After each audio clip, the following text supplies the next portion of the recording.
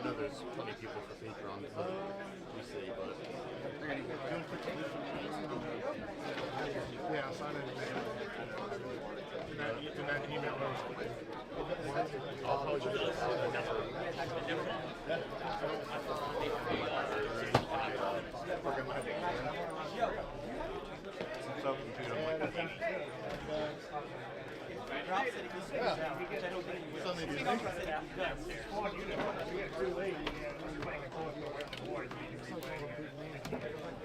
Sounds like kind of.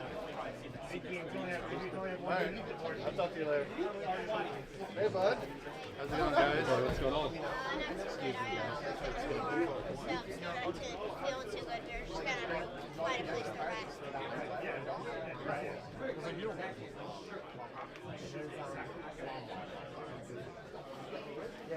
My last one before I never get to play that shit ever.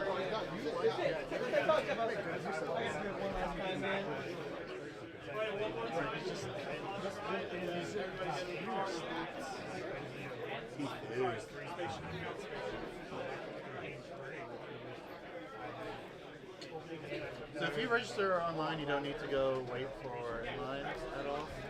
Oh, I think if you check in or something. Gotcha. They got in line for the bathroom. We're waiting for the bathroom. Yeah.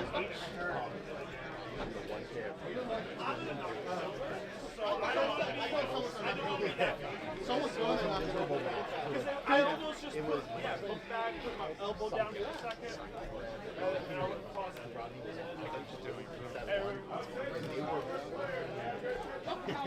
And we were just like, they almost drew in game one after like 45 minutes. My name is Valerie. I'll be helping you out today. A couple of things about today. We have bathrooms downstairs and upstairs. Please keep track of your bag. I can't watch your bags for you. There's a lot of people. You might go play something, whatever. Keep track of your stuff because I can't. There are a lot of different food options around us. There's fresh donuts down the street. There's a bagel place across from there. Italian place down there, Chinese down there. Further you go that way, more food options. We have soda machine downstairs. We've got snacks downstairs and upstairs. If you need any help, just ask one of us, okay? All right, good luck. Thanks. Thank you. You would say. Two strikes. I don't have a kind of play card.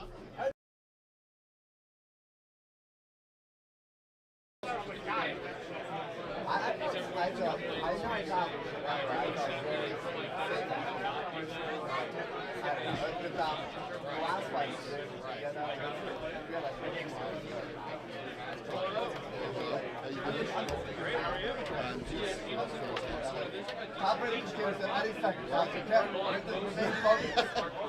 Freaking out like 2 seconds after the blind. I'm like, wow. It's a good time. Just changing people's hearts. You watch that Bobby watch.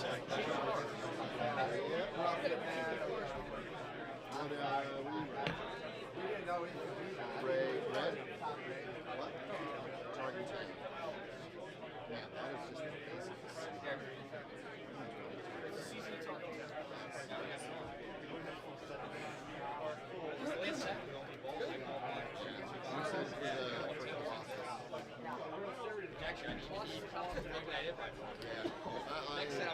I really like you.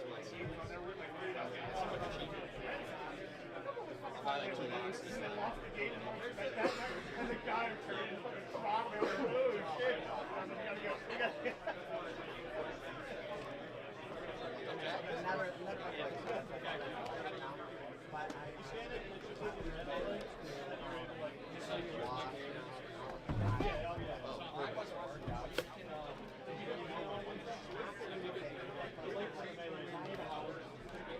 I got the flip, so we can see it now.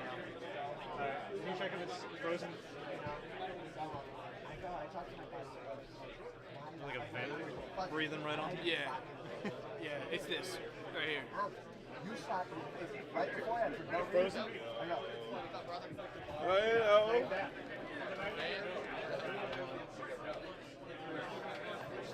What's the issue? It just keeps freezing. So what is plugged into it? Just this? Yeah, yeah. This and the mic down here.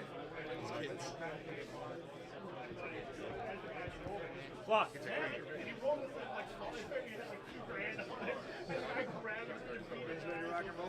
Not quite. We're getting there. The camera keeps up.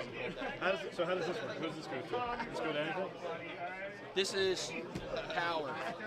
Or this is power. This is what goes into the computer. So I guess it's not gonna work because this is for the laptop. Because this would go into the laptop, USB-C. Like this would have to plug into the actual computer. So I don't think it's gonna work.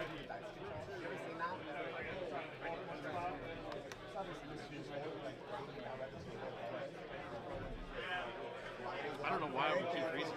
What? Is there not enough power? Yeah, so it's drawing too much power. So this line, this cable is so long that it's not keeping the power strength. So it's losing its connection, it's freezing. So that's why it should be USB-C, but it's just USB-A. So, like I thought he was, that's why I was like on the laptop, because the laptop would work with that. USB-C can help hold more power. There's nothing you can do. It's literally just because it has to get to the computer. Yeah. That it loses signal from this camera drawing too much power. I wonder if you swap out with like a separate block that has more power. I don't know. It might work if we unplug like the microphone. You guys in line? Oh, we don't really need the microphone. Yeah. So if it's just this, we might get enough power. Go make suggestion.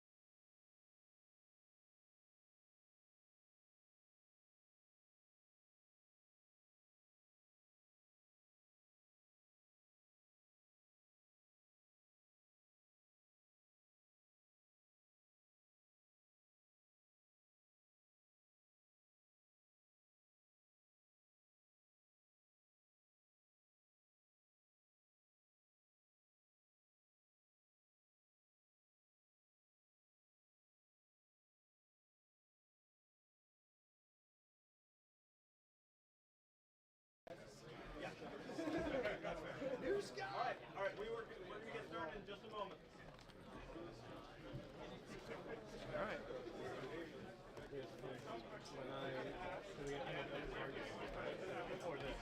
And I was like, someone was complaining about this whole thing on the internet. It's like, oh, I got this. Next to the fake numbers. And now, people are like, how many cards are in your deck?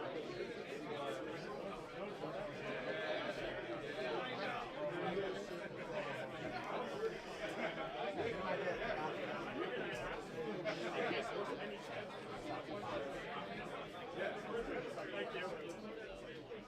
They might have a sign or something. How's that? Are you still doing quick ones? That's the thing about boss screen. It's kind of like, oh, just ramp a bunch and then hope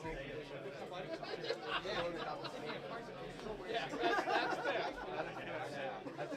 Well, we didn't play yet. That's fine. I did not get my experience. Yeah. Well, we got it. Got trashed.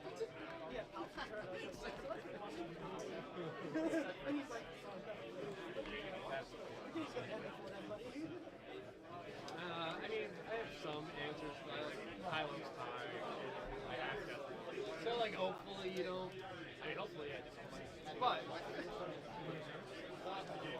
What's up, Pete? No.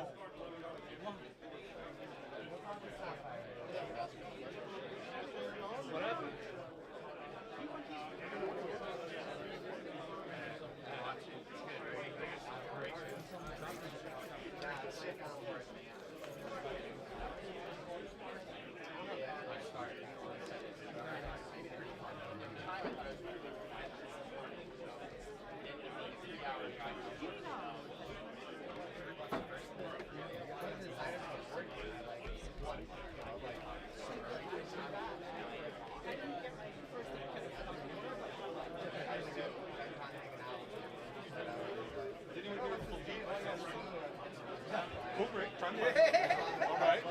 I had to think for a second when you had me.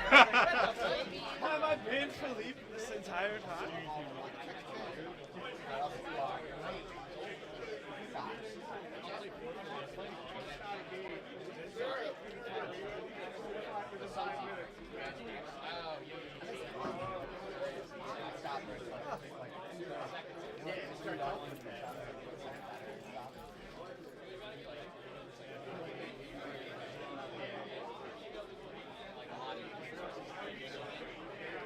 There's Andre Desir here. Andre Desir. No. Good seeing you again next time. Good seeing you then. Some trusting you around. Until next time. Yeah. Happier for now.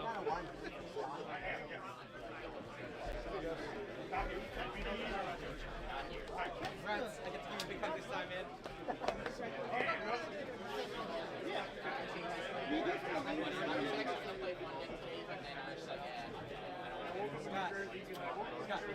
Yeah, I'm one of them. No, 100%, yeah. Are you all named Scott? The tall one is Nick. There's two Scots. Yeah. Yeah, I just should know there. Yeah. Golden chains.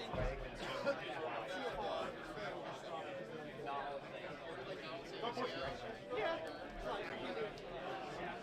Sucks to make one survive.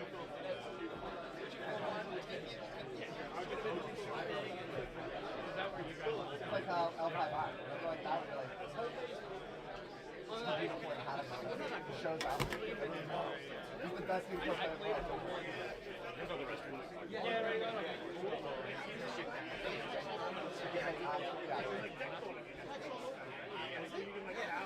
I asked him before and I was like, oh, you just came late. Oh, no! That's not last game because that unicorn player, right? The crowd not here. No idea. So close.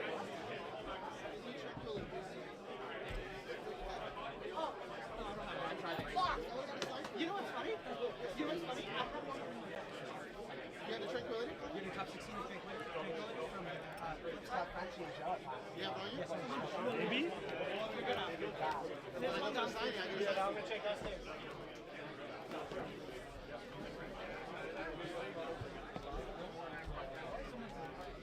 Oh, you do? No, we're just chilling.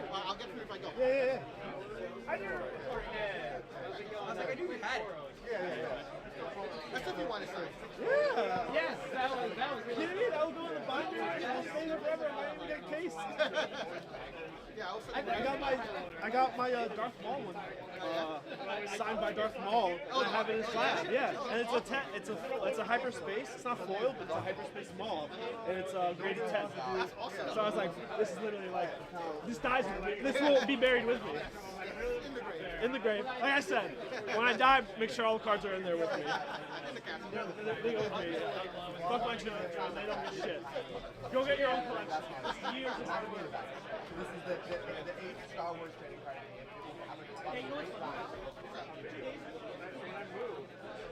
Thing about that particular interaction, which certainly doesn't make these Han decks. You know, the Han decks are very good outside of that particular interaction as well, but you know, that interaction just kind of seems to take these decks to the next level. Yes, I think there's a big discussion about should, like you said, should FFG take action, and in particular, should it be action against Han leader or should it be action against DJ the card? And I think there's a couple different thoughts. One line, and my personal thought, is that Han 1 is very powerful. If you ban DJ, it'll still be powerful just because cheating on resources is going to be good. However, I think it's a healthy power level for the metagame, and I think it can react pretty well. On the other hand, people are I'm of the opinion ban DJ because that card is, regardless of power level, that interaction is one, unintuitive, and two, just kind of unfun to play against. And so I think the game is healthier and more fun without it. On the other hand, people are thinking like Han, no matter what, if you leave Han in the format, your design space for 3-cost units gets a lot more restrictive because you have to think every time you print a 3-cost unit, how does this work on turn 1 if you play it with Han? But I think that there's still enough space there, and since you're color restricted with Han, that you can still squeeze your way around it, and I would personally ban DJ if I got the choice. Right. Yeah, and I think there's many in the community that,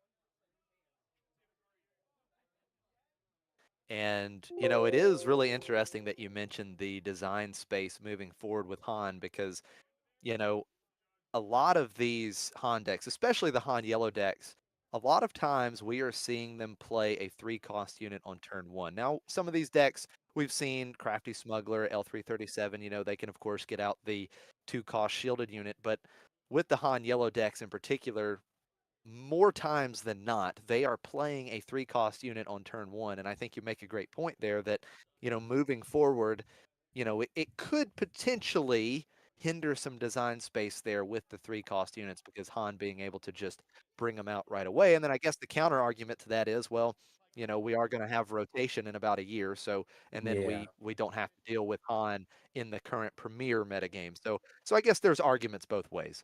Yes, and I think all in all, Han is healthy. I could be totally wrong, and maybe they print some busted 3-cost, and we're all playing Han next set because it's so busted. But I'm of the belief that, like, I think Han is healthy for the metagame. It can help keep certain decks in check while also being counterable. It's just the DJ interaction that is unfun to play against. So, well, looks like round 1, we are getting ready. Looks like the players are paired up. We've got our first couple participants seated at the feature table. And it looks like we're going to have Palpatine Yellow, Emperor Palpatine Yellow versus Fennec Tarkentown. This should be interesting. Now, Palpatine has historically struggled quite a bit against Sabine. And, you know, while Fennec Tarkentown maybe not quite as fast as Sabine, this is another very aggressive deck. yes, I do think both the later deploy and the lack of direct damage from a leader ability helps Palpatine here for sure.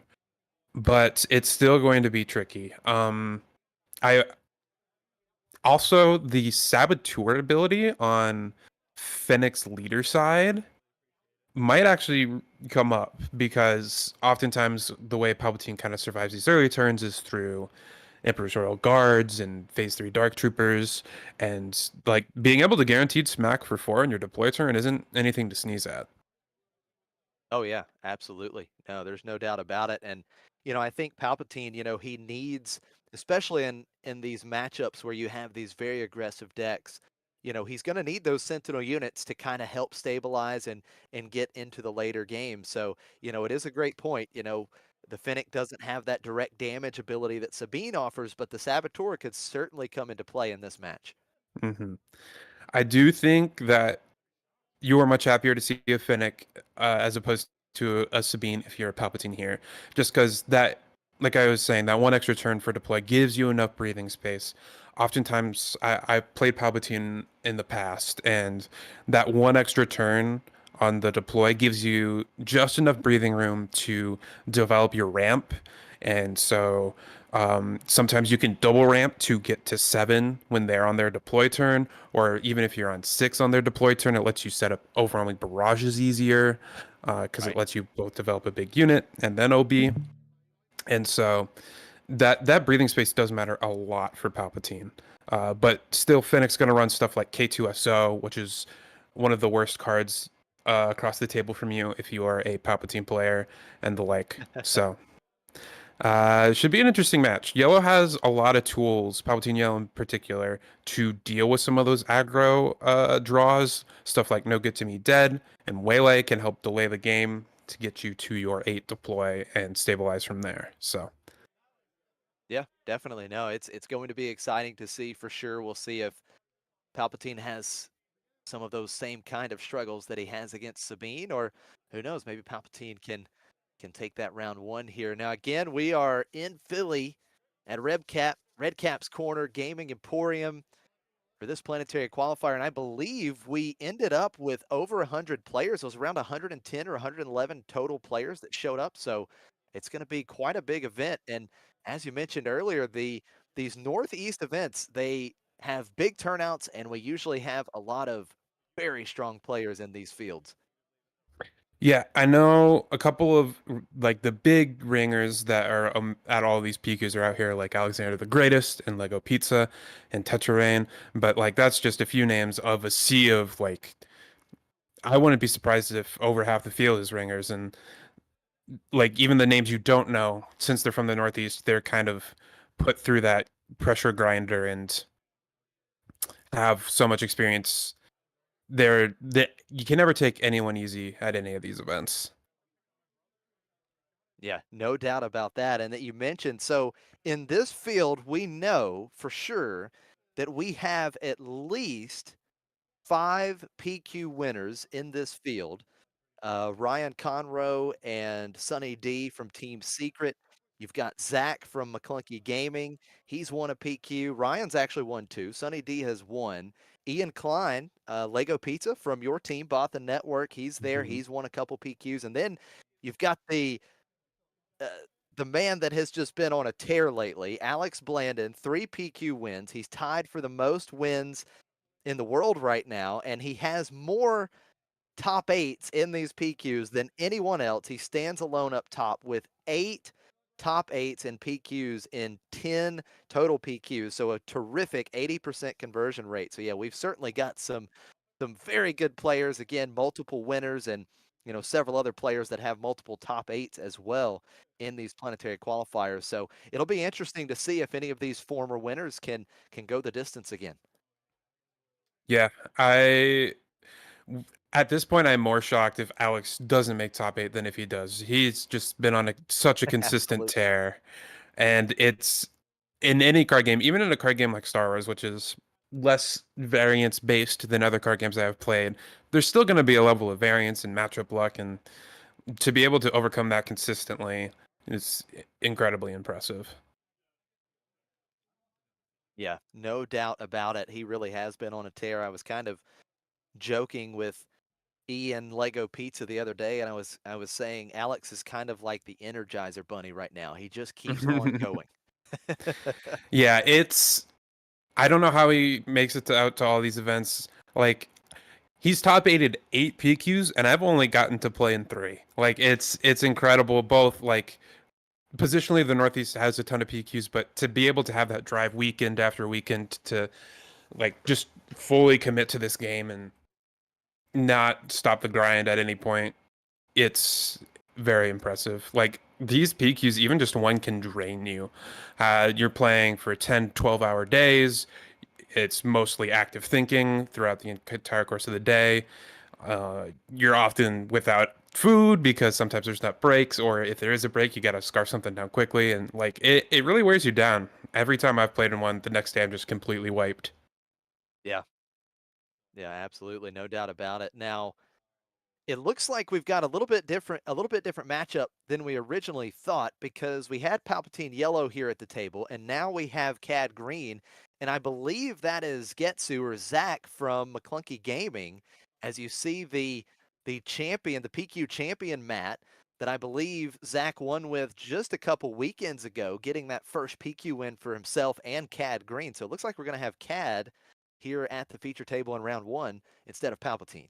Yes, I think this changes the dynamic of the matchup a lot because CAD deploys a turn earlier, which is helpful. Plus, this CAD deck is really built around ambushing and like has so many different ambush units and is playing natural cost for it, whereas Fennec has to, if she wants to be able to get that ambush off, has to pay the 1 extra, and so is going to often be trying to play behind curve in order to match that. And these ambush decks, like I have never really seen it, but my instinct is it's very awkward, but the bigger deck is going to be favored. Yeah, no, I totally agree with you. Now we're ready. We've got game 1 underway, and we see Crafty Smuggler for Zach and Robert playing the C3PO. Now I'm curious did you catch did he potentially get a card there? I looked away for just a split second, and I'm not sure what cost he named with C3PO. I did not see. Okay.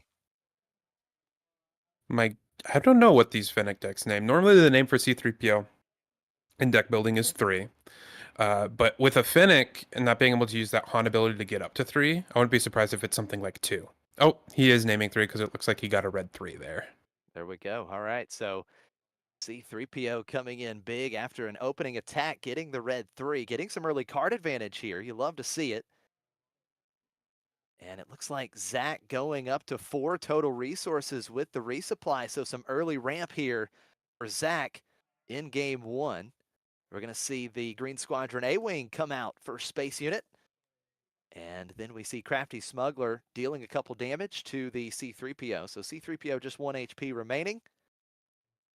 And Robert's just going to continue to flood the board here. He plays an R2 as well. So 3 quick units over the first couple rounds for Robert. That was an interesting turn there, I think, because so C3PO really gives the CAD player here the space to resupply because it's not putting a lot of pressure on their base, and so they feel like they can take the time to ramp. But Fennec responding by going wide can make that a little scary. On overwhelming barrage resources, but no big unit to play it yet, so something to keep in mind there. But yeah, pretty interesting back and forth. Yeah, definitely. We see Zach with the initiative. After Robert went wide, he takes the Crafty Smuggler, defeats C3PO. Now the action back over to Robert. We'll see if he continues to apply some pressure. He's actually going to play Spark of Rebellion here, so he gets to take a look at Zach's hand, and he will get to discard one of those cards. What you thinking here, Mickey? Bosk is the easy one, which he goes for just because it lets him maximize his resources. I think it's what I would take there too. Maul is maybe a reasonable option, but I don't think you're trying to get the game to a place where Maul is going to come up. So I think Bosk is the easy choice there. Just take him off max resource playing ability and leave him with a couple dirtle guys and something he can't play for a couple turns. Right. Yeah, good target for sure. But once again, Zach having an answer to another unit. For Robert, he plays the McClunky, bouncing the Crafty Smuggler back, defeating the A-Wing. Now, R2 does get in for a point of damage, but then Cloud Rider comes in, ambushes, and defeats R2. So just like that, Robert was trying to go wide, and he's got no units left on the board. Yeah, and Robert just claiming there's really, really painful. And like I understand wanting to spark there right after your opponent ramps, they're probably going to some sort of big play, but leaving two resources unused here, letting your opponent have the board while also having a resource advantage is just so painful. I wonder if I would have like if he had Akira, obviously I think he would have played it. And it's a tough decision there because you don't want to get blown out by something that they might play from their hand, but not having a board is really painful here. Yeah, absolutely. That felt like a very good turn for Zach, and it feels like right now he's got all the momentum. Again, he's one resource ahead. He has a unit on board. Now, Robert's going to start the round with the initiative. He does deploy Finnick, and we're going to see now there are two of them, and here comes Maul. Maul's going to come in and ambush Finnick off the board. The damage is going to be redirected to Crafty Smuggler. Wow, that's a huge play. Yeah, that is maybe going to slam the door shut, especially because Cad's got to flip this turn as well, pushing a ton of damage with a healthy Maul still left over, getting 6 more damage to base here. It's going to be hard for Finnick to survive through the next couple of turns. Yeah, that is an absolute big time play from Zach. And as you mentioned, CAD coming out. We did see K2SO come out for Robert, but the Cad Bane leader unit going to quickly clean up K2SO. And the when defeated trigger will add, it looks like another 3 damage to Zach's base. But Robert, once again, all he can do is claim the initiative. He has no units on board. And Zach is showing a ton of damage in the ground arena. I think we've seen what like I think Cad Green is quite favored in these kind of matchups, especially a more off-meta leader like Fennec. But even if this was like a Sabine Green or a blonde Sabine in the same color combination, and it looks like Robert's going to pick it up here, you just get the space to ramp because your ambush units can both play a unit and answer the board in one turn, and lets you kind of build the board while answering threats, and then just overtake your opponent on the flip turn. Yeah, that's exactly what Zach was able to do here in game one as he takes the victory and takes the early lead here in the round one of our Planetary Qualifier at Redcap's corner in Philadelphia. Great start for Zach, the former PQ winner, showing off that PQ champion mat that looks great.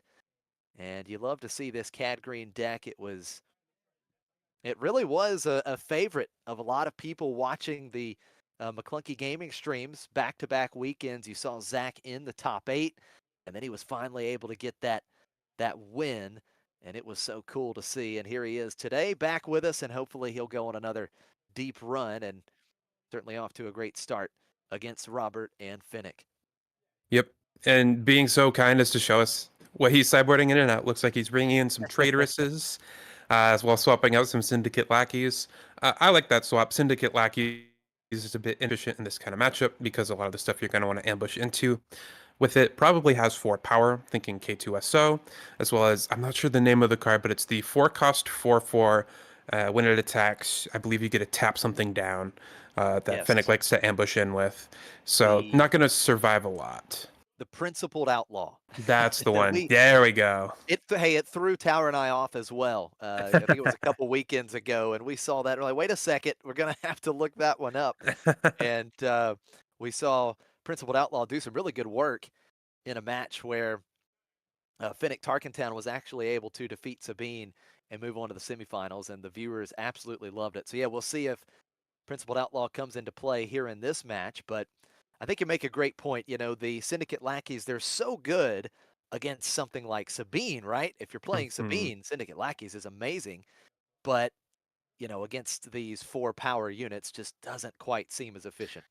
It's very good against the Quinlan Tarkentowns and the On-1 yellows as well, because they often have a lot of 2/5s and 3/5s in the form of the Liberated Slaves, Tech, DJ, Kira. So especially if you get to ramp and you're doing it on turn 3 when they're playing their 4 costs with 5 health, it can be very powerful. But in this matchup, want something a little bit more efficient, and Traders can be much more of a blowout, especially because it's not likely that Finnick has an answer for the Traitoress. Yeah, that is a really good point. Now we'll see. What would be interesting is if Zach were to bring the Traitorous out here in this game too, and Robert takes the victory here in game 2. You could potentially see some upgrade removal coming out of Robert's sideboard if he has access to it. Yes, against these bigger green decks, if I have room in my sideboard and I have a disabling Fang Fighter, sometimes I'll just sneak one into my deck post board just in case. Like some Kira Green 30s will play Traitorous, but this is part of the advantage of playing a more unknown strategy.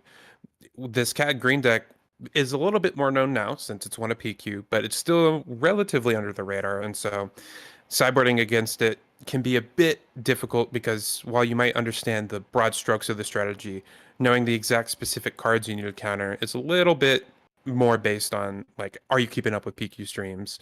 Are you deep in the discords to know what this deck truly is? Yeah, and it's really cool to see. I mean, both of these decks really more off meta, right? Neither one of these particular decks have had a ton of success throughout this PQ season, but Zach certainly has had great success with Cad Green.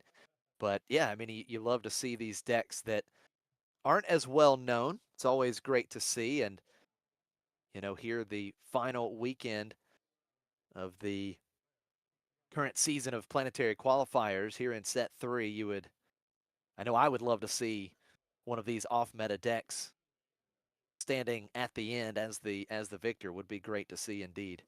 Absolutely. So here in game 2, Robert with the initiative. He's going to start with Sabine in the ground arena, and Zach is going to respond with Cartel Spacer in the space arena. He does get the CAD trigger, so 1 damage dealt to Sabine. And funny note on Zach's deck list, if it's the same deck list that, or similar to what he won and top 8'd PQs with before, I believe those Cartel Spacers are his only space unit. Yeah, I think you're right, which is really interesting for sure. And we're going to see Robert with the initiative once again, and he's going to play Green Squadron A-Wing off of the Fennec action ability, giving it ambush, ambushing and defeating the Cartel Spacer. And then we see Super Laser Technician coming in for Zach. So Zach once again going to try and ramp. Sabine being aggressive, 3 damage to Zach's base. First damage dealt to a base here in game 2, and Zach will be able to claim the initiative, and he has that Technician ready to take out Sabine. Yeah, it looks like that Traitorous is in hand too, so this could be a really, really powerful turn for Zach here. Being able to trade into that Sabine, get up to that Traitorous resource count, and then take that leftover Green Squadron A-Wing and completely swing the board around. Yeah, Zach certainly has had some very big momentum swinging rounds already here in this match, and we see the Technician taking out Sabine. Zach now up to 5 total resources, and the A-Wing does get in for another 3. As now just a Cad Bane ping would take out that A-Wing because Robert doesn't have another unit on the board. Yep, and another card I think I see sneaking out in Zach's hand is this big old Zuckuss there, and so being able to develop such a big body while clearing space and blocking down the ground seems like a really, really potent play. Yeah, I totally agree with you, and I would be... Now, did he just pass there? It looked like Zach didn't play anything, and That's really interesting. Robert just claimed the initiative. My best guess is that Zach was passing to try and bait something out for that Traitorous. Right. And then Robert decided to just claim, probably to sneak in an extra attack with this Green Squadron A-Wing, since it would die to a ping here. And so here we go. Next round with the initiative. He is going to get in for 6 damage with the A-Wing as he plays Surprise Strike. So now we've got 12 damage on Zach's base. He is going to deploy Cad Bane with his first action of the round. And Robert is going to continue to pressure the space arena. Now we've got Red 3 coming out, and the Cad Bane ping will not be enough to take out A-Wing here because Robert could put the damage on Red 3. But look at this. There's the Traitorous taking control of Red 3. He was hoping to see a good target, and that certainly is. Yeah, it's going to help him fight in space. Leaves Robert, with just a 1 health unit left, can still deploy this turn, but that Cad Bane is holding that Finnick hostage, and so really no good plays for Robert, as it looks like he just passed and got claimed on the opposite side of the table. Yeah, that is a really tough spot. As you mentioned, Cad just holding that Finnick hostage. That is the one downfall to Finnick, right? The 4-4 stats coming out on 5, just, it's not a lot, and it does certainly seem to be the weakness that Finnick has. Yeah, she's just so incredibly frail, and her ability is quite strong. Giving anything ambush really changes the context of a lot of cards like K2 and that Principled Outlaw, like we talked about earlier. But playing off curve and the frailty of her deploys, I think what's kept her down in the meta so far. Yeah, I definitely agree with you. Now, Red 3 taking out the A-Wing with Zach's first action, and now we are going to see Kira on Robert's side. We take a look at Zach's hand. Mickey, what are you thinking may be the call here for Robert? So you'd love to name one of those 4-power ambushers that could just kill your Kira, but Zach has 2 of them, and so you can't really stop that either way. So I don't think it's gonna matter. I think this Kira is just dead. It's more of an answer of which one don't you want to see this turn. So I think I might answer or name Bosk, just because I'd rather have him play a 4 Lom rather than a Bosk. But looks like Maul as well. I thought we were on 6 resources still. Maybe you should name that Maul instead. Well, looks like he did not. And yeah, again, with the ramp that we saw earlier for Zach, we're on 7 resources, and Maul's going to come in, ambush, and defeat Kira. 2 overwhelm damage coming through there. Or no, excuse me, 4 overwhelm damage because of the Cad Bane triggered ability. Mm-hmm. So Maul with a big hit. And I think Robert might have been thinking that if this Maul ambushes into my Kira, that's okay because I get to Tarkentown it on the way back. But that Maul ability, being able to move the damage over to that Cad Bane, really putting a thorn in that plan. Yeah, that is huge for sure. So the 3 damage sent over to Cad. We see R2-D2 coming out for Robert. And now the action back over to Zach. Contemplating an attack. He is going to attack right into R2. So R2 taken off the board. And once again, Robert with no units. But he'll quickly deploy Finnick with Zach's units exhausted. Looks like Zach will probably just claim the initiative here. And we'll see what Robert wants to do with Finnick. It's a tough call. I think the 2 options are to kill that Cad finally or go to base. Either way, Maul is going to eat that Finnick up, and I think you kind of have to go to the base and start pushing damage here. Now we're going to see Cartel Spacer coming out with Ambush off of Finnick's ability, ambushing and defeating that Red 3 that was taken by Traitorous. And Finnick is going to go into Zach's base, so 16 damage on Zach's base. Zach does have the initiative though.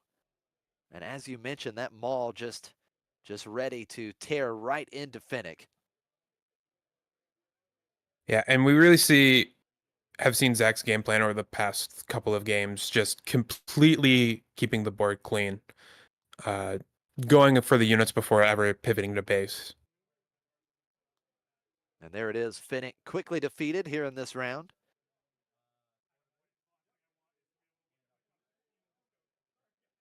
And it was actually with the ambush from Bosk. And here comes Falcon in the space arena. So as we mentioned, Zach not running a lot of space units here, and he's going to smuggle in the hotshot blaster onto Maul. So Maul's going to get in for 9 damage here. Big hit for Zach. This Falcon is a little scary for him, so you do want to finish the game quickly here with no real space answers and being able to attack immediately. At 22, though, it's hard to imagine you dying in one action. And with that big Maul out there attacking for 9, plus the other units you have, I think Zach's got this pretty well locked up.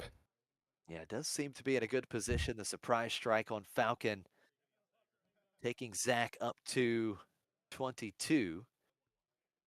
But we've got 17 damage on Robert's base. And with 17 damage, looks like, yep, 1 attack from that Maul is lethal, and not much to do about it. Yep, that is going to do it. There's the handshake.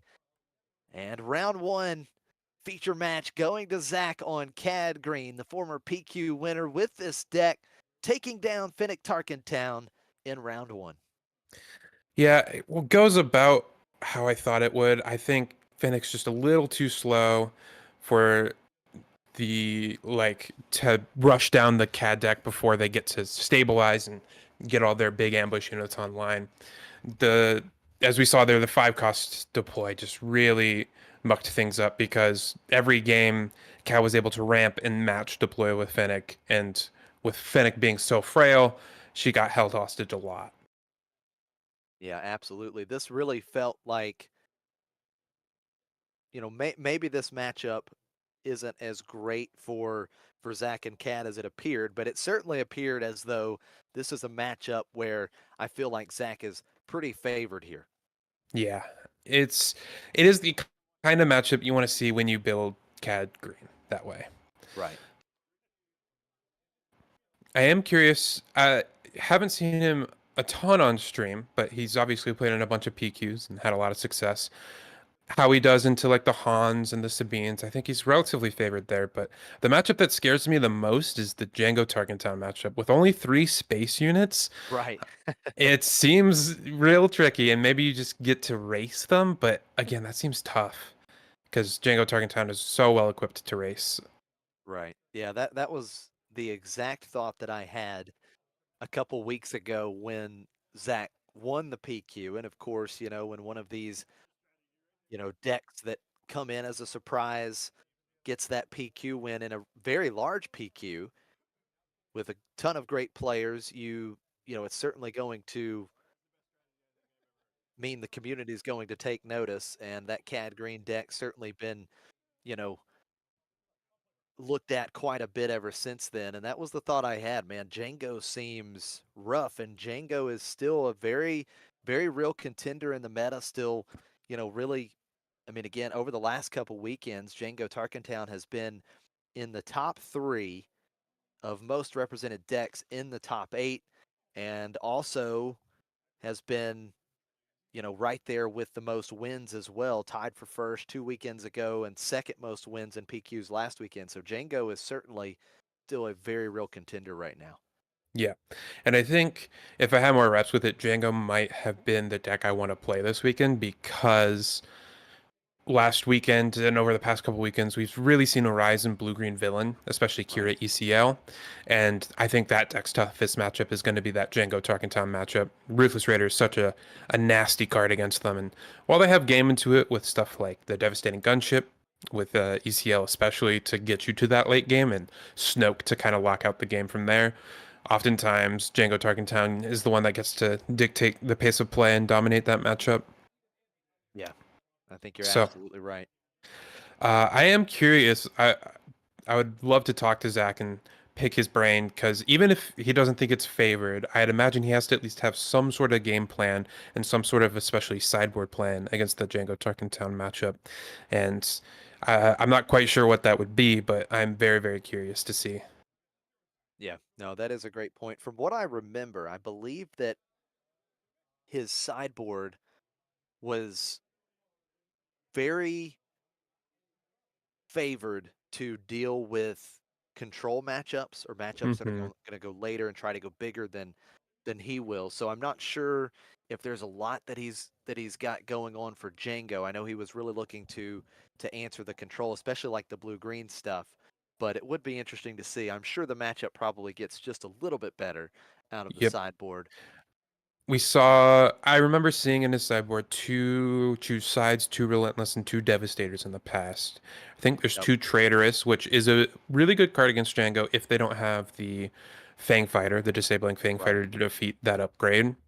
Can really just nullify space for a turn or two. But I'm curious what else and like how you play that matchup. Do you try and race them? Do you try and there's not much else you can do, but Django does play to the ground early sometimes, so being able to clear that, and the pings can also really help against Django, minus the lurking TIE Phantoms. Yeah, absolutely. Yeah, The Lurking Time Phantom it's like the kryptonite for CAD, right? Because it just completely shuts off that ping. Yeah, it is like part of why I think CAD Target in Town and CAD in general hasn't been a bigger meta share currently is just because the prevalence of Django and therefore the prevalence Right. of Lurking TIE Phantom. That matchup, uh, I have a pretty good CAD Target in Town player on the Bothan Network team in Yoda Killer, and he has lamented the matchup against Django Target Town being so miserable specifically just because of fucking TIE Phantom. Yeah. No, absolutely. That is 100% accurate. I did some testing with one of our local players here in that particular matchup. He was big on Cad Tarkentown early in the meta, and he wanted to see what he could do against Django because Django was a little bit more prevalent early in the PQ season and like before the PQ season started. And he wanted to see what he could do about that matchup, but it was rough. I mean, we played it quite a bit, and Django wins a very large percentage in that particular match. So it's very, very interesting. I mean, obviously, as you mentioned, it's a very open meta, and Cad Tarkentown certainly has some favorable matchups, but that is not one of them. Yeah. And it's exciting to see these more roguish off meta decks in the early rounds of a tournament. I am curious to see what the final breakdown of Basin leader is going to be, but we probably won't see that for a while just because the tournament's just getting started and that info takes some time to collect. But Yeah. so far on stream, it looks very, very diverse one round in. Yeah.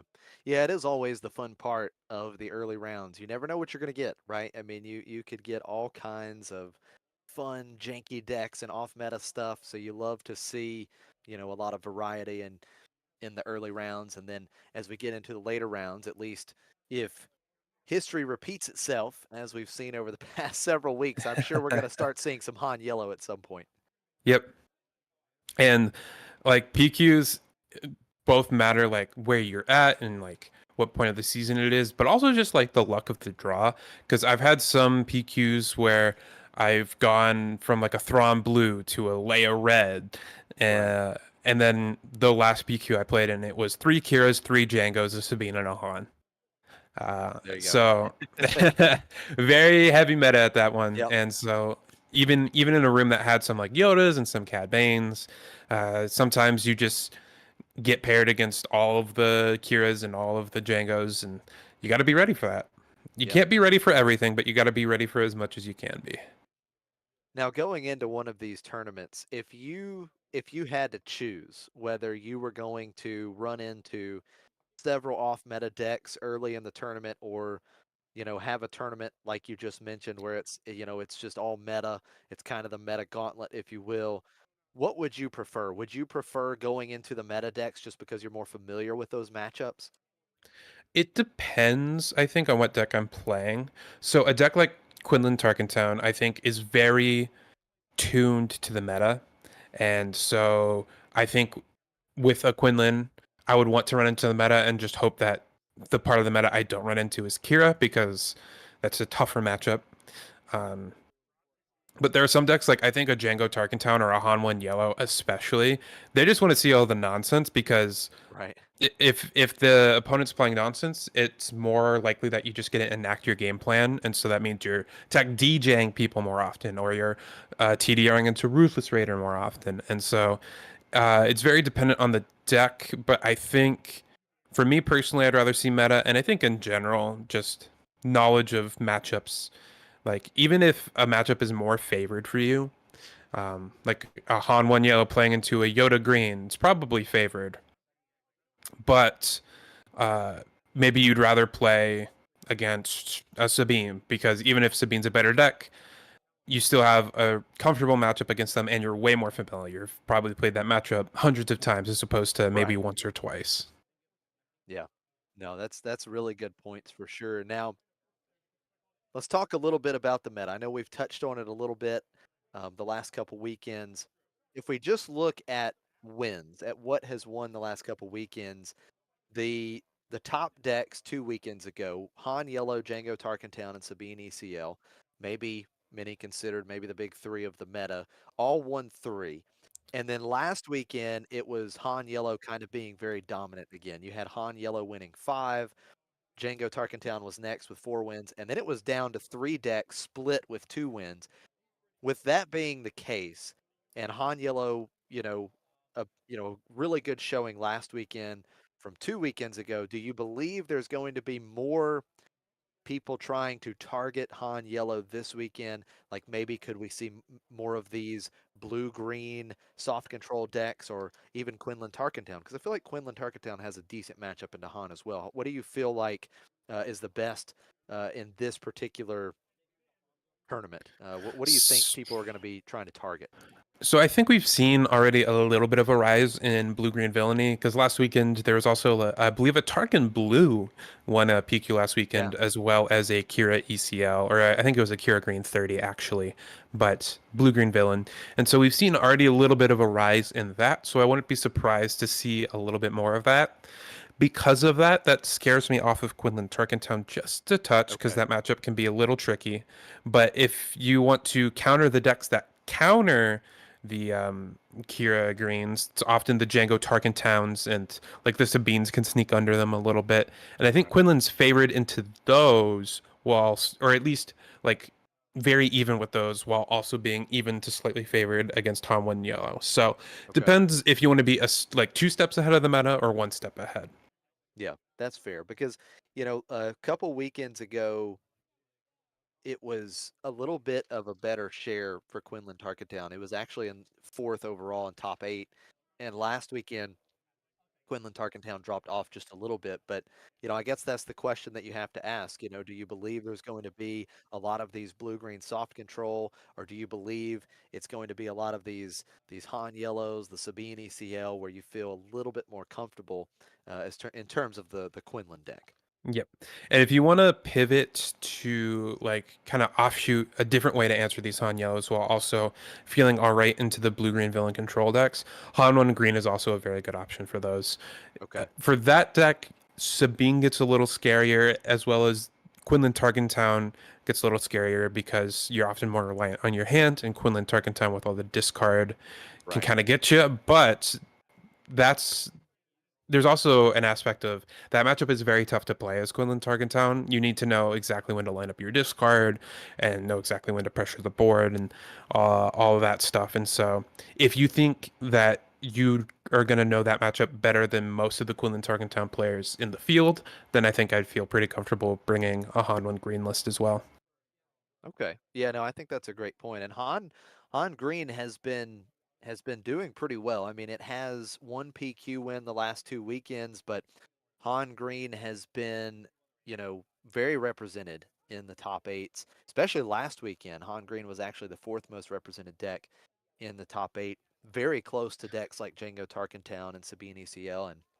And we've actually seen your teammate Ian Lego Pizza have a lot of success with Han Green. Both of his PQ wins are actually with Han Green. Yes. And I believe he's here today on that deck once again. So we'll see I if believe he so. pops up with Han Green on stream at some point. And little backstory behind how he switched to the Han 1 Green, because he's known more, or at least was known more, as a Han 1 Yellow player. He was playing Han Yellow through the first half of PQ season, and then just got sick and tired of playing the mirror, to be honest, because he was very much like, it's draw dependent and it's very initiative dependent, and like whoever has initiative going into flip turn is often very favored. And so he saw it as more of a mirror breaker, switching to green, because if you get to flip a turn earlier, it doesn't matter who has initiative, while also maintaining a lot of that similar game into Django and into the Kira Greens of the world and stuff like that. And like being even a little bit more favored against the softer control decks, because you get to ramp with them. Where you sacrifice big is against the Sabine matchup, because Han 1 Yellow versus Sabine ECL is seen as very favored for Han Yellow. Maybe not very, but definitely favored. Whereas I think it's a lot closer with Han Green and maybe slightly Sabine favored. But if you're willing to make that sacrifice in that matchup to gain an edge in the mirror, and because you expect that more, totally valid call. Yeah, Absolutely. And it's interesting that you mentioned that because, there may have been some other players playing it right out of the gate, but if we go back half a year ago or so, early in set 2 meta, right after set 2 dropped, Lego Pizza was on Han Yellow right away. Hmm. And, he believed in it. He put a lot of work into it. And he was the first one to get a couple big wins with it. He won back-to-back tournaments at Hmm. SCG Con Baltimore with that deck. And then, after that, we saw it pop up quite a bit. And then it kind of went away for a little bit. But yeah, I mean, Ian has been big on that deck. He had big success with it early. And, it is important. You mentioned the mirror matches. It's important to know how to navigate the mirror matches. You need to know the lines you have to take. You need to be prepared for the mirror matches. But when you have a meta that is, been very heavy Han Yellow and you have been a predominant Han Yellow player, I can certainly understand the draw to getting away from the mirror match and maybe trying to counter that particular deck instead. So I like that choice for Yeah. sure. And the the mirror match is like, it's especially difficult if a mirror match is very coin flippy. If a mirror match is more skill intensive, it can be okay and more like tenable. But something like the Sabine mirror match can be a little bit more skill intensive. Obviously, anytime it's two of the same decks, it's going to be very draw dependent. But like something like Han is very initiative dependent and very, at least from what I've heard, more luck dependent on how you draw. Obviously, the better player is, if you're better than the opponent, you're going to win more often. I can attest that the Quinlan Tarkentown matchup is a miserable matchup because you're just often treading each other's hands, and whoever top decks their big stuff or their smuggle. Right. But and same with like the Jingo Tarkentown matchup, it's often who sees more triple dark raids, and so being prepared for it, and like you can certainly tech your deck, even in like the main deck, same color combo but just slightly different cards in the matchup can really boost your win rate in certain mirror matches. Like for example, for Quinlan, if you have techs in the main deck, you can really counter a lot of that heavy discard and overcome a bad draw and a good draw from your opponent just with one card. Yeah, no, that is a really good point. I mean, some of the mirror matches can certainly be miserable, as you mentioned, but it's important to test them. It's important to Yes. know what you need to do. Obviously, it's going to be draw dependent. You're going to have those instances, but you have to be prepared nonetheless, especially if you're playing one of these, meta decks that have been putting up great results. So I think it's not, it may not be fun, but it's certainly something you have to prepare for. Oh yeah, and I think people need to be testing mirror matches more, and uh, as well as like something to pivot a little bit to testing habits, testing best of threes more, because mirror matches can also change based on cards in sideboard, and they can get a lot better, and you can have more of a game plan than your opponent into them. But oftentimes we're testing just game ones, and we're testing just the main 50 cards, and Yeah. that can really change the context. And being more prepared in a sideboarded game compared to your opponent can also really bolster your win percentage there. Yeah, no, that is a really great point. I've actually ran into some players, and this may not be the perfect strategy, but I think if you are limited on time, if you don't have, a ton of time to do testing, I've heard some players say they actually just test, they go straight into the sideboard games. Yeah, that So is so totally skip reasonable. game 1 and they just practice the sideboard games. Again, obviously, game 1 can be important as well, so don't get me wrong, but I think that as you mentioned, the sideboard games are crucial, and a lot of times, especially when you go to the sideboard, if you can improve the matchup enough, game 1 obviously is not going to be as important as games 2 and 3. Yep. There's an adage I picked up from Magic, which is at least 50% of your games are going to be post sideboard. The Right. most often the majority of your games are going to be played with the sideboard, because even if you win every matchup 2-0, at least one of those games was played with sideboard, which leaves Yep. you 50% minimum games. Um, and an extreme example of this, of like being able to increase a matchup percentage so strongly post sideboard, is Wu has advocated of KTOD, that for Kira Green, he will concede game one against Bosk Blue, partially and mostly for time reasons, but also because he thinks post sideboard that matchup becomes almost unlosable because you Okay. bring in like Relentlesses and Palpatine's returns, and just cycling Relentless. You're gonna win games 2 and 3. It's just a matter of can you do it in time if you lose game one. And so his thought process is, I'm just gonna make game one take 0 seconds and win games 2 and 3 relatively comfortably. Yeah.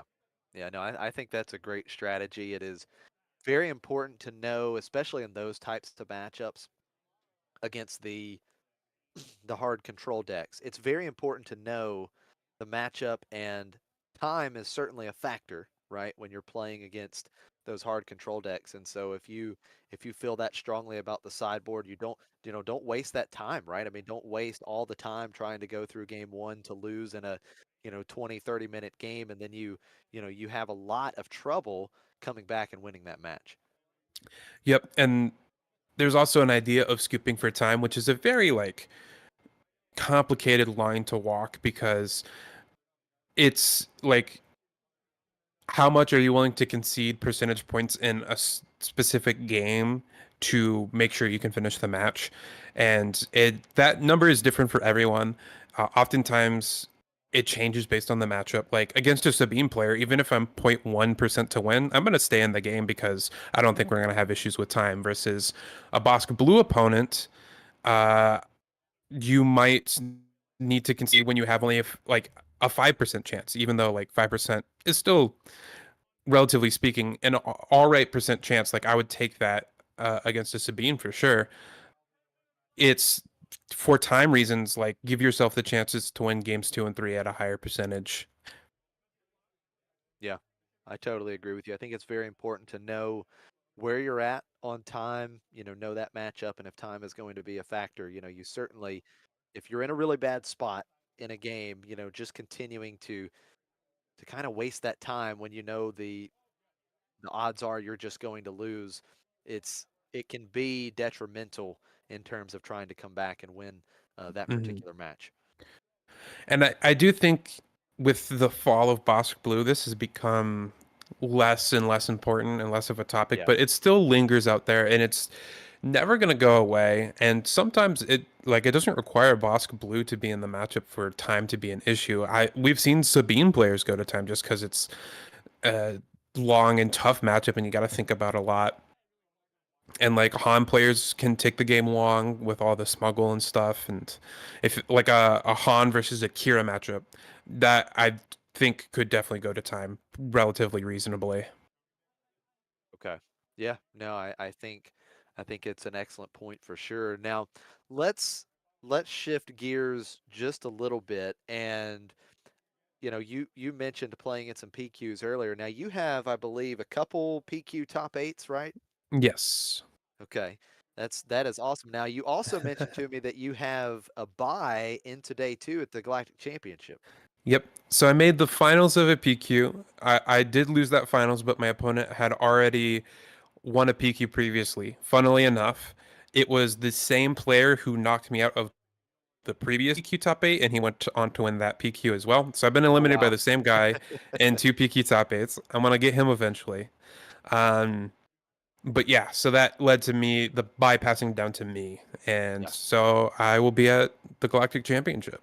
Yeah, no, that's awesome. Big congrats on getting that great finish and getting the bye. Now, Tower and I have talked a lot over the past month or so in these streams that we've done about the buy and how much it means to lock that spot into day two. It just, Hmm. it takes a lot of pressure off. It can give you, extra rest because you're not going to have to be so mentally strained for day one. Just someone who now is locked into day two. What are your thoughts on that, and how do you feel like it's going to really benefit you for the Galactic Championship? One of the big things it did for me was I was planning to go to the PQ in St. Paul, but got snowed out, so couldn't make the trip. However, it changed my preparation for that tournament because if I was looking to win it, I'd probably take Quinlan Tarkentown just because it's the deck I think it's one of the strongest and I have the most comfort with it. However, given that I already had my day one bye at the Galactic Championship, I wanted to test myself and try different decks and different style of decks in a higher stress environment, in a like a more competitive environment, which is why I picked up Kira ECL and started testing and playing that deck to try and test myself playing a different style deck in a tournament that mattered, but I didn't need the win because I already had the day one bye. So it really opened up my options in terms of like being able to test certain things out and prepare different styles of play in a tournament environment. Yeah, no, that's really cool. It's super neat to hear that insight for sure. Now, what about at the Galactic Championship, day one? What do you plan on doing for day one? So there's, I believe, a lunch that the PQ and the day one buys will be invited to, and then after that, I'm gonna try and grind side events to get tickets for that Luke and Vader showcase. There you go. Because Okay. I think it's the one of the few ways that you can get that those cards. Yeah, I think the community is extremely excited to have the Vader and Luke showcases as an option, and I know that people are going to be gunning for them, no doubt. Yep. We've joked before. I believe John Tata also joked that like the day one side events at Galactics are going to be some of the most competitive side events that we've ever seen in any card game. And the poor father of a 17-year-old or whoever that wants to play in day one of the Galactics is just there to have fun, maybe playing a side event draft, being stuck in a pod with 7 other PQ winners. That's an unfortunate spot to be in. You know, I haven't thought about that at all, but it is a brilliant take. And yeah, it's definitely something to keep in mind. Those looking to have fun on day one in the side events, that might be very tough. Hit it around lunchtime. Right. People, Yeah. the PQ and day one buy winners will be at lunch most likely with the private invite thing, and so that'll be your time to hit it. Yep. There you go. And again, of course, I'm assuming, if they're just there for fun and grinding the side events for tickets, I'm assuming the next day may be a little bit more casual for them. Yes. On day Uh, two. I believe day two is going to be the way to hit the side events because there's the day two of the Galactics, but also I believe day two is going to start that Saturday, the first event of season one. I believe it might be like a sector or a regional, but there's going to be an open event for the people who don't make it into Galactics through day one so that they didn't travel just to miss worlds and then play side events day two and three. Right.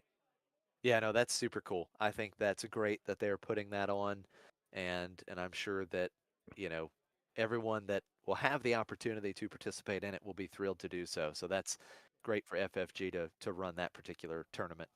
Yes, I would love to be able to play in both, but obviously going to prioritize the Galactics. Yep. But I'm excited for the point system to start as well. And like, I think we've seen a thing where the PQs, there's like PQ fatigue for some players, myself included. Like, I want to go and grind more and actually win one, but once you have your day two bye, it's a little bit like I'm showing up to play the game and be competitive and have fun, but Right. if there's more points on the line and like those points matter not only for a Galactic Championship invite but potential buys at the Galactic Championship or potential like flights and hotels and stuff for like this is all speculation, but like Right. if the top 16 point earners get a free flight and stay at the Galactic Championship, then these tournaments are going to get even more competitive and matter even more than they do currently. And I think that's a pretty good thing all in all. Yeah, I agree with you. I am super excited to see how they do the point system and how all of that's going to work out. Can't wait for it. Of course, as a part of season 0, which we're in now, there is no point system. Everybody has access to go and participate in the Galactic Championship. So, if there was, and I will say this, if there was ever a Galactic Championship to attend, this first one is probably the one because again, you don't have to get there on points. Yep. And I believe the qualification for day one, there will be 8 rounds of Swiss, and anybody with a record of 6-2 or better will make it to day two. And then I believe on day two, records are reset. And Okay. so there will be more Swiss. And then I don't know if we've heard past that, but I think it's like a couple more rounds of Swiss the next day, and then on to the top cut. Okay. Yeah, no, Similarly it to how regionals and sectors are set up, should be great. which also very excited for these sectors and regional events. Oh yeah, definitely. Definitely. Those are going to be a blast. And, you know, I wouldn't be surprised, I mean, they will probably be the most attended Star Wars Unlimited tournaments that we've had up to this point, right? I Oh mean, they yeah. should be bigger than anything else we've had up to this point, which will be super cool to see, several hundred players at one tournament. Yes. But I believe we've got about 14 or 15 minutes until round 2 starts, and we will get back to the action. So we're going to take a little quick break. Stay tuned. Don't go anywhere. We will be back with round 2 from the Planetary Qualifier at Redcap's Corner in Philadelphia.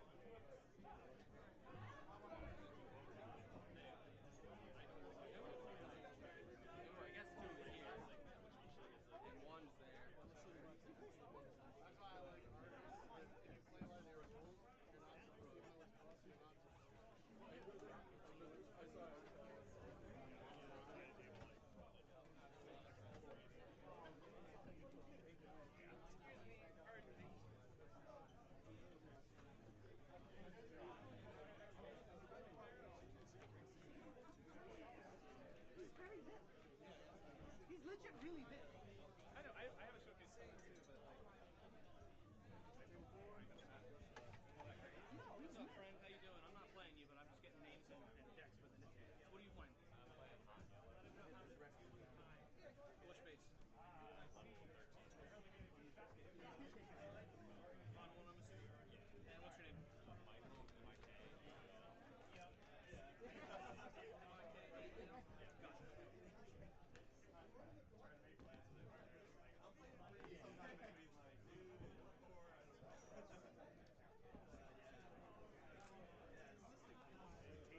Just like flesh and blood games. Yeah, I'm going. Yeah, see how that goes. Oh boy. What's going on, man? How you doing? Mike. Tease.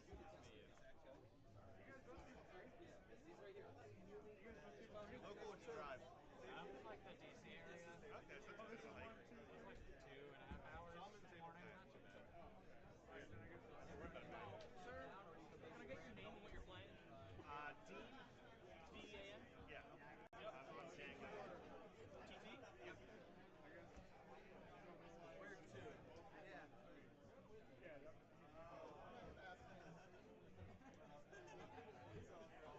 How do you feel about being on stream? Okay. Extra nerves again. Assume you're local based on the polo, but are you local? It's Delaware, so I'm kind of about a 40-minute drive from northern Delaware. Not too bad. Yeah, the numbers are a little skewed. Are most people from Delaware Eagles fans? Yeah, northern Delaware is like a suburb of Philly in many ways, and then we get into southern Delaware, flips to Baltimore. So, yeah, so you get the Ravens fans, Orioles fans. Are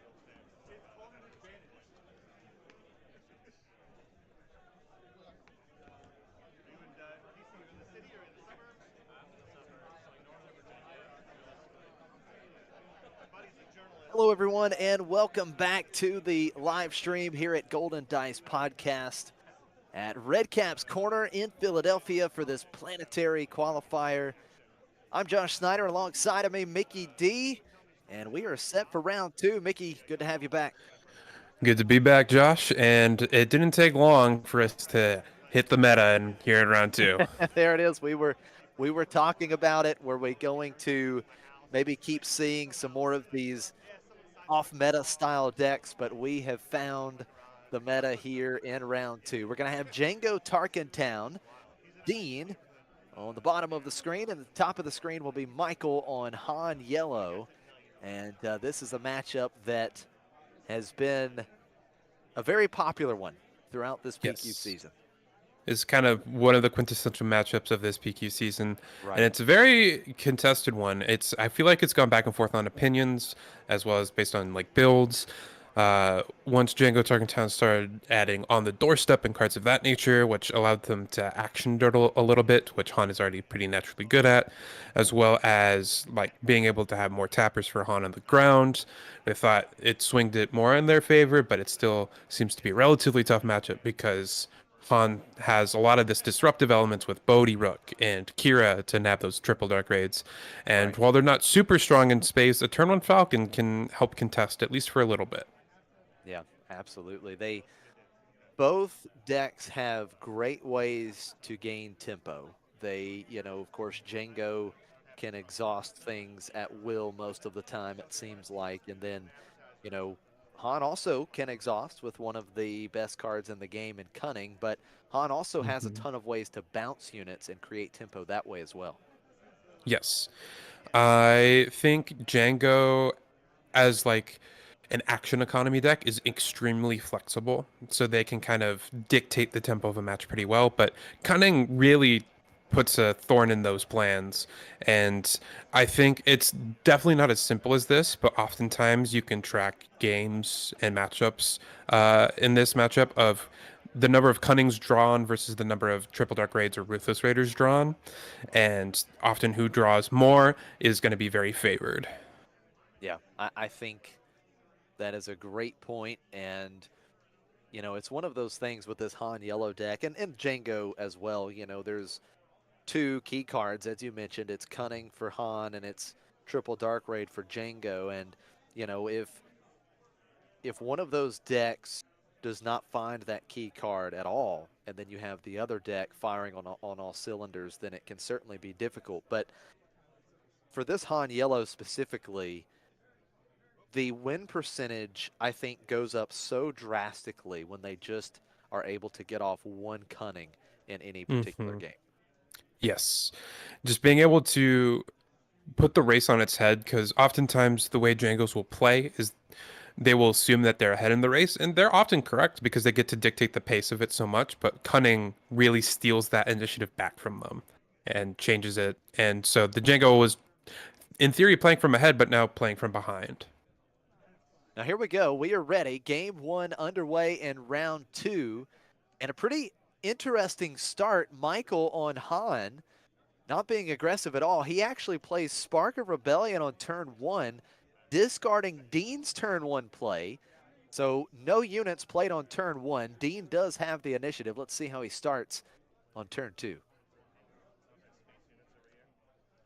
And it is going to be the Lurking TIE Phantom. And here comes Millennium Falcon on the other side. That is a interesting play here. Mickey, do you think he answers that Phantom and sets up for Tarkin Town?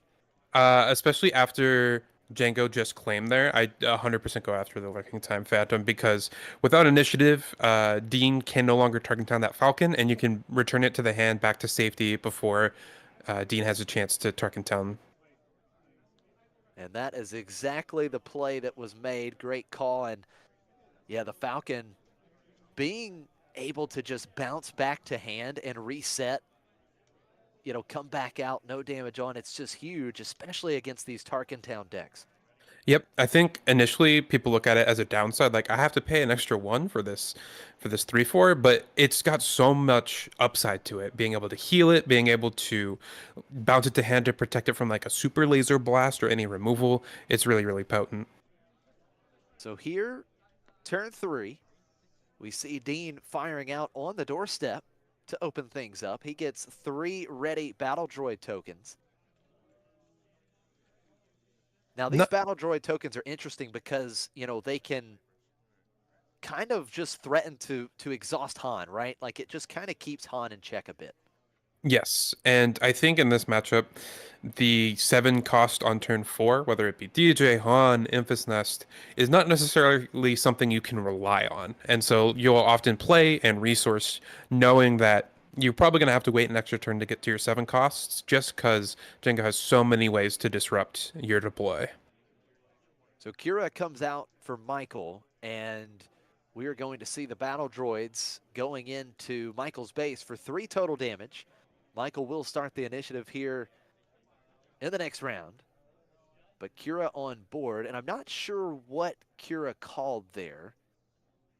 In the dark, I would probably name Triple Dark Raid. It's certainly Right. the scariest card, especially on Django's flip turn. Even if, like, I saw my opponent's hand, it was pretty medium stuff, and there's no Triple Dark Raid, I would be scared of a Triple Dark Raid off the top. So that's my instinct as to what was named.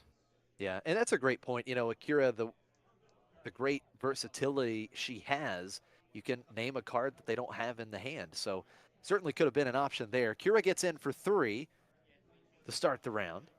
First damage dealt to Dean's base, and then the battle droids continue to go to work. Another damage to Michael's base with the battle droid, and now the action back over to Dean after we see Michael going up to 6 total resources with the Han action ability, and now Surprise Strike on one of those battle droids, 4 more damage, and we've got 8 damage on Michael's base now.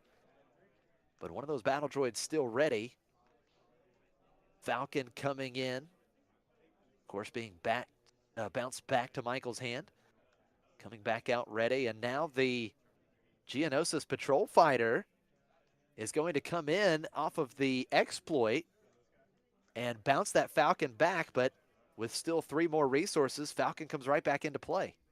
And you can kind of see here, Michael is knowing that he's probably not going to be able to fully maximize 7 resources, so he just plays 3 and then 3 again, knowing that this Han was probably going to get disrupted, but Dean, knowing that, kind of freely gets, not freely, but gets to attack with that battle droid, since tapping Han isn't as big of a concern on this turn.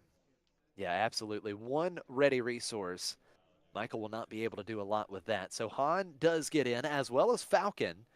So it's 10 damage on Dean's base, and as you mentioned, the battle droid gets in, and Django also going into Michael's base. So right now, a very racy position for these two players. They've both been quite aggressive.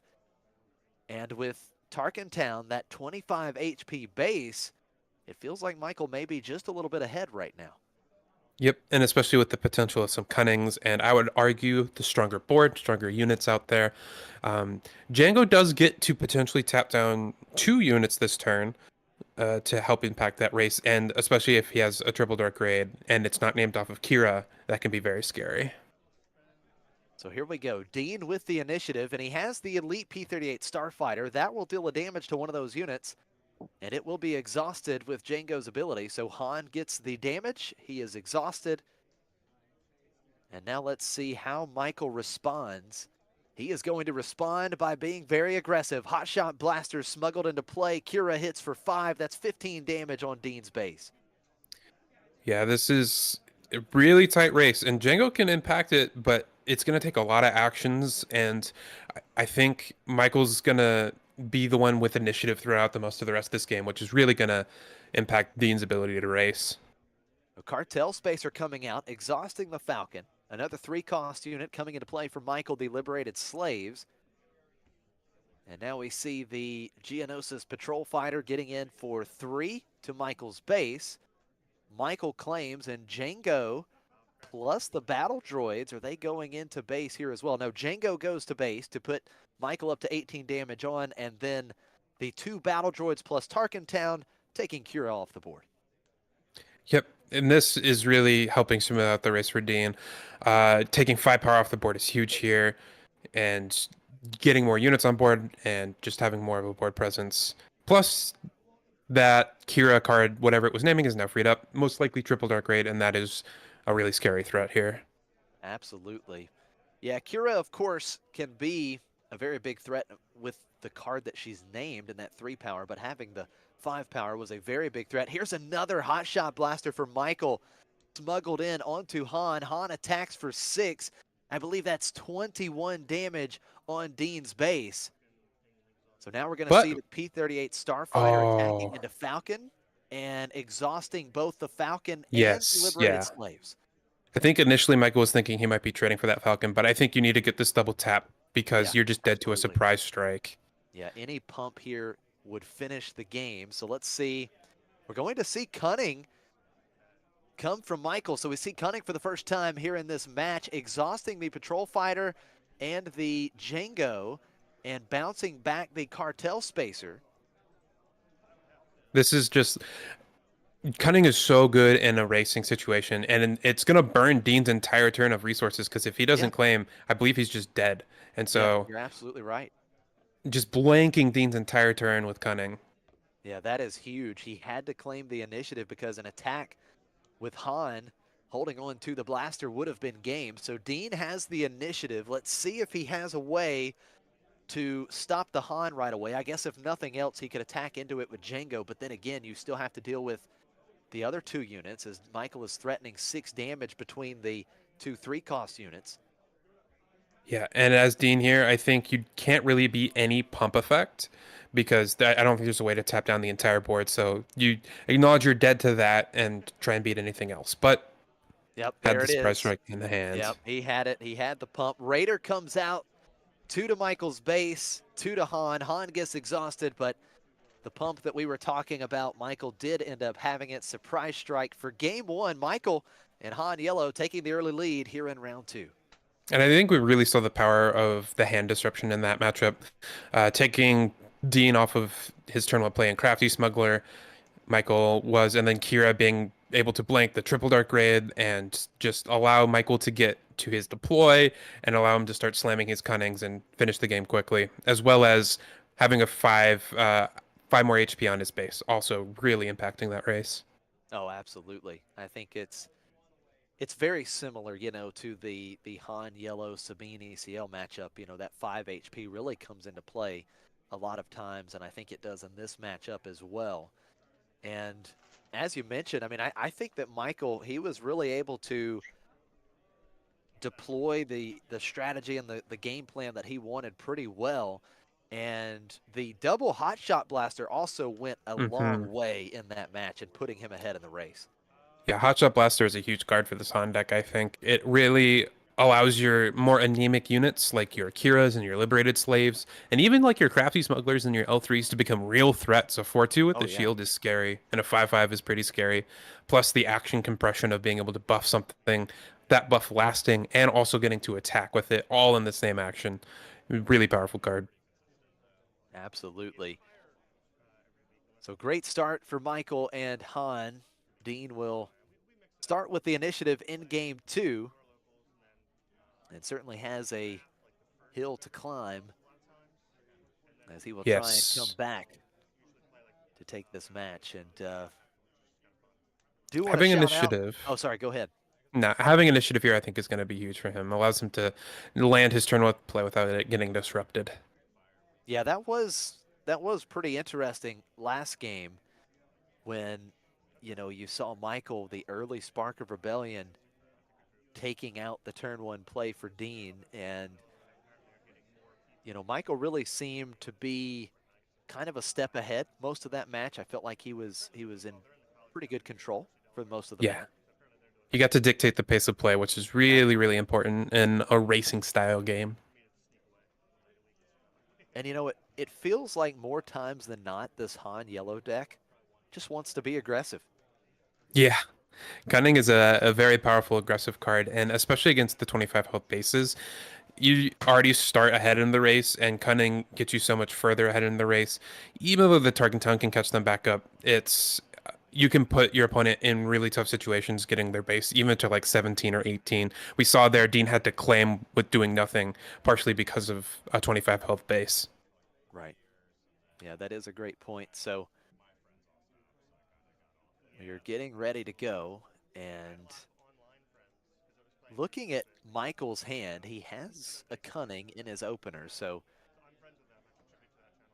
Hard pressed to mulligan. Again.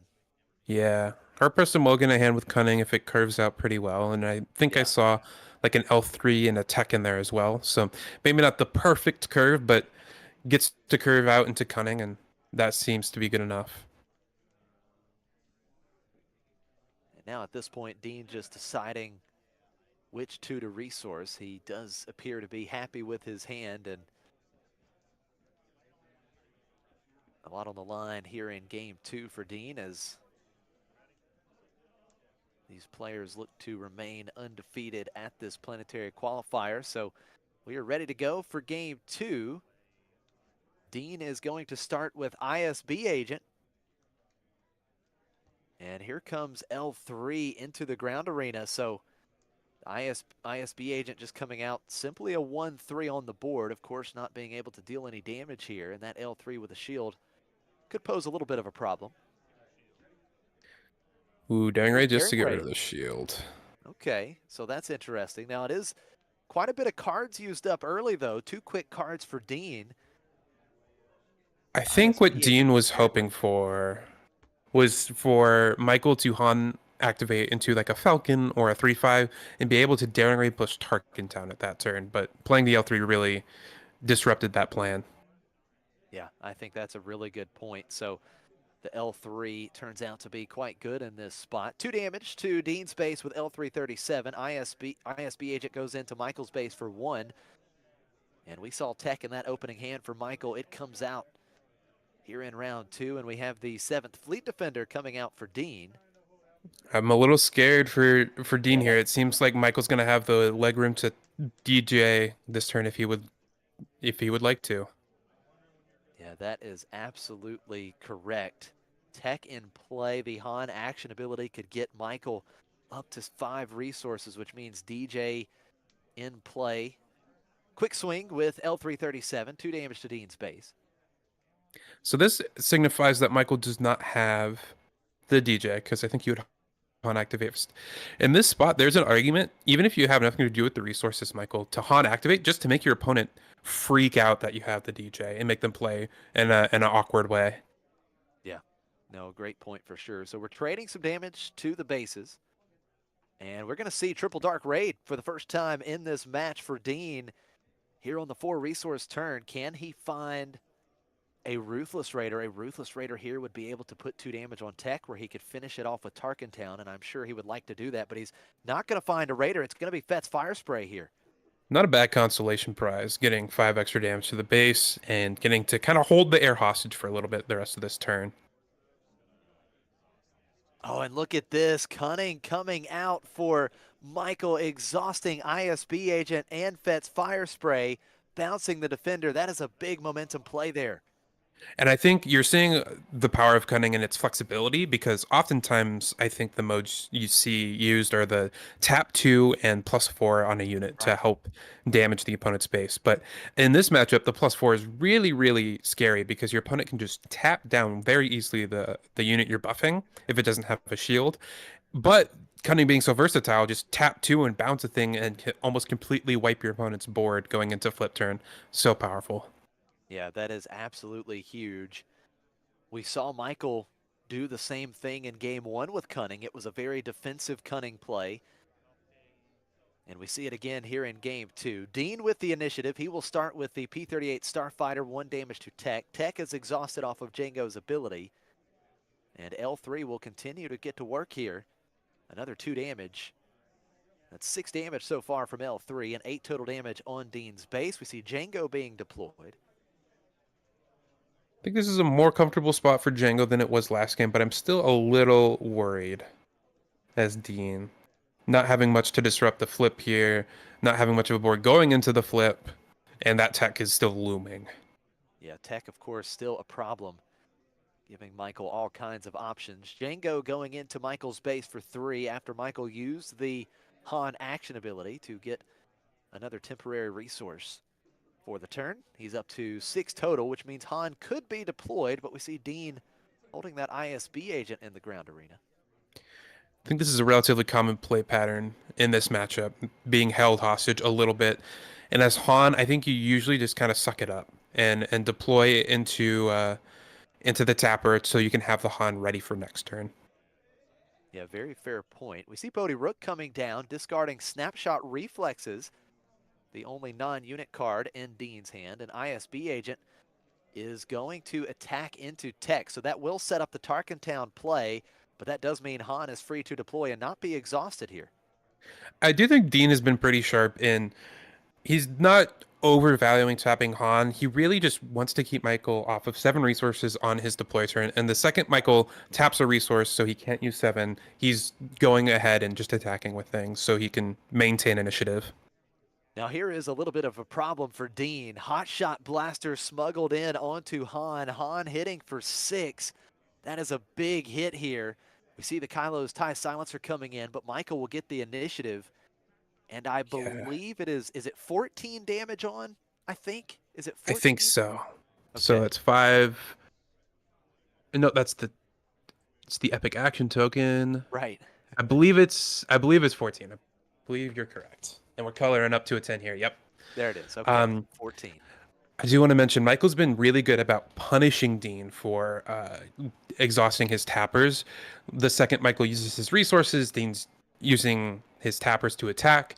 But Michael kind of has caught on to that and is playing like a 3+3 and not really planning around his 7 costs. Very heads up. So Michael having the initiative. It's another quick 6 damage with Han. That's 20 damage on Dean's base. Dean will have to respond to these units in the ground arena because they are presenting fatal. ISB agent dealing 1 to Bodhi Rook. Bodhi exhausted, ISB agent defeated. Just a surprise strike here in its game. This Han Yellow deck can pile on damage so quickly. Yeah, this has been a tough go so far in this match for Dean. He is right on the edge here. No pump as of now for Michael, but another 2 damage onto Dean's base means that either Bodhi Rook or Han next round would finish the game. Now, Dean still has plenty of ready units. He has not used any resources in this round, so there's options, but certainly not a good spot. No. And I think going into this turn, Dean really needed to claim initiative because taking an extra 6 from that Han with a hot shot was very, very scary and like is putting Dean in this awkward spot currently. So 3 damage to Michael's base, and look at this. Michael's going to play Infus Nest, bouncing the Kylo's TIE Silencer, and now there are 3 units on the board that can finish the game at the start of next round for Michael. Yeah, and Michael just gets to claim initiative. I don't think there's any way for him to clear all of that, and no way Dean can deal enough damage. He dealt 3 with Django. Fire Spray would deal 5 more, but he is short for dealing Fatal. And here in round 2, it's a quick 2-0 win for Michael and Han Yellow, putting on a clinic here against Django in round 2. And I think we really saw why Han Yellow players think that matchup is favored for them. Han really gets to kind of dictate the pace of play throughout the game with bounce effects and cunning, especially, and being able to cheat on resources and hand disruption. It's like they get to be the more proactive one, and it's tough as Django to try and identify what exactly the threat your opponent is going to have, as well as have the answer for it ready. And you can't be ready for everything, so you got to do your best to predict what you need to be most ready for, but your opponent gets to be the one to present the threat first. Yeah. And I feel like in this particular matchup, there's a lot of times where Django has to play very defensively, and let's just be honest, Django doesn't really want to play defense. No. He can go a little later than you might expect, just because Ruthless Raider in the late game, just slamming it for 6 is very, very valid. But you have to play defensive, and also Han kills you very fast. And so you're not going to have time to get to those Ruthless Raiders. You're going to have to try and tempo them out of the game. And that's a tough ask. Definitely. And it was tough in this match because, as you mentioned, you know, Dean really needed to claim the initiative there, not allow Han to get in for another 6, because I feel like that was really just the nail in the coffin when Han was able to get in for another 6 at the beginning of that round. But, you know, it's really tough. He was in such a bad spot because it's like, okay, if I give up the initiative here, I take 6, or I can deal with this very problematic tech, which is what he did. And it's just, I don't know, it felt bad, and it felt like a lose-lose situation for Dean. Yeah. If there's one comment I would have to Dean to potentially help him improve in this matchup, I think he did a great job evaluating the resource threat of Han and playing around that, but I think he undervalued a little bit just the damage that Han's attack does. Like, the second Michael tapped resources, he was attacking the base, evaluating that this is a race, but I think he undervalued that the 4 damage you take from Han is super relevant. Plus, Hot Shot is totally an option. Surprise Strike is really an option. And so I think that ISB agent in Game 2 would have been worth leaving up to attack into that Han to save the 4 damage on its own. Yeah, I think that's a great point for sure. I think Han just being able to pretty much get in freely in both of these games, it was detrimental to Dean. And, you know, as you mentioned, this Han deck can just hit so hard out of nowhere. You know, if there's any units on the board for Han, they can absolutely punish you. And that is exactly what we saw here in both of these games as Michael and Han goes on to take the victory. Yep.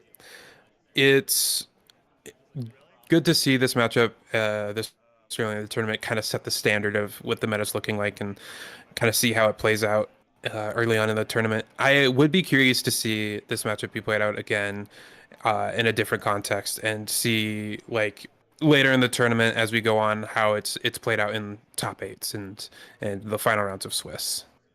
Yeah, absolutely. I do think this is one, even though the matchup has improved for Django with cards like On the Doorstep, I really believe this is still a matchup where Han is slightly favored. I would 100% agree. They are just, like I said before, they get to kind of dictate the pace of the match, and in any matchup you get to do that. You're usually favored, at least lately.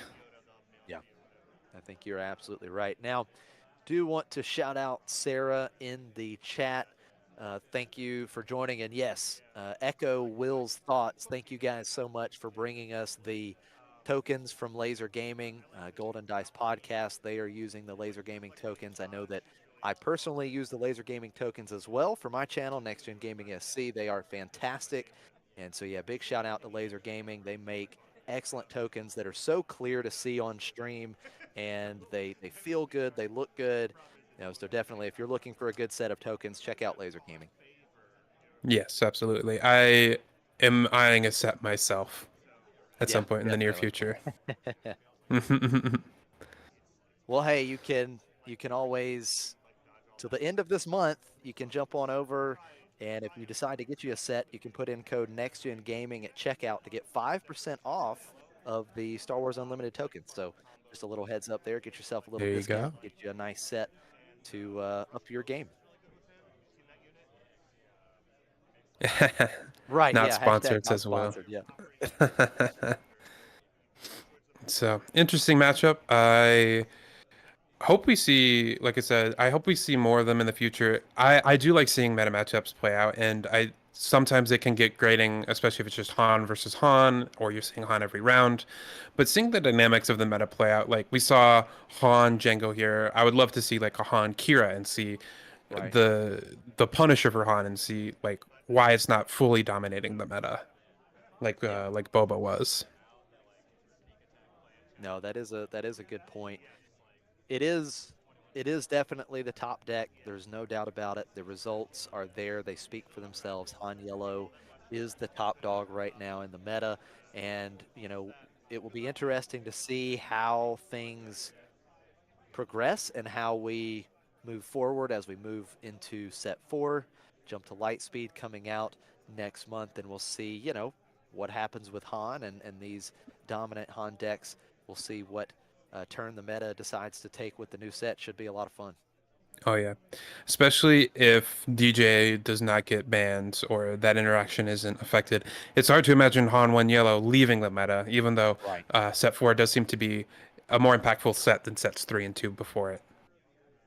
Yeah, I would agree with that assessment as well. Certainly, from the previews that we have seen, I do believe set 4 will probably be making a bigger impact on the meta than we saw, especially with set 3. Now, of course, we got some great new leaders in set 3 that have been at the top of the meta. Of course, Django and Quinlan. I know you, Mickey, are very familiar with Quinlan. So we got some great leaders that are really putting up some great results. But just if you look at the decks themselves, there's not a lot of set 3 cards in these decks. No. There's some leaders showing up, but the decks themselves, set 3 has not made a big impact overall in terms of the meta. And I do think the leaders bring some old staples from set 1 and 2 that didn't see a ton of play back into like the limelight. Like Django Target Town really shines how good of a card Ruthless Raider is and how good of a card Triple Dark Raid is that weren't necessarily seeing a ton of plays in set 1 and 2. Same with Quinlan Force Throws seeing more play, and Ezra seeing more play, and like Millennium Falcon seeing a ton of play now with Han and Quinlan and a bunch of just yellow hero decks in general. But the cards themselves, like you mentioned, I can think of 3 off of the top of my head that see a decent amount of play in Perilous Position, Plo Koon, and Cad Bane. Beyond that, like occasionally you'll see a breaking in a sideboard or clear the field in a sideboard, but it's not a ton of cards. Yeah, it really isn't. So, and I do not think that's going to be the case with set 4. I think we're going to see a lot more of these cards within the decks and spread out in the meta.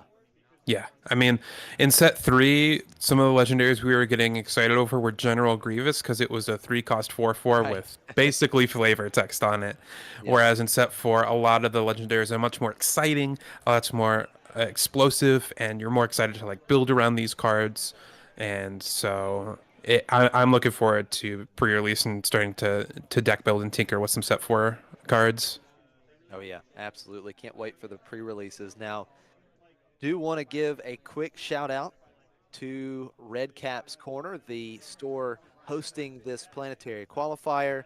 A fantastic store in the Philadelphia, Pennsylvania area. If you're ever there in the area, be sure to check them out for all of your gaming needs. They host a ton of great events, and for Star Wars Unlimited, you can also pre-order the new set and all the new stuff coming out next month with Redcap's Corner as well. So if you're in the area looking for Star Wars Unlimited, be sure to stop by and make sure you stock up on the new stuff coming out next month. Also, shout out to the people at the Golden Dice podcast for putting the stream together, taking the time, setting it up, and organizing everything so that we can bring some good Star Wars Unlimited content over to you. Yeah, absolutely. Big thank you to all the guys over at Golden Dice Podcast. It's great to have another stream here in the Northeast as we, again, this is the last weekend of the current round of planetary qualifiers. So it's great that we have another stream here to hopefully finish on a high note. I am curious, Josh, because if I was playing in this tournament, Quinlan Tarkentine and Kira ECL, decks I'm most comfortable with that I think are doing well. What deck would you be drawn to this weekend, or just in general in this meta? It's a tough question. I have been so torn between Django Tarkentown and Sabine ECL. And I know Sabine, here late the last few weeks, Sabine, it seems to have maybe taken just a slight tick downward. But it's still there for sure. And I think those two decks are the ones that I've gotten the most reps with and that I'm most comfortable with. But it's tough because Django, as you mentioned, seems like a pretty good choice if we see a lot of these blue-green decks like Kira popping up to try to answer the Han. But the gambling nature of Django and the triple dark raid, I don't know, it seems to come back to bite me a good bit. And so I don't know, I might go for what I feel like would be the more, consistent, straightforward strategy of Sabine ECL and just hope to aggro my opponents out. I'm with you there. The gambling nature of Django Tarkentown and Triple Dark Raid is the majority reason why I don't see myself playing that deck in a tournament. It's just so scary. Like every time you play a Triple Dark Raid, you could just win the game on the spot, but you could also just lose the game on the spot with that card. And I prefer a more even-keeled, consistent game plan. I think Sabine is a very good call because I think it also has a lot of play into the Kira Greens of the world and the Django Tarkentowns of the world even. And the Han 1 matchup it can be tough, but sometimes you can just get the nut draw as Sabine, and it's hard for any deck to beat Sabine's best draws. Yeah. Phil in the chat saying the correct answer is OBECL. Philip, so good to have you. It is correct if you expect 100% meta share for Django. My experience has been OBECL just eats Djangos for breakfast. Yeah, I think that's a great call. I think that's a great point, if you're expecting a ton of Django, but also I think this answer is very specific to Philip.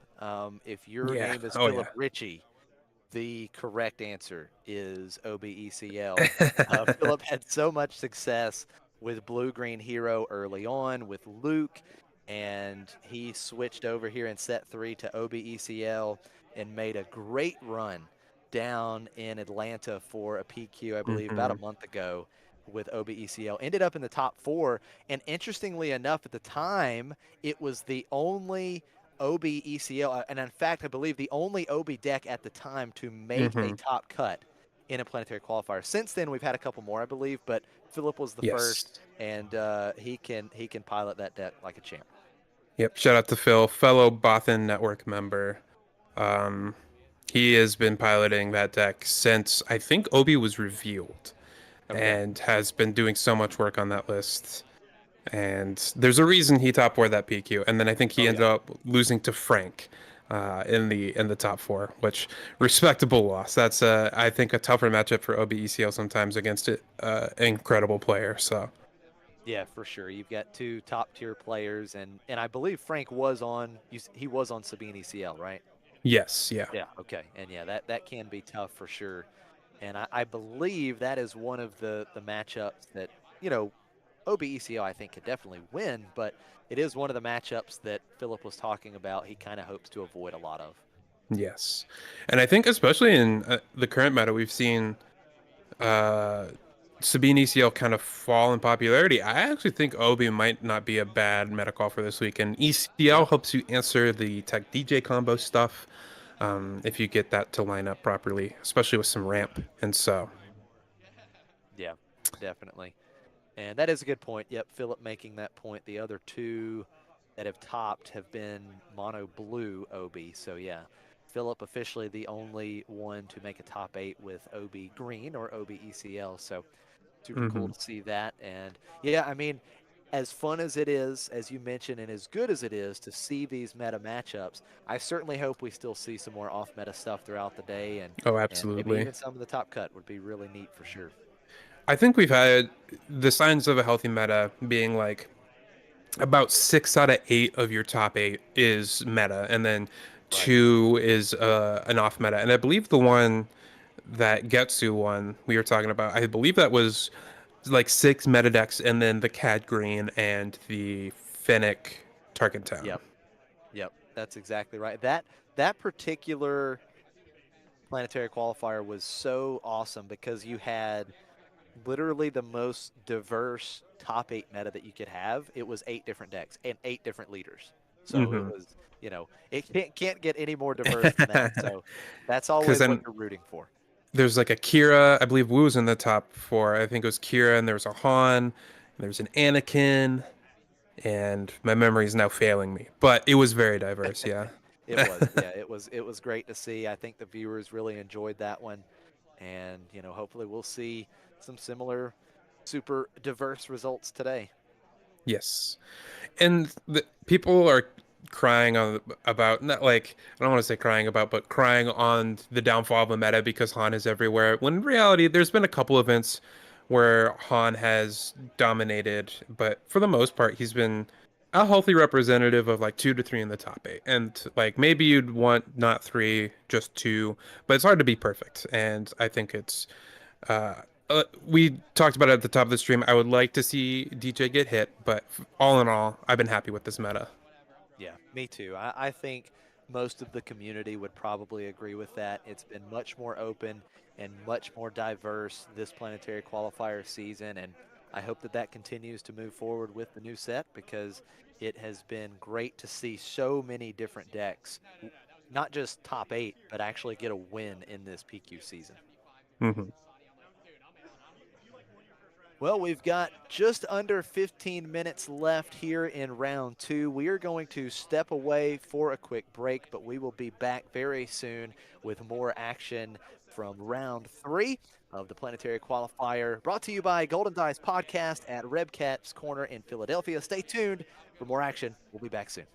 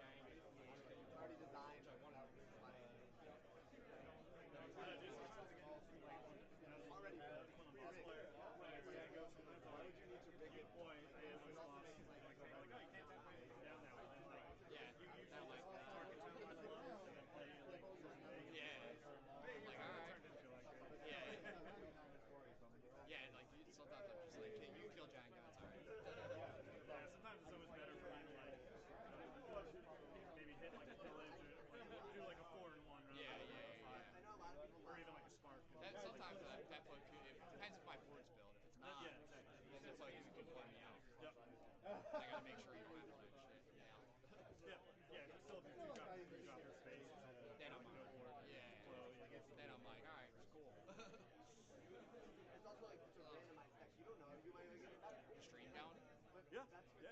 That's going well. We got X-Gen Gaming and Tower. Yeah. Got multiple streams going. I think Mickey and Tower are swapping at some point. I think Mickey's doing like 3 or 4 rounds and then Tower, Yeah, he's good. Pan out and show the action. Like get to the point where past this all around. Like, and also that one.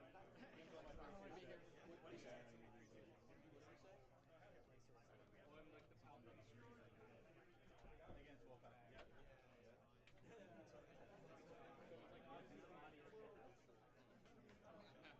That one should, someone has more resources. I read the text. Yeah. I'm like, oh, that's a card I haven't seen before, but What? What's that? because I brought it up last. Yeah. It's Bobby, you got offended. Yeah. He's wearing like a blind. Oh, yeah.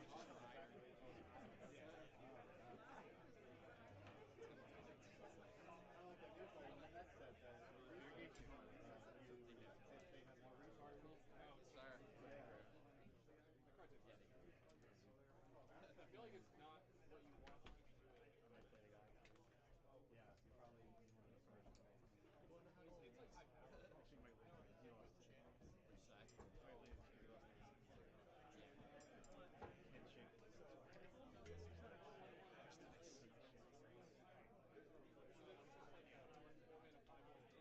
Wait, you're allowed to just draw a card without resources? No. So instead of resourcing, it's functionally like because you get to the same. Well, actually, then technically it's a 5. 5 for mana, 5 for because you basically get the extra resources. So it's like the 5 resources. Yeah. And you get with pause leader. You can ramp into your Well, no, because so his scenario is you don't get it so that you can buy your hand.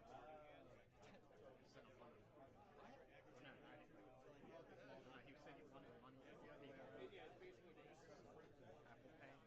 Why? Cash. You think I use? They only took Apple Pay. I think they're silly. They need to at least get rid of DJ. Skip this. Every time I agree with that. every time I pose a conversation, it's like, yeah, I'm sorry, man. An hour and a half left until the next round. How many rounds did they say? This is the last piece. So, if they do make an announcement, it'll probably be. It'll probably be a week before. It's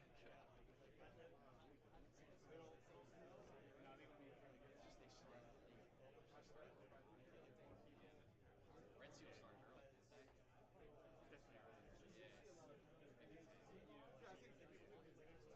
I see a lot of people from Hexen Cup, and then just like here and there from Hilltop. The only problem with like it's also He had his hair pulled back. Did he want it? which is also not great. That's wrong for me. Well, I'm just saying like no, that's what I'm saying. Like if one of the quote unquote best decks in your game is one that like only 60% of the time does really classic, but it's consistent. Like it's silly or that. It's not like 60% we blow up. It's like, oh, now it's like, but it's still good, so it can still win. But it's just like, that's not like, that's not cool. You don't want your, especially this game where it's like, this game takes away the essence of Sir? it becomes very because there's no draw 2 attacks. Or no, 2-0. There were 2 in that table. The way I look at it is like,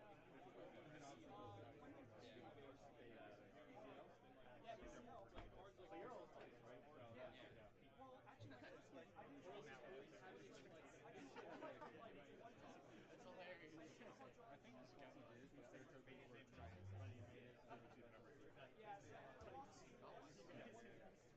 yeah,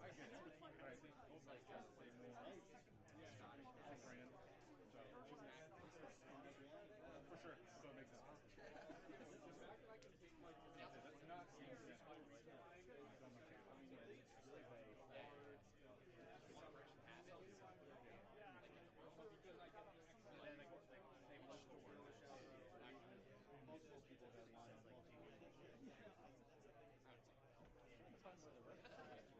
Oh, there's Dean. Yeah, there's Dean. Just go say hi to him. I'll talk to you guys. No. Nope. It wasn't talked about, but there was around one of the last round, two Uncle with the and with game three, and they had like 4 damage on base and 10 damage on base. And I was calling the round next round, and I was like, so anyone compete? I was like, I'm not going to compete. I'm not competing. I was like, okay, so drawing a double off, they're like, yeah. I'm like, all right, cover guys. Take a double off. I wouldn't need it. Yeah, no, I get it. Yeah, when I finished it,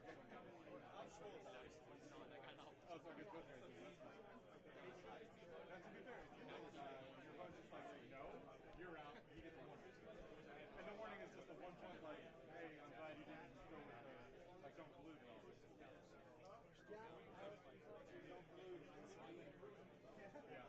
Yeah, because you're going to time. If you go to time, you're playing the deck wrong. Sorry. No, not even a little bit. Maybe you have one with Echo Base Defender, but that was like more of a set 1, set 2 meta, not set 3. Now set 3, you want gas. Go, go, go. Which is why I said use one, because you got set. So you got to choose the set and push hard. I mean, I was going over his head, but he didn't store it. He did make a mistake. I made a huge mistake in the second game. He brought out the DYL tapping your He had Did you win by 1? No, he had the units to leave, so he had no more units to leave. Then tap second game. The first game was one shot. Really? Because I had 3 or 4 causes in my game. Just couldn't play it.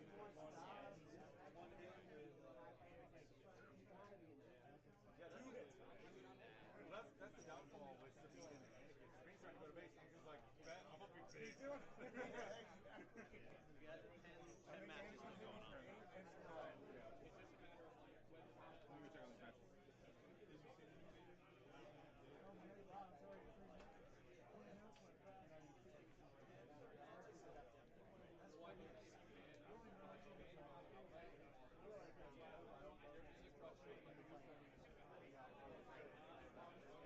I'd much rather play, or, I mean, even though you said or the gym instead of maybe.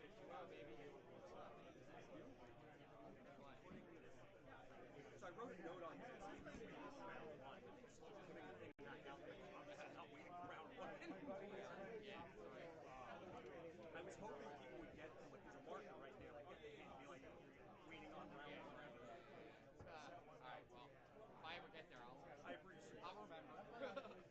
Yeah, I don't think I'll get there, but I'm 1-1 now. What'd you use? Oh, no, you lost round 1. I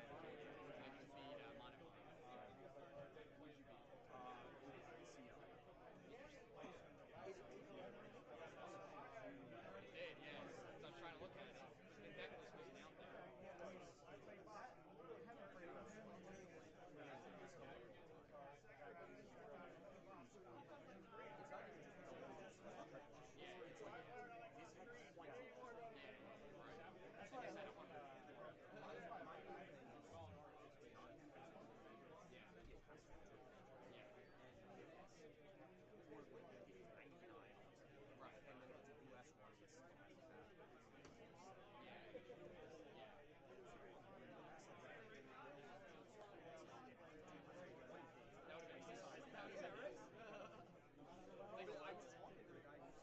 Obviously, Anakin did 12 because he was in. Where the hell was it? It was probably in the Midwest.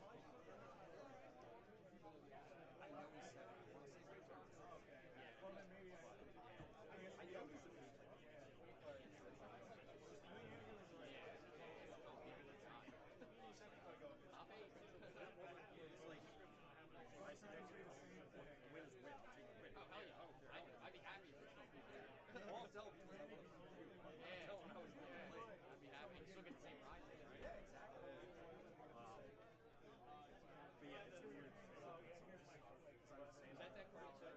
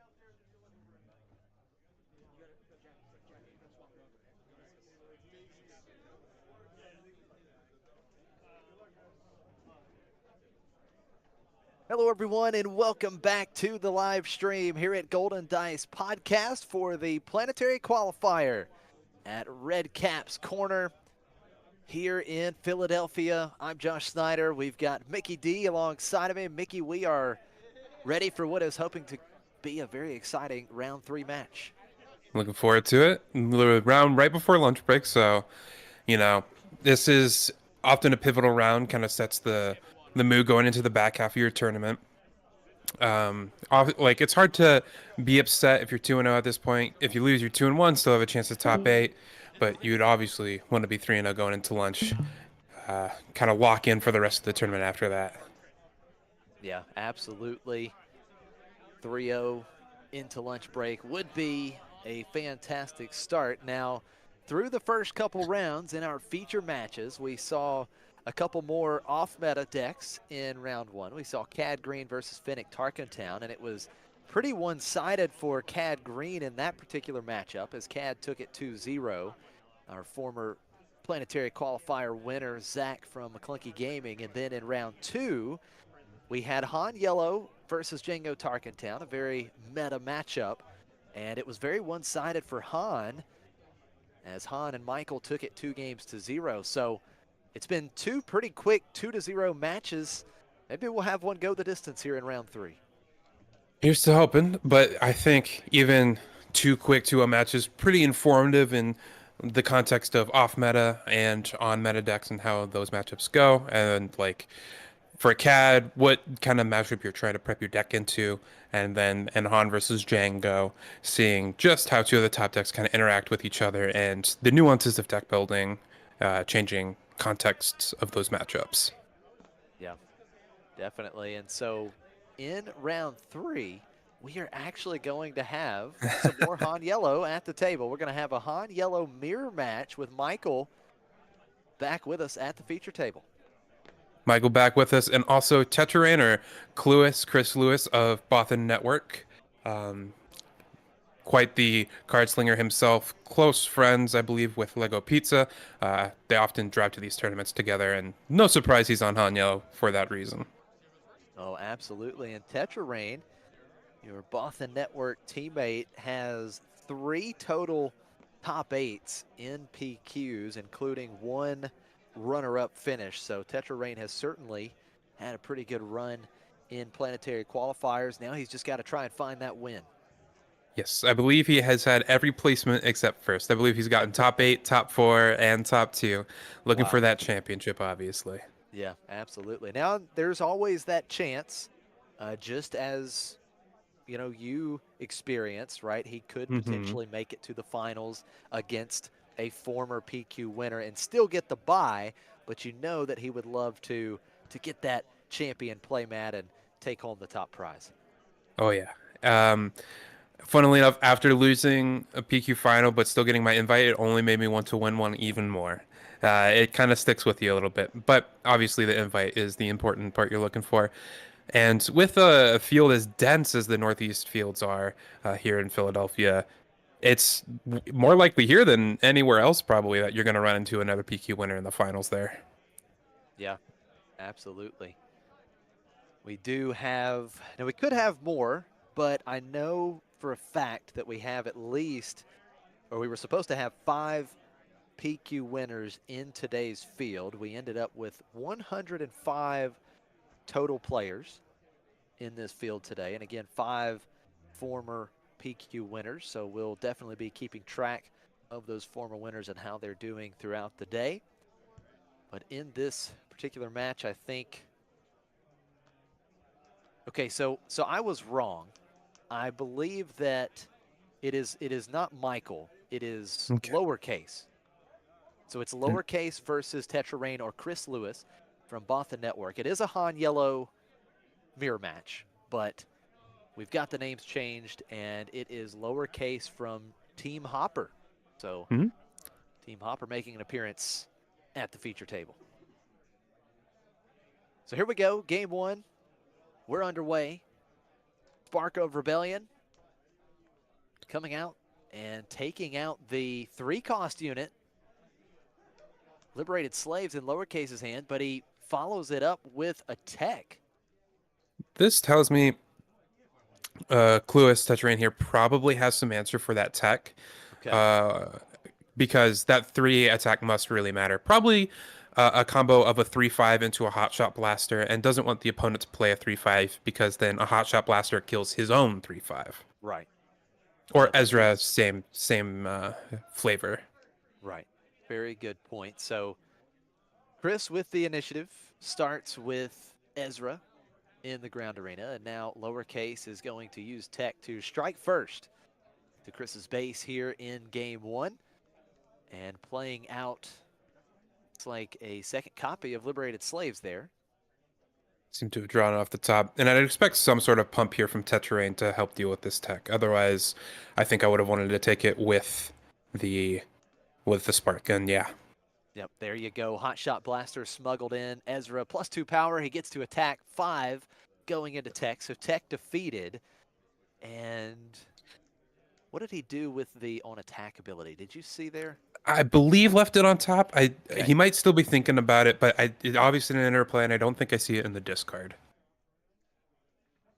Yep, the Spark of Rebellion still there in the discard pile. So it looks like Chris has left the card on top from the trigger on Ezra. When he completes an attack, you can look at the top card of your deck. You can either play it, discard it, or keep it on top, and it looks like it stays right where it was. And look at this, we're going to have Battle of the Hotshot Blasters here in this round as lowercase fires one out onto Liberated Slaves, being aggressive, another 5 damage to Chris's base.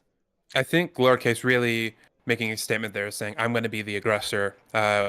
With Cluis having sparked and then Ezra, while lowercase was getting to the board, going base makes sense, as well as Cluis having the initiative here, making it tougher for lowercase to get ahead in like the Han deploy battle.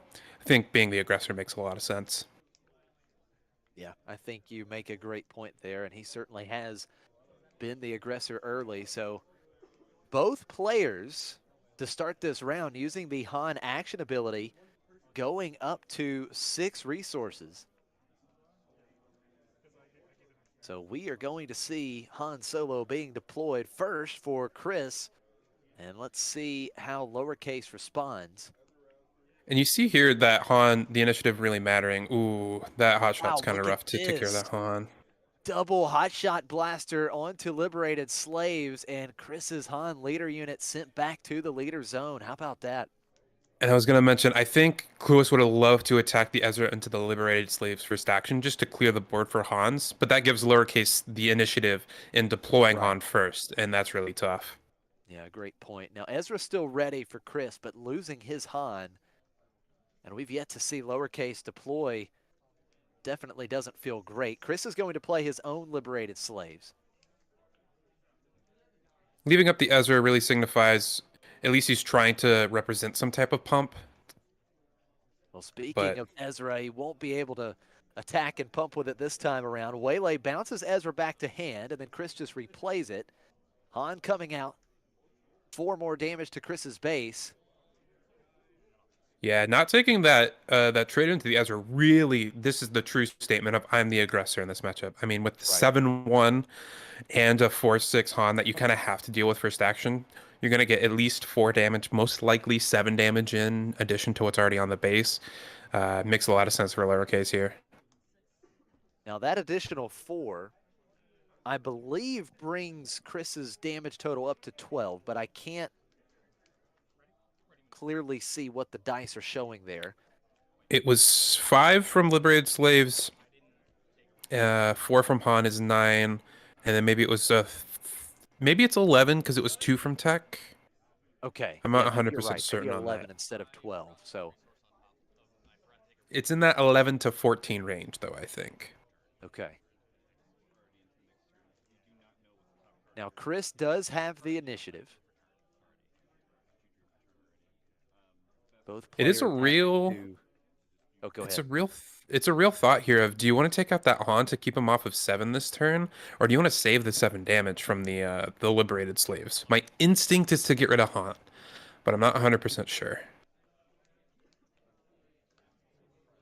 And we are going to see Surprise Strike onto the Liberated Slaves. So there you go. Han taken off the field for lowercase, but again, he still has the liberated slaves that represents a lot of damage. That is 7 damage that just went into Chris's base with the slaves. Yeah. Now, I do think Chris is going to end up with the board after this. Lowercase has to kind of take the first action, and Chris gets to respond to that best he sees fit with what options he has in his hand. Most likely some sort of 7 cost if Ihan activates. But being up 17 or 18 damage to 0 on your opponent's base is never a good spot to be in. No, definitely not. And we're going to see lowercase smuggling in the big Millennium Falcon 6 cost 5/5 in the space arena. And it is a smuggle play for Chris as well as he smuggles in tech.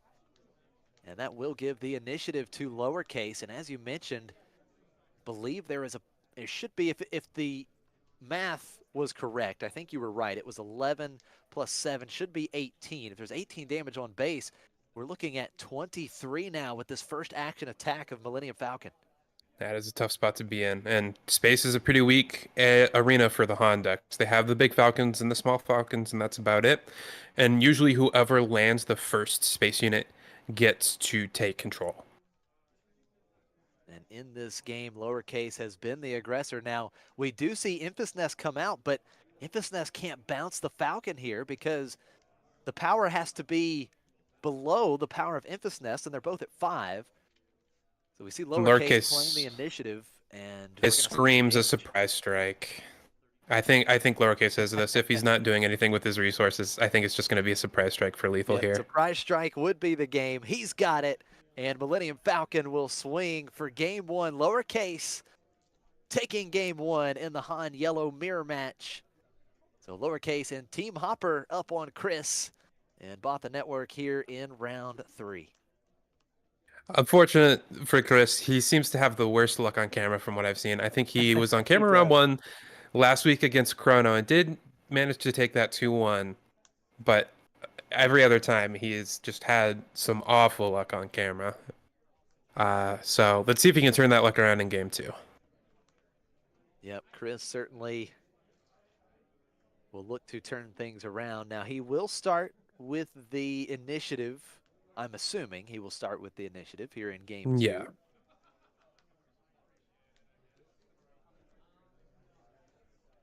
But yeah, I think you do make a great point that Chris has certainly had some troubles on stream. Of course, a fantastic player. He's had great results, but the camera has not been the most friendly to him. I do want to kind of take a retrospective on that game a little bit because it's very interesting, and I think kind of highlights some of the dynamics of the Han Yellow Mirror. You saw lowercase was kind of able to steal the initiative back from Han when he got that hot shot blaster, the second one on the liberated slaves to kill the Han leader, which allowed him to take even more of an aggressive stance than he already was. And I think that the tension around deploy, as well as I sometimes think like one Han Yellow player designates themselves as the aggro player and one more the board control player based on the context of their hand and how strong they think they can take it to the late game, depending on what they might have in smuggle. And it's all about, if that's the style of game, can you stabilize at a high enough life total, low enough damage on your base that you can afford to like build a wide board and then get your opponent dead pretty quickly before they can steal the game from you with like a Millennium Falcon with a surprise strike. I think Chris stabilized a little too low of life at like 20, 23, as well as lowercase having that big Falcon as his last threat, being unable to deal with that with the Infus bounce or any sort of waylay. Yeah, no, I think you make excellent points, very good insight, and one thing we have learned is double hot shot blasters pretty good. We have seen Han win each game so far on stream when they find 2 hot shot blasters, and that was the case for lowercase in game 1. So we'll see how things differ here in game 2. It looks like Chris taking a mulligan and lowercase going to keep that opening hand. Normally, mulliganing can be a little scary. I am personally an advocate of mulliganing pretty aggressively, and Han in particular can afford to mulligan aggressively because they have so much flexibility in their early game because of that Han ability. You can play any 2-drop you find, but you can also play any 3-drop you find, which is probably a third of your deck at least. So you can take an aggressive mulliganing knowing that you're going to at least have one turn 1 play a vast majority of the time. Absolutely. Definitely one of the great benefits of running the Han 1 leader. But Chris stuck with this hand. He will make a couple resourcing decisions. And it's a pretty quick resourcing decision for Chris. And we are going to get game 2 underway. And we're going to see the action ability being used by lowercase early, getting that extra temporary resource. And he is going to play Bodhi Rook. And it looks like, did Chris just claim there? I think he just Yeah, that claimed. looks like a rough hand. It looks Oh, like man. a waylay, maybe a bamboozle and a surprise strike and a Plo Koon. It's something along those lines. It's a rough opening hand for Chris. Yeah, definitely not what Chris was looking for after that mulligan. And it looks like waylay was discarded off the Bodhi Rook. Chris does have the initiative. Lowercase, of course, having to defeat one of those resources from using the Han action ability last round. Now, Chris is going to play his first unit here in game 2, Liberated Slaves. And we're going to see a Liberated Slaves on the other side of the table as well for lowercase. Bodhi getting in for 3. So once again, lowercase able to strike first, and he has the board presence here early in game 2. I wouldn't be surprised if lowercase decides to be the aggressor in this matchup again, but I was wondering there, Chris with the Hotshot Blaster really allows him to kind of take the board back, at least to some degree. Yeah, that is a great play for Chris. Hotshot Blaster onto the Liberated Slaves. Liberated Slaves becoming a 5/5, attacking into lowercase's Slaves. So now the board equaled out a little bit. We'll see if lowercase decides to be aggressive with Bodhi or just trade, and he will just trade with the Liberated Slaves. And it's another copy of Bodhi Rook. My goodness. Yeah. Back-to-back rounds with Bodhi for lowercase. And he is going to take it. Was that another waylay it looked like? I think so. Wow, so Now, 2 waylays. this isn't as painful as it would be for most decks. It still hurts a lot. Being down on the cards makes the Han ability more stressful, but Han being able to smuggle a ton with tech, DJ, and just natural smuggle means the cards in hand going super low isn't as painful. Still painful. So right out of the gate here in this round, Chris using the Han action ability going to 6. Lowercase I think Chris follows here's suit. saying, if you have Surprise Strike here, I don't know if I Right. can beat that card. Yeah, so Han is deployed. Does lowercase have the pump? He does not. Bodhi Rook is just going to attack into Chris's base. And Chris will be able to take advantage of his Han leader here in game 2. He is going to attack and defeat Bodhi, get up to 7 total resources. And now we see lowercase deploying his Yeah, Han. Oh, that's a Chris scary has flip. the big Han Solo reluctant hero on 7 resources. And here in game 2, lowercase's Han leader defeated before he could take an action with it. And you really see how the dynamic of the flip turn matters so much. Last game, lowercase kind of got the lead on the flip turn. And in this game, Chris seemed far behind going into that flip turn, but just having such a dominant flip turn because he had initiative. Now, had to dodge the surprise strike, but he said, if you have that card, I don't think I can beat it. And is now, I think, ahead on this board because his flip turn was so much better than his opponent's. Yeah, big time turn for Chris as he tries to even out this match. He has the initiative, and we did see lowercase replenish the ground arena a little bit. Zori Bliss into play. Another hot shot here? Yeah. Oh my goodness, Hotshot Blaster. That's 2 Hotshot Blasters for Chris. And Han taking out Zori. Now, can Chris keep the double Hotshot dream alive? Double Hotshot has been a win for Han so far today. Plo Koon coming in, ambushing Chris's Han, the leader unit. So Chris's Han leader is defeated. Plo Koon still on the board with a couple HP. And Chris really leaning into this Han Solo unit to try and catch back up on cards that he lost to due to Bodhi. It's eaten Han Leader, it's eaten Zori, and it looks like it's going to eat this Plo Koon. Maybe it even pushes 8 to base because 8 is a lot. But I wouldn't be surprised if this Han goes into the Plo Koon just to keep the board. First action, it is Emphas Nest, and Emphas Nest just bouncing the Plo Koon back to lowercase's hand. So that does mean that Plo Koon could do some more ambushing at some point in this match. And there's a big play. Waylay bouncing Han back to Chris's hand, and Spark of Rebellion coming out after Chris claims the initiative. The Waylay Spark combo will remove any unit as long as you have 2 actions. And that is what is going to happen. So Han gets bounced and then gets discarded. Now Chris does still have the initiative, and he has the board here. Emphas Nest in play. But lowercase certainly trying to even things out a bit. That Han was a big-time problem with the Hotshot Blaster. I think Chris is slightly ahead here, but yeah. Is that all 3 Hotshot Blasters here in game 2 for Chris? My goodness, Emphas Nest going into lowercase's base. First damage dealt to lowercase's base here in game 2, 7 damage on, and Chris will not be denied Hotshot Blasters in game 2. I think he's trying to push his advantage here. He realizes he's slightly ahead and is going to start to push damage to try and put his opponent in awkward situations. Now here comes Han Solo for lowercase, and Han not ambushing here. Would get defeated by the Emphas on the crackback, since Emphas does have 7 health critically. Yep, Emphas a 7-7. So with the initiative, Chris is just going to continue to retain the board here. 7 damage to lowercase's base. Han is bounced back to lowercase's hand. Yeah, Chris has been aggressively claiming initiative and using it to kind of get advantage on cards and on board and even on damage to base. And I think it's really sharp.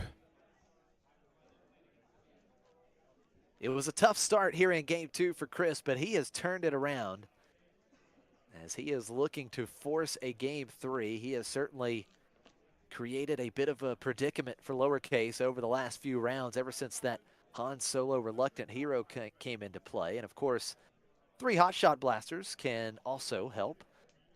And there's another Waylay. That's a pretty important play here as it gets rid of the Hotshot Blaster, but of course Emphas Nest will just come right back down into play for Chris.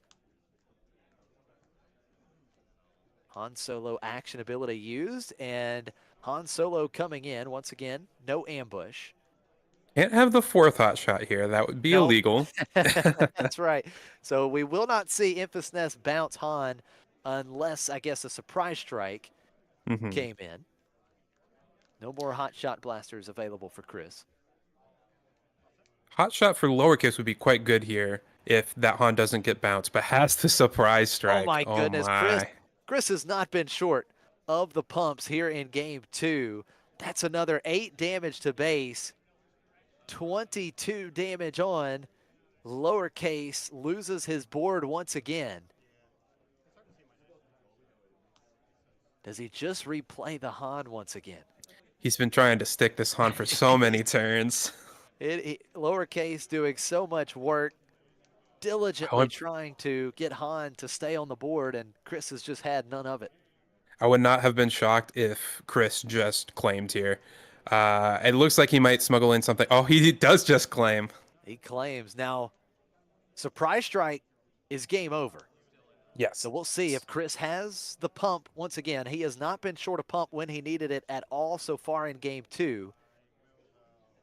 And it doesn't look like he's paying 2. Looks like he's paying 3 to start with, and it's going to be cunning.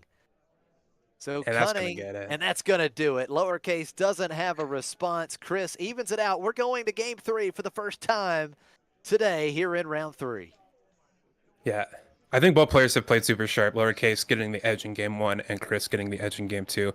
Looks like 2 incredible players. I see the top 4 initiative token from set 2 on Lowercase's side, so obviously has some success in Star Wars Unlimited. But that was a really eye-opening game, I think, for just how important initiative is. You saw Chris was foregoing 6 resources a turn, 4 resources a turn, 8 resources a turn, I think, at some points, just to like demand respect of his 7 drops and being able to, especially with Emphas, bounce every play that Lowercase was putting out there. And like Lowercase can't go just claim and with no resources up and not play anything because Chris is ahead on the damage rate, so he's got to try and stick this Han. And Chris knew that and foregoed playing anything, just made the entire game about bouncing that Han over and over while pushing damage, and eventually that was good enough. Yeah, great game for Chris there, and as you mentioned, yeah, that initiative token for Lowercase showing us that Lowercase has also had some great success in the Planetary Qualifiers and clearly has made the top cut before. And you've got the two meta giant decks versus two players with a ton of experience going at it here at the feature table in round 3. And I think there was two big things, as you mentioned, the lack of surprise strike for Lowercase. When he had the Bodhi, you know, Chris went ahead, deployed Han, and just had to hope that surprise strike wasn't there.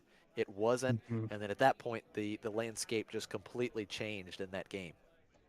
Yeah, very much so. And sometimes you just gotta put your opponent in a spot to have it, and if they don't, you get very far ahead. And if they do, you're probably gonna lose to that card anyway. And it seemed like that was the situation there for Chris. Yeah, definitely. And the other key in this matchup, draw multiple hot shot blasters. Yeah, I was about to say, I think my first instinct was whoever drew the most Cunnings would be favored in the matchup, but so far it seemed like whoever has the most hotshot blasters has been favored. So here in game 3, Lowercase taking a similar start as he did earlier in this match with Spark Rebellion turn 1. And Chris is just going to use the Han action ability, 3 resources playing DJ with no additional effect, but he gets a 3/5 in the ground arena. They do just play Liberated Slaves because they want to play a bunch of 3/5s, and here you see DJ just as a 3/5 is totally fine. So Bodhi Rook coming out, stripping Chris of another card, and DJ will take hold of the board, attacking and defeating Bodhi. Lowercase reclaims the initiative.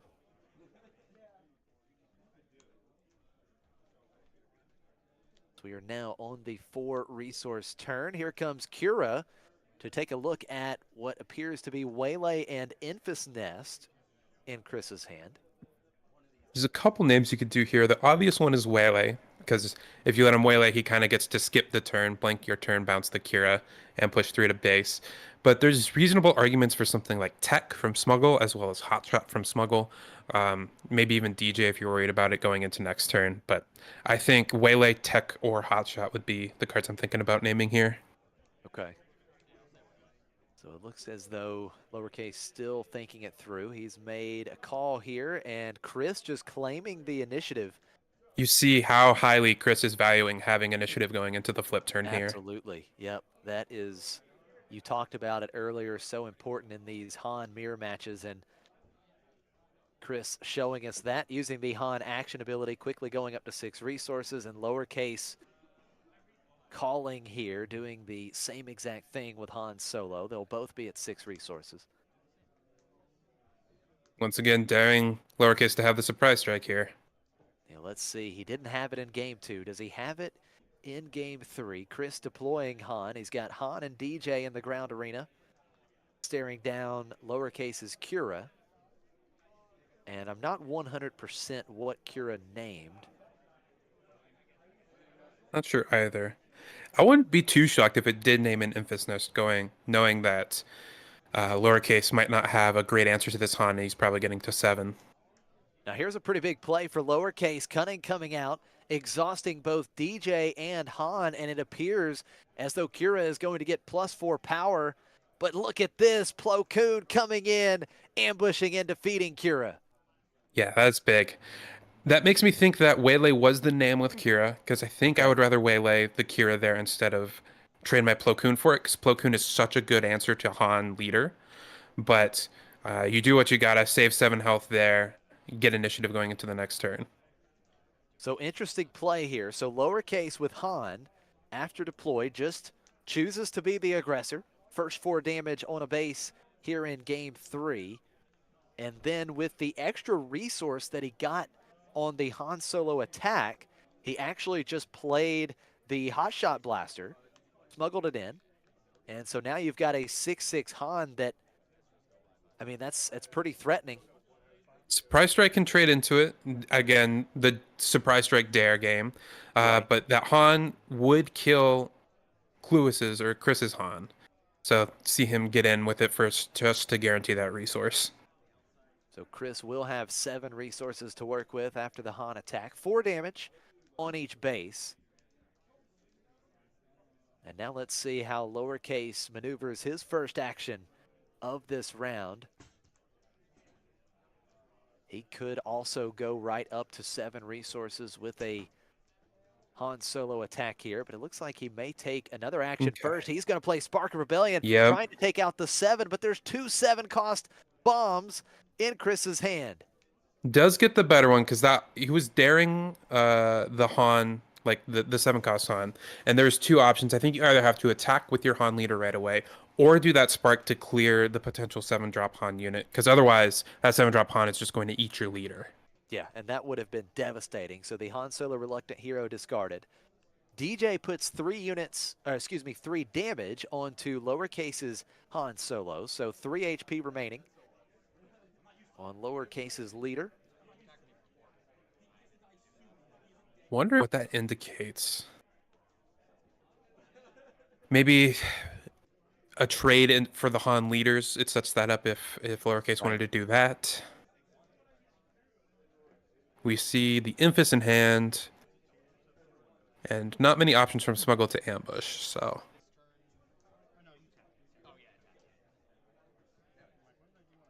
So the action's still over to Lowercase. He has 4 ready resources. DJ is a threat here. Right. And it is going to be a leader trade. So Lowercase opting to take both leaders out, going up to 5 ready resources. With more card advantage due to the sparks and the trades that happened early, decides he wants to play into the long game, but this DJ here is pretty painful. Yeah, you mentioned it. DJ, a threat with Chris on 7 resources.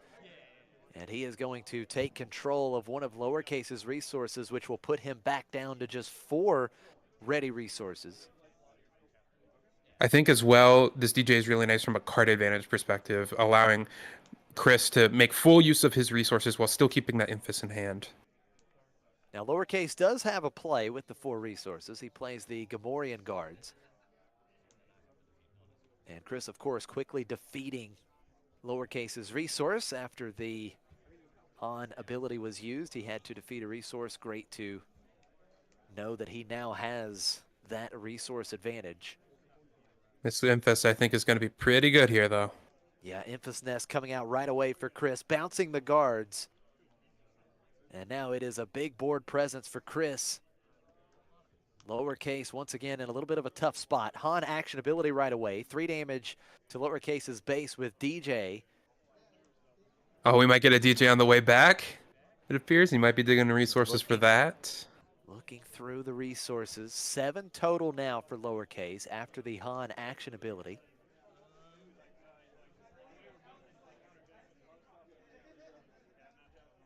DJ's a bit trickier here for Lowercase because last turn when Chris did it, there was no real board presence, but now DJ would get you up on resources, but you'd be so far behind on board at that point. So Lowercase just smuggles in L337. And that looks like it was it.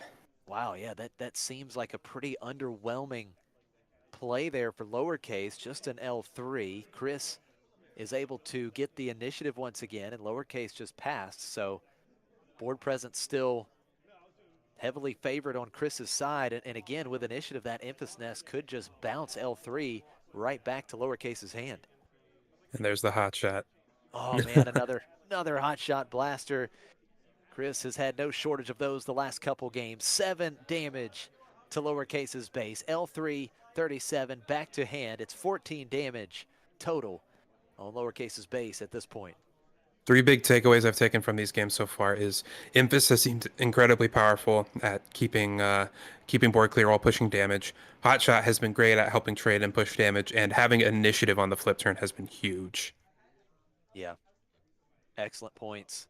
Spot on. Tech does get smuggled into play for lowercase, and here comes a big play for Chris. Surprise strike into DJ.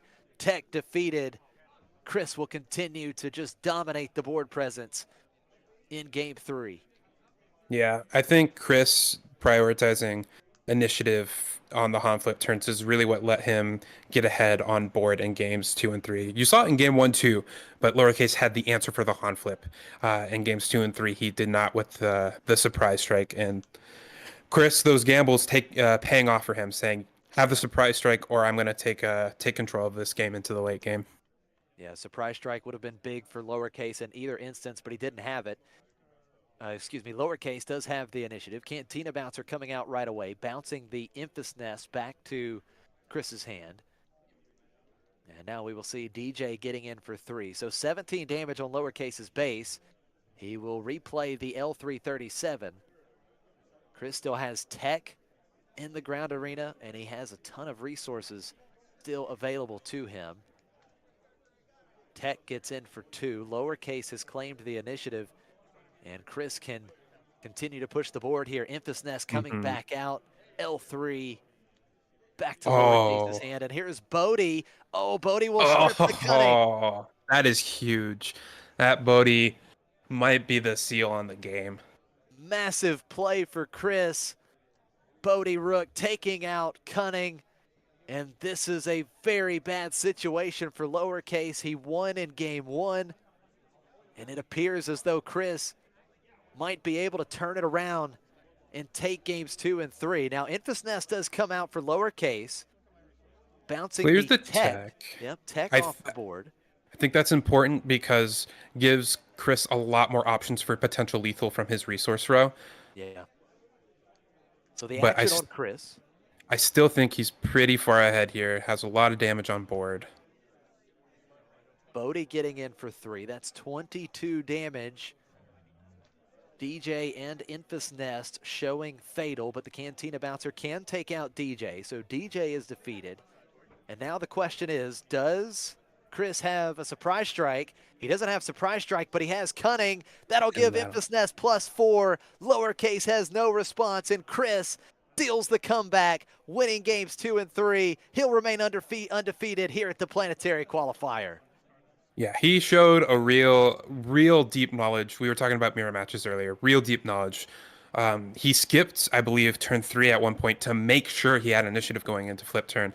And while I got him a little bit behind on board in that instance, being able to dominate the board because of the flip, threaten the 7s, make your opponent play super awkwardly on their flip turn, really ended up mattering way more than just a simple forecast.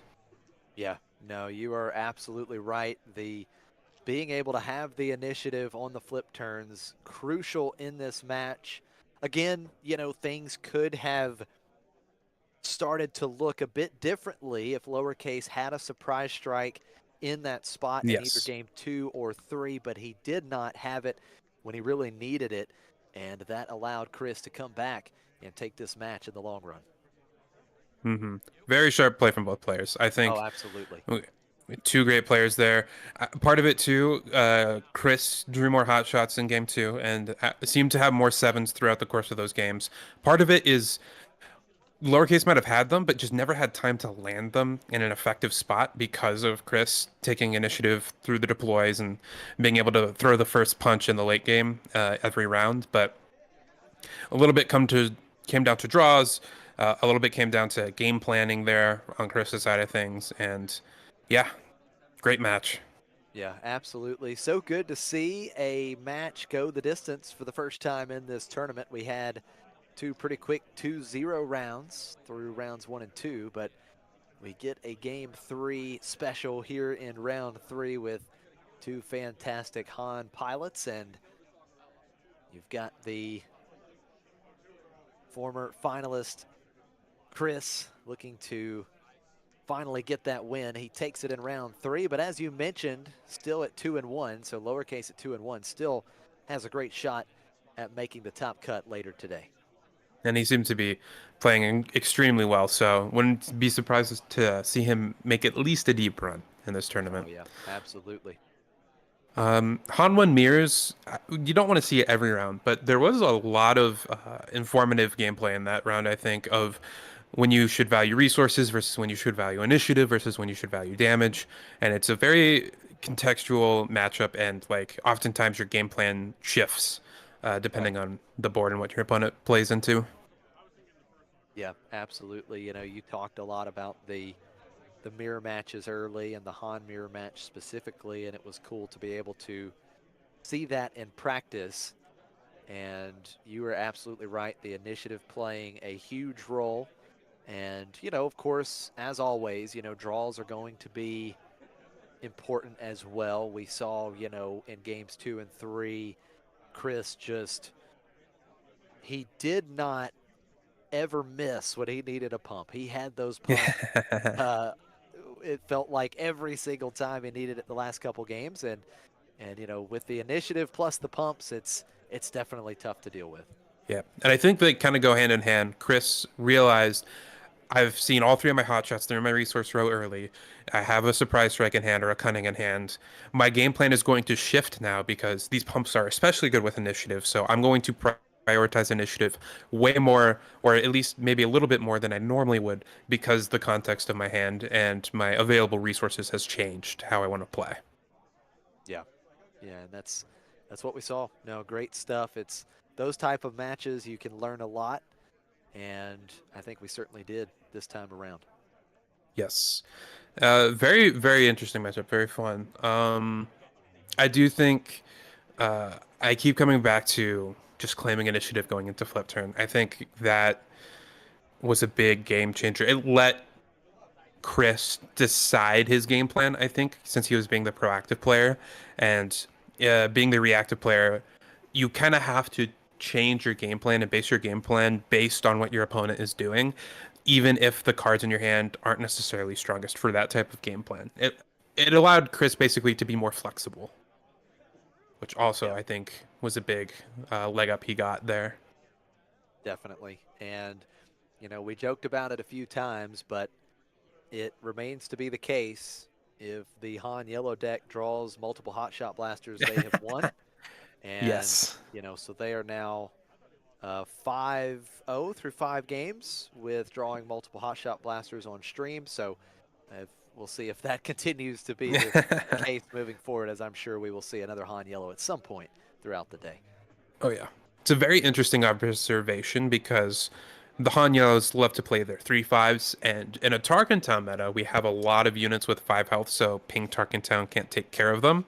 But that really elevates the power of Hotshot Blaster on a 3/5. And obviously Hotshot Blaster is just a good card in general, but I think that's part of why it's shined so much in these matchups. Yeah, no, that is a great point.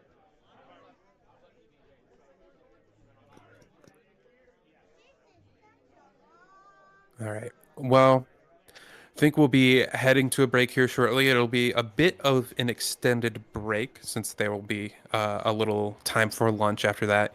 And this is where I bid you adieu, Josh, in chat. I will be heading to a store showdown here in a couple hours, so gotta go jam some set 3 myself. And it was a pleasure doing commentary with you, Josh.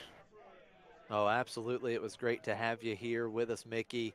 A lot of fun to do commentary with you, and you know, yeah, definitely glad you got to stop in for a few rounds. And you know, it's been a lot of fun. We saw some cool matches, and hopefully we will continue to see some great play throughout the day in this tournament. But yeah, thank you again so much for stopping in. Thank you, Golden Dice Podcast, for putting on the stream, and Redcap's Corner for hosting the event. But as Mickey mentioned, we are going to step away for a quick break. We've got about 13 minutes left in this round. Then there will be a lunch break, and I will be coming back with you. And Tower number 9 will be joining me for commentary the rest of the way. But again, thank you guys so much for tuning in. Stay tuned. We'll be back with more action here at the Planetary Qualifier in Philly.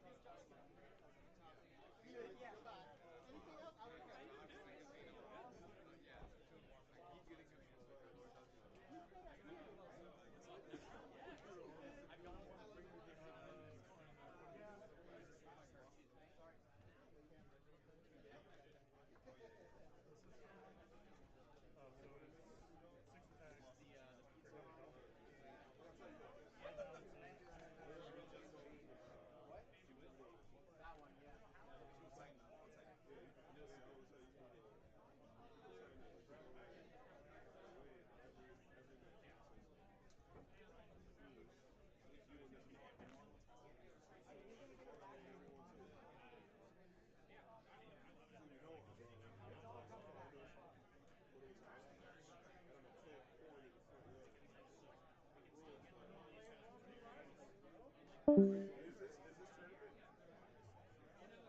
Who played you? They're talking about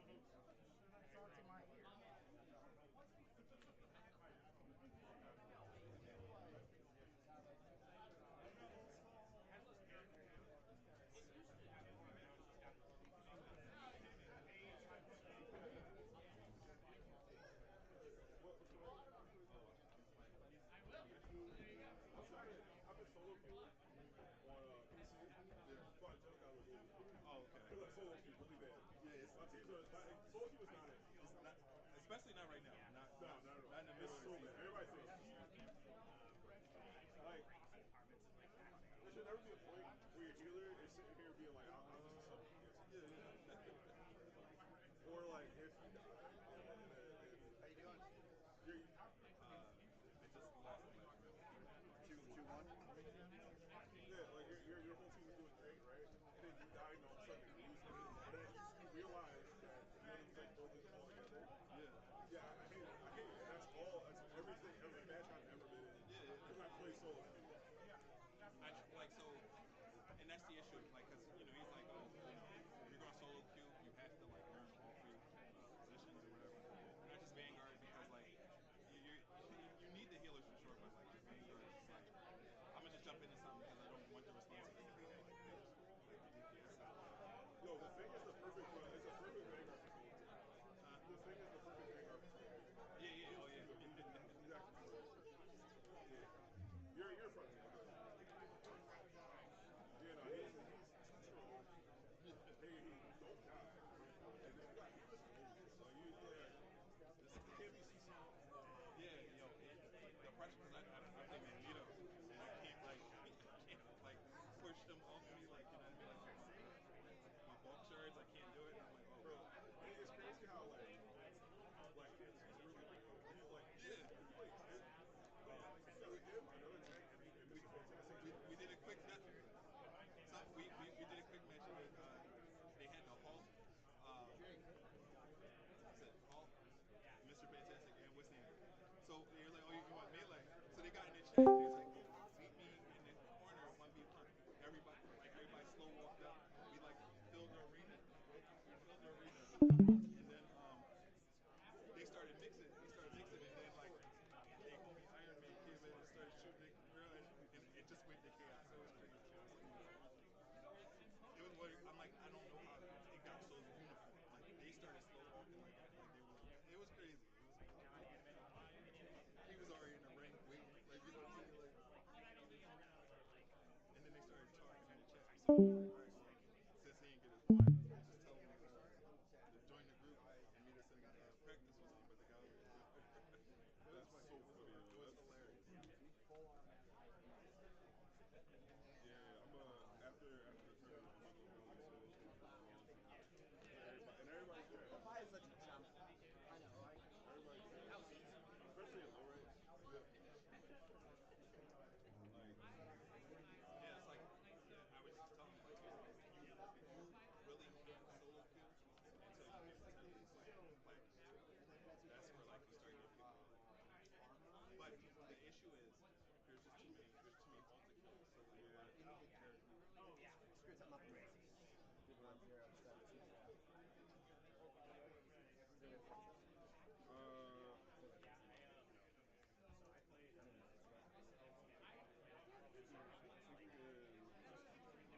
what table were you at? 48. 40? And you were 2-0, right? I made a character that was basically a walk-on. He was like an accident. He made one of the party members had committed prior to the story beginning. So he basically had like he's having like a golem situation. The golem is at the meat, right? So like when the item has to get it, he's that was what artificer.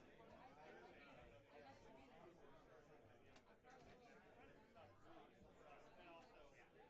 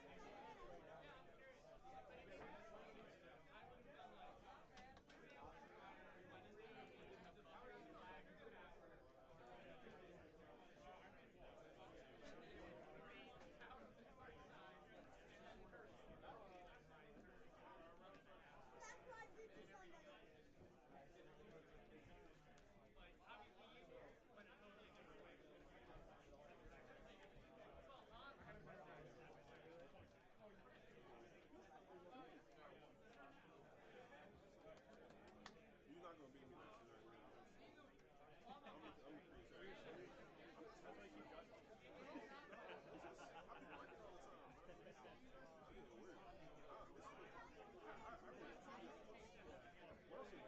I'm on dogs.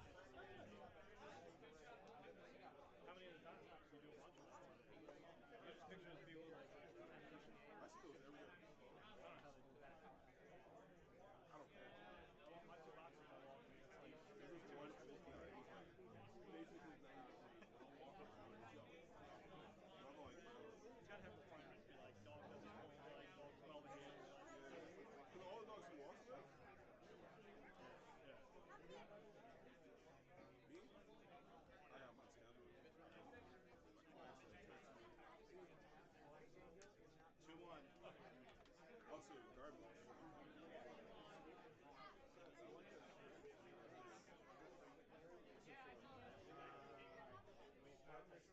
Well, if you said Genshin Impact, I was going to rescind my invite. I don't like it. I just want to go off with my boy. Are you good at it? I'm good at it. My team is trash. Oh, yeah. Yeah, more Trying to come into the house. I mean, the game rewards you based on your participation. And then, when you lose, I'm on fire. I literally have unreached. But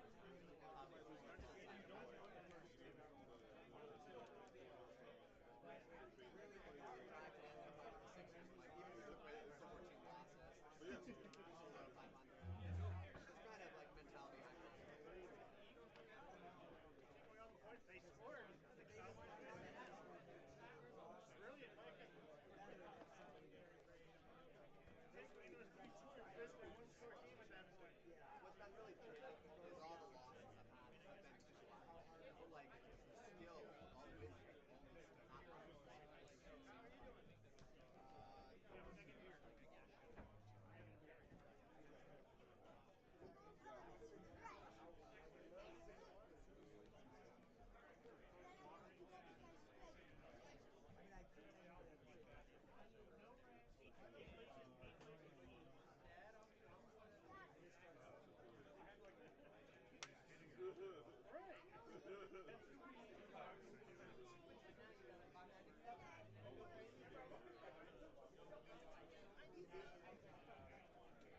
Did you bring any?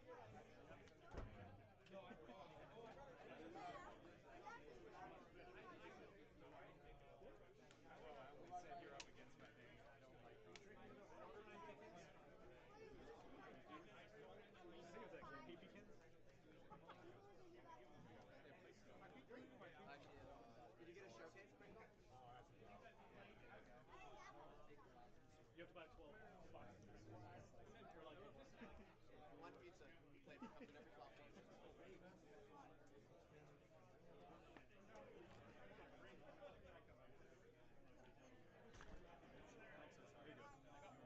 We had to readjust it.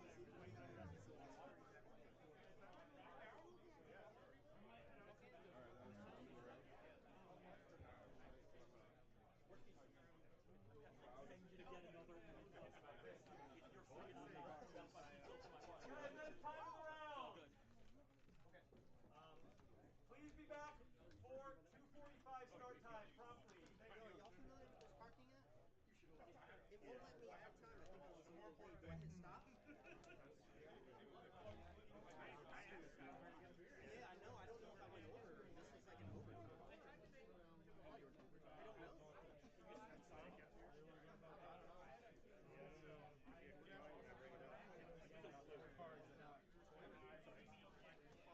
My DoorDash I don't think so anymore. 2 more videos. Wait. Worst case, you just walk out. This pizza one? Oh, no.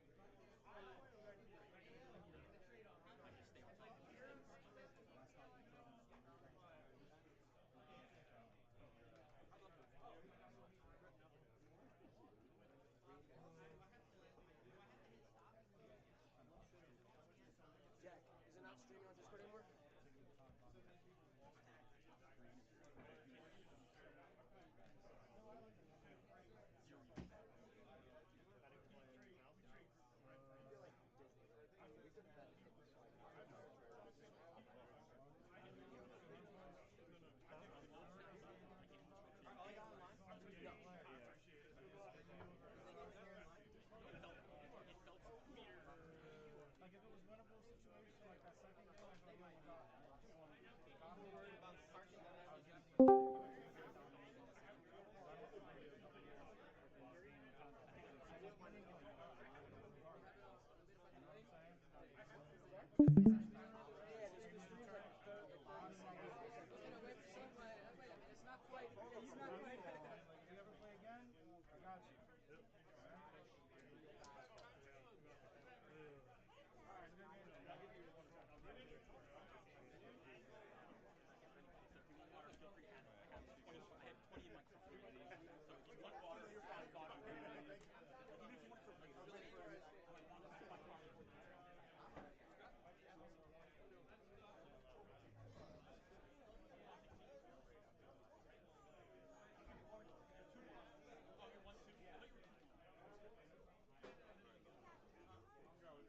I think I recorded it wrong.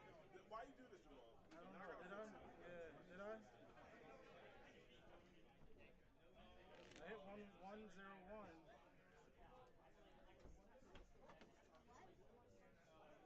What do you mean? Look at the bottom. One one. Right? This is 110 draw. Yeah, that doesn't make sense. Let me. So what's the He said I can have the win, but it's 2-1. Yeah.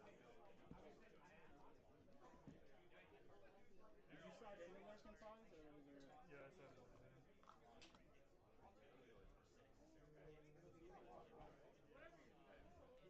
That's an interesting test. I was under Palpatine.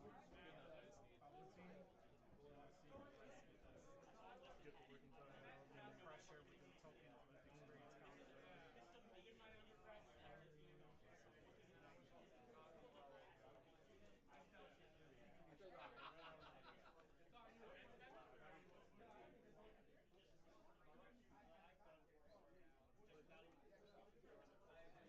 yeah, I'm not getting my fucking head cut. That's not why I listen to this game.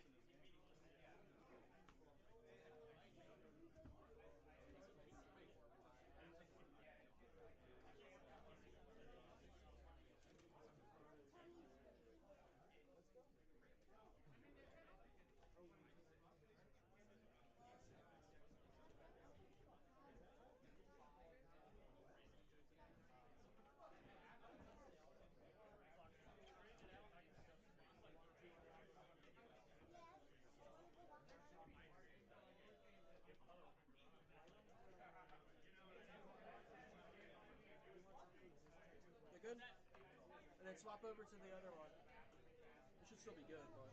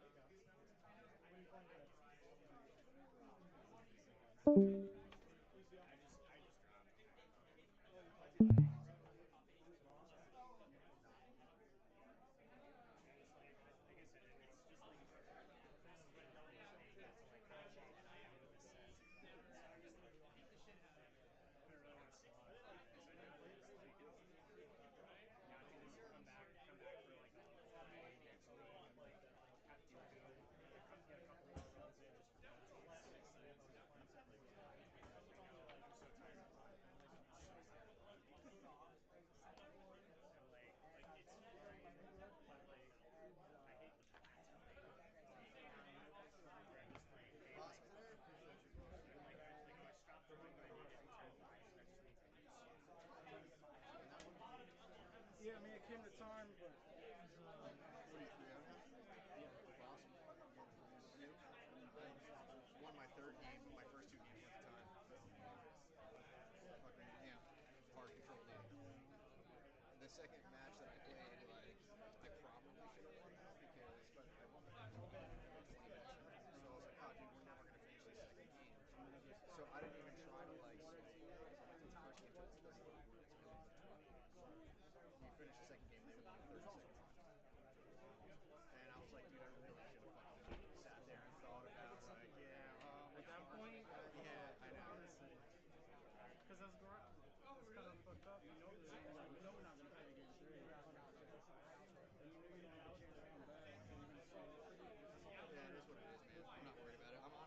out from playing fucking basketball at this point. I'm like, I almost didn't come today because it's like the third PPO today where I'm just like, dude, I just want to sit forward. I want to finish shit up. Maybe a few drops. No, right. I'm surprised. How'd you do in the other ones? Not so hard? Or? The other PQs, I was like 5-2 in the first one that I played. Which wasn't so bad. And then the last one, I was like 4-3 or some shit. Wasn't great. But like my first two matchups today were against two Palpatines. Like of course it's gonna come from those. Yeah. That's my first game that I went to Tonga. Yeah, I mean usually unless it.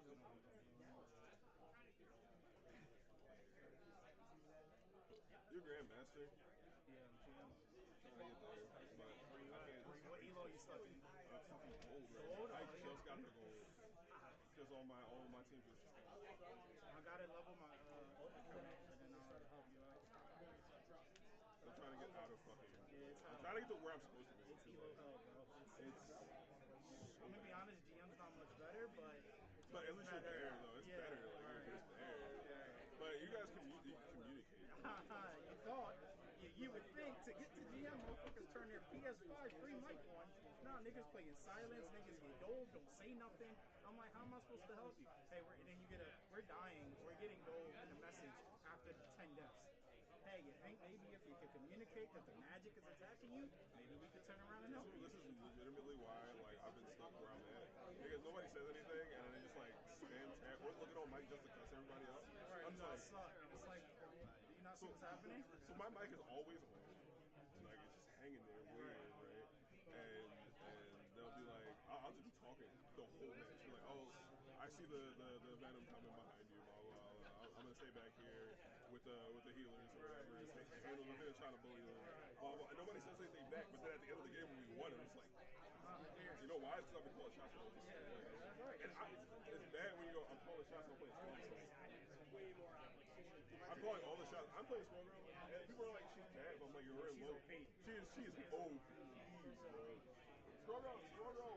Every time I see that, I'm like, yo, you guys just don't know how to use the ult right. You don't know how to like push teams in the direction so you can end up in the kill box that we set up. Like, Strong Girl. She opens up lanes so well too. Yeah.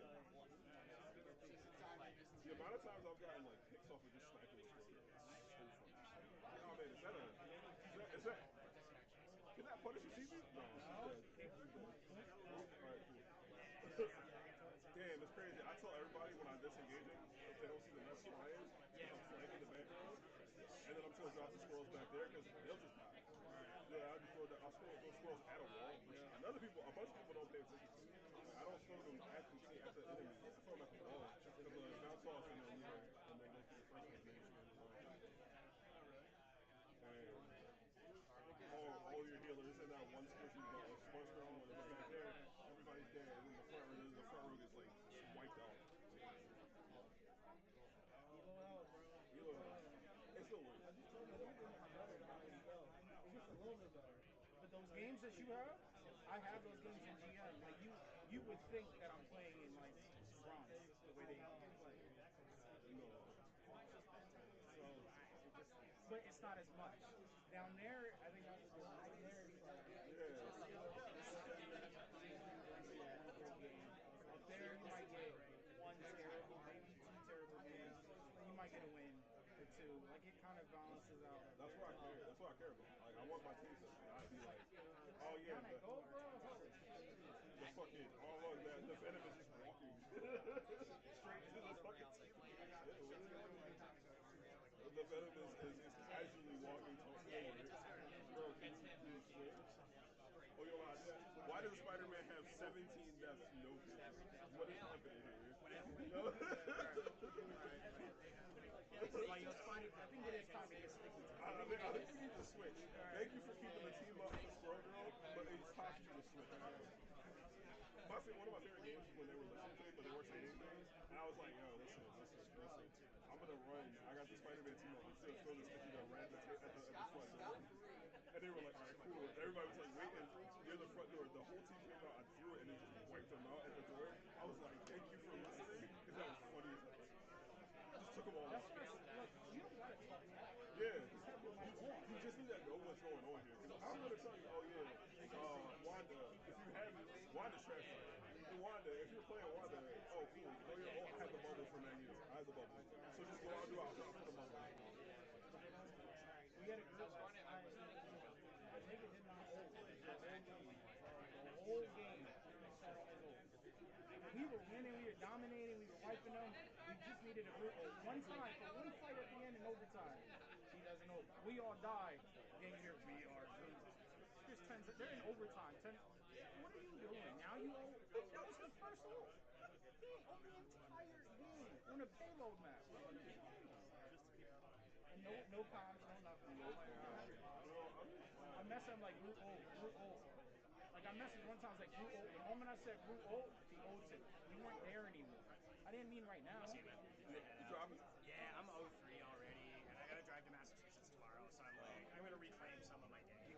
Let's do it. Oh yeah, I'll see you later. I've even considered it to still mitigate. It's a defensive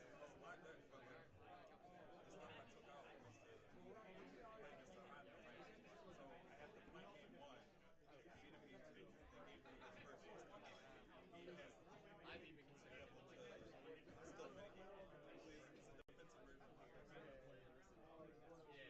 And you're staying here. So yeah, you went well. So bad. I've been getting good groups recently because they've been ulting at the perfect moment for me specifically. I don't care about the rest of the team anymore. Because like if my group is listening and my healer is listening, and one of my good healer is listening, we're good. We're gonna win. We're gonna win because I know what I'm doing and I can make. The one time I got to play a thing yesterday because everybody was slurping in the thing, I went 22 to 6 and we just won. I was like, all right, we're just gonna win.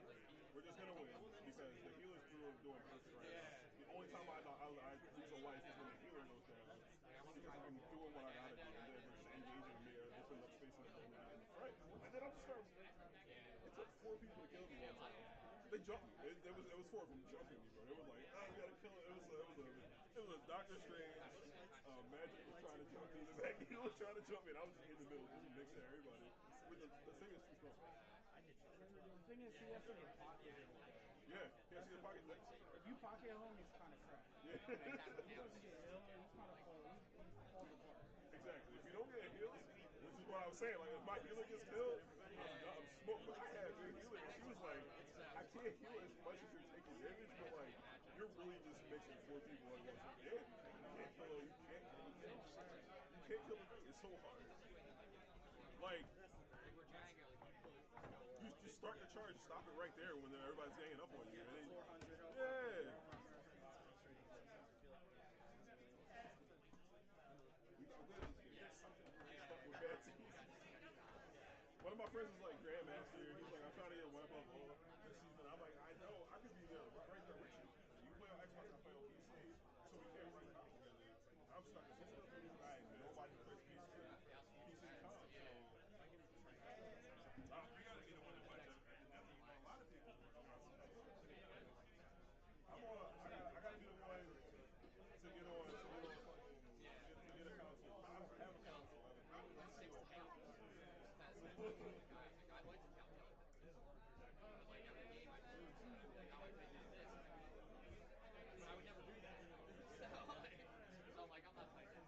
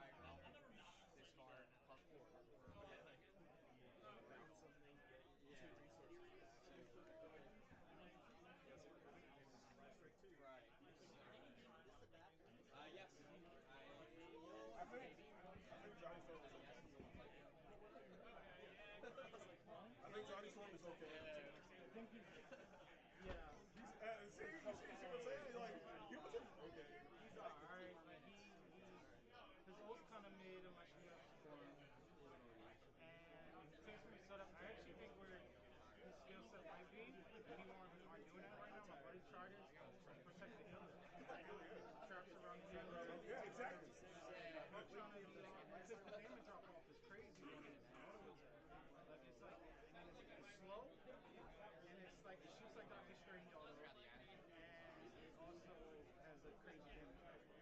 So you can't beat that high up anyway. Realistically, when you're setting traps, because those traps aren't enough. That's a waste of a slot. All you're doing is setting up defense. But I think with anti-dive, like the Namor, he was a nice guy. Setting a trap, Black Panther, Spider, whatever the last.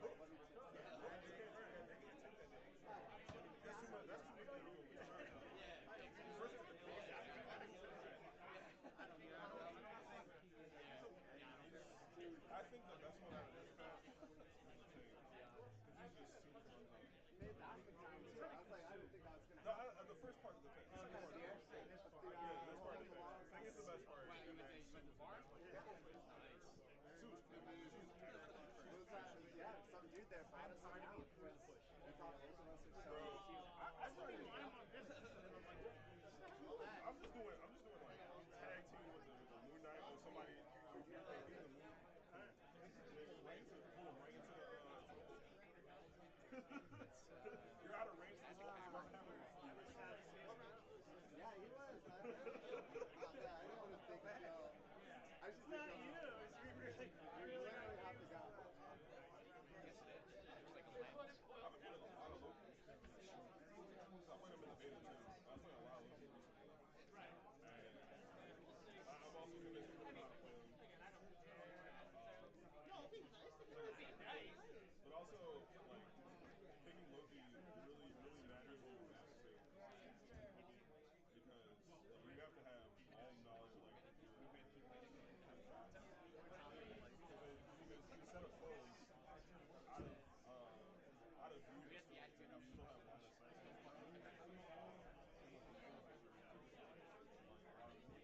Also, if you're not fresh, you're not fresh.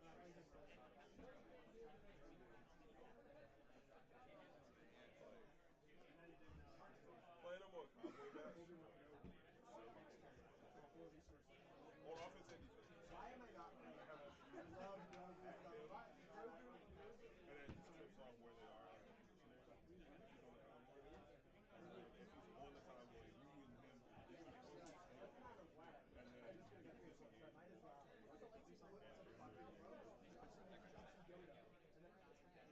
There's a lot of like lucky spots.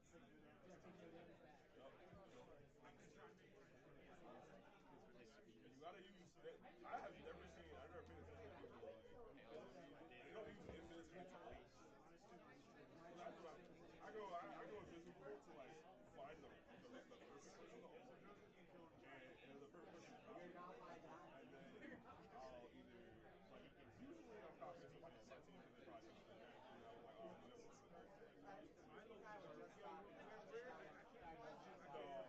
Where are you, man? What do you say that? Like, what do you mean, where am I? In the game, on the map. Like, I'm somewhere. I'm shooting. Like, I can only shoot in one direction, so figure it out. No, they don't. Loki's never. I get to play with Loki. They always just like they'll hold. Like, invisible women will hold. They're on the other side of it. Usually, yo, where are you? Because they're here, like, I'm in here. Where are you? Check the I'm like, on the other side of the hole. Like, what do you want me to do? You should have been. Why are you outside of you? I usually like, somebody if the other team got a storm, if I got a storm, because her hurricane is so, like I had I had on Asgard, I had a storm, and everybody was in the back, all the support was in the back, and they were triple healers. I was like, oh shit, we got a storm. I'm gonna take storm. I instantly ulted, cleared out the background, and Furrow got wet. This is how you play. It's in the my score is ulted right after you got the best. You can't do anything with it.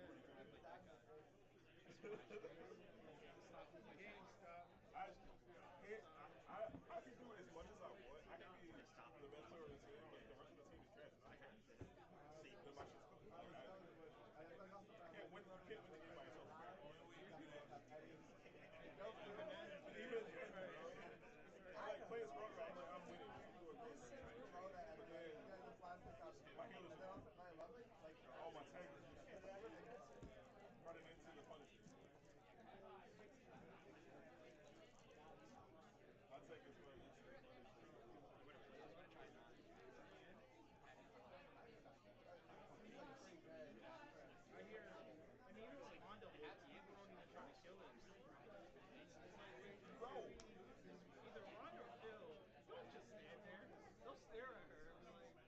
What's she doing? I hate it. I'd be like, yo, watch out for strangers. Knowing I'm running for my life. Like, what are you doing?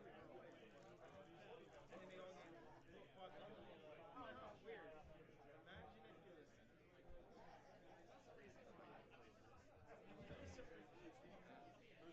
There's my favorite one. Saving my appetite. I don't know for what, but really for anything.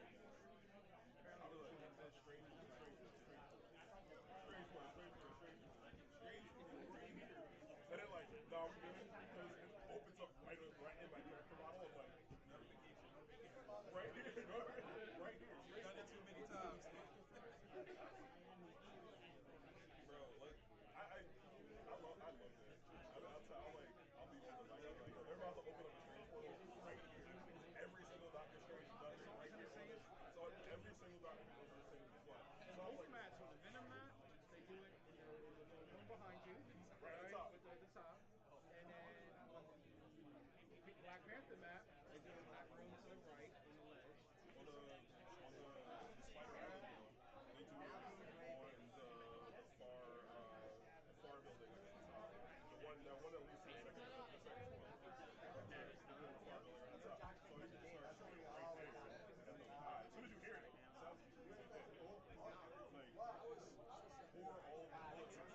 that hole. I kind of don't like the new map. I don't either. I don't like It's very like amazing. It's claustrophobic. Yeah, it's a lot going on. I was getting run down. I thought it was backwards. I would have got out. And then I lied. I looked at this giant ass wall. I'm like, how am I supposed to go to the left or the right through a tiny corridor? There's a giant wall here. And it's not. It's a door. It wasn't a wall. It's a door. Why is it a door? You gotta figure out. That's one of those maps where we probably would be like pressing the button over and over again, or pressing whatever you play on console, right? Yeah. So you gotta play whatever. Like I'm pressing B to check for all the different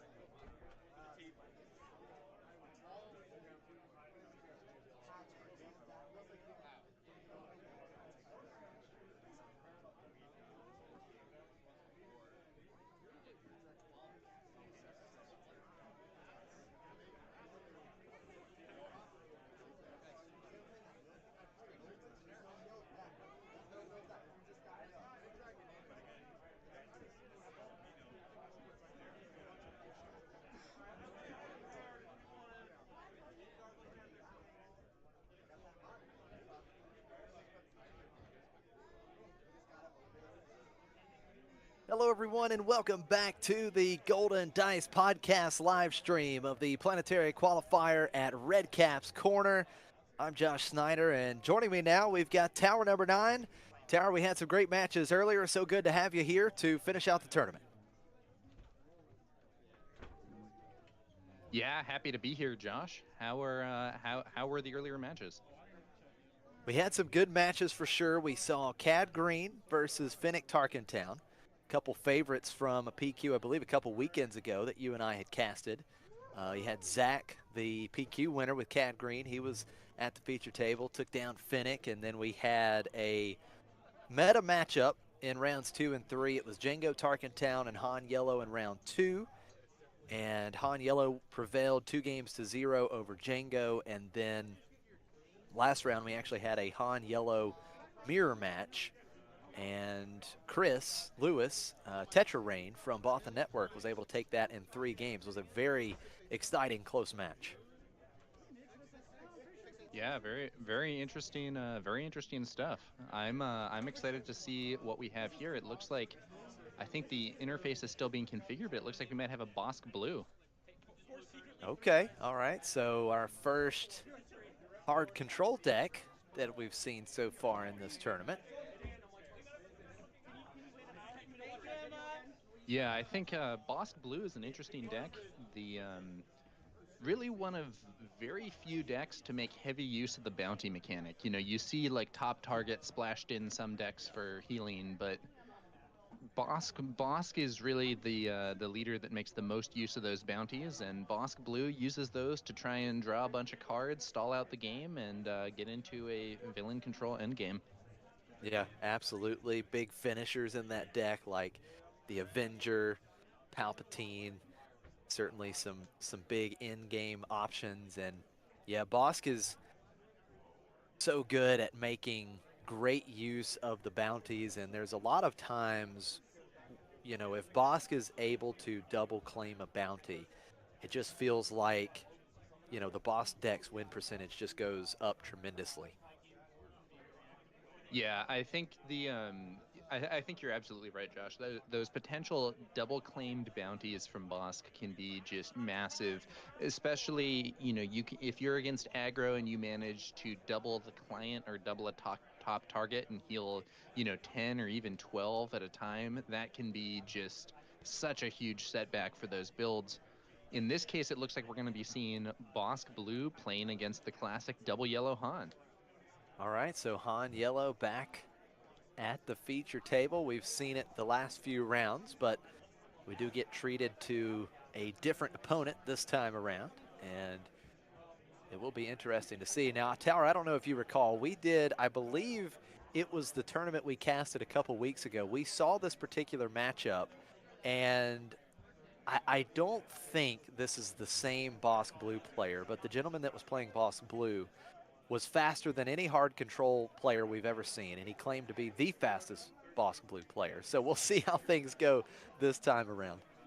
Yeah, you know, pace of play is a very important skill in general, but it becomes even more important when you're playing with a control deck, or else you do risk going to time and potentially incurring a double loss.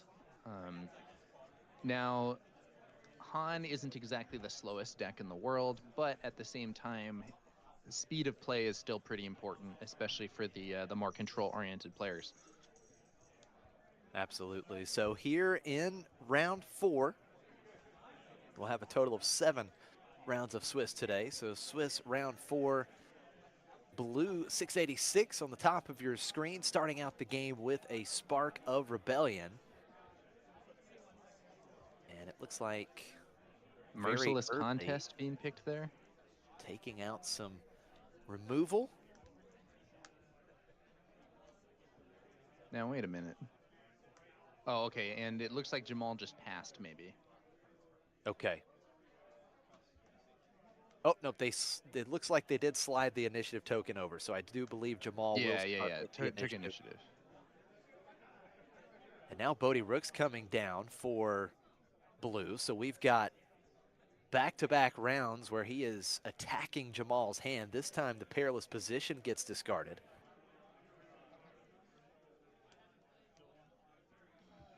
Now, one thing I've noticed here is that it does look like Jamal has a Lieutenant Childson in hand, so he's probably not too happy about getting hit with this discard.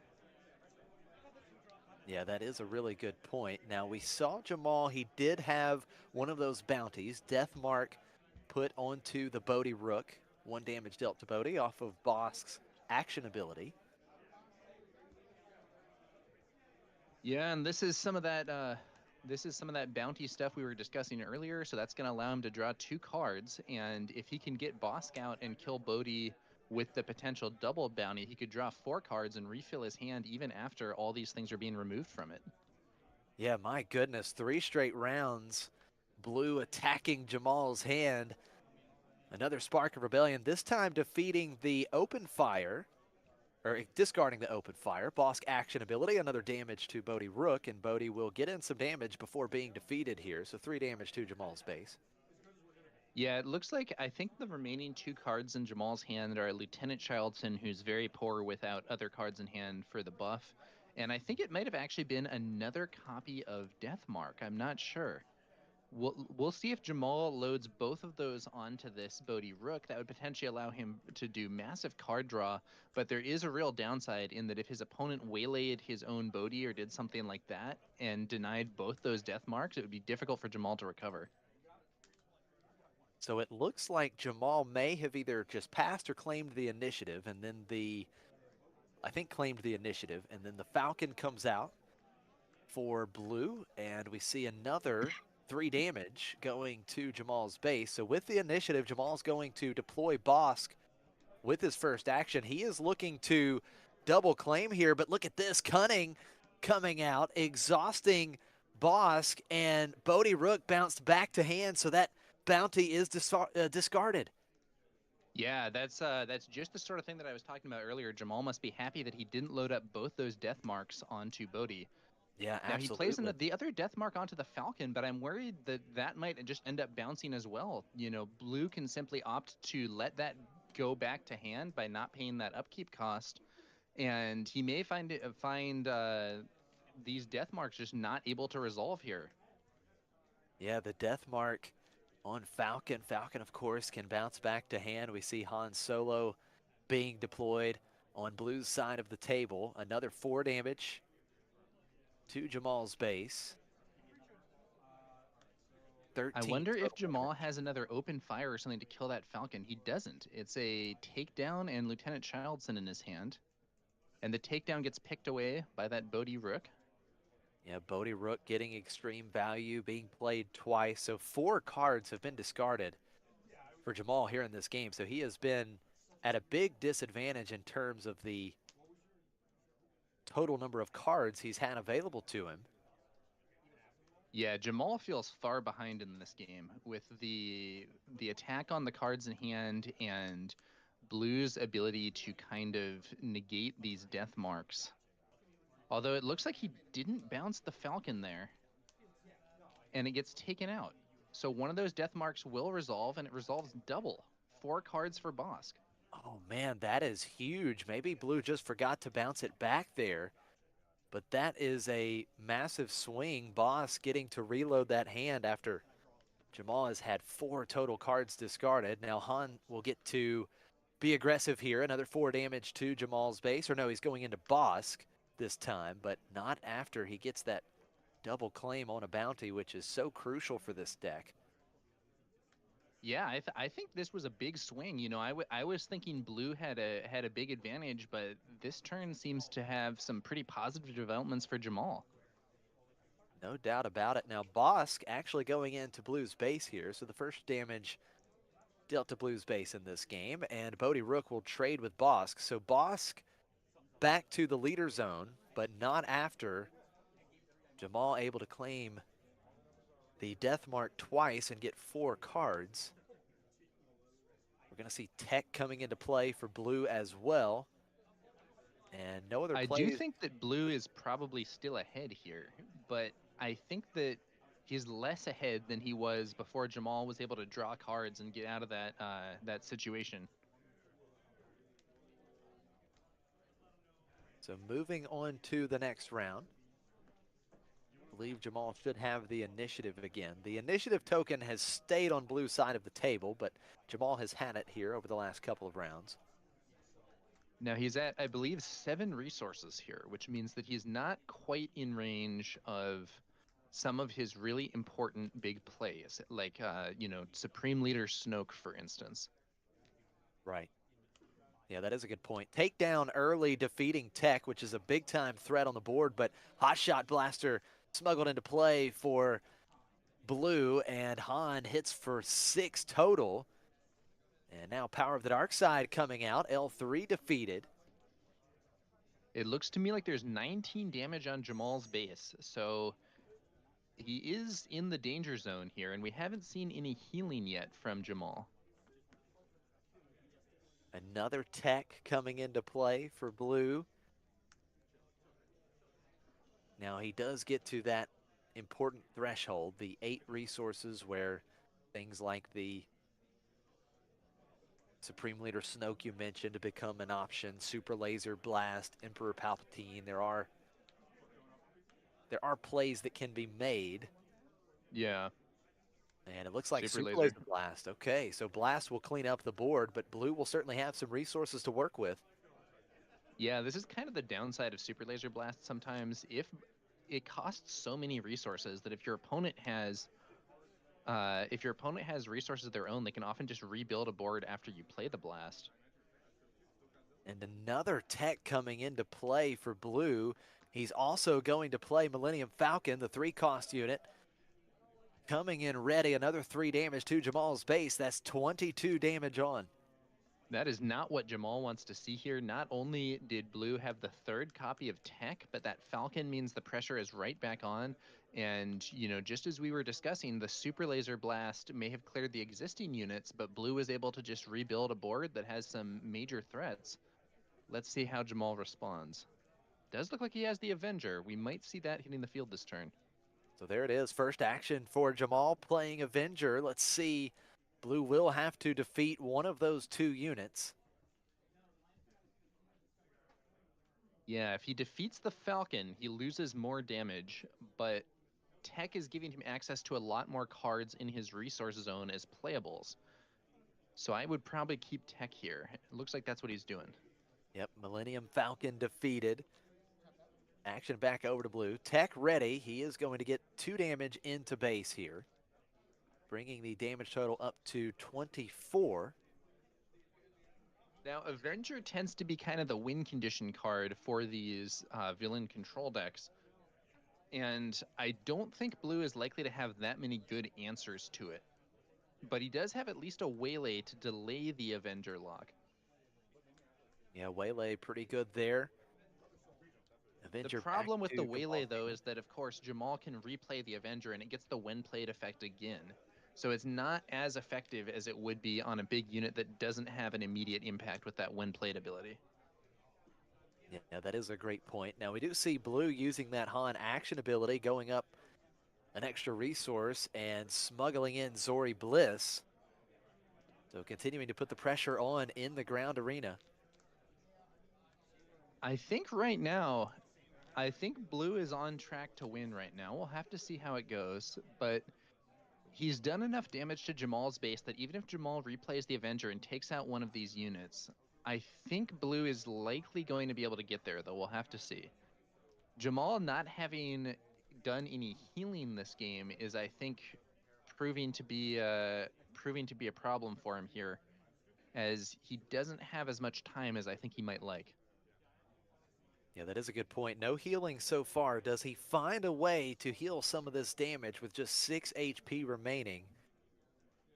He Jamal could be does have defeated the right here if first he action. doesn't.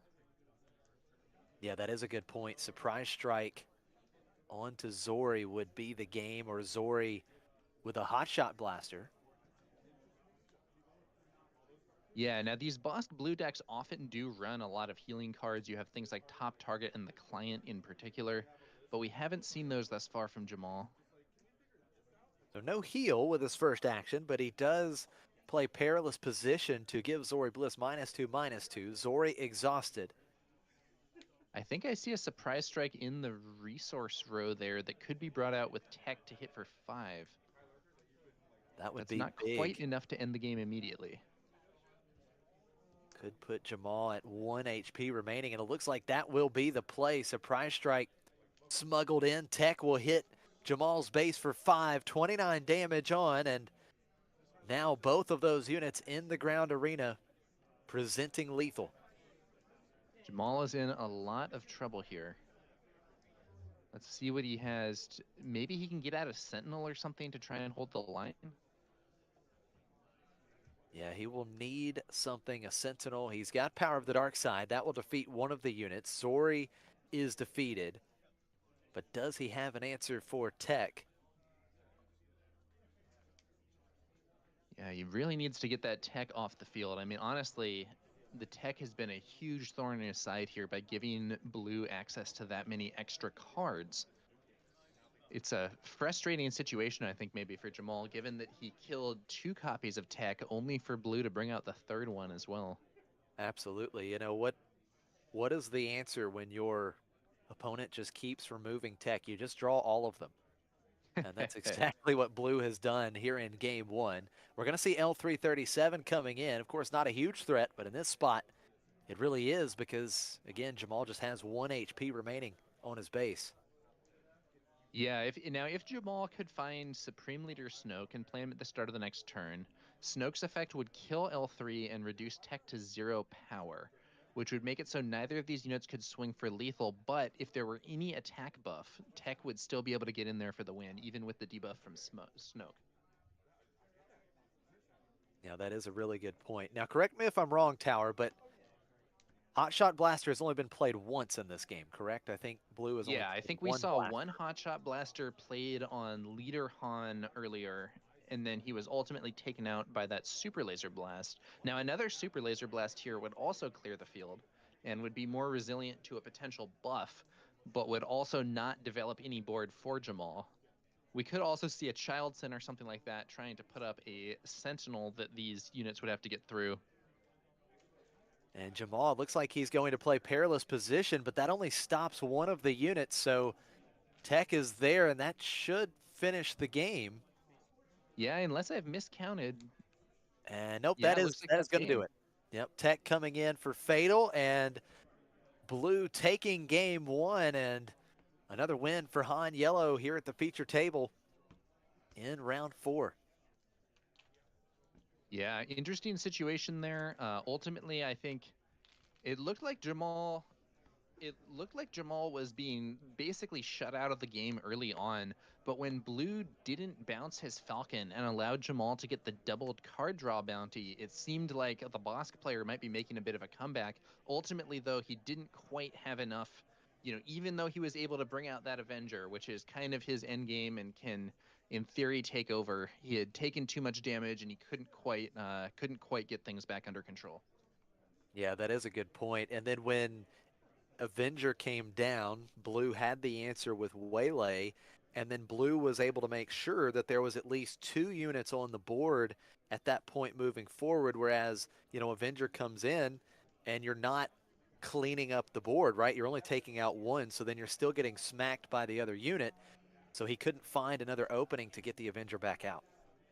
Yeah, that's right, Josh. And if Jamal had had more of a window in terms of just more base HP, I think there would be a lot of situations where they waylay Avenger, you just replay Avenger, and the waylay is only a temporary fix. But because Jamal had taken so much damage and hadn't found any healing, he had to urgently deal with those units and wasn't able to take the time to bring his Avenger out again. Yep.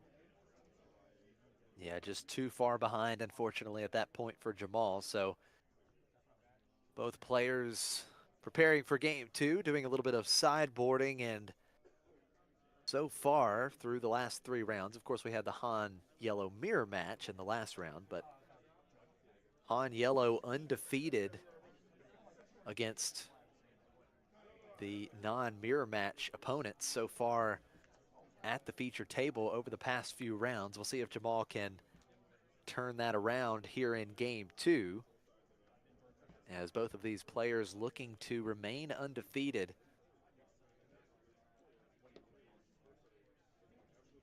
Rallic25 asks, Tower, are you ready and excited for tomorrow's PQ? I am not super prepped for it. I'm hyped for it in principle. I'm a little worried I may be getting sick, in which case I might not be there. But I think it should be a fun event, and hopefully I'll be there on time this time. Yeah, it would be great to have you go and do super well tomorrow, Tower. That would be awesome to see. Now, is this PQ tomorrow being streamed by chance? I don't believe so, though I could be wrong. And even if it is, I'm not sure you would be seeing me on the top tables. There are times when I feel like very on it, and in the current meta, that's not really where I'm at. I'm not saying I have no clue, but I personally feel like there should be some kind of soft control solution to the current meta, maybe out of Krennic or Kira or something, but I have not like taken the time to refine that. Honestly, I think there's a good chance I'm just going to end up playing Sabine. There you go. I know you're pretty comfortable with Sabine, so sometimes you just have to just take the deck you're super comfortable with, and you know that can certainly go a long way in its own. So yeah, sometimes you got to stick with what you know. Yep. So we are getting ready for game 2. Looks like Jamal's ready to go.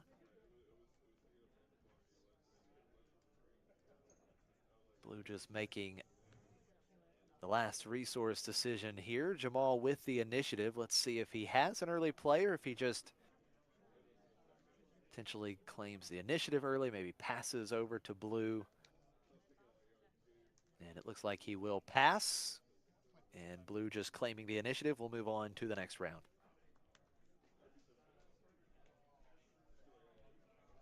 Not exactly the most exciting first turn I've ever seen here, Josh. No, not at all. I guess it's pretty common for these Bosk blue decks to not have a play on turn 1. These hard control decks, they kind of lean into that, you know, Power of the Dark Side or Merciless Contest on turn 2. So we'll see if that ends up being the case. Yeah, it's kind of been a classic tactic ever since set 1. Now, did they just pass through another turn? It appears so. So we have no plays made through the first 2 turns here in game 2. Very odd. Well, I do think that's probably to the Bosk player's advantage, given that he's the one who's sort of the control player, hoping to have the game go long. Yeah, I mean, it's giving Jamal more cards in his hand, more ways to deal with blue's threats. So I don't think Jamal is too disappointed by this start. We're going to see L337, the first play here in game 2 in round 3. Yeah, that's wild. Normally that might be the first play on turn 1, not turn 3. Now we're going to see the early death mark again coming out. Han action ability used. Blue up to 5 total resources. He still has 3 ready now after the Han action ability.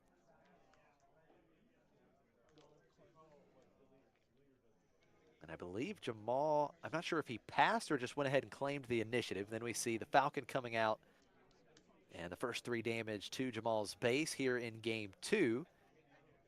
Jamal will start with... Yeah, I think Jamal must have claimed the initiative, because otherwise I would expect that after the Falcon was played, he would have used Bosk's ability to knock L3's shield off because he knows the Falcon's attack is still likely coming in. So I suspect he claimed early. I wonder if he has a perilous position or something for L3 here.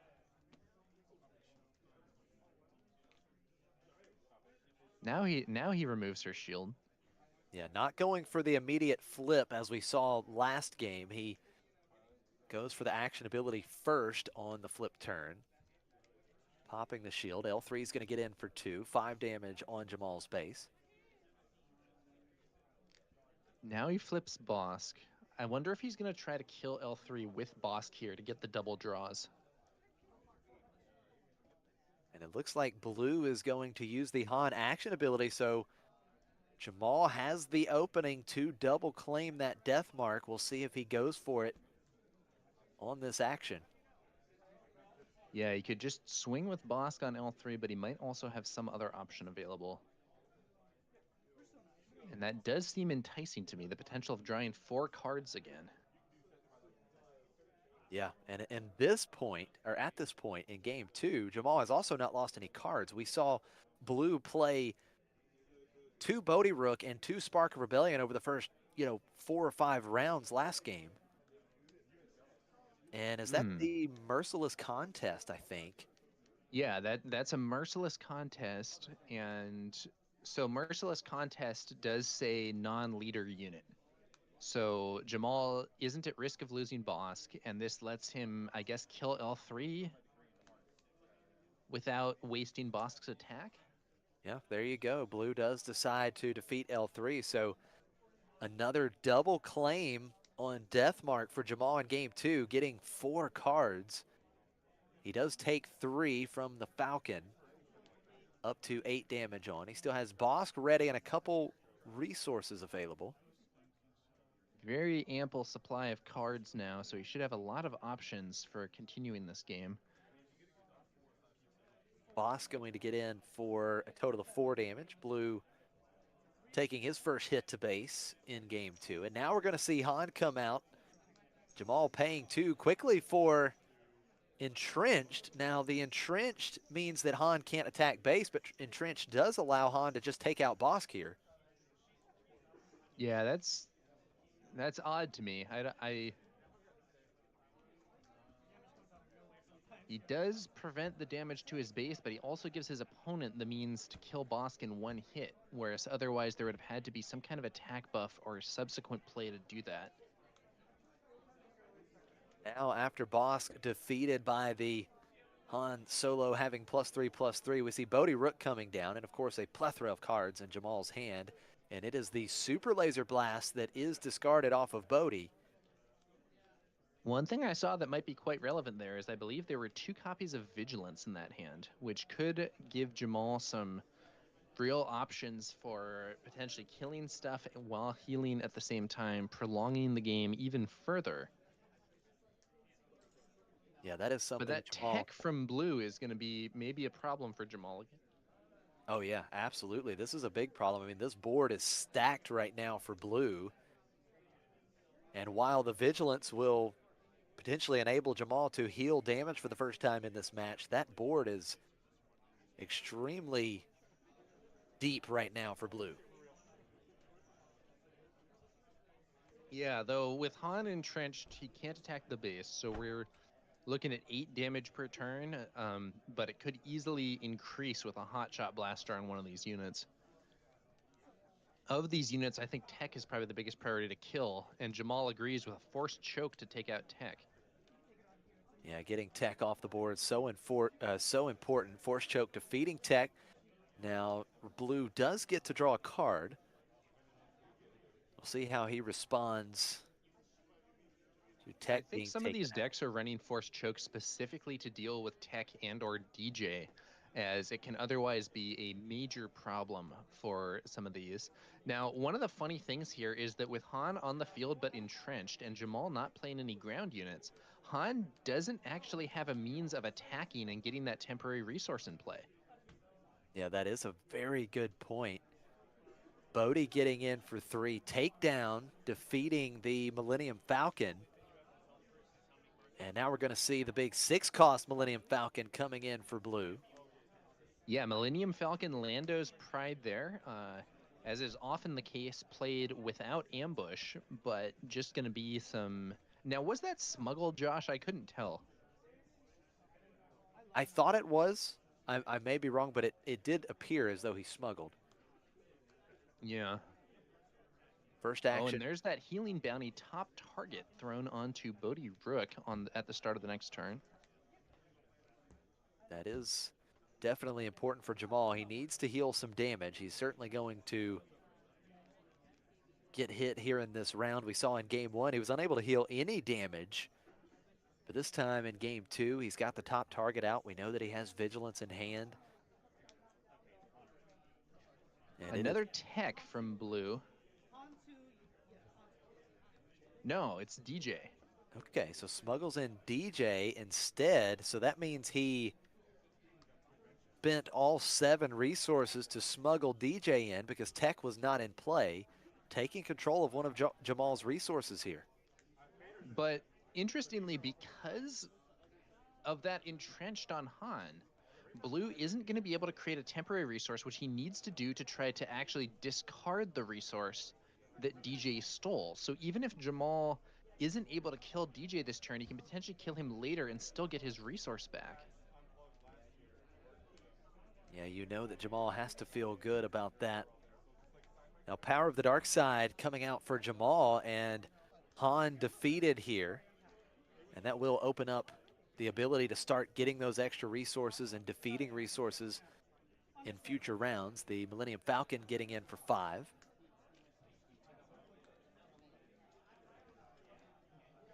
Yeah, now this is very interesting. So, how many resources does Jamal now have? It looks like he has 6, unless there's one covered up. Okay. So another 3 damage. So he isn't in position. Now, once again, Jamal opts not to use Bosk's ability in favor of taking the initiative. And it's interesting. I'm wondering if he has some way to kill DJ at the start of this turn and get that resource back. Takedown, force choke, vanquish. I mean, there's a lot of options that would potentially work. Does he have one? So Jamal, as you mentioned, does have the initiative. He has 19 damage on his base. And I believe here in this round, he will have 7 resources to work with one of his resources still on Blue's side. And it looks like Vigilance is coming in, going to defeat the Bodhi Rook. So that will be 6 damage healed, correct? Plus 5, yeah, and then 11 with total. Vigilance's effect, I think the other effect he chose was the heal 5. So he healed a total of 11 off that play. 6 from the top target on a unique unit, and then 5 from Vigilance itself. Big swing in the damage count there for Jamal being able to heal 11. Now Hotshot Blaster smuggled in, DJ getting in for 5, so damage total back up to 13, and with Falcon still in play as well, Jamal has just claimed the initiative, and all of that damage -1 right back onto Jamal's base, 18 damage on. Yeah, and it looks like Blue is using Han's ability here. I'm not sure if it's going to actually enable a better play or if he's just using it to get rid of his opponent's stolen resource. But one way or another, it looks like Jamal has not been able to answer that DJ.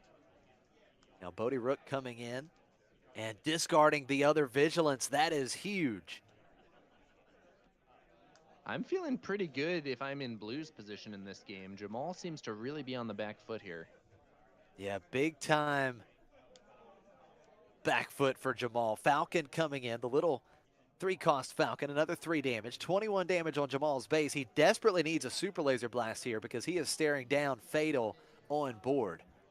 Yeah, now we did see a super laser blast taken out of his hand by, I believe, a Bodhi Rook earlier from Blue. But he might, if he's drawn another one, I think you fire it off here, right?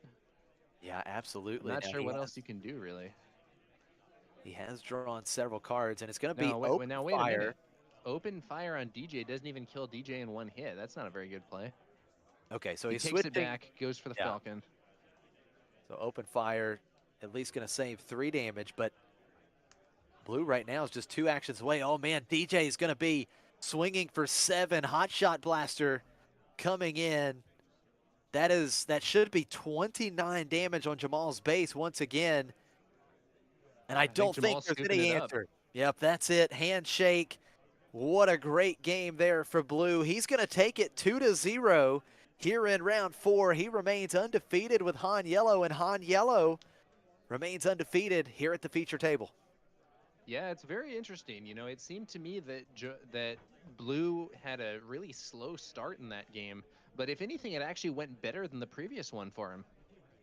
Yeah, absolutely. You know, Jamal had the ability to actually heal some damage in that game. He was able to double claim the top target, but he just, or excuse me, the death mark, but he just didn't have enough in the end. He desperately needed a super laser blast. It got picked out early by Bodie Rook, and it just felt like Jamal was constantly playing from behind, and Blue had big time pressure that he was able to keep on and carried him across the finish line.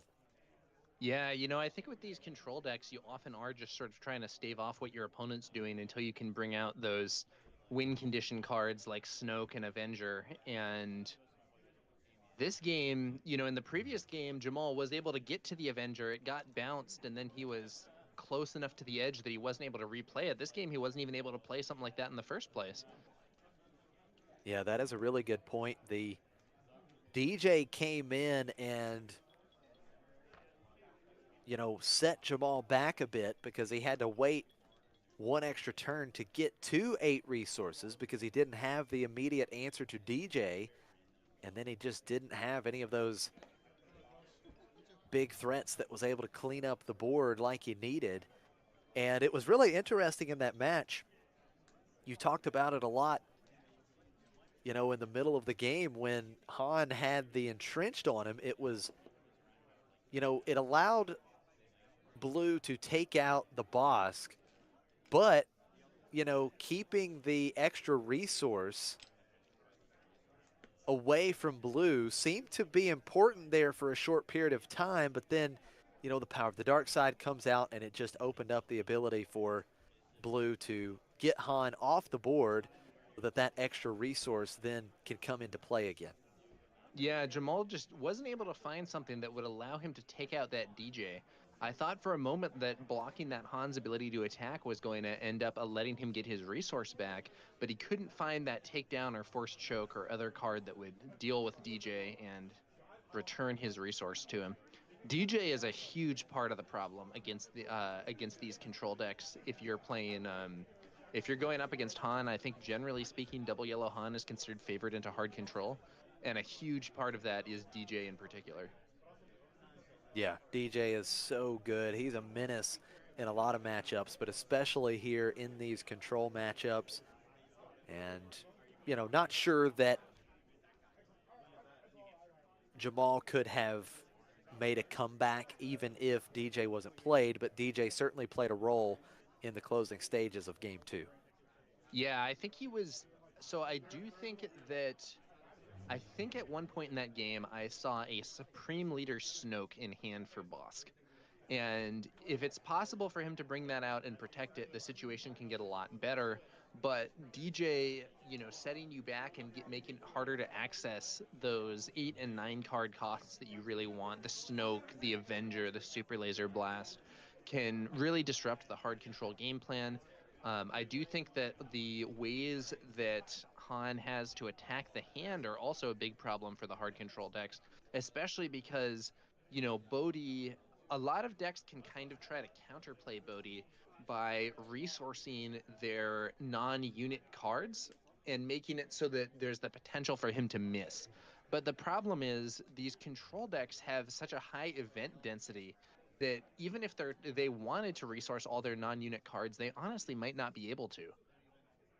Yeah, that is a really good point. You know, there are so many events, of course, in these hard control decks, and Bodhi was great in this particular match. We saw him come in big in game 1. He was able to be played twice after Blue was able to bounce his own Bodhi, play it again, stripped so many important cards from Jamal in game 1, and then the big one in game 2, Bodhi able to strip Super Laser Blast, which really seemed to just be the card that was desperately needed at the end if Jamal wanted any hope.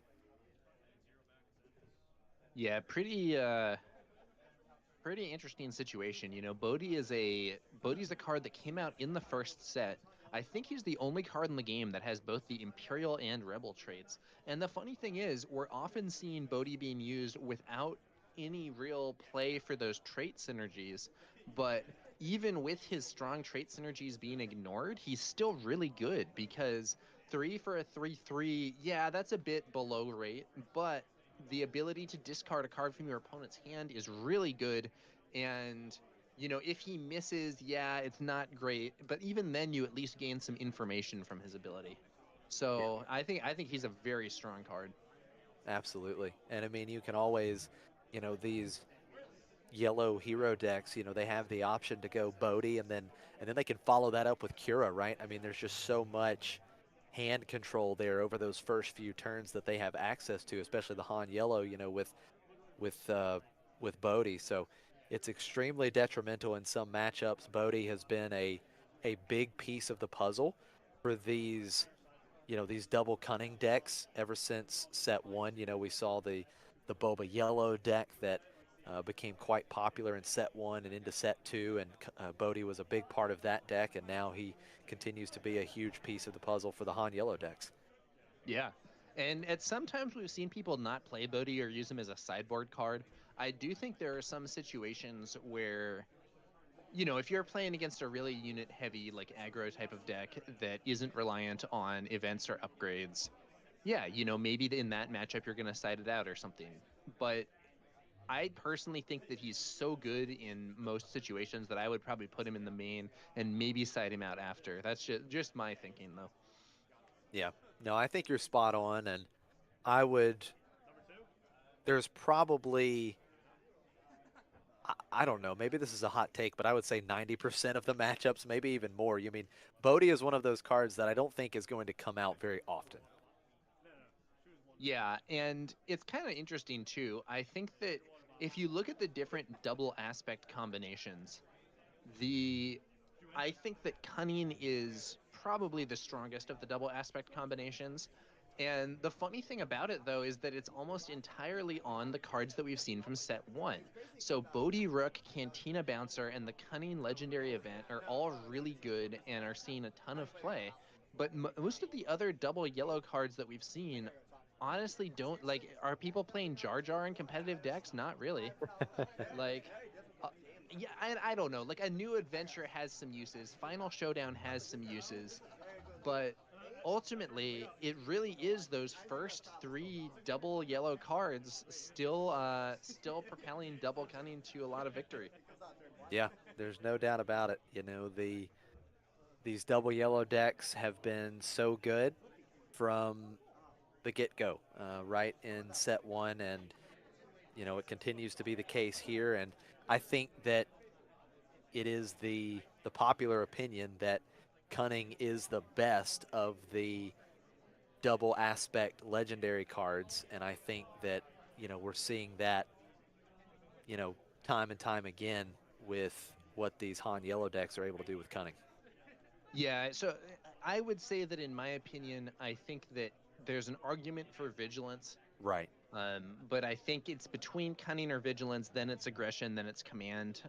Command is unfortunately a good ways behind the others because it says non-unique, and so many good cards in this game are unique that the damage ability is quite frequently just off. Right. But you know, cunning's superb. It's such a good card, and it's a little interesting that vigilance gets played out of aspect while cunning doesn't. I'm not entirely sure what's going on with that. Um, Broadly speaking, we don't see cunning being played in decks that have only a single cunning aspect, whereas it's very common to see vigilance being played in decks that only have a single vigilance aspect. But I think part of that might be that cunning is so strong as a tempo card, and tempo cards aren't as good if you're playing them later on the curve. Yeah, that is a really good point because Vigilance definitely feels more splashable into decks where you're actually going to be paying 6. Um, but, in the actual double aspect decks, Cunning just seems to be, the value that you get out of it just seems to be through the roof. Yeah. And I do also think that right now we aren't seeing a ton of control in the environment, whether it be soft or hard control. I personally think that soft control should be pretty well positioned into this environment, at Right. least in theory. And we have seen some wins. You know, I know there was a Kira winner on stream earlier that we were actually casting over at the McClunky Gaming channel. But I would sort of expect there to be more things like that in a more mature version of the current meta, though I could be wrong. It's hard to say. Um, Ultimately, I think we're usually not going to see a fully mature version of any meta for this game because the PQ events tend to happen relatively late in the season. And while there is like innovation and stuff going on within the PQs, and we see people adopting new methods and so on, the like run of competitive events is relatively limited. It's like a month or two. And as a result of that, it's hard to say what the like true meta would be after like a ton of refinement. Right. But I do think there's a window for control in the current environment. I'm not sure that it will actually be discovered or whatever or popularized though before we get to set 4. Yeah. No, you do make good points. I think that the blue-green soft control has certainly been very relevant over the past several weeks. We've seen, for instance, just over the last couple weekends, we've had, the blue-green soft control decks win, I believe, 5 total PQs between Cura decks and Tarkin. We've had these Tarkin blue decks kind of making a little bit of a splash the last couple weekends. So, yeah, I mean, I think the soft control shells very playable right now because they, especially the Cura decks, I think seem to be a very decent option into the Han yellow deck. Yeah, I think the hard control decks have more issues executing their game plan against Han than the soft control decks do. Now, I do think it can still be an uphill battle sometimes for soft control, but like, if a Kira deck can, if they can get Snoke out or whatever, they can be in a position where they're really limiting the opponent, and especially against Django, Snoke is like devastating. Oh yeah, So the definitely. potential for a like ramp into Snoke game plan for Kira into Django can be pretty relevant. And I mean, just in general, it's not just Han. If you look at the top decks right now, so in terms of the decks that have won the most PQs, it's Han, then it's Sabine, then it's Django, and then I think after that it's Quinlan Red. Yeah. And all of those are aggro, tempo, or mid range. Yep. So in theory, soft control should be in a pretty sweet spot right now. Now in practice, maybe those other decks are ahead in terms of the card pool. Maybe the soft control decks just aren't that refined, or maybe the strategies just aren't all that popular right now. But we have definitely had some soft control winners, but not maybe as many as I would expect given what's going on in the rest of the meta. Yeah. No, I think you make some really good points, and I think soft control has definitely been more relevant over the past couple weeks. The results have been a little bit better, but we could certainly see more. But we've got the the current season here, the set 3 PQ season here, about to come to an end this weekend actually. So we'll see, kind of what the end results look like when this weekend is all wrapped up.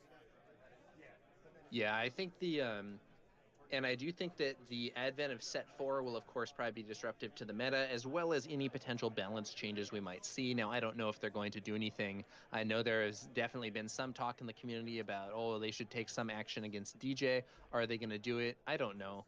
But I honestly think that the Boba Fett collecting the bounty suspension was more important for the meta that we're in now than all the cards released in set 3. I think that Yeah. relative to the other sets, set 3 has actually been pretty weak competitively. There have definitely been cards that have seen some play. We've seen Anakin, we've seen Django, we've seen some of there's like Quinlan, we've seen some of the new cards like Perilous Position is a staple in a bunch of decks. But at the same time, I think the previous sets had a higher impact just in terms of number of cards that make it to competitive play. However, this meta has been really interesting and lively, in large part, I think, because Bobo was no longer part of the equation. Yeah, absolutely. And Mickey and I, we were talking about that a good bit over the first couple rounds, and I think the Boba suspension was huge. Yes, Han Yellow has been the top dog. It has won more tournaments than any other deck by quite a bit, but not the same results that Boba had. And this particular meta has been pretty open, and especially over the last 2 or 3 weeks. I mean, we've seen some very diverse metas. We've seen a lot of different decks in the top 8, and we've also seen quite a few different decks winning tournaments as well. So yeah, I think overall the meta is pretty healthy, and I can't wait to see what kind of shakeup we're going to see once we get set 4. Absolutely, Josh. Well, guys, we are going to take a short break. It looks like we've got about 8 minutes left in round 4. So stay tuned. We're going to be back soon for more action for round 5 of the Planetary Qualifier here in Philly. See you soon.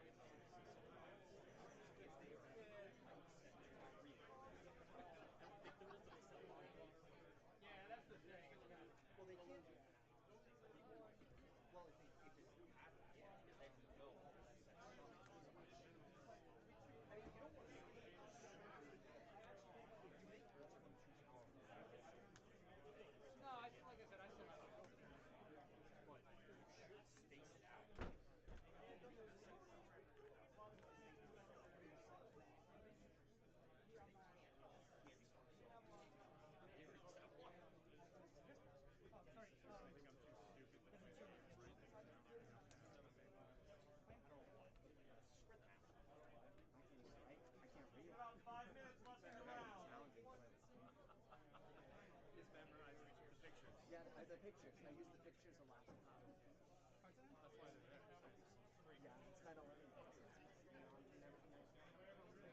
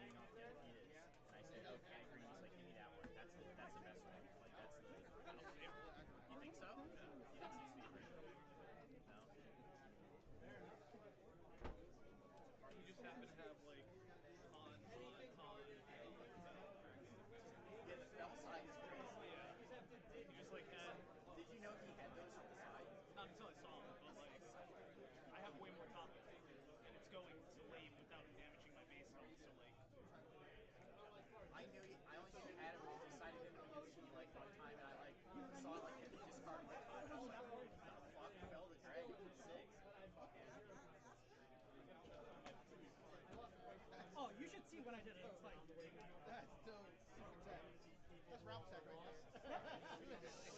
Not from Ralph, but yes.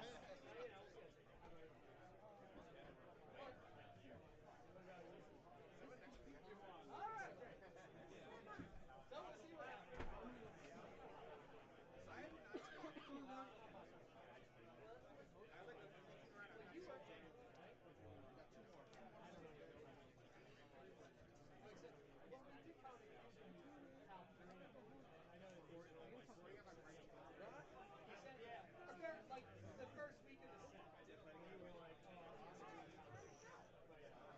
I also tuned out.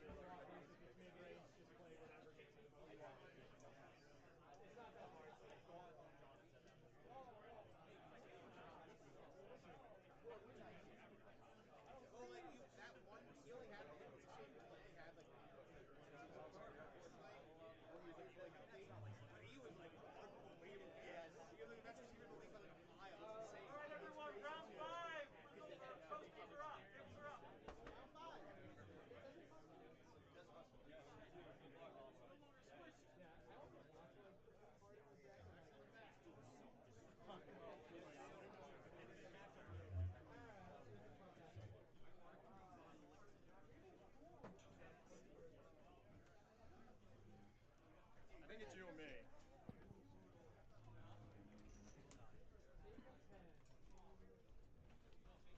Hello, everyone, and welcome back to this Planetary Qualifier brought to you by Redcap's Corner and Golden Dice Podcast. I'm Josh Snyder. We've got Tower number 9 alongside of me, and we are getting ready for round 5. Tower, we had an exciting matchup last round.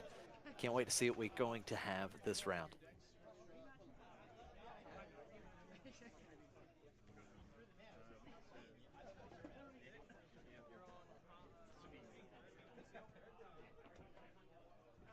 Pairings are up. It looks like we're just waiting for players to be seated, and we will see what our round 5 feature match is going to look like. We've seen a lot of Han Yellow today.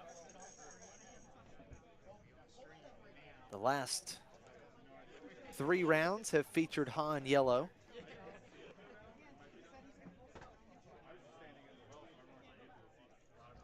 And it looks like currently,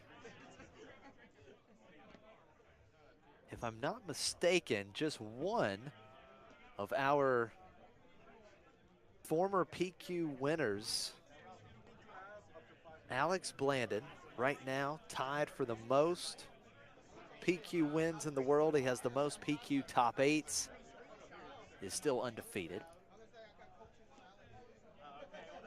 And our featured match in round 5 is going to be Sabine ECL versus Han Yellow. So we're going to see Han Yellow once again. And it looks like we're going to have Nick on Sabine and Michael on Han.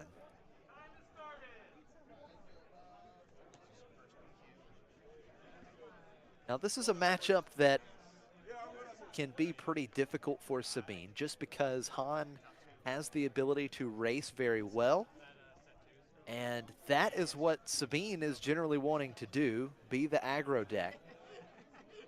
but in this particular matchup, Sabine actually has to play very defensively early and try to keep Han's units off the board before turning into the aggressor later in the game, because this Han yellow deck has the best card in terms of a race with Cunning.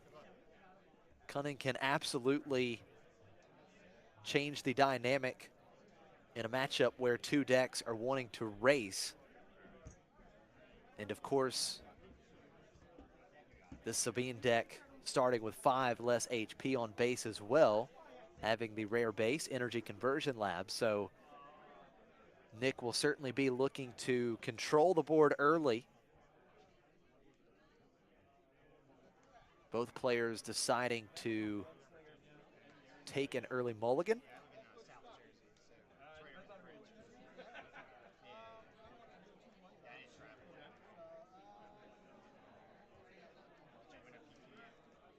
There are plenty of ways that Sabine can answer the early 5 HP units that Han wants to present, like DJ or Tech, Liberated Slaves. Sabine has, of course, Battlefield Marine. You can run the 2-cost Jin Urso that has 3 power. Both of those combined with Wing Leader or Fleet Lieutenant would allow a trade of one of those, or with one of those 5 HP units that Han can present. You can also look for Sabine. The Sabine 2-cost unit can also deal a total of 3 with the on-attack ability. So plenty of options. But to start out, here in round 5, game 1 is underway. The initiative on Michael's side, or maybe Mikkel. And we're going to see L337 coming down. And Nick actually going with a Space Arena play on turn 1, the Green Squadron A-Wing. Now, often as a Sabine player, you don't necessarily want to start with a space unit out of, at least in the Han matchup, because there is that risk of the Falcon. But if your opponent already plays something that isn't the Falcon, you have a little bit more safety, that there is, of course, a chance that they'll bring it out later in the game. Excellent point indeed. Definitely would rather start ground for Sabine. But in this case, it was Green Squadron A-Wing, maybe as the only option after the mulligan. Now Mikkel able to get in for 2 damage to Nick's base early in this round. And now Fleet Lieutenant is going to allow Green Squadron A-Wing to attack for 5. And there is the Millennium Falcon.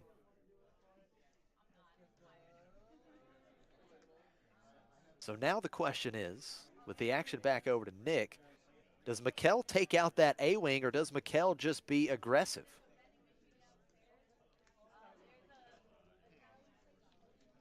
And Mikkel is going to take out Green Squadron A-Wing with the Falcon. So that Falcon is such a threat to those early space fighters, and I think with jump to light speed promising even more of a space focus, I think we might see the Falcon in even more decks. Oh, definitely. Millennium Falcon, arguably the best 3-cost unit in the game. And it is a staple in a lot of these Cunning heroism decks. Now, Nick was able to get the initiative. He's got Fleet Lieutenant in the ground arena. And Mikkel did opt to pay the Falcon tax, keeping Falcon in play, had to pay 1 resource.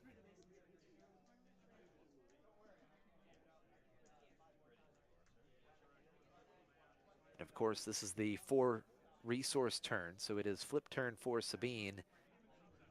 A very important turn for Nick here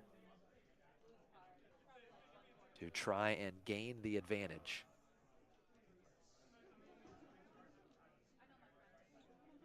The L337 shielded up, of course, presenting a little bit of a problem. Nick can't just take out that L3 right away with Fleet Lieutenant, the shield token, creating some issues. Now, Fleet Lieutenant still going to attack into L3. Both units still on the table.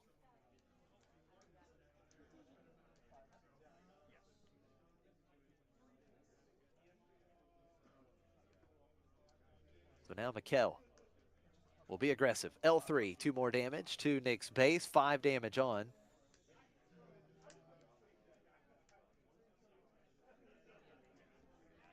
Nick will certainly have an option to remove the L337. Just Sabine by herself, once she deploys, has 2 power, could take out L3. But the Falcon, of course, will be a problem and will continue to push quite a bit of damage in the space arena. Nick deploying Sabine. Bodhi Rook coming out for Mikkel. And there are a couple of options here. Yeah, interesting. Rebel Assault, Daring Raid, Unit Sabine, and I believe that's the Sundari Peacekeeper. And Mikkel removes the Rebel Assault. So now the action back over to Nick. He still has 4 resources, but no big turn 4 play. Nothing like a K2SO or something like Yeah, a maybe he can Darksaber do on like Sabine. Daring Raid to kill L3 and then play the Sundari Peacekeeper or something. Right. Yeah, I wouldn't be surprised if he wants to take out at least one of these units. He does choose to be aggressive with Sabine. 3 damage to Mikkel's base. Mikkel returning the favor with 3 damage to Nick's base with the Falcon. And as you mentioned, Daring Raid,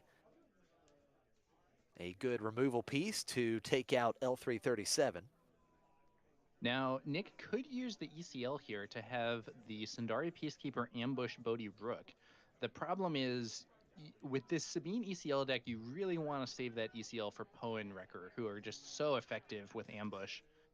And I think maybe you just play the Sundari Peacekeeper on the field, no ECL. That does look like the option Nick goes with. Now, you could also make the argument that, you know, Nick had no Wrecker or Poe in hand currently, and there's always that option of, or that chance that he just doesn't draw them. Right. And the ECL could be better in the short term, but as you mentioned, of course, Poe and Wrecker would be much better in the long run, and it looks like he drew into Poe, so saving the ECL may certainly pay off here. Yeah. Ooh. On the other hand, that Sundari Peacekeeper gets taken out by a hotshot blaster on Bodhi. Yeah. So no ECL on the Peacekeeper, a little bit punished here. Bodhi Now, Rook. on the other hand, in this current position, if Han flips onto this board, Nick can potentially use ECL Poe, kill Han in 1 hit, and use the on-attack ability to deal 2 damage to Bodhi as well. But no, he trades Sabine for Bodhi. Now that is an interesting play for sure. I'm wondering if maybe Nick is baiting Mikkel with that play, maybe trying to show Mikkel that, hey, I don't have Poe. Right? I mean, that's always an option, right? Trying to make your opponent think you don't have it, but it does hurt losing Sabine here. So 3 to base with Fleet Lieutenant, 13 damage on Mikkel's base, and here comes a pretty big surprise strike. Millennium Falcon will hit for 6. So 12 damage on Nick's base. Mikkel certainly ahead in the race right now. Here comes Poe. Poe, no ECL. Now, that's interesting. So Poe just played. Han coming out. Han's going to get in for another 4 damage. That's 16 damage on. Nick does get the initiative and has Poe on the board, but not after Han is able to get in for at least that 4 damage. Yeah, and I think I saw a Han Reluctant Hero in Mikkel's hand, which potentially allows for a kill on Poe without taking any damage in return, and that could be very negative for Nick here. Yeah, but that would be big time. Mikkel is only on 6 resources, so he only gets to play that Han if he gets to attack with his leader Han. And Nick does have the ability to remove leader Han immediately. So it may be that he'll be able to at least buy another turn without that card in play. Let's see if Nick keeps Mikkel off of 7 resources by taking Han out. He is going to attack with Poe here. Let's see where that attack is going and if he chooses to use any of the on attack trigger here by discarding some cards. So he will discard the Sabine to deal 2 damage to Falcon, and it was Han Solo being defeated here. So Mikkel will not have 7 resources this round. Oh man, look at that. Cunning for Mikkel. Discarding the last card in hand for Nick. Millennium Falcon getting +4, and that is going to do it for this game. Nick is going to scoop it up, and Han Yellow with the win, remaining undefeated throughout this tournament. Mikkel up 1-0 here in round 5. Yeah, it's interesting. That didn't look like it was totally over to me. I do think Nick was not going to have another play that turn unless he had something to smuggle out. But maybe I miscounted. I don't think that buffed Falcon was lethal, was it? No, I don't think so. There was 16 damage on, and the buffed Falcon would be 7. So yeah, he still has to So, hit like- for another 2. Maybe Nick just figured, well, I just don't have an answer for Falcon. Maybe that was the thought process. Yeah, it's just odd because next turn, Nick could attack the base with Poe, discard a card to deal 2 damage, and kill the Falcon. And I don't know. I mean, he's probably behind, but that doesn't strike me as a game that's over. Right. No, I agree with you, and maybe we miscounted. Someone in chat. Yeah, on the 27th saying it was what I lethal. thought Maybe was we a just didn't 1 see was the actually right. a 3, so that was Okay, lethal yep. damage. That could be. Yep, there you go. 18 on base. Yeah, it did appear like it was 16, but if it was 18, absolutely that is lethal, and totally makes sense why Nick would scoop it up there. Yep. Okay. So So thank you let's for the see what clarification, happens chat. in round 2 here. Now, and it is funny also. I think that with the benefit of hindsight, ECL on that Sundari Peacekeeper would have put Nick in a vastly better position, because not only would he kill Bodhi, and he would also get the Restore too, and he would still have the Sundari Peacekeeper on the field, and he would still have Sabine on the field. Because both those units ended up dying to Bodhi after he was buffed by that Hotshot Blaster. So even though I do think that under normal circumstances you would rather save ECL for Poe or Wrecker, in this game at least, I think with the plays that were made, ECL on that Sundari Peacekeeper into Bodhi would have put Nick in a better spot. Tower, you are absolutely correct. I think in this particular matchup, you probably have to take advantage of opportunities that are presented to you to take control of the board. And that was one of those opportunities where you can take Bodhi out. And at that point, Bodhi didn't have the Hotshot Blaster on. So Sundari Peacekeeper still in play, as you mentioned. And you take complete control of the ground arena. Yes, Mikkel still has the Falcon, but you have complete control of the ground arena where you can just kind of try and keep things in check until you can turn things around. And while, yes, it is so tempting to want to play Poe or Wrecker with ECL, in this particular matchup, it just seems crucial for Sabine to get those units off the table for Han if given the opportunity.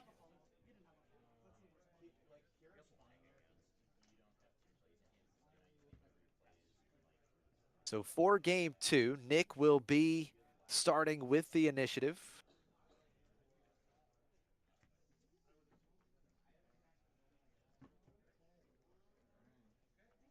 As Mikkel deciding to take a mulligan here.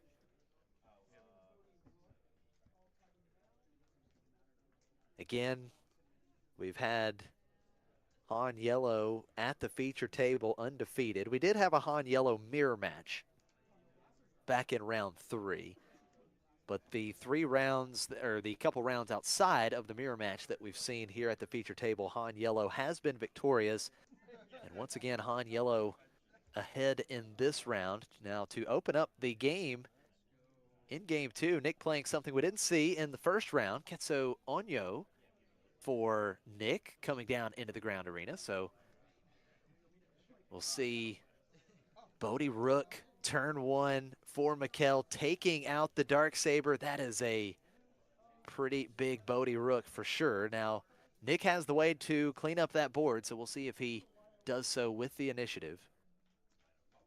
Yeah, now you might also just go for the base. So Ketsu Onyo's abilities aren't super relevant in this matchup, so you might just trade. There is a trade. Yeah, I think you've got to keep Han's board clear if you can at all cost. Zandari Peacekeeper coming out after the Han action ability, and Kira coming out a turn early for Mikkel. We saw another Darksaber and I believe Poe in Nick's hand. Now, those are both very good cards. I wouldn't be surprised if one or the other of them gets named. Now, Darksaber is immediately relevant, while Poe wouldn't be able to be played for at least another turn. So I'm not sure what would be picked there. I think if I'm Mikkel, I'd probably say Darksaber there, but I don't know for sure.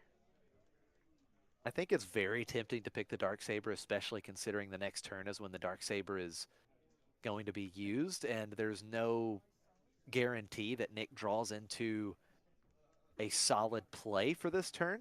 So wouldn't be surprised if that was the call, but we're going to see quick Very attack odd. Kira. Yeah, that attack into Kira with the Peacekeeper sets up Kira to just swing back and kill the Peacekeeper. Yeah, I don't know that I like that. One other factor that was relevant with the Darksaber, though it isn't relevant now, is that the Sundari Peacekeeper is actually a Mandalorian. So if you if you play that Darksaber and attack with it, it can give those +1 counters. However, I do think there's a good chance the Darksaber is blocked.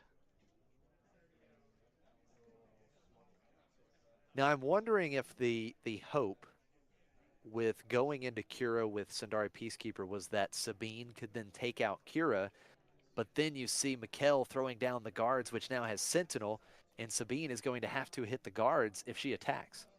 Yeah, Sabine's kind of stuck here. So Nick does play Bright Hope in the space arena. Not really what you want to be playing in this matchup here. I don't know. I mean, Bright Hope's a good card. It makes it so that the opponent can't push you with the Falcon as easily, but I don't know. I feel like Nick's on the back foot in this situation. I do have to agree with you. It looks as though Nick claimed the initiative. I just don't think they moved the token. Nick did We not. have a hotshot blaster here from Mikkel. We could easily see the Sabine getting killed in one hit by those Gamorrean guards, and then they would be an even more powerful Sentinel for further ground units that Nick might play. And so, no, it looks like Mikkel did have the initiative. And as you mentioned, there's the hotshot blaster. Gamorrean guards, 6 total power, attacking and defeating Sabine. And really, very negative situation from Nick, but he does have that Poe in hand and could ECL him. Yeah, the 6 power Gamorrean guards certainly creating a problem for Nick. Now if Nick were to ECL in Poe, he could discard a card to the on-attack ability to do 2 damage to the Gamorrean guards and kill them before the combat is resolved, which would prevent Poe from dying in return to the 6 power there with the blaster. So the awkward part is he would still have to declare his attack against the guards because they are a Sentinel. So it wouldn't be the best attack that you could possibly make, but it would at least get the guards off the board and keep Poe on the field. Now, we could also see a Daring Raid, which we had Nick using previously to take out L3. A Daring Raid to take out this buff Gamorrean guards would be really excellent in this situation, I think. Oh, absolutely. If he can get rid of the guards without losing Poe, I think that'd be very important. And it looks like he is going to use the epic action on Energy Conversion Lab. Poe coming in. Let's see if he decides to deal that 2 damage. Now, he could also do a double kill if he wants to discard 2 cards, because he could even do it while keeping Poe on the field, because if he discarded 1 card for 2 damage to Kira and 1 card to defeat an upgrade, he could have Poe swing into the Gamorrean guards, defeat them and stay alive, and defeat Kira with the on-attack ability, and Poe would still be there. So it looks like he's going to discard 1 card and just deal the 2 damage to the guards. So he opts not to do the double kill here. So Poe will remain undamaged. Yeah, and that does mean Kira gets to stay on the field here. So we'll see. Now, because Mikhail did play a card, we're not going to see the classic 5-6-7 from Han, but we could still see Han deploy this turn. And it looks as though Nick used the other on attack trigger, discarding a second card to have Mikhail discard a card. Darksaber for Han Interesting. Solo. Okay. Now, some of these Han decks are a bit vulnerable to attacking the hand because they tend to go down on cards to make those early plays. And I think we've already seen Mikhail play, I think he's used Han's ability 3 times now, and I think he may be completely out of cards. Yeah, that is right. It looks like Mikhail has no cards left in hand. Nick will get the initiative. Han coming in, just putting 4 damage on Poe. And then Kira is going to trade into Poe. And with the last 4 resources, Mikhail smuggling in L337. So a lot of resources used up to take Poe off the table. Yeah, that's right. So that Poe got a ton of value there for Nick. But it was interesting that Mikhail did manage to make use of those resources even with no cards in hand by smuggling out L3. And that's, I think, one of the reasons that L3 is such a good card. Like, Crafty Smuggler is already a card that sees play. And so at base level, L3 is basically a Crafty Smuggler, but then on top of that, she has Smuggle. And then on top of that, there's that niche use against capture effects. Though generally speaking, capture isn't a big part of the meta, sometimes L3's ability to rescue a captive can be crucial. Absolutely, especially against the big 7-cost Cad Bane unit that certainly sees some play in the meta. Yeah, I think that Cad Bane is really the main source of capture right now. In the past, we sometimes saw Relentless Pursuit, but to be honest, Josh, I haven't seen that card in quite some time. Yeah, it feels like Relentless Pursuit has been maybe like a one-of in some of these Cad Tarkentown decks here and there, but definitely not something we're seeing a lot of. Yeah, it was more something I think that was part of the old Boba Fett decks, with Boba collecting the bounty before he was banned or suspended. But I think that similarly, you used to see decks that played more bounty hunters in general. You'd have cards like Toro Calican, who I also haven't seen for some time, and Relentless Pursuit works better if you have a higher density of bounty hunters in your deck, just to enable that shield from the card. Yeah, Relentless Pursuit can be so good when you get that shield token. Now, both players traded a couple damage to each base last round. We've got 5 damage on Mikhail's base, 3 damage on Nick's base. Nick has the initiative, but Mikhail was able to smuggle tech into play last round. And that certainly creates a problem for Nick if he can't deal with it rather quickly. Yeah, Nick may have been able to take out, the card from Mikhail's hand and leave. I'm not actually sure if Mikhail has any cards in hand. Maybe he does. Maybe that card in his Space Arena is in hand. But with tech, he's going to have access to so many cards, even if his hand is limited. I do think Nick wants to get tech off the field as soon as he can. See what Nick can do with his first action. Battlefield Marine by himself cannot take out tech unless he had something like a Fleet Lieutenant, some way to buff up the Battlefield Marine. Yeah, Fleet Lieutenant, Heroic Sacrifice if Nick is playing that. Rebel Assault. But that only puts the Battlefield Marine up to 4, which will not be enough to kill tech. Looks like it's all being sent to the base. Yeah, so Nick just being aggressive here. So a total of 7 damage to Mikhail's base, 12 damage on. Tech going into Nick's base for 2. Mikhail has to feel pretty comfortable right now with tech. Now we do see the Wing Leader coming into play. That is going to buff up the Battlefield Marine. Yeah, that's interesting. Now, if Nick had gone for the buff on the Battlefield Marine before the attack, it would have enabled him to take out tech. But maybe he was worried that if he buffed it while it was ready, it would then get bounced or otherwise negated. And this way allows him to avoid a potential blowout. Oh, but look at this. Mikhail has the Han Solo Reluctant Hero coming in, ambushing Battlefield Marine, and that the option that Nick had that he was certainly hoping to use as an answer for tech, that just got erased. All right, so we're looking now at, it looks like Mikhail has a very dominant force in the ground arena, while Nick has the advantage in space. Now, Mikhail has more damage on his base, but is also running a 30 HP base. So he has more of a reserve there.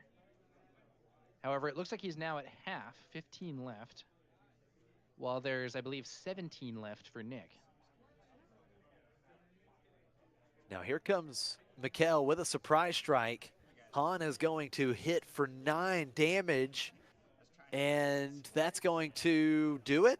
I don't think he had an answer, so 8 plus 9, 17. I don't think that's even close to lethal, but I think that maybe Nick had a bad enough hand that just didn't have an option. With Mikhail having such a strong ground arena, maybe Nick just thought, oh, I'm not going to be able to outrace this. That's it.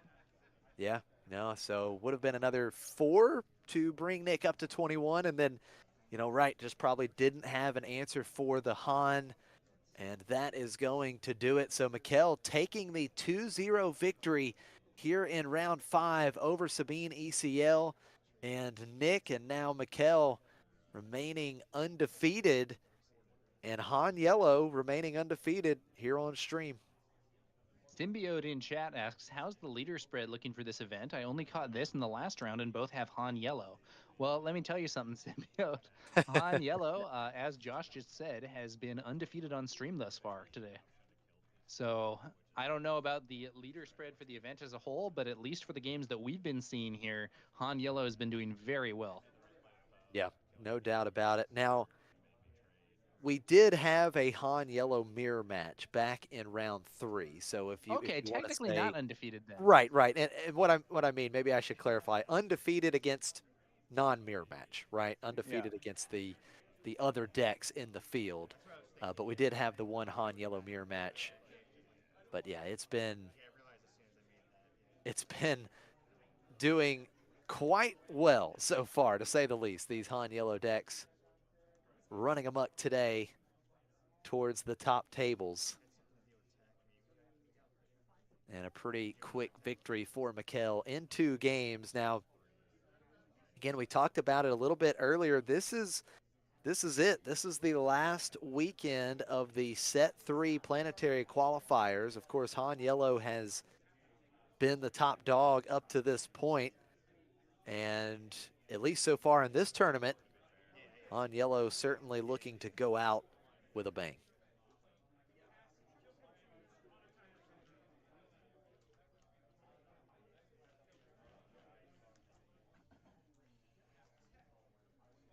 Now, while we have a second, I once again want to give a big shout out to Golden Dice Podcast. Thank you guys so much for putting the stream on, doing all the hard work behind the scenes with the camera, getting the stream set up, and bringing this stream to the community. And big shout out to Redcap's Corner, the store hosting this Planetary Qualifier. Thank you guys so much for running the event.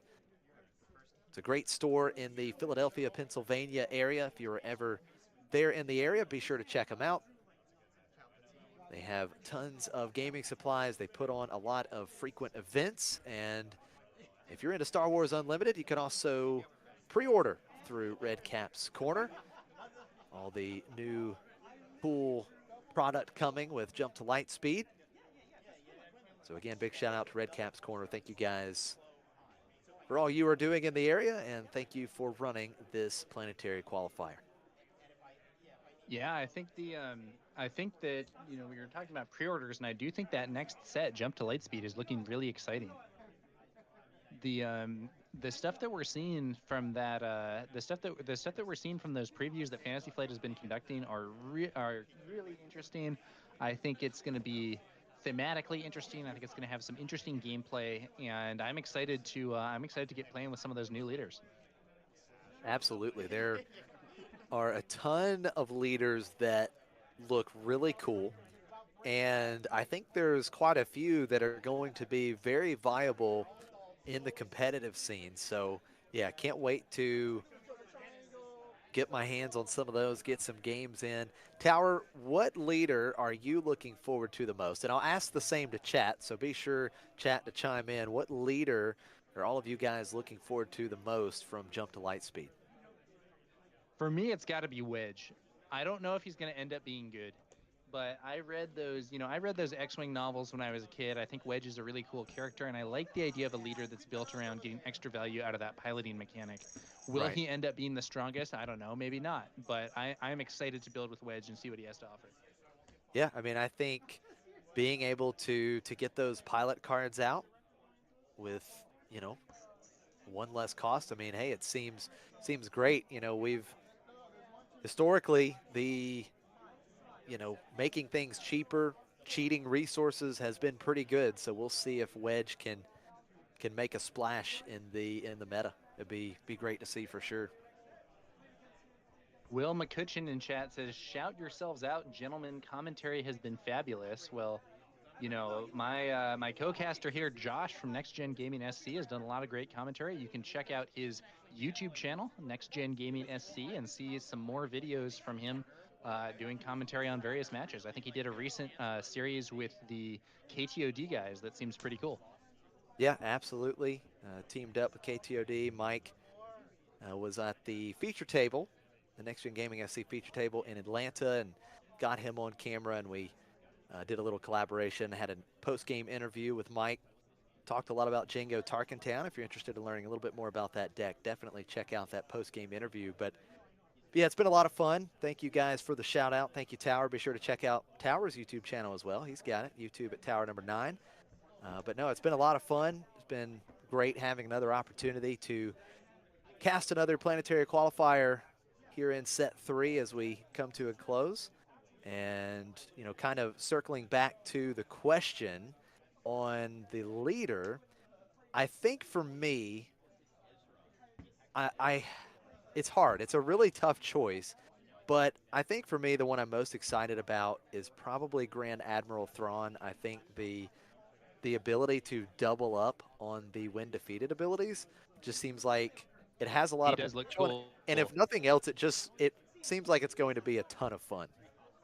Yeah, and doubling an effect, we've seen those doubled bounties from Bosk sometimes having a really high impact on the game. So doubling up a when defeated effect seems like it could be similarly impactful under the right circumstances. Definitely. So it looks like we've got a couple people in chat mentioning Kazuda. Somebody with you there, Tower, calling Wedge out. So got some other Wedge enjoyers here. And Oh yeah, Kazuda. So I'll say I know very little about that character. I believe he's from the Resistance TV show, which I didn't watch at all. But okay. but his gameplay seems so cool. I really like the prospect of kind of turning a downside into an upside with some of those cards that are extra efficient, but they have some sort of ability that's negative, and his ability to blank that just seems really cool to me. Oh yeah, for sure. I mean, it's very flavorful for sure. And I also just love the fact that we are getting some more options for leaders that deploy on 4 resources, and they seem pretty interesting, and maybe they'll, make a splash. Sabine has been so good as our primary go-to 4-cost leader, so it's really cool to see some more leaders that certainly feel like they may be viable at 4 cost. Yeah.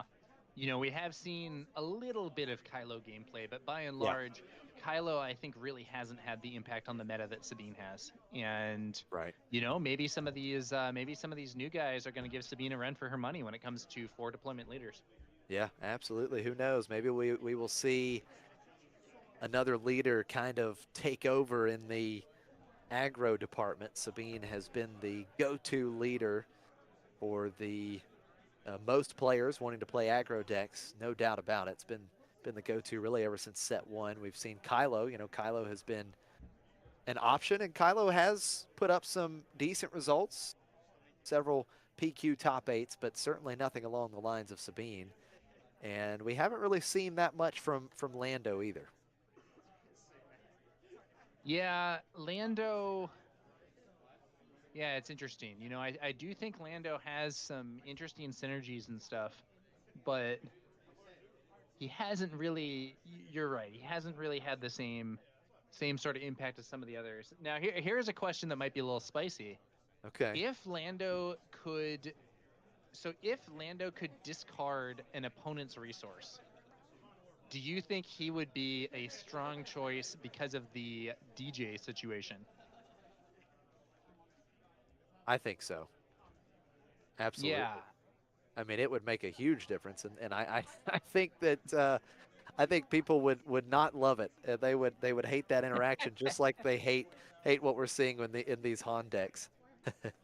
Yeah, now I do think the timing would maybe be a little worse with like there like you have to I don't know. There'd be some timing issues. I think Han's timing would still be better, but I do think it would make some people mad.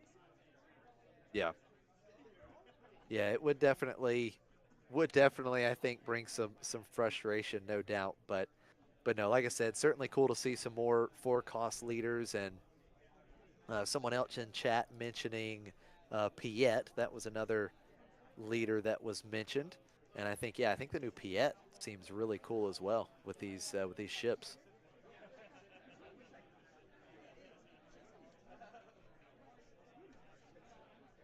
Yeah, Piet bringing out the big battleship seems Piet bringing out the big battleship seems like something where it's very cool. Is it going to actually work in competitive play? I'm not sure. You know, typically the like hard ramp decks have not necessarily been that effective, but it's an interesting idea at the very least. Yeah, for sure. Will McCutcheon in chat says Vonreg might be able to be aggro enough to make a splash. Yeah, Vonreg has that very, very direct built-in synergy where if you attach him to his own ship, you know, you enable its passives, and you know, it seems pretty direct. But you know, the thing about Vonreg also is you don't have to attach him. Like, you can just deploy him, and he would be Sabine without the on attack ability. Yeah, And like, so if you're worried about that upgrade removal, you have an option there. definitely. That's what I love about the new mechanic and these new leaders that they can deploy as a pilot or they can just deploy as a standard unit, and I love the versatility. I think the Yeah. versatility is really cool. I mean, obviously, upgrade removal is going to be at a premium, and you're going to probably see a lot of it. And you can always just deploy the leader as normal. Now, you don't get some of the additional benefits, but I do personally really like the versatility. Yeah. It looks good. Yeah, for sure. Frank calling out Boba. The new Boba definitely seems quite strong as well. Symbiote mentioning Thrawn. Yeah, that's my favorite. I think Thrawn is the one I'm looking forward to the most. Definitely going to be a lot One of other fun thing to I'll say kick about around. Thrawn is he's such a fan favorite character, and the initial version of him that we saw in this game didn't do that well in competitive play. So I think there are a lot of Thrawn fans Right. that are kind of, you know, that are chomping at the bit to get a chance to play a character they really like in maybe a more competitive form than we saw originally for the character. Yeah, that is a great point for sure.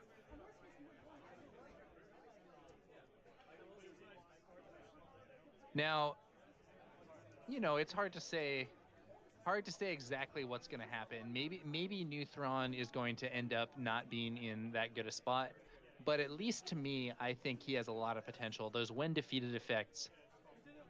You know, he's also one where they come out with a new card. You know, when they come out with a new card with a when defeated effect, you can start thinking about it in terms of Thrawn. Like, is there some way to get that extra value there and really make things happen? So even I think if the existing card pool doesn't end up where it needs to be for him, he is one that people can look to future cards with hope for. Yeah, you do make a really good point. Yeah, I mean every when defeated card printed moving forward, we've definitely got to take a look at it with Ron. So I think you make a great point, and I think it's a leader that is going to, hopefully it'll be competitive. I really do hope it will be competitive, but if nothing else, it's going to be a ton of fun, and I think it will be a fan favorite within a lot of communities. Yeah, and speaking of looking forward, by the way, one thing that Set's bringing in is a bunch of new specters to potentially support Harris and Dula. Oh yeah, definitely. Now, Yeah, Hera's. I just want to set some expectations correctly. I do not anticipate Harris and Dula being the most competitive deck in the game. I just want to make that clear. But Right. for those Hera fans, and there are a bunch of them, purportedly she was one of the most popular. At one time, she was the most popular leader to deck build with on the FFG deck builder, at least. And, she has those extra specters. You might be able to make it work.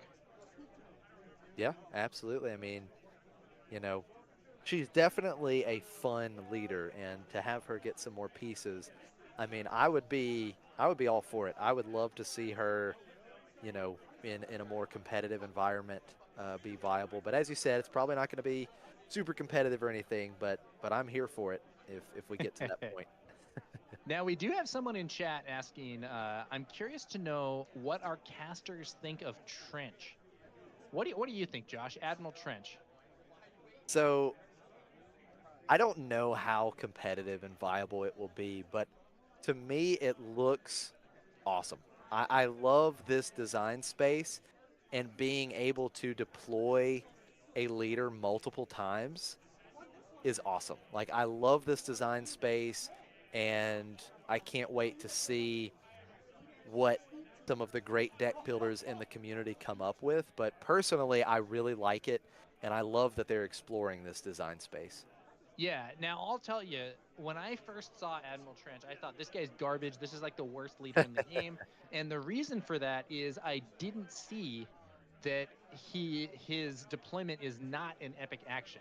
Right. So at first I thought, like, this guy is just terrible. I don't know what they were thinking. But having seen that, in fact, you can deploy him over and over, that's kind of cool.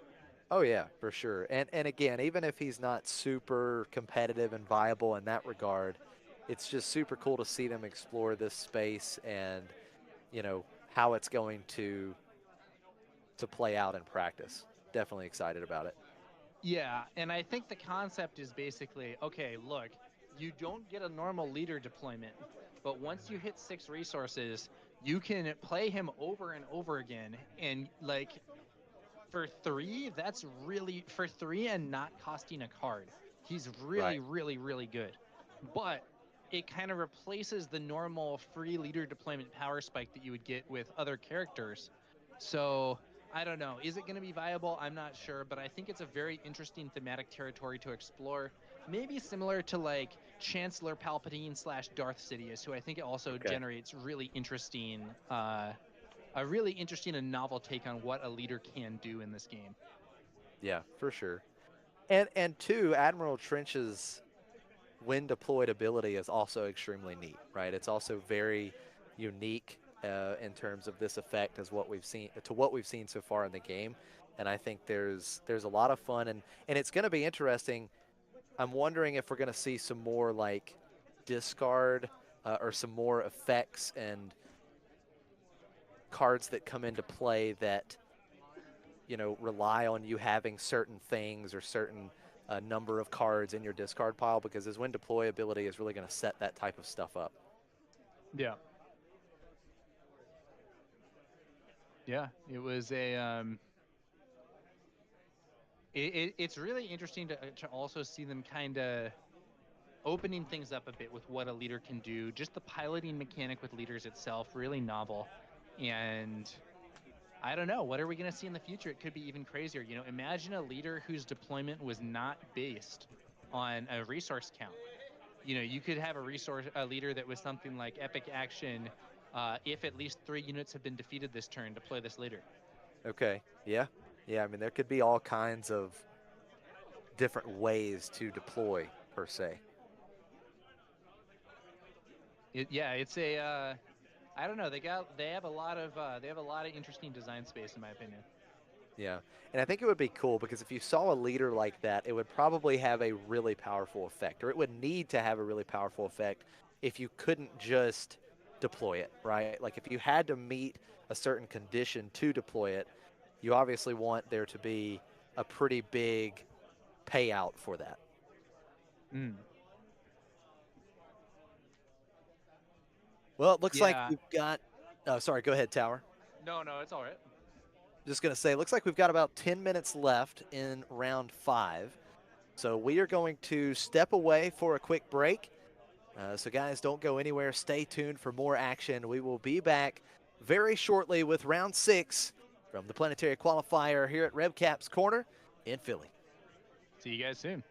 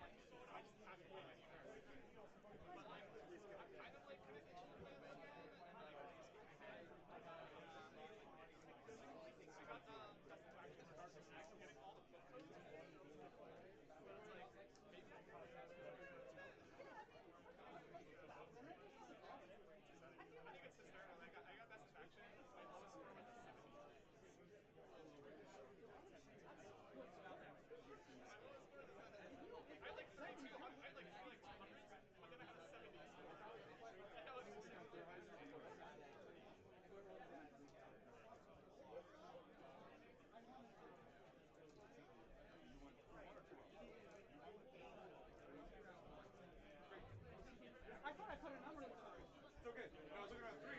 Wait, I know those people.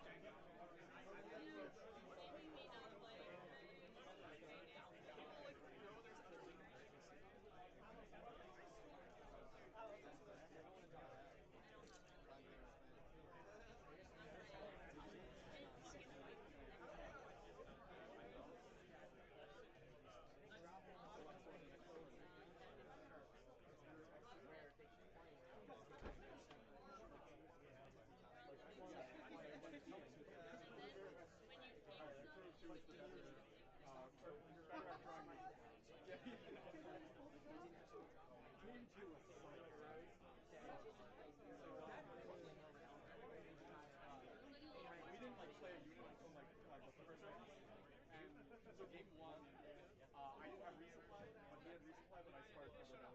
My immune that came down. So that game was kind of balanced this back and forth. And it was a little late. But game two, I had double resupply because I sparked two. So I took the resupply first, and then so I played the one, and then I threw a second one. So I threw all three resupplies in turn two. And then he had resupply, and then his next turn was resupply, so we were both double resupply. So we didn't play a unit till flip turn. And then drew a third resupply. And I played a Marauder directly, so like we were both on resupply. Like, it was so funny. Yeah, that was a degenerate. But what got me into it was like since I resupply turn one and he had to do it turn two and three, I flipped on him for it. And then like had a Marauder is better than resupply. The third resupply. So like I had to do that to it.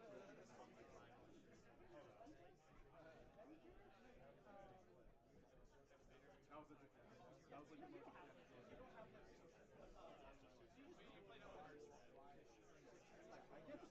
We didn't draw, like he drew, actually he drew more recently. And then you look at them, and you go, I was doing our AI workout.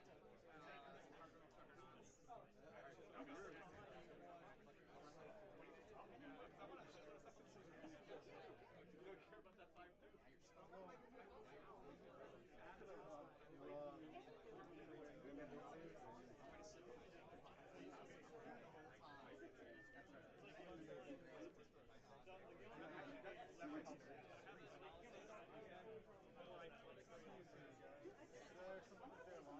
Nah, you're good, bro. I think so, bro.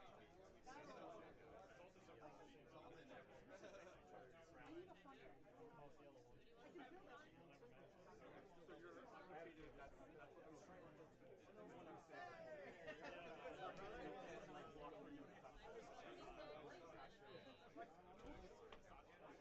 Same, like that's what I'm saying. You're gonna have to run this.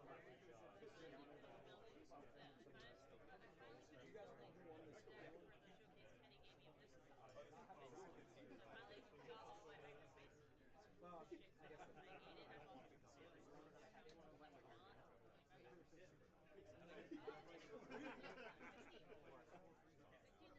Yeah, you type the Luke and you can attach it. He's like, I'm doing overtime with Amber. He's powered by you, and I'm like, no, I'm not. Hyperspace. that was one bad shot. Like one matchup point game.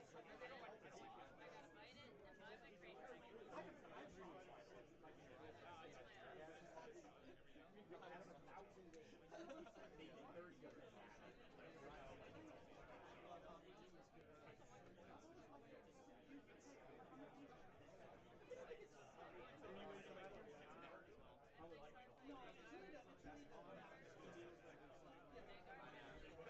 Mike guy like he moved.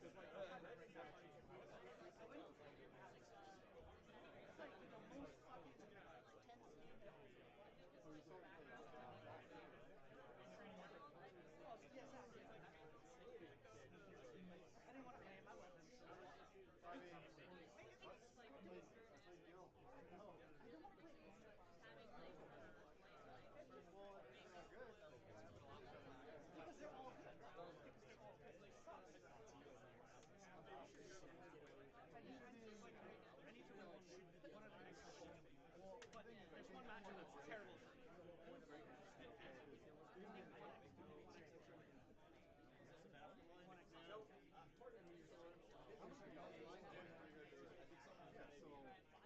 There's going to be a lot of X and 1s, X and 2s.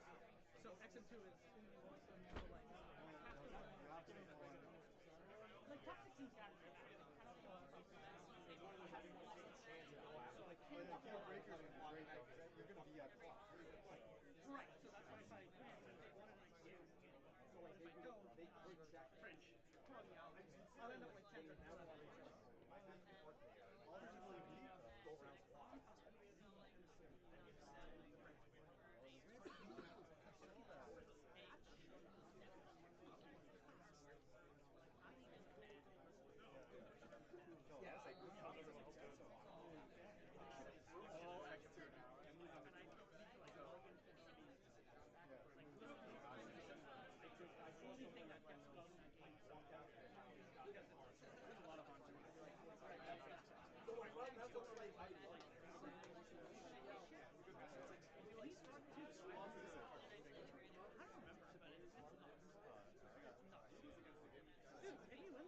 Listen, I'll have something different.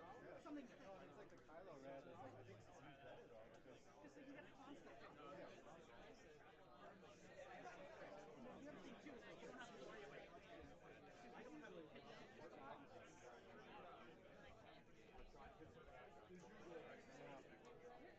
yeah, that's the big debate.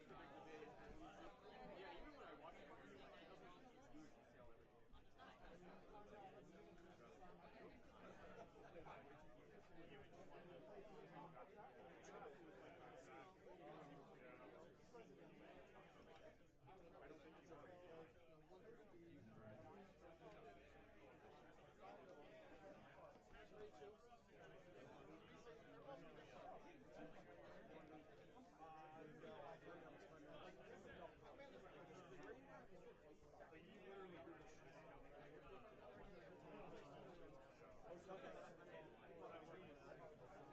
That's not too far from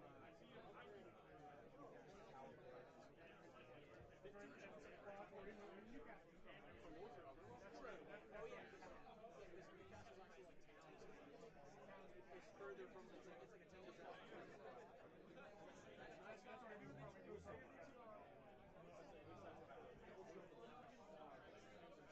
I should have told you. I should have gotten there. That's really great. It always happens. It's not after lunch. I had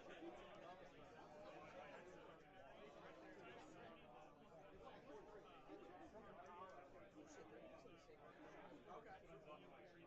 What do you do? Yeah, they have. I don't know. They put you on free. You gotta tell them.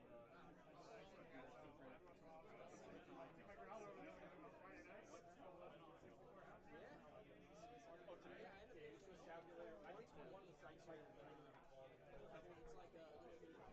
But did they know your name? So if you go to like a bar, you can actually pull it. You know, ask them for because when they say when you get off powder, you really don't want to. Yeah. So he probably you don't want to all the time to open up. It goes back to like 36 hours. So that's like 2 years. You don't want to lose. So you got to drink. Yeah. Yeah, I see. It's funny. If you get that thing, it crushes it. It lasts forever because you do one thing and it puts you into the regular time. I have to use it all. So we have 7 rounds. You do like a party, you throw it up, little party.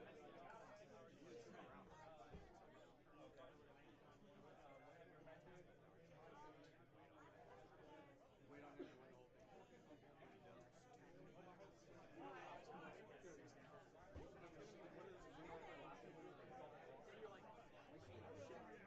I enjoy a lot of games until like always like throw them out. When I moved, I was like, more and bags and bags of Destiny.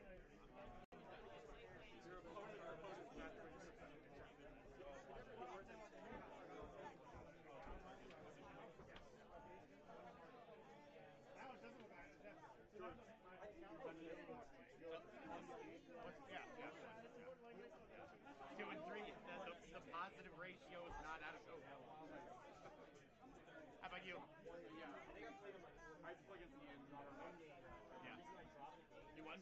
Yeah, but it was like really funny. Like the second game was super slow. How so? So first game, he opened resupply, but I had Spark Rebellion in hand and hit that, which I now put in the main deck. Yeah. So then like none of us ramped, and it was pretty balanced. Yeah. The second game, he had Spark Rebellion. Yeah. I had 2 resupplies in hand, so I hit 1, and then turn 2. So I didn't play 1. I resupplied turn 1, but then turn 2, he resupplied. I drew a second resupply, and then played that. So I drew all 3 resupplies. Nice. And then turn 3, he resupplied. So we both double resupplied. And then turn 4, he resupplied again. Wow. But I played Marauder and ramped the Marauder. That's pretty fucking funny. So you each ramped 3 times in the first 3 turns? Yeah, basically. Yeah. Wow. First 3 or 4 turns we both ramped. Nice. But like the difference was like I had Marauder, which is a unit. Yeah. So you had more presence. And I put I resupplied turn 1. Yeah. So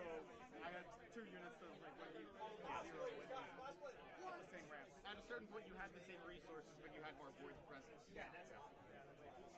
Marauder is nice. Alright, everyone, round 6 has been posted. Check her out. Means that Ian and I can play each other Also, again. I want to make it clear to people. Prizing goes out to top 64. You are welcome to drop at any point, but just so you know, if you make it to the end of round 7, top 64 are at least getting free boosters.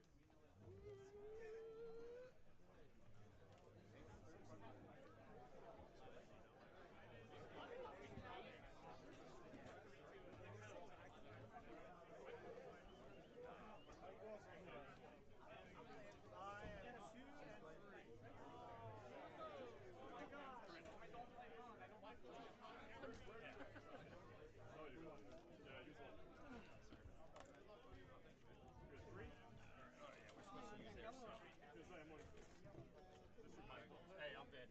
Nice to meet you. Do you want our teacher? What was that? Do you want our teacher? Thanks, man. What would you? So much for dodging. He's playing all of this. Speed target. Me? Yeah. I went into Alex. I know. He's just like, what the fuck is that? That's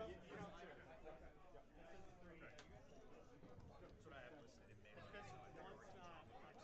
No one's gonna know who the fuck I am by name. Taller, you see me. You're making a name for yourself, right? Well, I get crazy. Just chasing a top 8 berth. I played every one so far. So you have to travel for this or from Northern Virginia to shit. I know. Oh, that's not true. Alright, so maybe it's just when I dropped my weight. Oh, well, I'm sure you had to leave super early. So. See, that's what happened when I went down from Maryland. It's normally, I think I did in the middle of the day. It's 3 hours. But when you leave at 6 in the morning on a Saturday, no, it's not 3 hours. So I'm sitting there in the parking lot like, yeah, this is actually from yeah, so I hit up Ear, alternate universities, and the Top Deck themselves. Because they play, like, here is Mondays, Top Deck is Tuesdays, and they use Wednesdays. So I just do the rotation. Although I have to drive through the city at rush hour, so I don't go out. No, that was the guy I played last night. It turns I think it's 17 miles and it takes me like 3 hours. I see your name on the top wall. Rush hour traffic. It's funny because so many people in Jersey that work out here, so many people we're all just trading places. Hello, everyone, and welcome back to the Golden Dice Podcast live stream of the Planetary Qualifier at Redcap's Corner in Philadelphia, Pennsylvania. We are getting ready to start round 6 of this PQ. We've got 2 more rounds before we get to the top cut. I'm Josh Snyder, and hosting alongside me is Tower number 9. We've seen so many good matches today.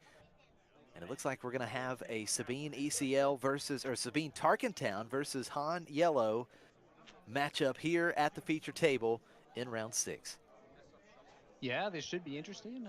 We have a double red Sabine, and I know there's a double red Sabine going around from the KTOD guys that is supposed to be it's supposed to have pretty good results against Han and Django, and we'll see RT Chomp here put that to the test. All right, yeah, it will be very interesting. Of course, we are so used to seeing Sabine ECL, but Sabine Tarkentown, a little bit of a off-meta variation of Sabine, but obviously RT Chomp is on a fantastic run with it today. So let's see if Han Yellow will lose to a non-Han Yellow deck on stream today.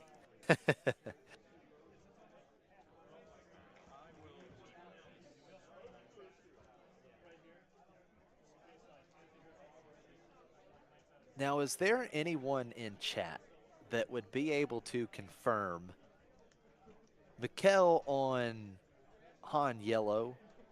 Is this Mikkel or is it Michael? Does anyone know for sure? Does this happen to me, Michael Conroe? Do we know for sure? Just want to make sure I'm saying the name correctly. I don't know if anyone can confirm that, but last round we had Han taking on Sabine ECL. This time we're going to see Han Yellow taking on Sabine Tarkentown. The chat is on RT Chomp's side here, hoping for a Sabine Tarkentown win. Yeah, looks like Chad is hoping to see Han fall. The liberated slaves coming out on turn 1 for Mikkel, and we see 2 one-cost units for RT Chomp, Mr. Bones and R2D2, and Sabine action ability, dealing the first damage to each base. And thank you, Tommy. Looks like it is Mikkel. I just want to make sure this wasn't Michael Conroe. I know he's up towards the top tables as well. So with the first action, Mikkel using the liberated slaves to take out Mr. Bones. And R2 will get in 1 damage to Mikkel's base. And here comes that all-important Bodhi Rook we were talking about, but Bodhi will not find a hit this time around. 2 Fighters for Freedoms and Green Squadron A-Wing in hand for RT Chomp. So Bodhi not getting a discard here.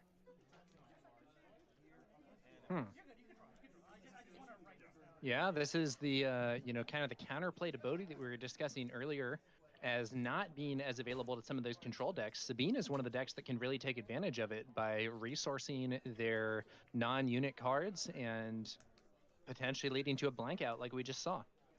Yep, absolutely. So Fighters for Freedom coming down for RT Chomp, and starting this next round, here comes the Hot Shot Blaster onto Bodhi Rook, attacking and defeating R2. And let's see where the Fighters for Freedom decides to go. RT going into base. 6 damage on. Sabine action ability, another damage to each base.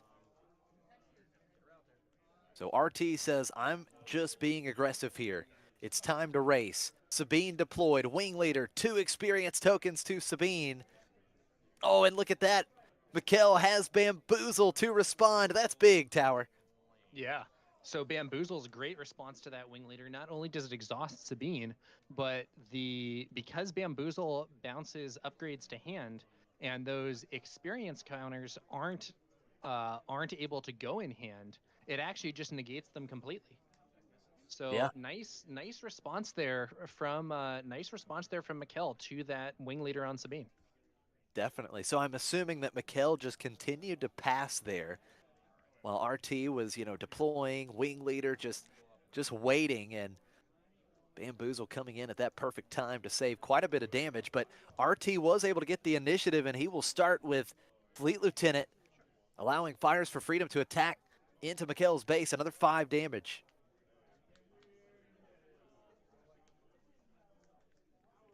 So that is 12 damage on Mikkel's base at this point. We've got 3 damage on RT's base. And Bodhi will attack and trade with Sabine. Another 2 damage from Wing Leader. Yeah, Bodhi trading for Sabine here. Mikkel is not confident in a straight race, and I can see why, because RT Chomp is flooding the board here. Yeah, RT is gone so wide on the board. 15 damage on Mikkel's base. Now Mikkel does deploy Han, but right now Mikkel has to play very defensively. So now we could see the classic 5-6-7 here from Han. Maybe we're going to see Han Reluctant Hero come out.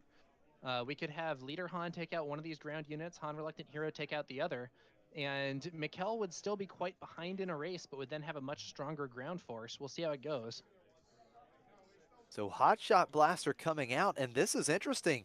Mikkel actually going 6 damage to RT's base, getting the extra resource, smuggling tech into play. So Mikkel maybe feeling like maybe he's got access to more Hotshot Blasters or other pumps, feels like he can race here because that's what he decided to do last round. Very interesting. So if I'm seeing the tokens correctly, it looks like there's 9 damage on RT's base. Is that correct, Tower? Can you tell there? Yeah, I think it's 9. Okay. And it looks like it's 18 on Mikkel's base, so 12 HP left for Mikkel. Now RT Chomp's going to do even more damage with that Han. So now we're seeing, yeah. So he was at 9 because he just took another 6. Now it's 15. 18 on Mikkel's base. So 10 left for Chomp, 12 for Mikkel. And more damage coming in, I think, likely for both players this turn. Yeah, Fleet Lieutenant getting in for another 3. There's the surprise strike, so he did have another pump. Surprise strike Tech. from the resource row, Yeah, played being thanks to smuggled Tech. in. One swing from Han now wins the game here for Mikkel. Does RT Chomp have lethal this turn? I don't think so. He's got 5 damage right now on the board, and What does he have in hand? he would need 4 more damage somehow, and I'm not. But I don't know. I mean, we could. I don't think this deck runs for a cause. We could potentially have, we could have Cassian from the row and then a Sabine activation. That would be lethal if the Wing Leader and Cassian both get to swing. Yep, that is a good point. So A-Wing does get in for 3. Oh, and there's Waylay to bounce the Wing Leader, so that is going to prevent at least 2 of the damage. Yeah, so now there's 6 damage left on the base. I don't know if Chomp's going to be able to get there. Yeah, he's got to find 6 because, as you mentioned, 1 attack with Han next round there's the Cassian. Would be enough. It looks to me like Chomp had the win if his Wing Leader had stayed on the field, but thanks to that Waylay, I think it's going to be Mikkel. Yep, that's it. Yeah, there's nothing left. I believe Cassian gets in for unless 3. it's a daring raid. Oh, he does. He's got the daring raid. Okay. He had Oh one my resource left. goodness. I was wondering why he wasn't scooping, but he had it. Okay, yeah, it looks like the motion that he was making, I thought he was saying that it was over, but no, he had daring raid in hand. That is huge. RT with the win in game 1. Wow, what a game. Yeah, it was looking like Mikkel had stopped him with that Waylay, but he had that daring raid waiting in hand there and was able to close the game. What a result. That is massive, and it is the first win that we have seen a non-Han deck claim on Han Yellow at the feature table today. So big time game to open up this round for RT. And it looks like chat is loving it. That was quite the finish. The viewers are on his side here with that game, I think it's fair to say. No doubt about it. I think the viewers said we've had enough of Han Yellow winning today. And let's see something else. That's right.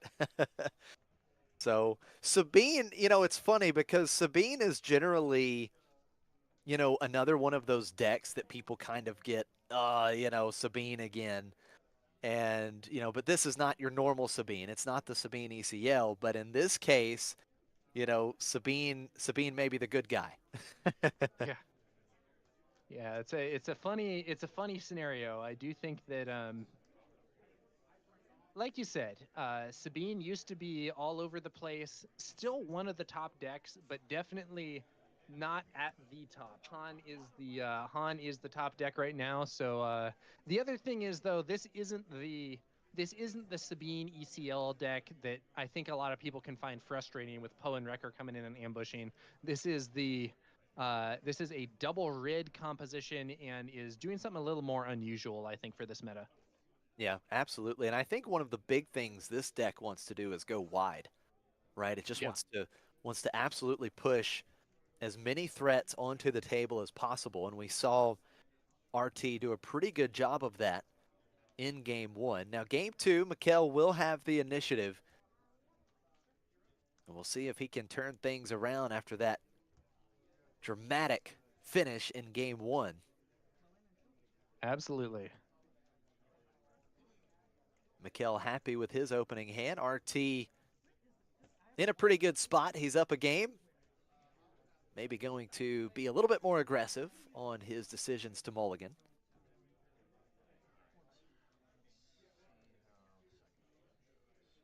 I know I've heard a lot of talk from some of the very great players in this game about, not being afraid to mulligan aggressively. And, sometimes it can be really hard, especially if you're down a game and you have a solid opening hand. It can be very tempting to just keep that hand instead of, making that mulligan very aggressively when you're already down a game. It just feels like an extra risk. Yeah, you know, sometimes I think it's a risk you got to take, but Yeah. it definitely, there are some situations where there's a lot more stress on that, I think, where it's like, well, if I miss this, that could just be the match, you know, Right. if I Yeah. have a opening hand with nothing relevant. Tough scenario to be in. You hope that you do well in the earlier games, or that your first hand is good and you don't have to take that risk, but sometimes that is the situation, or that is the decision that you're faced with, and you have to figure out how you're going to confront it. So here we go. Game 2 is underway. Mikkel with the initiative, starting out with L337. Popular card. A lot of decks playing her. Absolutely, and it looks like, is that the, can you tell which card that is? I'm having a little trouble seeing which What is ground that? unit was played. It's the 1/4 that gives Yeah, raid Partisan on attack, I Insurgent. think? Partisan Insurgent, Yeah. there you go, okay, yep. So Partisan Insurgent is a so this is a card from set 1 that hasn't seen a ton of play. 2-cost 1/4. It is a rebel, and while you control another aggression unit, it gains raid 2. Okay, there we go. So it gets raid 2. It doesn't give raid 2 to another unit. Right, yeah, that's Right. Benthic 2 Tubes is the one Yep. that gives raid to other red units. Yeah, I was mixing up those two. So we see Soldier of the 501st coming down for RT, and Han Yeah, and that ability means raid 2 on that Partisan Insurgent, swinging in for 3. and it gets in just in time, because you see Mikkel playing the Gamorrean Guards now has a Sentinel in the ground arena. Bo-Katan coming out for RT. And the Sabine Yeah, active that ability. double red Bo-Katan, 2-cost 3/3, and then additionally, when defeated, you draw a card for, I think it's each base that has 15 damage on it or more. So Yes. in the early game, she's basically just a red Battlefield Marine, though she doesn't have the Rebel trait. And then later in the game, you find yourself potentially getting some card draw from her as well. Especially if there's a intense race dynamic, as it looks like we're heading into in this game. Absolutely. We saw the race was on in game 1, and Mikkel opening up this round, taking the guards into RT's base. And here comes aggression. Now this is a pretty good card. He's going to defeat the shield token on L337 and deal 4 damage to the guards, so guards taken off the table. Okay. Not at all bad. So now the action back over to Mikkel, and RT is threatening with quite a bit of damage there in the ground arena. 8 damage total. So let's see where L3 goes. Mikkel still just playing the aggressive game here. 10 damage on RT's base.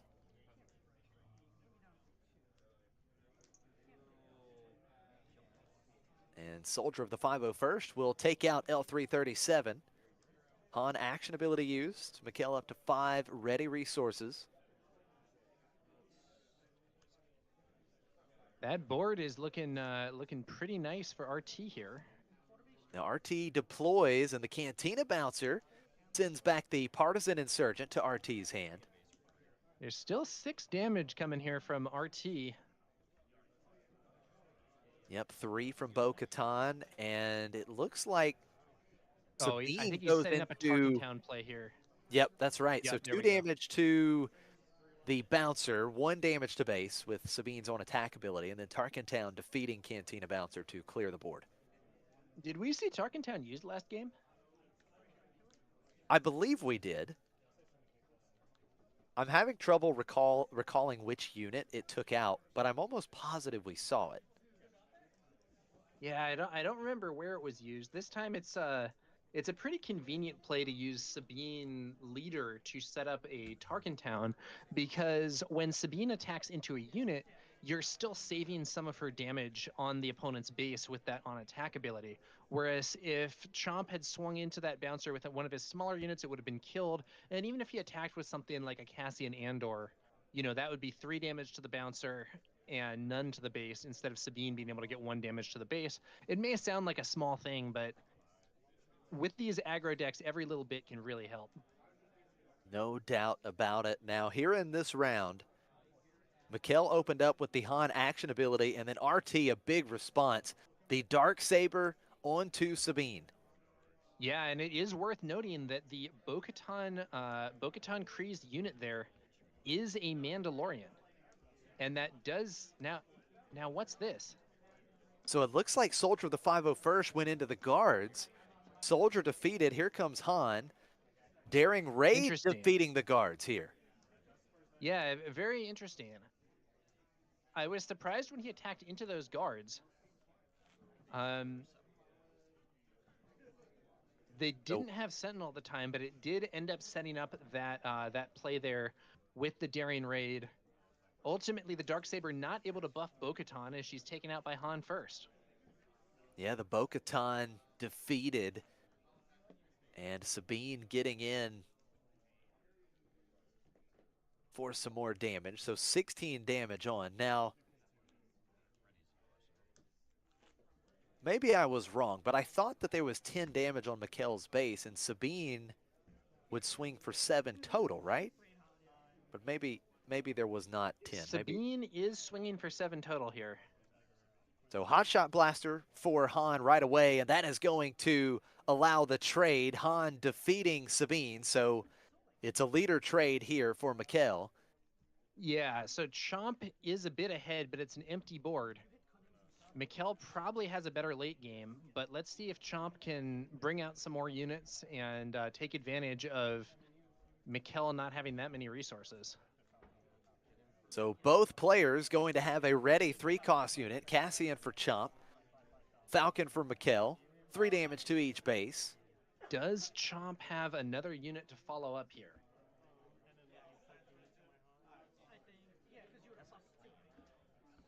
And it's just going to be taking the initiative for Chomp.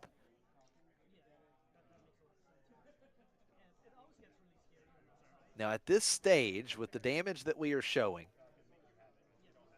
you have 11 HP remaining for Mikkel and 12 HP remaining for Chomp. So Chomp just ahead.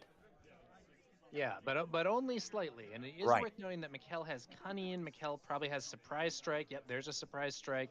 So I do think that Mikkel might have some better buffs for this sort of race scenario. We'll have to see exactly how it goes, though.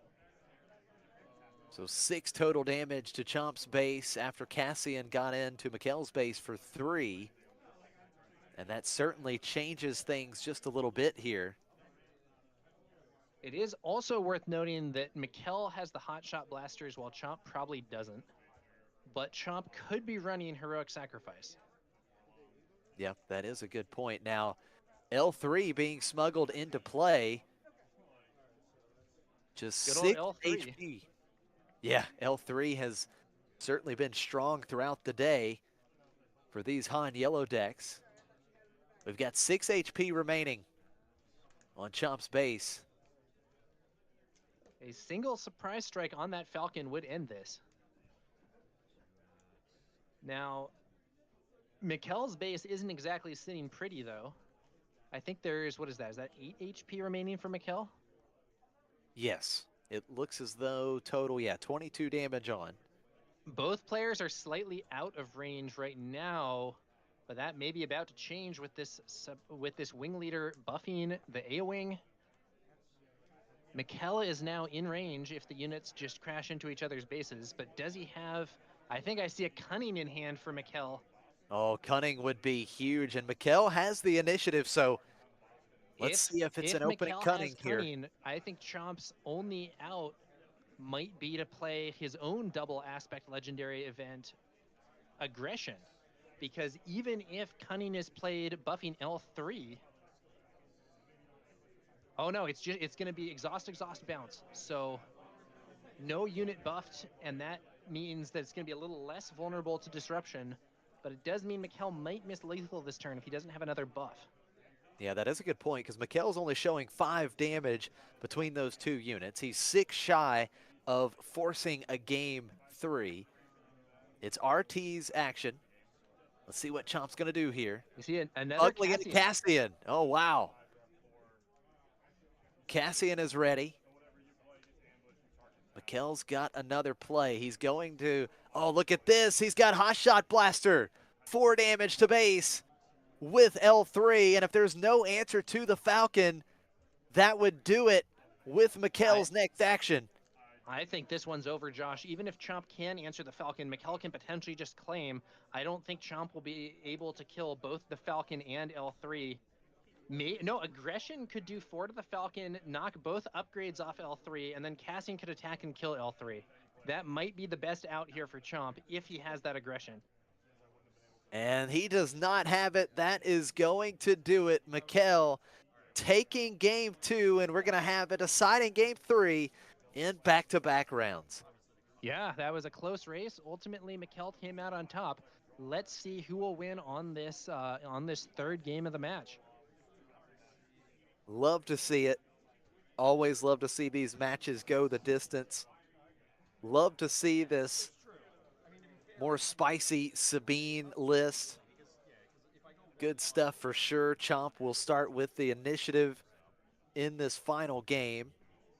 It looks like neither player will be making any changes to the deck with their sideboard going into game 3. They are satisfied with their 60.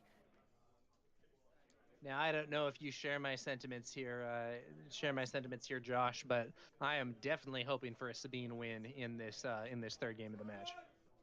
You know, I would not be disappointed one bit to see Sabine come out on top. I'm just, I'm just thrilled that we're going to game 3. Both matches have been so tight.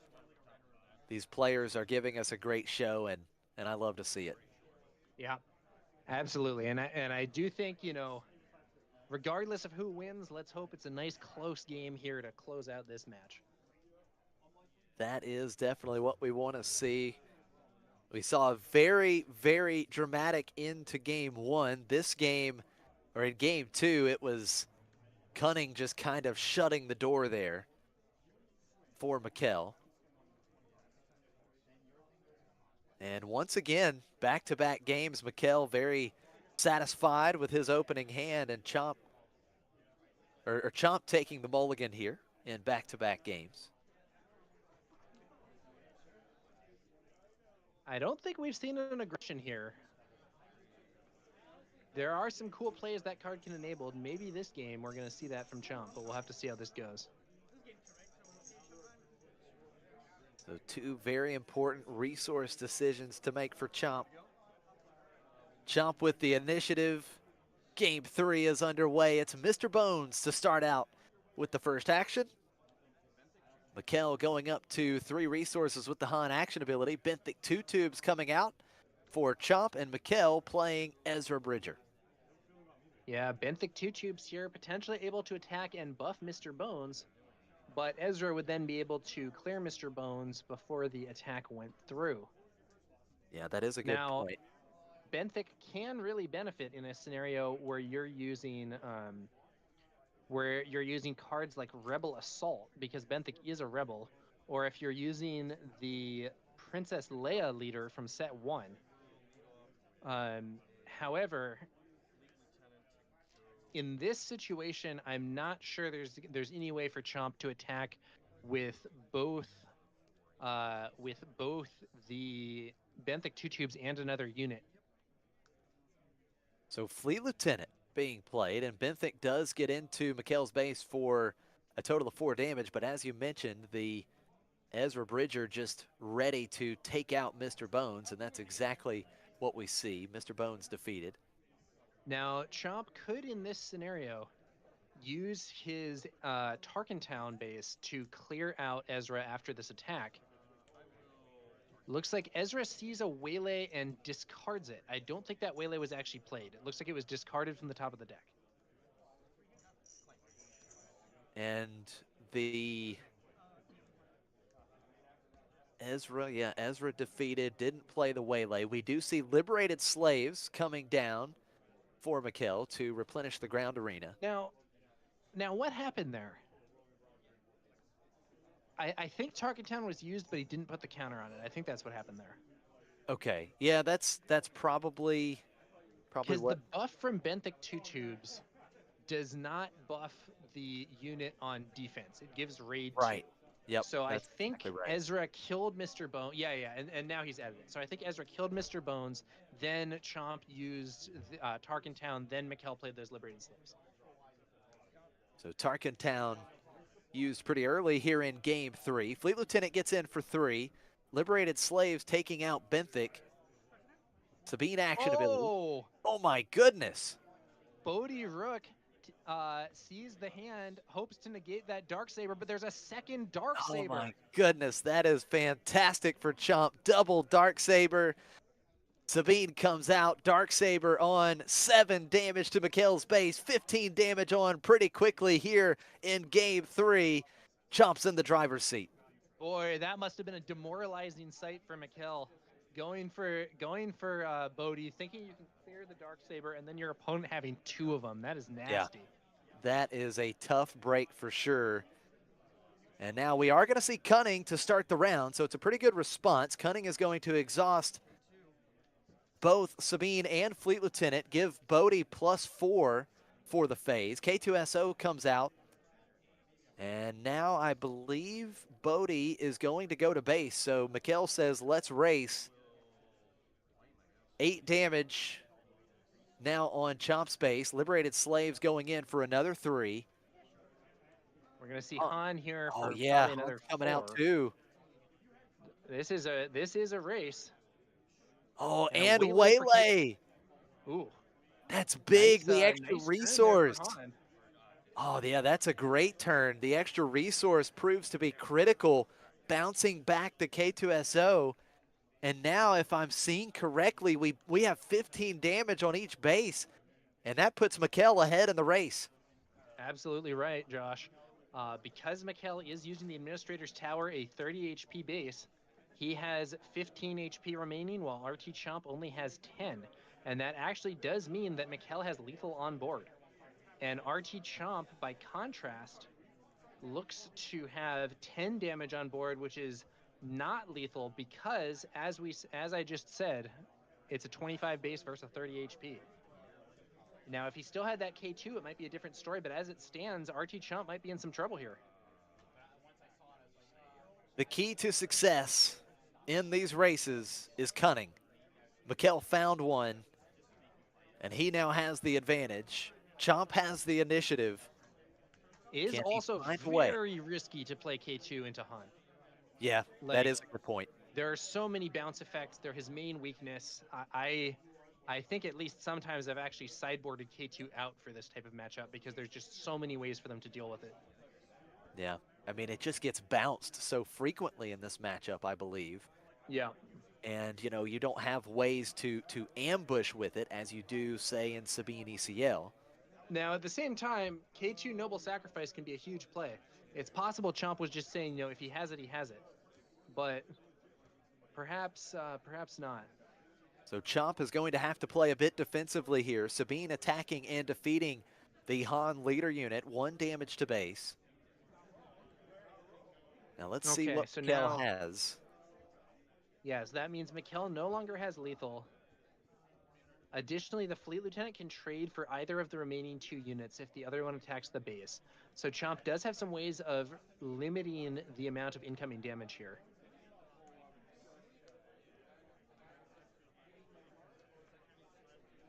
Just 1 card, it looks like, in Mikkel's hand. And it is going to be 3 damage to Chomp's base. 18 damage on, and as you mentioned, the Fleet Lieutenant ready to make a trade, so Bodhi and Fleet Lieutenant both defeated. Does Mikkel have another really strong play to follow up? He is going to smuggle in tech, and that is certainly a pretty strong play. Now Sabine can answer that tech. And here comes K2SO once again for Chomp. Now Mikkel just too ready. If there's a noble sacrifice, or heroic sacrifice rather, I think we could potentially see Chomp having lethal this turn. Okay, so Benthic Two Tubes comes back out after Mikkel claims the initiative. Now, one thing that would just be brutal here would be Cunning. Cunning would be the Yeah. card that Mikkel just, You know, like, it's one of the slam best dunk. cards you can play on almost Yep. any turn of the game, and it would certainly be strong here as well. And if Mikkel resourced one for some reason, though I think that's comparatively unlikely, he now has access to it with tech. Oh, does he have it? He does. Oh, he coming did from the have it. resource row. Tech allows him to play it from the resource row. It's smuggled in. Sabine Once and again, Benthic RT Chomp exhausted. punished for playing K2 into Han, bounced yet again. Oh, man, and now we've got 18 damage on Chomp's base. Mikkel just showing 5 damage on board. So not enough to win right now unless he were to have a surprise strike in hand. K2SO replayed. 3 damage to Chomp's base with the liberated slaves.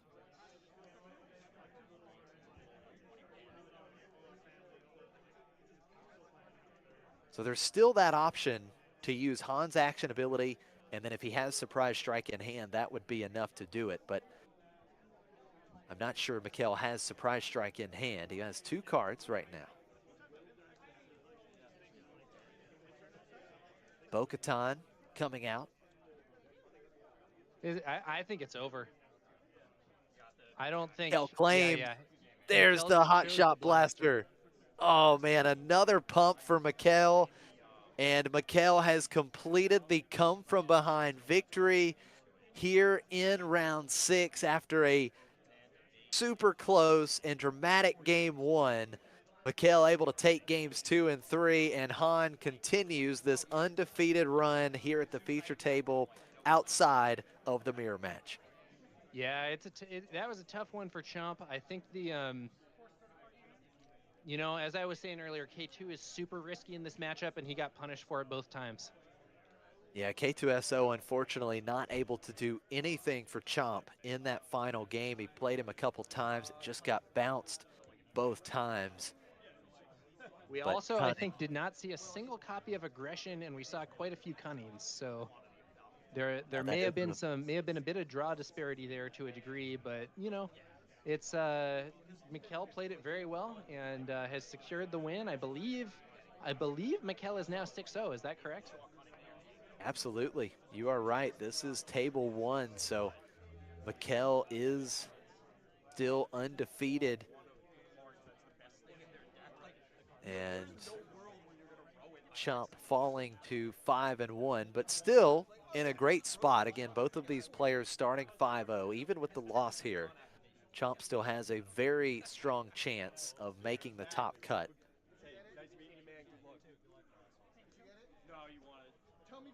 If Chomp were to lose the last 2 rounds and end X and 2, could still have tiebreakers good enough to get into the top 8.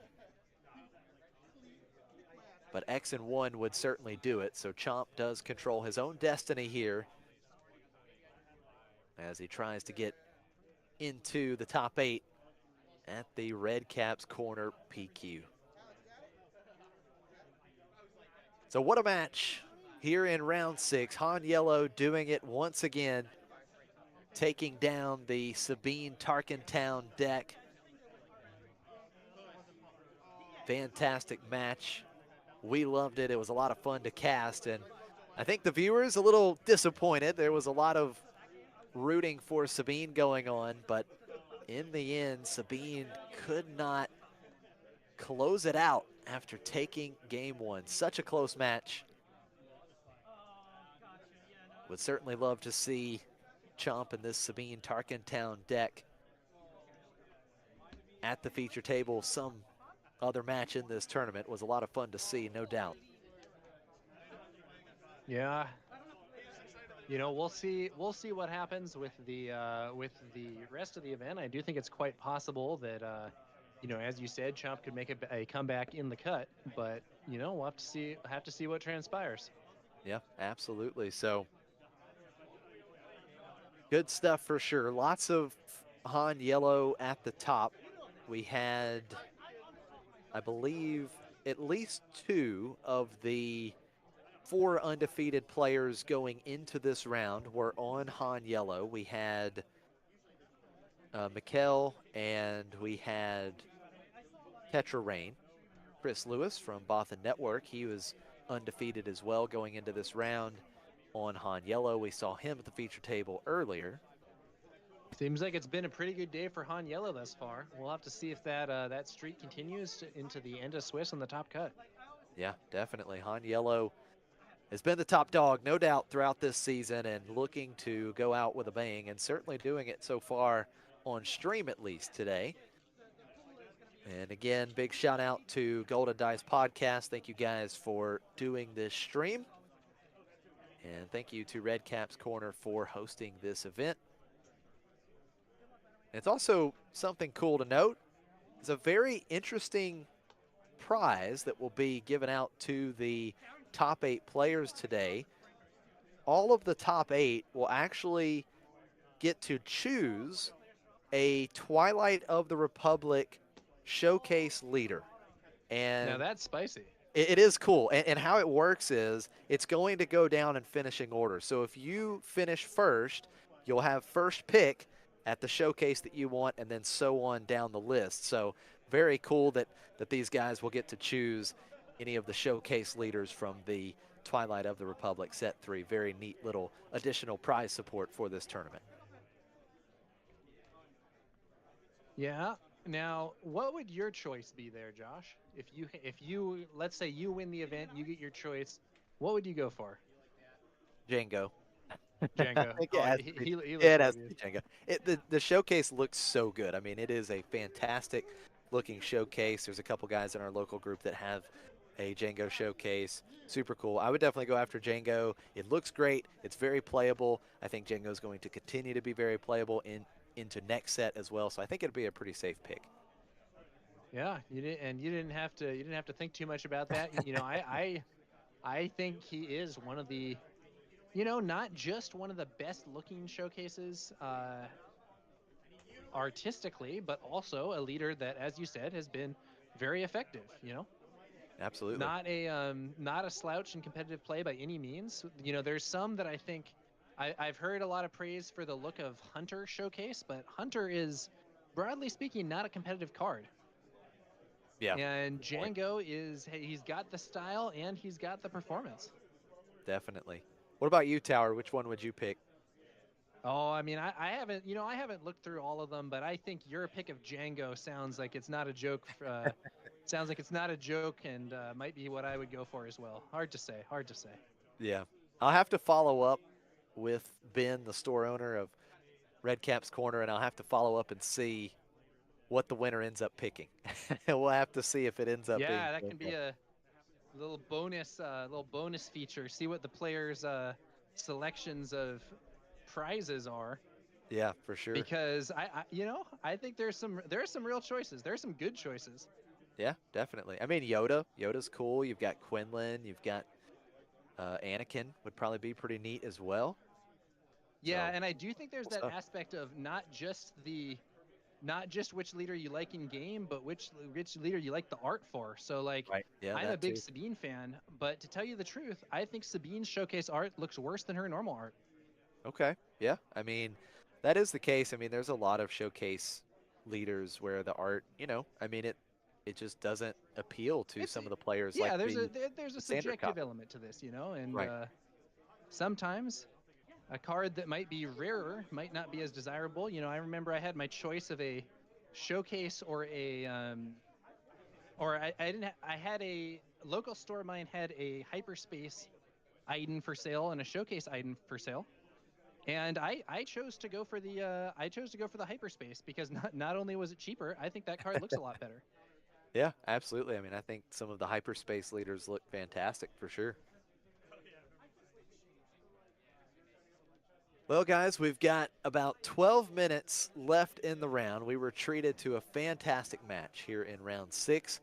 We are going to step away for a short break and come back for the final round of Swiss to decide who will make the top 8 at this Planetary Qualifier. So stay tuned. We've got more action coming soon as we close out Swiss here at Redcap's Corner in Philly.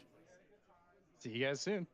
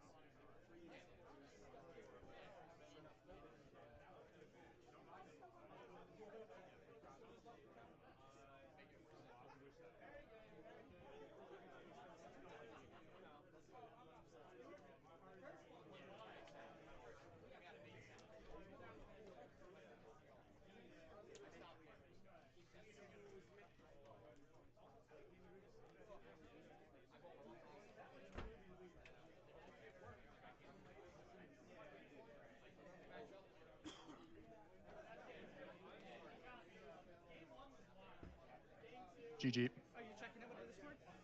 Low.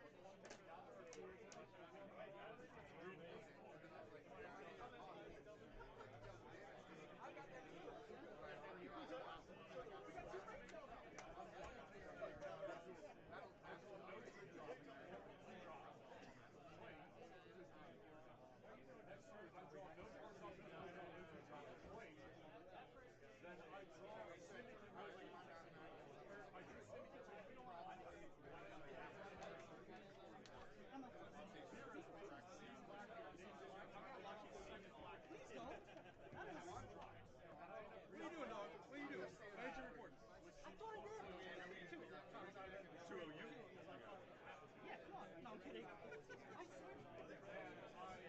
Good? I'm so sorry. You're fine. I got you. Don't worry. You saw my You saw my bracket? Yeah. I would have cried. Oh, you did it. You went through. It's all right. Next round, Han goes. Okay. Next round,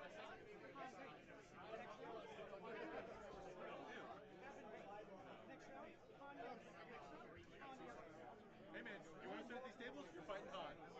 It is what it is. This is what I'm playing. I don't want this. I don't want this. But you're 6-0? So clearly you want this. No.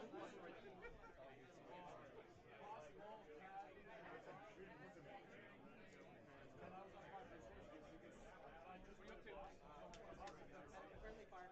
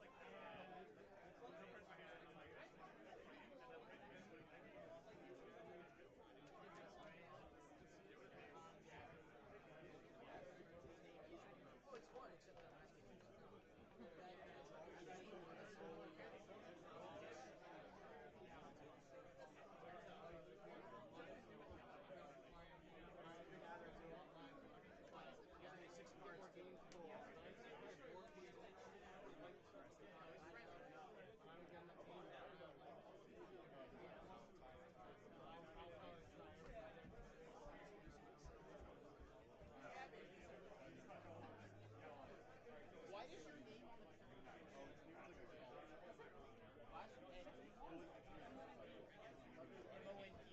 The last, okay, so that was the judge's fault because when he called out the names at Flipside, he said Muhammad. I mean, he just read it fast, and I was like, because I don't I'm know, Middle like, East, I'm Caribbean. I'm burnt in a different way. I have no idea where you're from. I'm a Caribbean. I can say that. I'm actually. Yeah, I know. Yeah, I was about to say. I still don't. I still don't. I can't say it. I'm sure the stream right now is having a ball. I never will. I Show never us, will. yeah. Show us him on camera. Let's see him. Yeah, let's see him. We've been calling you Muhammad. Why are you saying that? And he's like, the guy at Flipside said, nice seeing Muhammad Javed. Mondal. Okay. He probably read it fast. And was just like, yeah, sure. Just add me on Facebook. That's gonna be. I'll give you a share. 603 867. You're like the same age as me, aren't you? Oh, that's right, yeah. I'm old, man. Why do you think I don't play Warhammer as well? My back hurts. It's not that, it's the bending over. There you go, buddy.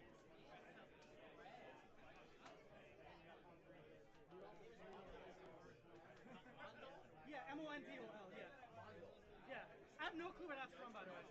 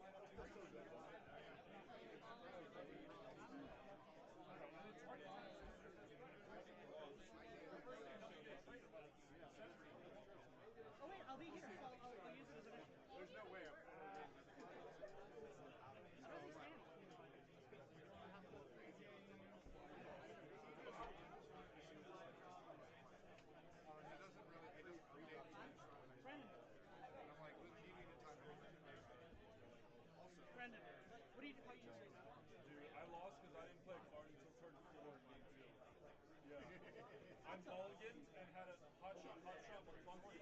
Now there are two of them. Overwhelming draws, 3-4 symbols.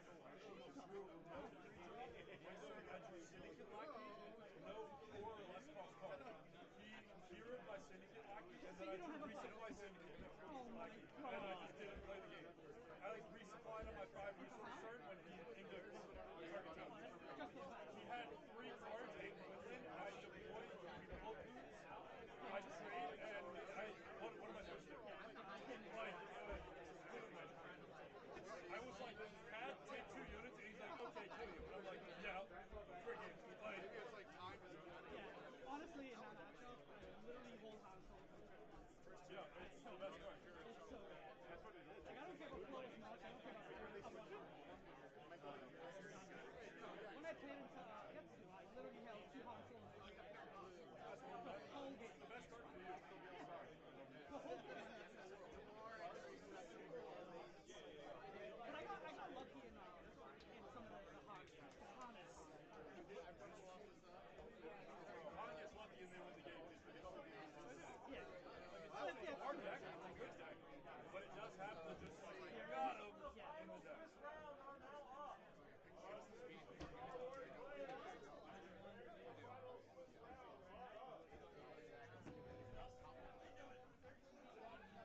Do you want to play it or no?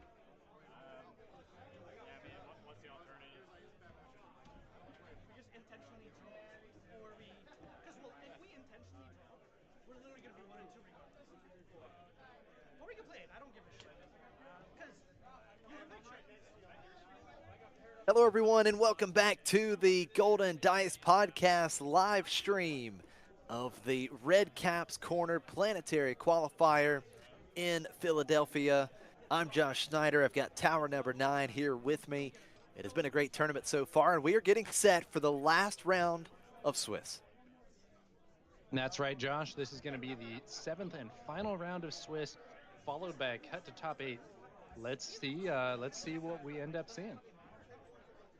And it looks like we are going to have another Han Yellow at the feature table. Mikkel still here with us, and he will be taking on a Quinlan Tarkentown deck. And I am not 100% sure if this is Javid or Yavid or Yavid. I'm not sure the correct pronunciation here. Would hate to say the wrong thing. If anyone can confirm the pronunciation, that would be awesome. All right. Well, we're going to be seeing this player try and break the Han streak here with his Quinlan Red Tarkentown. Yeah, Han has been unstoppable today at the feature table against non-mirror matches. And we have seen Han here at the feature table over the last 6 rounds now. First time we've seen Quinlan today, so excited to see a new challenger at the feature table. Well, Quinlan Tarkentown has had several PQ wins, so, you know, not some totally rogue out there deck necessarily, but will it have what it takes to win against the top dog, Double Yellow Han? We'll have to see. And Mikkel has certainly given us a strong showing on stream for that Double Yellow Han thus far. Yeah, absolutely. Mikkel, very strong couple rounds. Last round against Sabine Tarkentown, going down early in game 1 and then fighting back to take games 2 and 3. And believe, take a look at the standings real quick here. Yeah, both of these players, this is our final 2 undefeated players. So both of these players at this stage should be, of course, locked into the top 8. And this is just for some bragging rights here. Who finishes undefeated through the 7 rounds of Swiss? Yeah, should be interesting here. But as you say, You know, both these players, I think, will be returning to the cut, assuming they don't have to go or anything like that. So we'll have to see how this goes. Quick mulligan for our Quinlan player, and Mikhail once again satisfied with that opening hand, ready to go.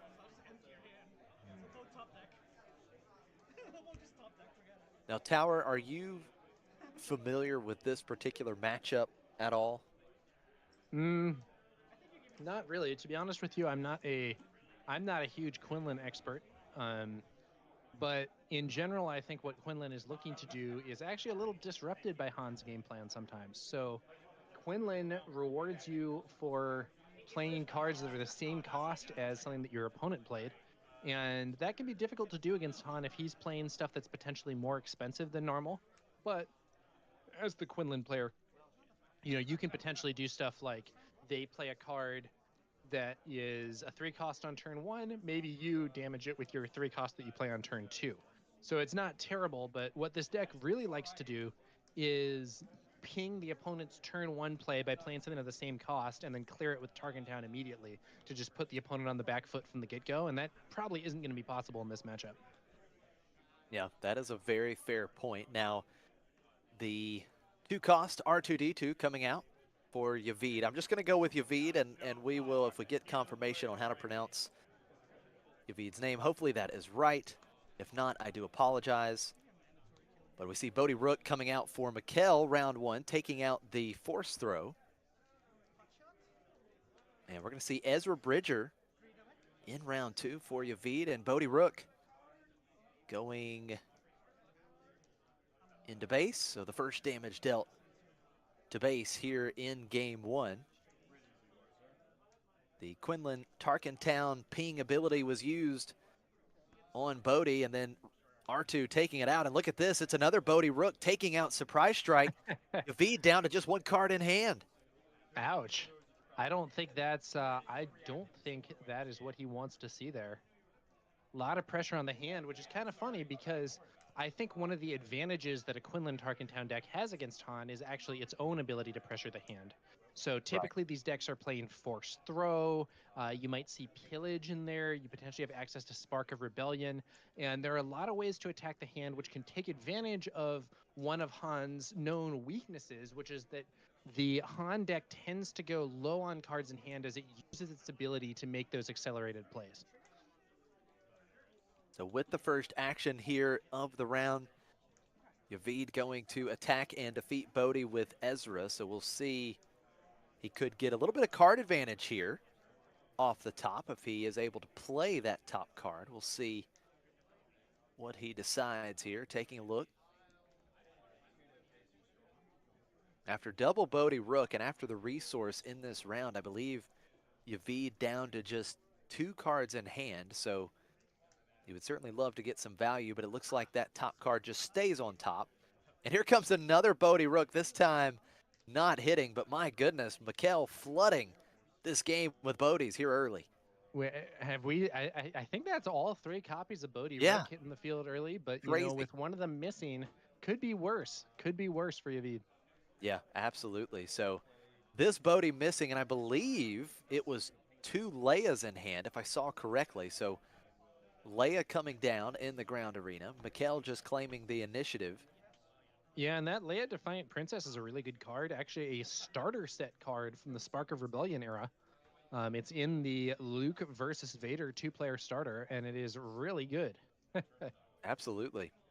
Yeah, Leia can be quite powerful, especially against something like Han, where, you know, sometimes Han coming out or attacking and getting that extra resource can be crucial for the Han player. Leia can stop that for a round. So the action on Yavid, he is going to smuggle Hotshot Blaster into play, it looks like. The old Hotshot Blaster, and that one has seen a ton of play. We've seen Mikhail play it quite a few times in this event, and now we're seeing one of his opponents using it against him. Now, Tower, answer this for me. I may be mistaken, but I thought Yavid only had 4 resources there. He played Leia, and then he smuggled in Hot Shot Blaster and attacked. Did he have? Were we already on the 5 resource turn there? I thought we Did were he only on use 4. Leia to ready a resource there? Maybe that's what it was. Okay, yep, the Yeah, Leia ready. so You're right. Yep. Leia is very often used for her exhaust ability, but does have the alternate ability of readying one of your own resources when you play her. Yep, you were absolutely right. I was laser focused on the exhaustibility and Yeah, completely no, missed that it's all the good. resource got ready. That's and that is one of the strengths of that Leia Defiance Princess card, Yeah. her flexibility. Sometimes you can have a situation where you can use her to play 2 1-cost units effectively. Yeah. I think someone may have jostled the camera a bit there, but we're Yeah. still here. Yeah, disturbance in the force over there in Philly. It's a good way Quinlan. to put it, Josh. Yeah, absolutely. Quinlan coming out for Yavid to start this round. Han going up to 6 total resources. Leia gets in for a couple damage. So 6 damage on Mikkel's base, 3 damage on Yavid's base. All right. Well, Yavid has actually a pretty strong force there. Yeah, I mean, it's a pretty solid board presence. Han is going to be deployed. Now let's see how Yavid answers. Does he have a Plo Koon? No, he doesn't have Plo Koon. He's got Surprise Strike. Surprise Strike onto Quinlan. Quinlan takes Han out. Plo Koon can be a very strong card with the Quinlan leader in particular, because you can potentially do some extra damage with Quinlan's ability in addition to the already pretty substantial hit that you would be inflicting with Plo Koon. Right. So Plo Koon can actually defeat a 7 HP leader in one shot as long as they cost 5 or less and you have coordinate enabled with Quinlan. Yeah, Quinlan super strong paired up with Plo Koon. And in this case, Yavid just continues to dominate the board on action. Yeah, it seems like he's had a lot of answers here. Even with Mikkel firing out multiple Bodies early, taking some early card advantage. Ooh, but here's Han, Reluctant Hero. That's a big play. Quinlan ambushed and defeated. Now we could see Plo Koon take a trade here if Yavid does have access to that card. If he doesn't have an answer to Han this turn, though, it's going to be pretty awkward for him because Han can potentially just keep, Mikkel could take the initiative and just keep taking out these units with Han. Yeah, and it looks like it's Yavid who's going to take the initiative without, I think, playing any cards this turn. Ouch. Yeah, he didn't have an answer, it appeared. Now, something to keep in mind, I think he had attacked with R2 first, but Tarkin Town is still open. And we're going to see Yavid playing his own Han Solo Reluctant Hero to answer Mikkel's. That's a big play. Absolutely. Absolutely, Josh. And now it's Mikkel who's in that awkward spot where if he plays some ground unit and doesn't have a way to take out that Han, his opponent can just claim and take out his unit at the start of the turn. This Han Reluctant Hero is such a good card. Now, Mikkel is going to smuggle DJ into play. That's going to allow him to take advantage of one of Yavid's resources. As you mentioned, though, Josh, we could see Tarkin Town used here. We could potentially see Leia swing into DJ, activate Tarkin Town. I think that's what we're going for. Yeah, Leia 2 damage to DJ. Leia's defeated, but Yavid perfectly fine with that because Tarkin Town. Mikkel put the damage on the base at first, but it was an error. Now puts it on DJ. And it is going to be Tarkin Town defeating DJ, so that resource should come back across the table. And R2-D2 getting in for some more damage. That DJ resource theft has been denied here, and Mikkel is going to scoop it up. Yeah, Mikkel just can't answer that board. He was at a big disadvantage on cards after using the Han action ability so many times, and appeared he didn't have any big smuggle options, and you know, he just wasn't drawing anything off the top there. So Yavid, after having his hand just absolutely destroyed early, comes back and takes care of the board and takes care of game 1. Yeah, well done to Yavid. Now, Very interesting. Mikel's been in this spot. We saw him in this spot last round, lose in game 1, and he came storming back. So we'll see how Mikel responds to this particular matchup where, you know, I feel as though, you know, Quinlan Tarkentown has a solid matchup, solid chance here against this Han Yellow deck. Yeah, I'm not Got some pretty good counting answers. I am not counting Mikel out just yet, but Yavid seemed to have it handled pretty well in that game 1. Yeah, for sure. I mean, you know, you talked about it a little bit in the last game. You know, Quinlan has access to some good hand destruction as well, and, you know, can go after some key pieces that Han needs to play. And you also have, you know, things like Plo Koon, which is really good here. It can answer the Han deploy, as well as, you know, Yavid having access to his own Han Solo Reluctant Hero, which is quite important, and it turned out to be pretty big in that game where he was able to take out Mikel's. All right, well, we're about to see whether or not Mikel can do better here when it comes to the second round of this match. Players are shuffling on up and should be interesting. Now, in terms of sideboarding decisions, if I'm Yavid, I would be bringing in extra discard effects if I have those available.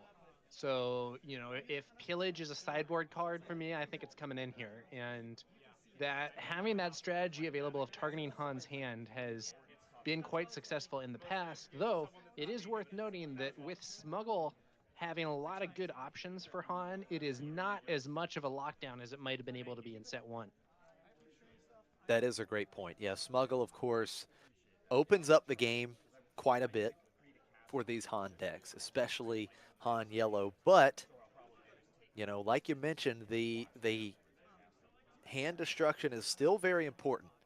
And if you can get Han in a situation where they are top decking and having to rely on Smuggle as their only option, it's still a good spot to be in because it puts a lot of pressure on the Han player.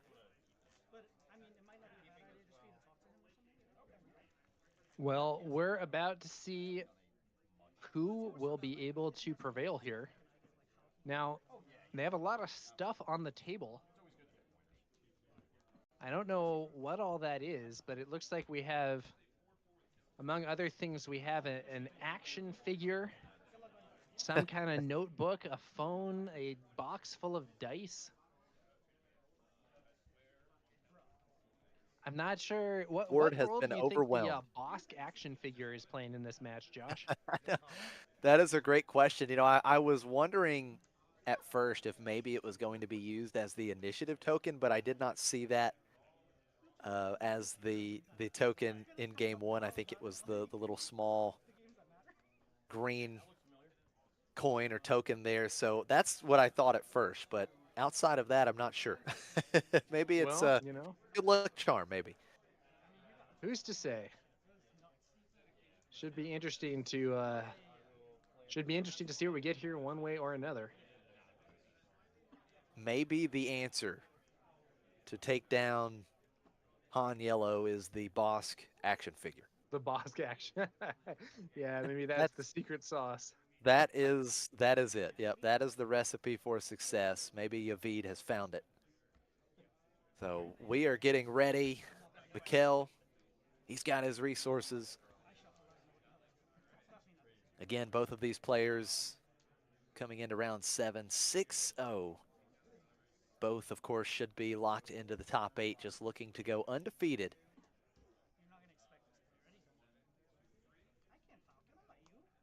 And it looks like Yavid starting with the initiative, L337 coming out. Han action ability for Mikel, and here comes Bodhi Rook once again early, but this time he will not find a target. Yeah, I think Yavid may have been resourcing around that.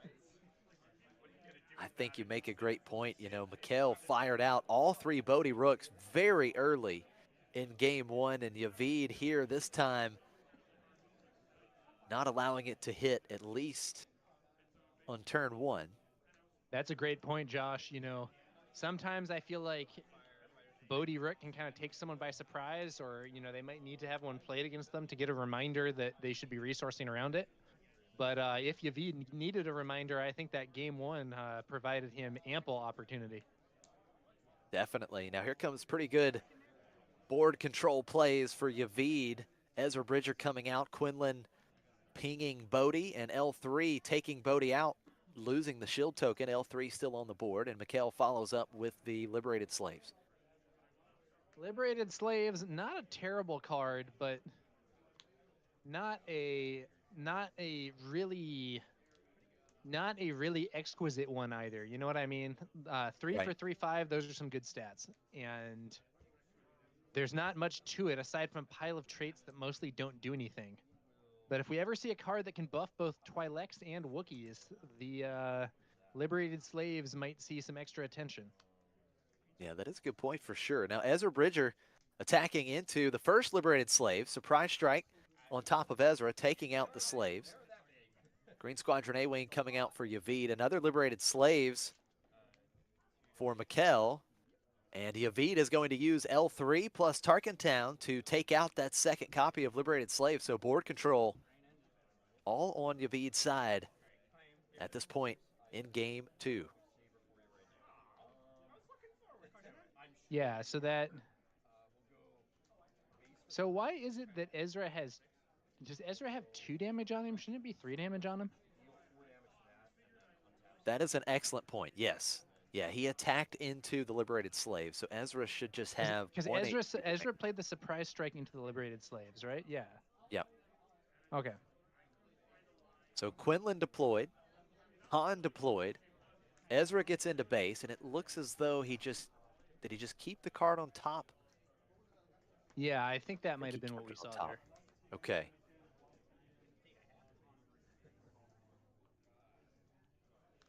Unless he's still deciding here, and he's actually going to play it. So just playing the Hot Shot Blaster onto Quinlan.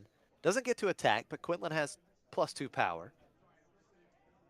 Han gets in for 4, so that will be 7 total damage on Yavid's base. Mikkel getting up to 7 ready resources here, the big important 7.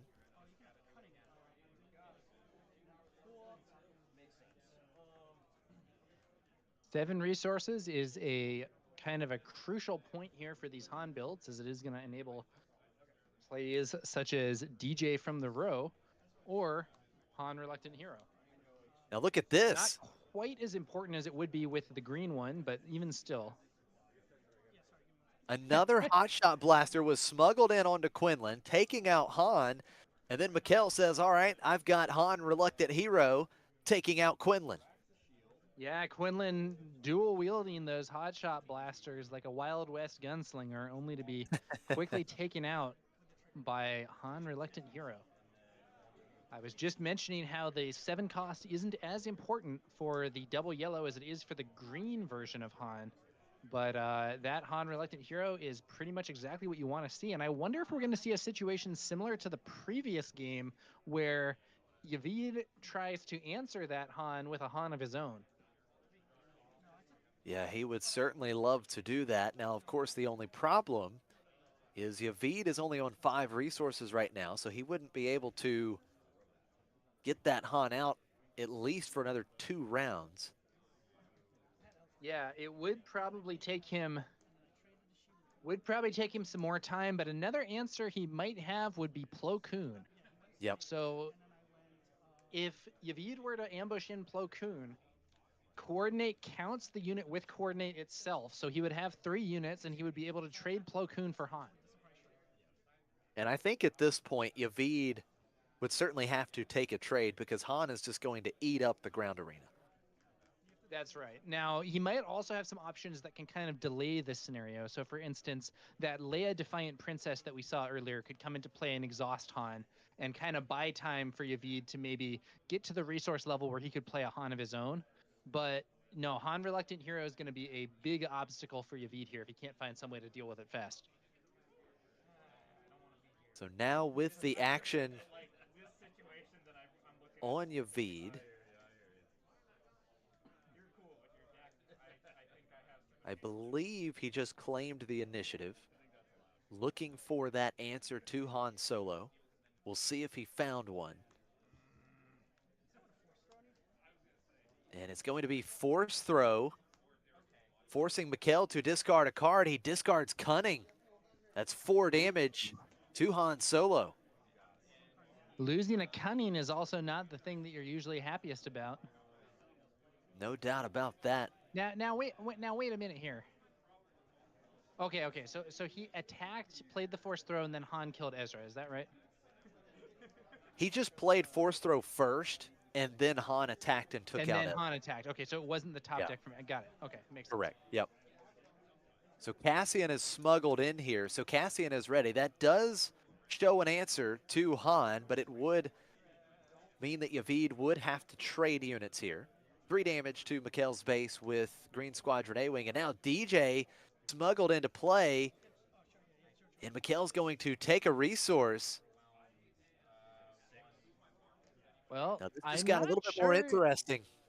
I'm not sure Yavid has a way to deal with this DJ this turn. No, I don't think he Tarkin does. Town's already been used, right? So he can't use Cassian plus Tarkin Town. Maybe you just trade Cassian for Han here? Yeah, I mean, they're both big threats. I think he may just have to give up the resource.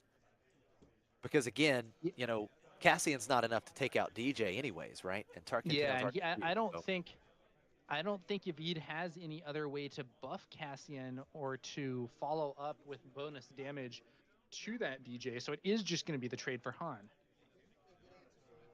So with that trade, Mikhail was able to get the initiative, defeating Yavid's resource. So Yavid is going to be back to, I believe, 6 once again here in this round. So yeah, I think he's at 5 now, but will resource up to 6. So even if he does have that Han Reluctant Hero, he's going to have to wait longer in order to actually play. Yeah, that's absolutely right. Mikhail delaying the potential Han Reluctant Hero on Yavid's side. And it's a little interesting because there are other cards that can defeat resources, but DJ is really the only one that sees substantial play at this time. At least when it comes to cards that can defeat enemy resources. Han defeating your own resources is very common. Absolutely. So now Yavid just making that resourcing decision. So at this point, we've got 6 damage on Mikhail's base, 5 damage on Yavid's base.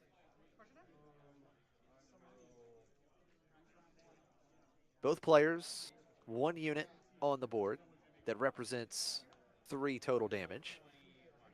And we're going to see Kira coming into play for Yavid. And it looks like Kira the only card in hand for Mikhail. Which means that even if he named Kira, Mikhail could still play Kira through the additional cost.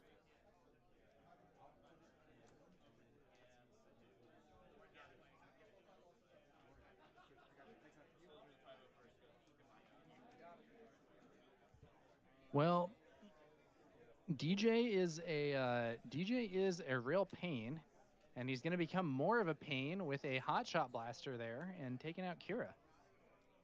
Yeah, hotshot blasters have been so big today for this Han yellow deck. And now Yavid's ground arena cleaned up. 3 damage to Mikhail's base with Green Squadron A-Wing, and now Mikhail will play his own Kira. There is the Han Solo Reluctant Hero, and you know good and well that's the call here. Yeah. We haven't heard confirmation of that, but I can only imagine that Mikhail is very happy to be delaying his opponent's Han even further with this Kira. Oh, absolutely, because there was no other answer in hand that Yavid had to deal with the Kira. So right now, Mikhail in complete control of this game. He's ahead in the race, just a little bit, but he is ahead. And he has a very big presence in the ground arena. Yeah, Yavid does still have that A-Wing that's been swinging away, and A-Wing's a good card.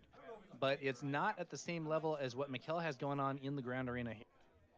Can Yavid find some kind of answer? Awkwardly, I think that his preferred answer, Han Reluctant Hero, isn't going to be available thanks to his opponent's Kira. Yeah, big trouble for sure. I think it was Han Solo and Red 3 in hand. Red 3, which isn't very relevant right now, to be honest with you. No, it's not doing a lot because in the race, you've got 8 damage coming across for Mikkel.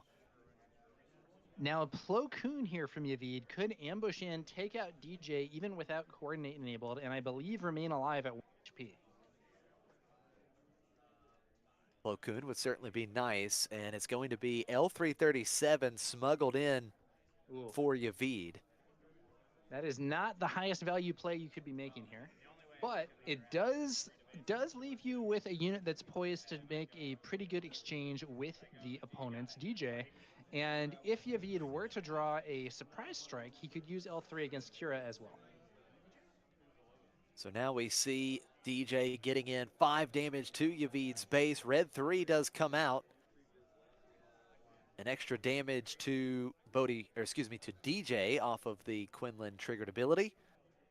L3 now able to swing for 3 damage as she is Heroism. Another upside over Crafty Smuggler for these builds. But there's here's another hot shot. My goodness. Double hot shot blaster here for Mikkel. 5 more damage to Yavid's base. That's 17 damage on. And to add insult to injury, another unit in the ground arena, Zori Bliss, being smuggled in as well. Not what Yavid wants to see here. It's kind of funny because Kira and DJ are not the most aggressive units ever. They're kind of utility units, played more for their abilities than their stats. But with those hotshot blasters, the situation has become very different, and Yavid could be aggroed out here on the ground arena. So here we go. Yavid has the initiative, but he only has 8 HP remaining, which means any one of those units, or excuse me, not anyone, but DJ or Kira plus Surprise Strike would be game, but Yavid's just going to go ahead and scoop it up. He doesn't have an answer to the ground arena. Mikkel taking game 2. We will once again go to game 3 here in round 7. Nice. Now, I felt that Mikkel did a great job of keeping Yavid away from his Han Reluctant Hero play.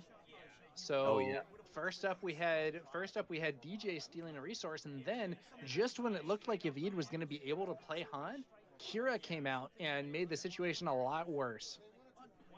Definitely. Yeah, that really hurt. Being able to keep Yavid off of Han when he desperately needed it was crucial, and that really was the play that I think put an end to the game. And then, you know, the extra hot shot blaster also went a long way. Interestingly enough, Tower, throughout this tournament, every time we've seen the Han Yellow deck play multiple hot shot blasters, so at least 2, Han has won the game. So multiple hot shot blasters, if you want to win for Han, it's a great way to do it. That's what we're seeing today. Very interesting. Now, of course, Hot Shot Blaster is a good card. Oh yeah, no, absolutely, and of course, you know, this deck is a great deck. It can win without double hot shot blaster, but it's just an interesting note that when they find at least 2, it has been trouble for the deck on the other side of the table. I hear that.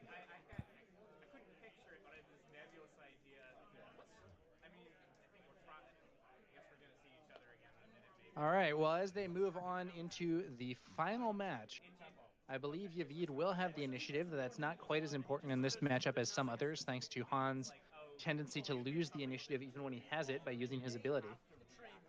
Earlier, we were discussing some of the showcases, and one of the showcases that I think looks really good, as well as the only showcase that I actually have a copy of, is Han Solo. Very cool. Yeah, that is really cool. I personally have no showcases right now. We have opened one before, and it was Cad Bane.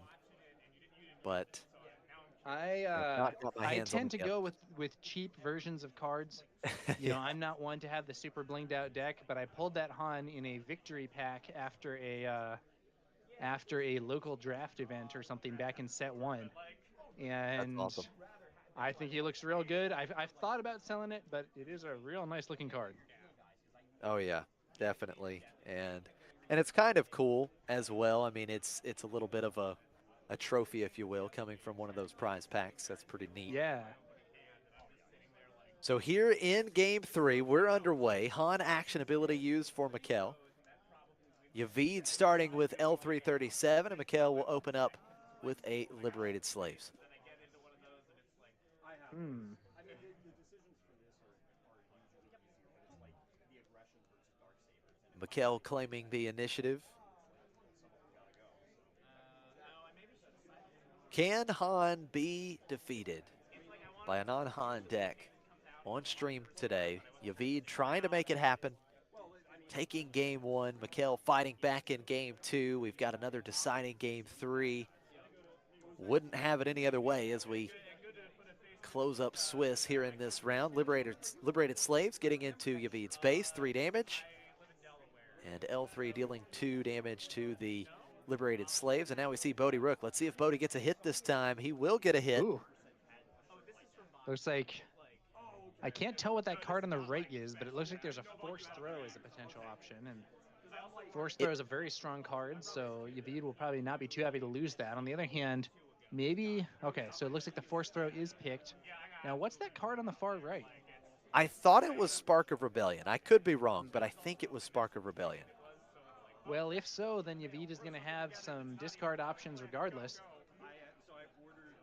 So red 3. Now, I think L3 swung into the Liberated Slaves, and then Tarkentown was used to clear them out.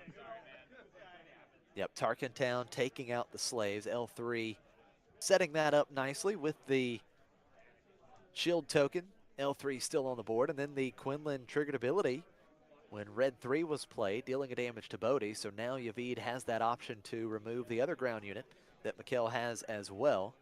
A lot of value there from the humble L3. No doubt. Now Bodhi does get in 3 damage to Yavid's base as Mikkel sees the writing on the wall with L3 in the ground arena.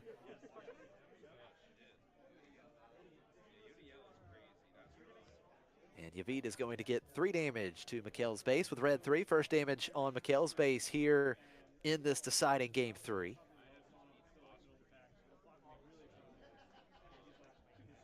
And Tech is going to be smuggled into play for Mikkel. That is definitely a threat that Yavid has to respect.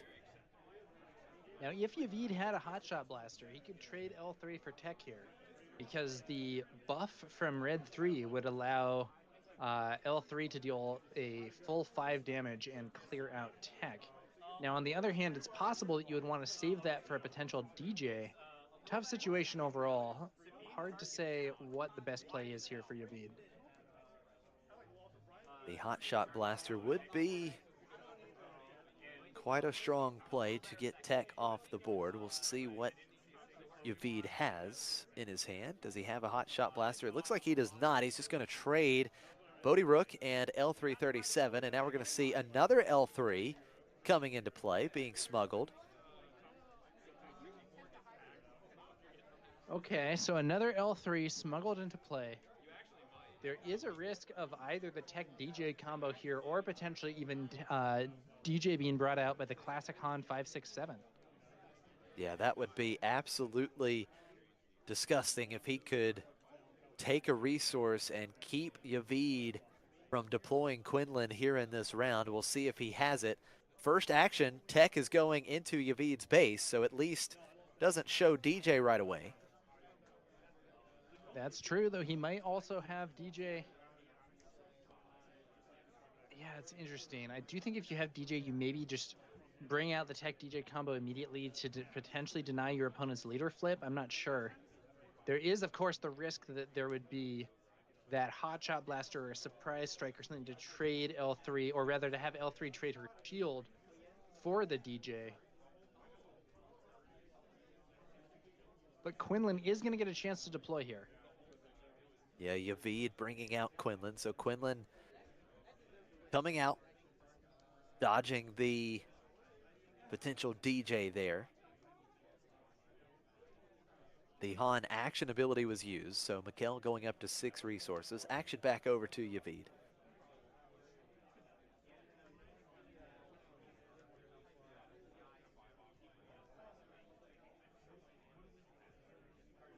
Now, tech certainly still a problem, so let's see if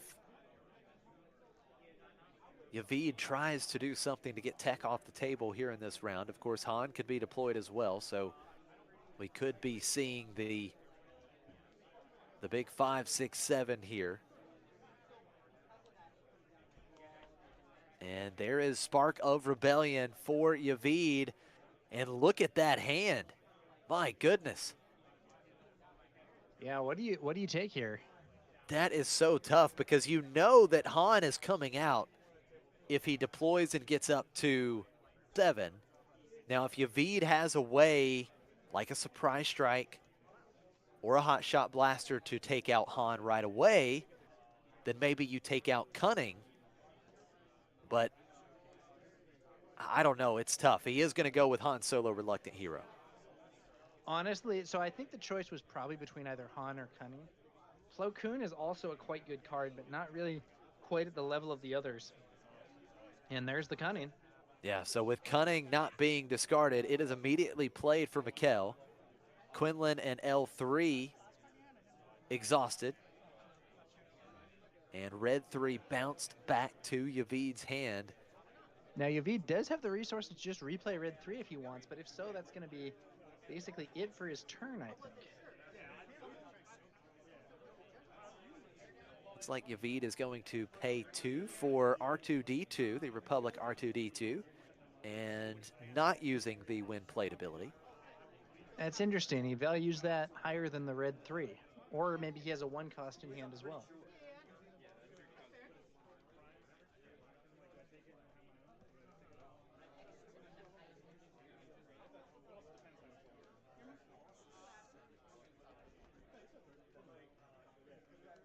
So Han is deployed. And there's Force Throw taking out Plo Koon. The last card in Mikkel's hand. That's 5 damage to Han Solo.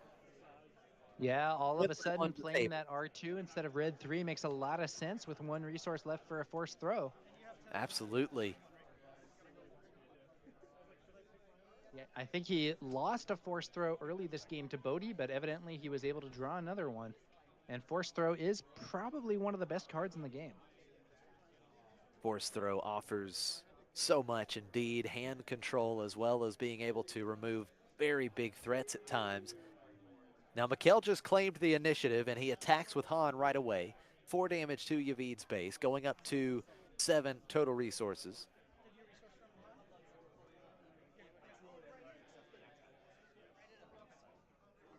Big play here from Yavid. It's going to be Plo Koon.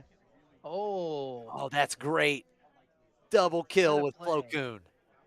Yeah, so Plo Koon comes into play with Han only having 1 HP. Quinlan Voss's leader ability is used to deal that last point of damage to Han, and then Plo ambushes and kills Tech because he has coordinate enabled. That is big. Now, Mikkel does follow up with Zori Bliss, but big time board control in favor of Yavid right now. You know, the coordinate mechanic hasn't seen a ton of play, but the Jedi Masters Plo Koon and Isla Secura are keeping it alive in some of these builds. Absolutely. Plo Koon has been so good in this meta, and he is an all-star in this Quinlan deck. So the action on Yavid, he will attack into Zori with R2. Another 2 damage to Zori with L3, and Quinlan finishing Zori off. So Yavid just does not want Mikkel having any units on the board. Yeah, Zori swarmed there by smaller units and defeated, and Mikkel's board is empty as we go into this next turn.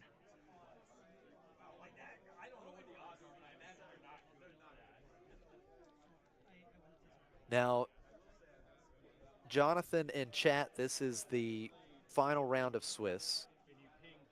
And That is a good point. So chat is pointing out that the ping cannot hit Han Oh, you know, you're right. because Yeah, that it's is an 5 cost, absolutely 6 valid cost. point because even though, you know, I sort of conceptualize Han as being 5 cost in a sense, his printed cost is 6 because you have to create that temporary resource. And Quinlan can only hit something with equal or less cost. So the Plo Koon at 5 cost cannot ping Han. Now, what are they doing? Are they going to roll it back? Yeah, I think they're going to try Boy, and it's going to figure be out a a way complicated turn to roll back. to fix this. Yeah, I think I so. don't Good know. catch there. So what do you do then? So then the problem is that we've seen a bunch of the cards in hand and stuff. It's kind of a distorted scenario. But do you just take out Han with L3? Do you what do you do there if you're Yavid? So I think you probably just take out Han. I mean, of course, he still had the units. They're rolling it. I think they're rolling it really far back.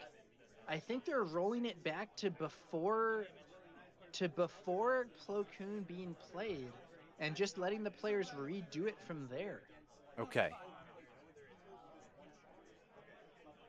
It is a good catch, something that we missed right away, and the players did right away as well. So trying to correct it here.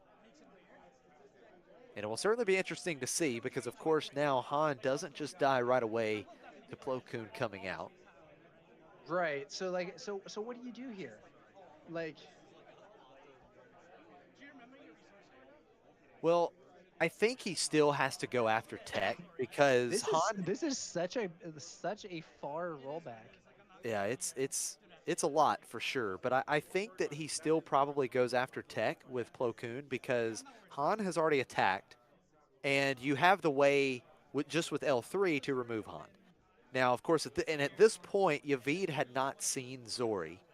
So I think that your plan here is I've got to take out Tech, and then I have the answer for Han with L3, and then Zori is just going to be on the board. That's wild.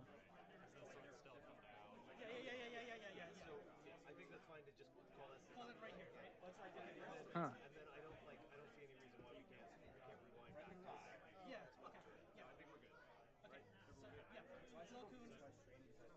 Okay, so I guess they're yeah, I guess they're still okay. So they recreate the state.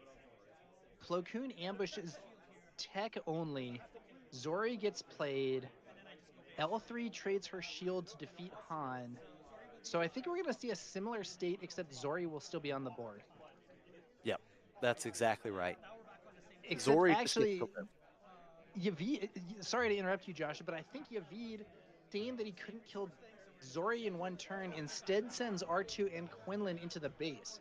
So Zori is still on the field, but is undamaged, and all those other units that had swung into Zori are still on the field as well. Yep, that is exactly right. And now with Zori still in play, Mikhail with the initiative will get in for 4 damage right away. Mikhail drawing a card off of the on attack ability. 16 damage on Yavid's base. I am surprised they rolled it back that far because, as I understand it, substantial information was gained from like card draws and other plays and stuff after the key mistake, but it looks like we are proceeding with this new game state. Let's see how it goes.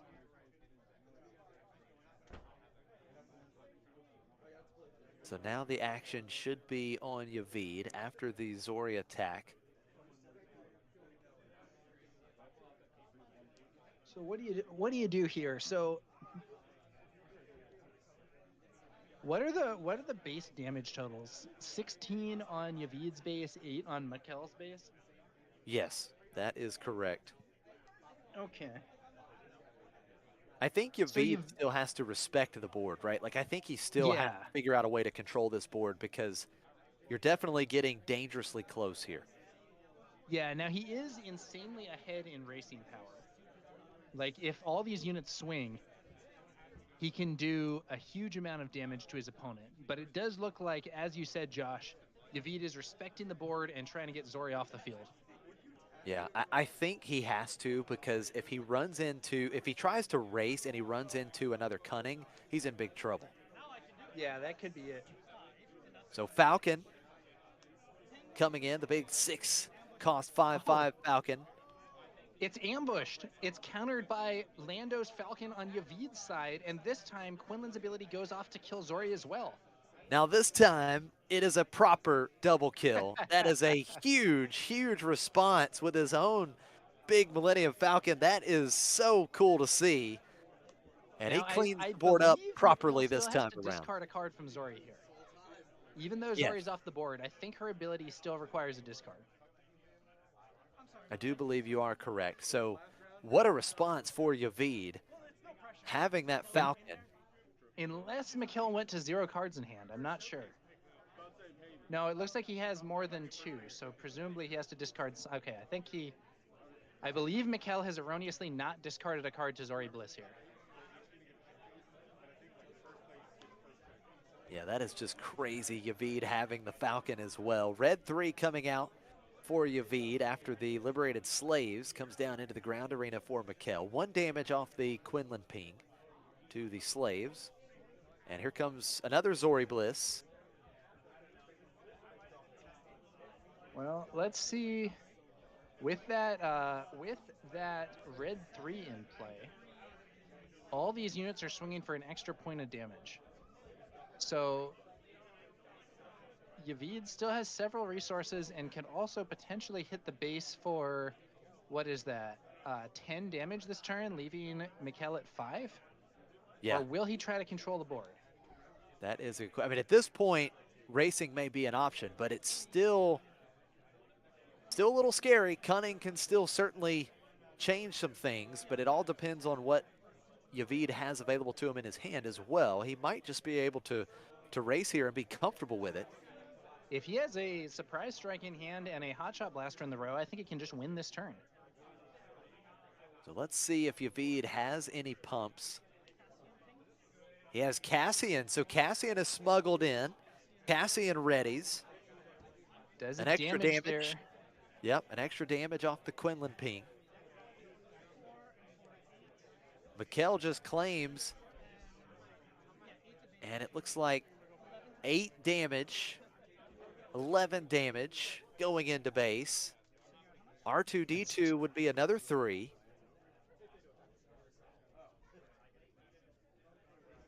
Okay, so what are we looking at here? Maybe he was deciding if he wanted to take out the slaves, but it looks like he just goes 3 to base as well with R2. And that's going to do it. Quinlan, Yavid overwhelms the board, and Mikkel does not have a way to stop the onslaught at the end of game 3. Yavid and Quinlan Tarkentown has done it.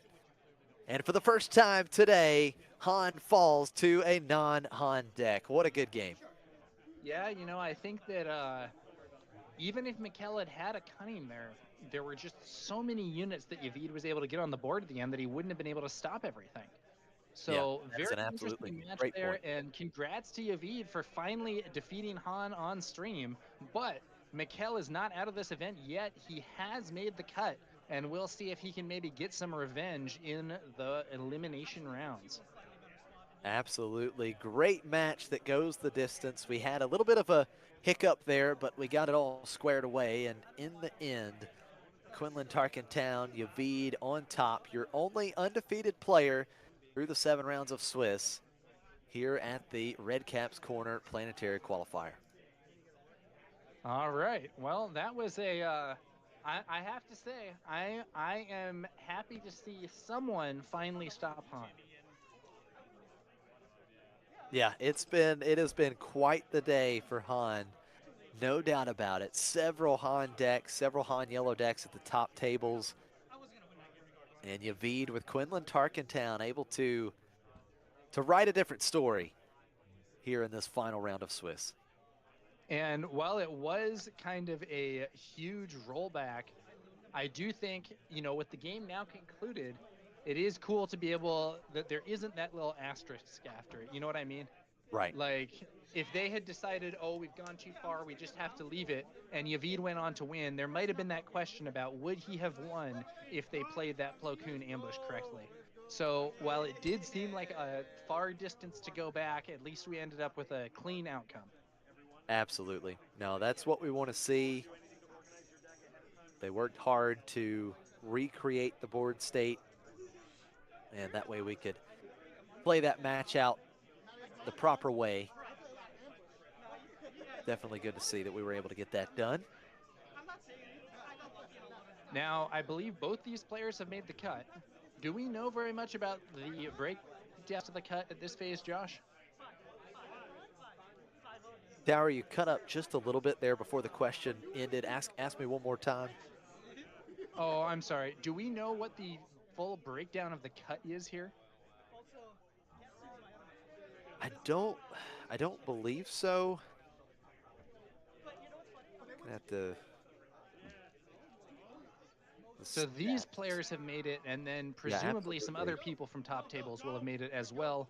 And the question is just who exactly will end up joining our Han Yellow and Quinlan Tarkentown in that top cut.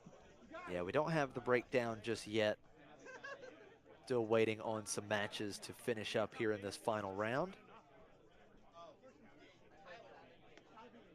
Now, I have heard that there were some other Han players also doing very well today, so we might have multiple Han players in this cut. We'll have to see how they did in that final round of Swiss.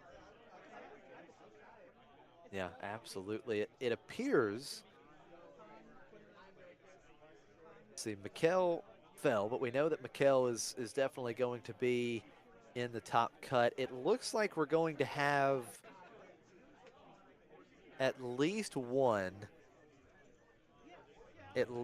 more Han Yellow in the top cut. Tetra Rain was able to take his match. He was 5-1, so he improves to 6-1. So we'll have at least 2 Han Yellows in the top cut today. All right, well, we'll see what the final number ends up being. I am, Han Yellow is probably not my favorite deck ever, but it is a strong deck.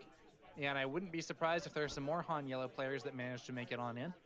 But, we've also seen very diverse fields in some of these PQs. There was one earlier where there was top 8 had 8 different leaders. Oh, yeah, that was great to see. And that was one I believe you and I casted. Yeah. And I believe Zach. One of the ones that cast over at McClunky, I think. Yep. Yeah, that was super cool to see. So was we won't have 8. Gaming Center? It was either tabletop or flip side. I can't remember which one it was. Yeah. But yeah, it's always great to see a top 8 with 8 different leaders. Yeah, that's a real market diversity. And so, we won't have 8 different leaders this time, but we could have 6. We'll have to see where it ends up. Or, maybe we're gonna have 7 Hans and our 1 Quinlan player. Who's to say? Now, great point from Pasquale in chat. Chomp did win his match, and that was the player that we saw on the Sabine Tarkentown deck. Yeah, double red Sabine, okay. Yep. So Chomp remains X1. So we will have Sabine Tarkentown in the top 8. All right, we're up to at least 3 different leaders. Let's see what that final total is shortly. I think some of the games are still coming to their conclusion. And we'll hopefully have the top cut for you guys soon. Absolutely. Now, we've got this round coming to an end. We'll get all of the information on who made the cut together. We are going to step away from the stream for just a bit, take a quick break. We'll get all the information together and come back to you with the updates on the top 8. And we will look forward to some top cut action here in Philadelphia. So stay tuned. We've got top cut action coming soon from the Planetary Qualifier at Redcap's Corner. That's right, Josh. See you guys soon.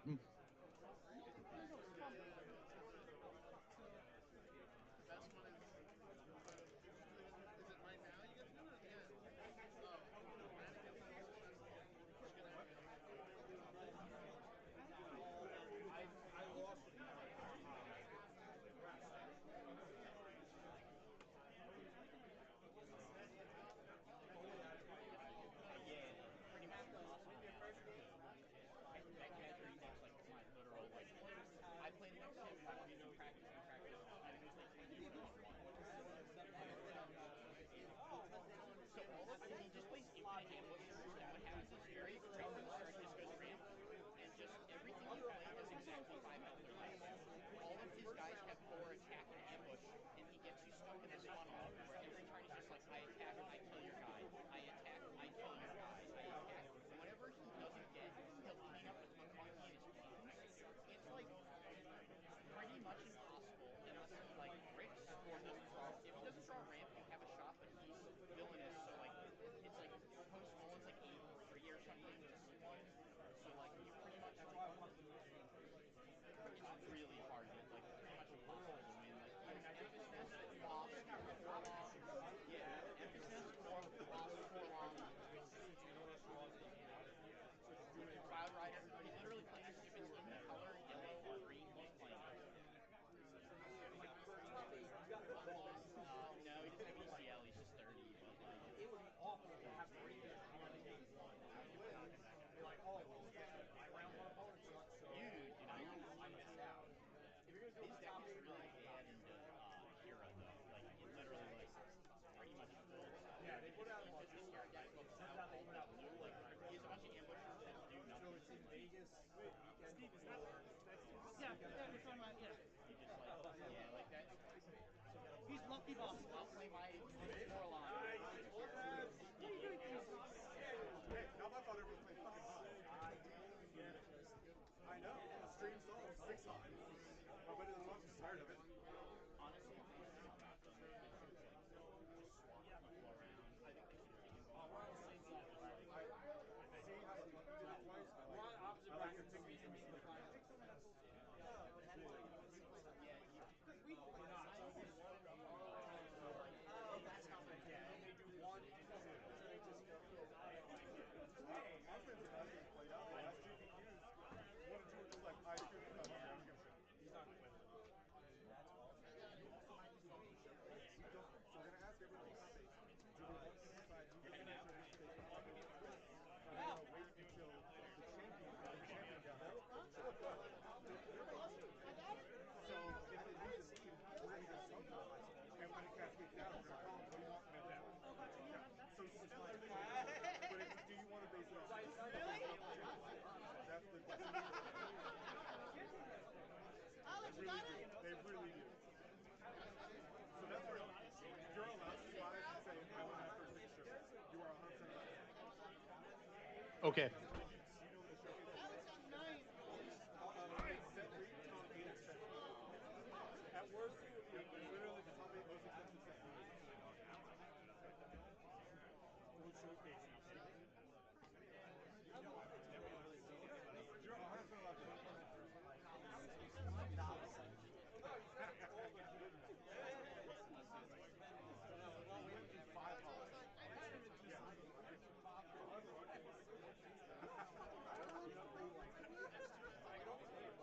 I guess.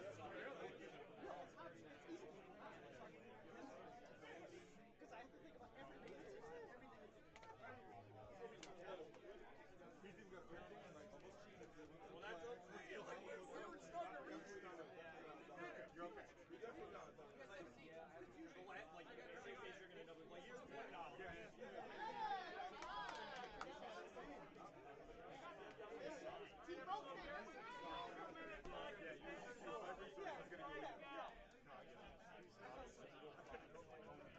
No one heard you, man. What's up? Bear with me for 2 minutes while we get the standings posted, and then I'll begin pricing out. All right. I'm very close to 11th place. Is there a 9th place consolation prize? Alex! So close. What did you hit, Alex? It'd be like that. I knew. I already knew. It's fine. This is like the 2nd time, right? Second, yes. But at least the first time I scooped to a team. Like I scooped to a fierce, so it's like whatever. That's fine. This time I just.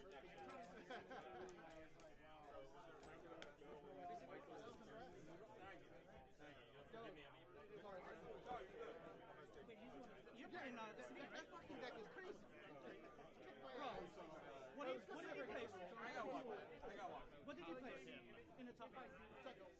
Steadily doing better. You know what? Because I knocked him. You got 17. Oh, he beat him. He beat him. Squeezed in on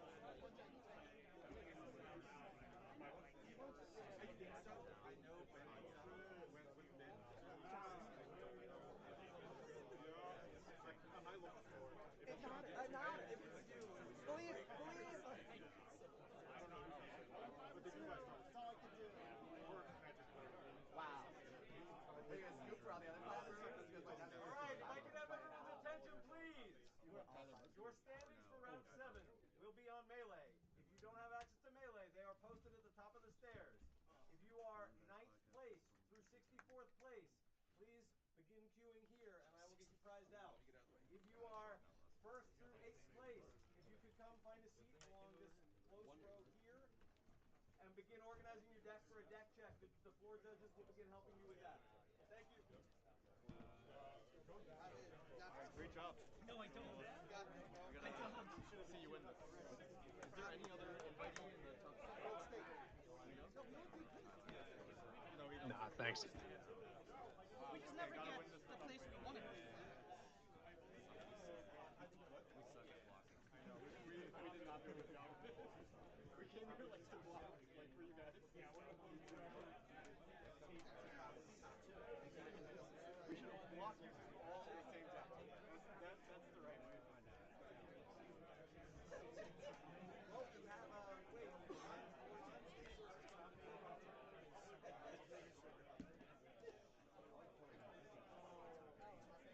wait. Are you the one? What are you playing? I'm playing Quinlan Red. Han Green. You're playing Han Green? Jesus Christ, man, there's another Han? I'm tired of this. Like, get me out of here. Sure, I should be the sixth Han I play today. I played 4. Sorry. But you're 7-0? Yeah. So, no. What do you care? You beat it every time. That does not mean anything. I've gotten lucky to several games. I was getting ready for deck checks. So they want it sorted? Yeah. I'm going to beer. No. I'll be able to condense them I have. Alright, I appreciate that. Yep. Stay out of the way. I have no idea how the top 8 most expensive from set 3. They did the most expensive. Most expensive from set 3. Now, did they get a Jar Jar Binks foil too? Because I heard a rumor. I hope so. I didn't know they did Jar Jar. Get home safe. Thanks. Have a good one, Getsu. Oh, my texts are coming out now. I can't do anything about this. What's that? Let's go. Top 8. All the texts are coming out now. Skin on my teeth. Top 8. Let's go. How many Hans in top? 4? Too many. Too many. And then out of like a dozen. So you really went to the trenches today. 5 Han matches in Swiss and then in top 8? Yep. Yo.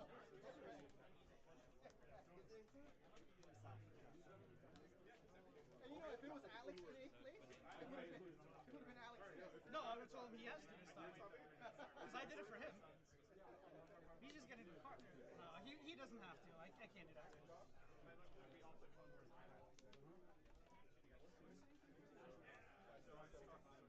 Now you gotta get your Han Solo t-shirt. I got you. I'll buy your Han Solo t-shirt. I'm trying to hide that. As long as I can. It's going to be on fucking thing anyways. I can't hide it. I mean, to be fair, this is made it. I wasn't going to know anyway. No, you guys have You're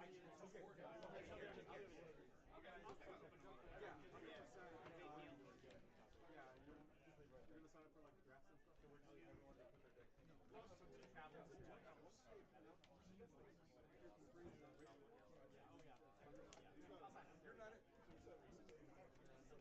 You're not it.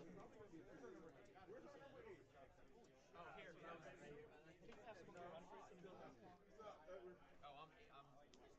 last place. Are you? Yeah, see ya. No, I'm not. Good job, man. But all I got for you, man. I've been missing it. So we are missing an 8. We are missing the 8 person.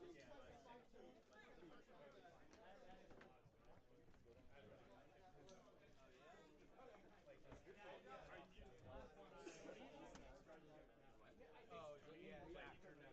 Pink sweatshirt, right there, against the wall. Jack! Jack, are you dropping or are you going to play it out? Jack, are you dropping? Jack, Yeah, I think he dropped it. I thought I saw him second table last round. He's definitely not top. Oh, they changed it. Jack, you're top 8. I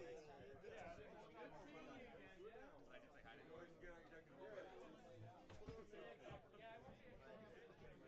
I don't know if I ever told you when Tony came to the, I think it was the store showdown at Gritty.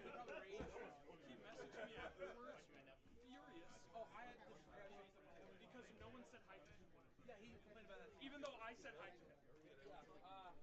Anyway. I don't think I showed you. I might have showed you before. Just grabbing his joke. I'll have to show you. I guess we're just grabbing. I basically hit him with mine's 22. You're like a 6-year-old man. Throw him. Pretty much. No, I don't know. He told you he thought they don't show us. He just slipped. He was just and he lost to like the most off-middle offense today. Like 1-2.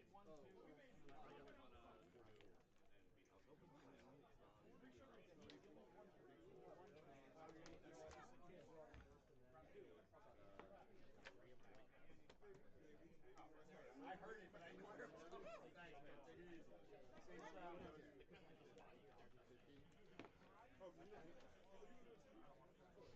I can get you in here if you want.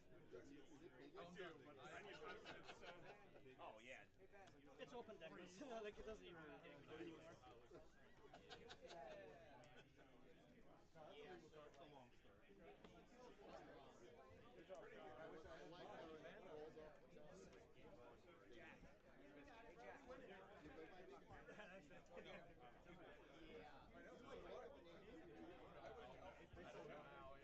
Jack.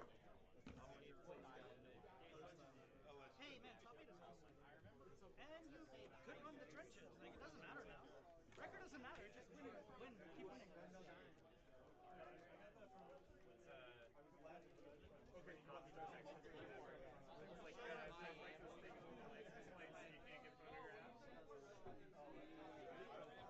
That is, I did scrub. I'll admit to that. But when I pull up the leaderboard, Are you sure? Yeah, I'm about to get all the. I'm gonna get all the. Do you want it laid out, or do you just want the deck hands? Like that is fine. Whatever way you want to do it. Well, it's easy for you to just go. You know, like. Let's go. I'll take the ones that. Just the whole deck list thing, and we'll figure it out. You said those are pretty good. I can do it. What is this? Like none of us can do deck checks right?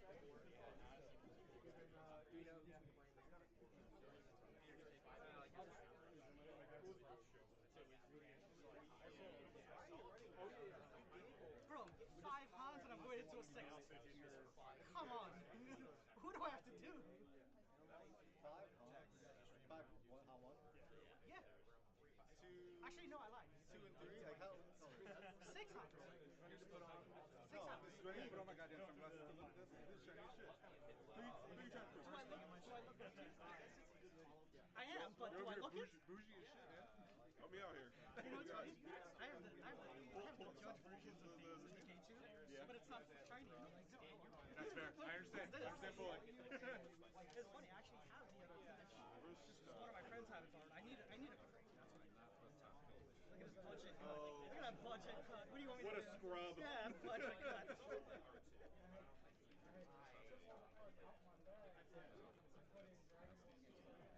Shiny standings? Yeah, I got it. Just bring it upstairs. There you go. Oh, you got it? Come on, I didn't know what a hot match is. This is so much. 6 Hans. You're going to have more. I'm gonna have more. Who's Batman? Whoever ate this is your first match.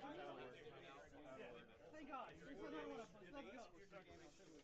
Pretty good. I played against an ECL. And it's like What else?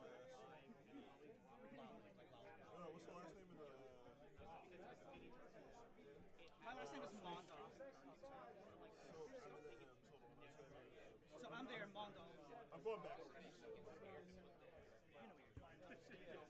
gonna take a bite. I didn't eat shit like that. Yeah, you relax. You worked hard for that piece. True.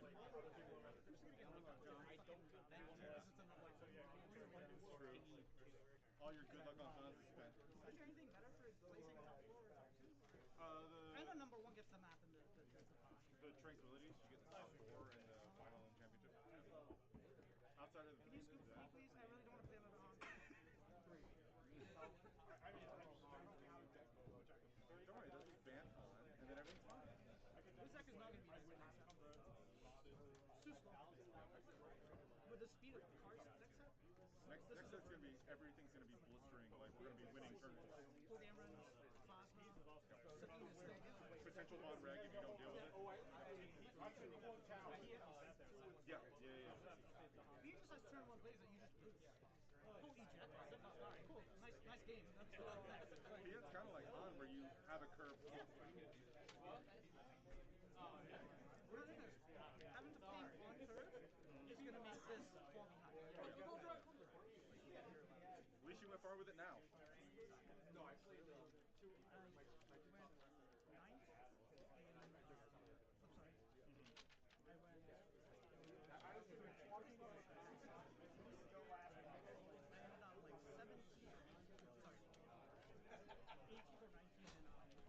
or 19 in Red Sea. I literally subbed in. I went to 02 and then went to Red Sea.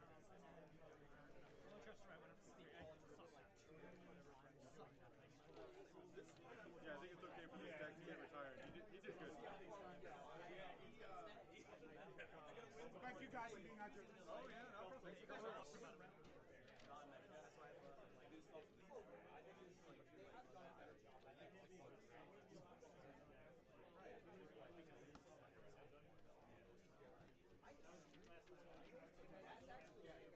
That should be it.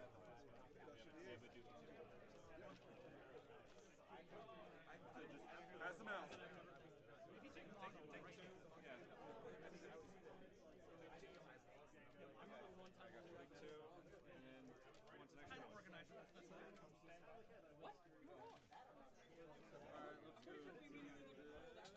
Alright, you're fine. I got Jack, Larry, Christopher. All I know is you decided with Airport and not me. You were also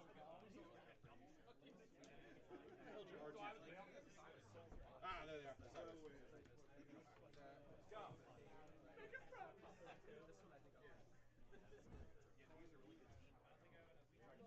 Chris, you have better wrestling here. Leia,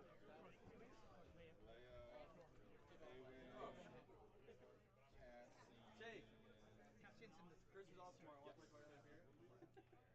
It's right up there. And down there. There. I did mention I didn't want to cut. Really? Right there. It's literally right at the feet. No matter what the game, you always find yourself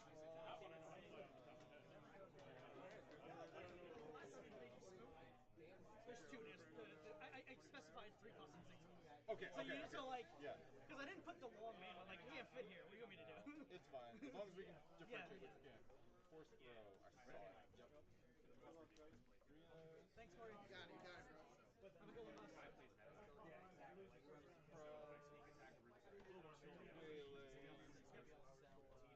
Two hot shot. And then we've got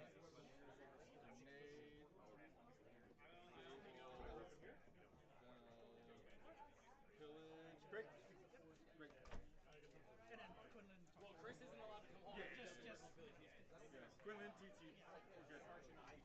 Tyler.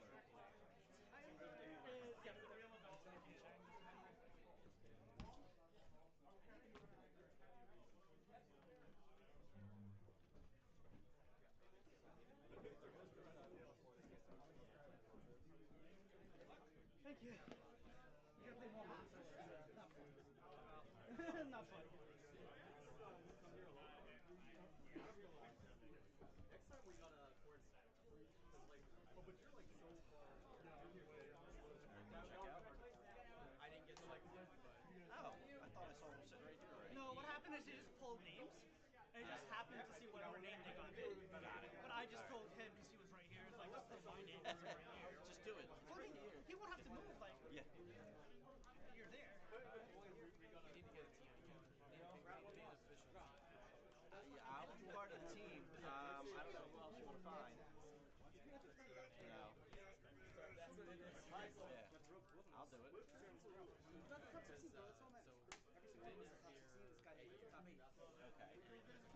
Yeah, dude. I know.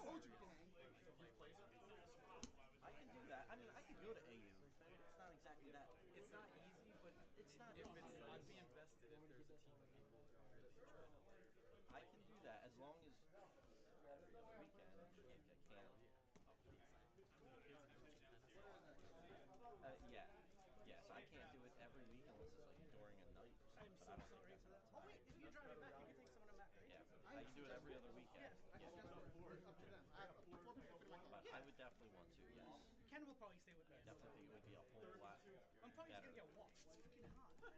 I can't, dude. Here's the thing. I cannot get this lucky 7 times in a row. 7 times in a row. 7 times the charm, right? Main deck is right here. I got 3. That's what they told me. Like, Yeah, baby. Can't get that. CB and TT. I will say, Third place Matt is doesn't say this, but if he has Yellow. beaten 4 class rounds already, I'm due. I don't. Exactly. Due to At lose some to point, us. Han has to beat him. Listen, you know. No, that's what we're trying to find out. What do you play, Swift? 7. 7. What do you play? And I was Boss Target.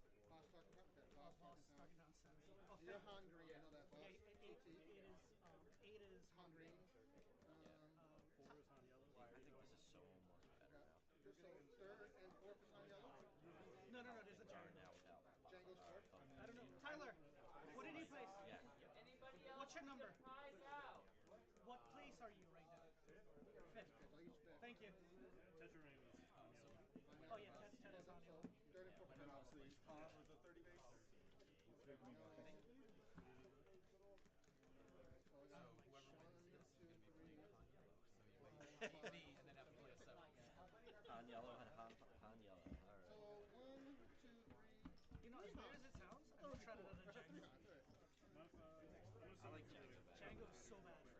Django's scary. So bad. So you're playing at table 1 or? Yeah, it's 1 versus 8. Oh, yeah. I already right. sent my kids the live stream. Like, Dad's You on did? stream. You already yeah. told them? I'm like, Dad's on stream. Tell him Dad is gonna scoop for the greater good. I'm missing 6th place. Nice. I'm missing my brother-in-law's What's 40th birthday. Larry, that's your Django's Oh, yeah, trash can. I've been looking for There's 2 Django, yeah. There's 2 Django. Oh, so there's 2 Django. Really? Because Tyler is Django. Oh, Tyler's on Django. Tyler's on Django. Yeah, Wait, Tyler, there were 2 Hans. you're on Django, right? Django. Yeah. 2 Quinlins. 2 Quinlins, 2 Django, 1 Sabine, the rest is Hans. And guess what? Yeah, 2 Okay, yellow. I'm the only green. all talking town. Bandit location. Could I get all the top 8 people over here real quick? Oh, go talk. What? Oh, He sorry. wants to talk to all the top 8. Here, okay. Can you like Hold up. No, take it back. I'll finish it. We have these showcases for top 8. Alright? I originally advertised this as it's going to be you after your placement at the end of the event. So first place would get first choice. I'm the news member, so technically I'm we have 2 options here. Because I imagine not everyone is thrilled about staying the whole time if they don't. Yes, I understand that. Right? We can either by consent decide to have like table A will play this, which is first, second, and third. Or you're going to take both of your talent, and all you winners get 100 points. Yeah, he told me. Yeah, we can vote for the first system. Anyone? Whatever the easiest system is to use, one of them. Joe, it doesn't matter. Take care. The first system would be Have a good one. decided as to first place in bracket, second place bracket. The second system is candidates vote for Yeah, I was like, get in the water. I was like, we want it so anyone voting for the first system. Alright, so then I will get everyone's phone number and I will call up whoever it is your turn to take if you have left. And if you have stayed, then you get to stay. Ideally, you stay up tonight, maybe? We had So the people or who are here at the end can actually stay up. Yeah, I'm going nowhere. yeah, after playoffs, Lose, I'm gonna first place watch. will get first choice. Second place will get second. Try to be boring. Like I said, like there will be tiebreakers that will tell me in melee because otherwise what happens is the game is so good. Yep. And that was I'm pretty big. Luck, dude. There's no pressure. No pressure. Hey, None you at made all. it to the top 8 at least. This is free money right here.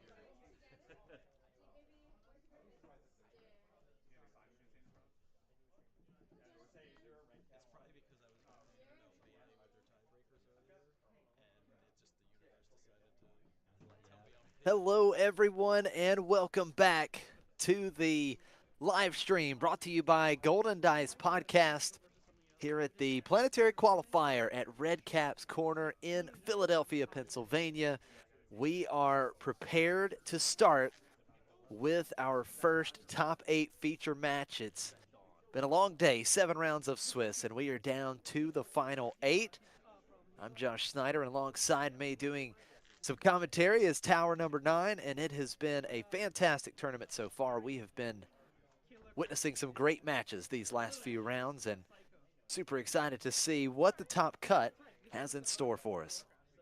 That's right, Josh. There's been some very cool gameplay, and we're now down to just those final 8 competitors who made the elimination rounds, and we'll have to see who ends up prevailing.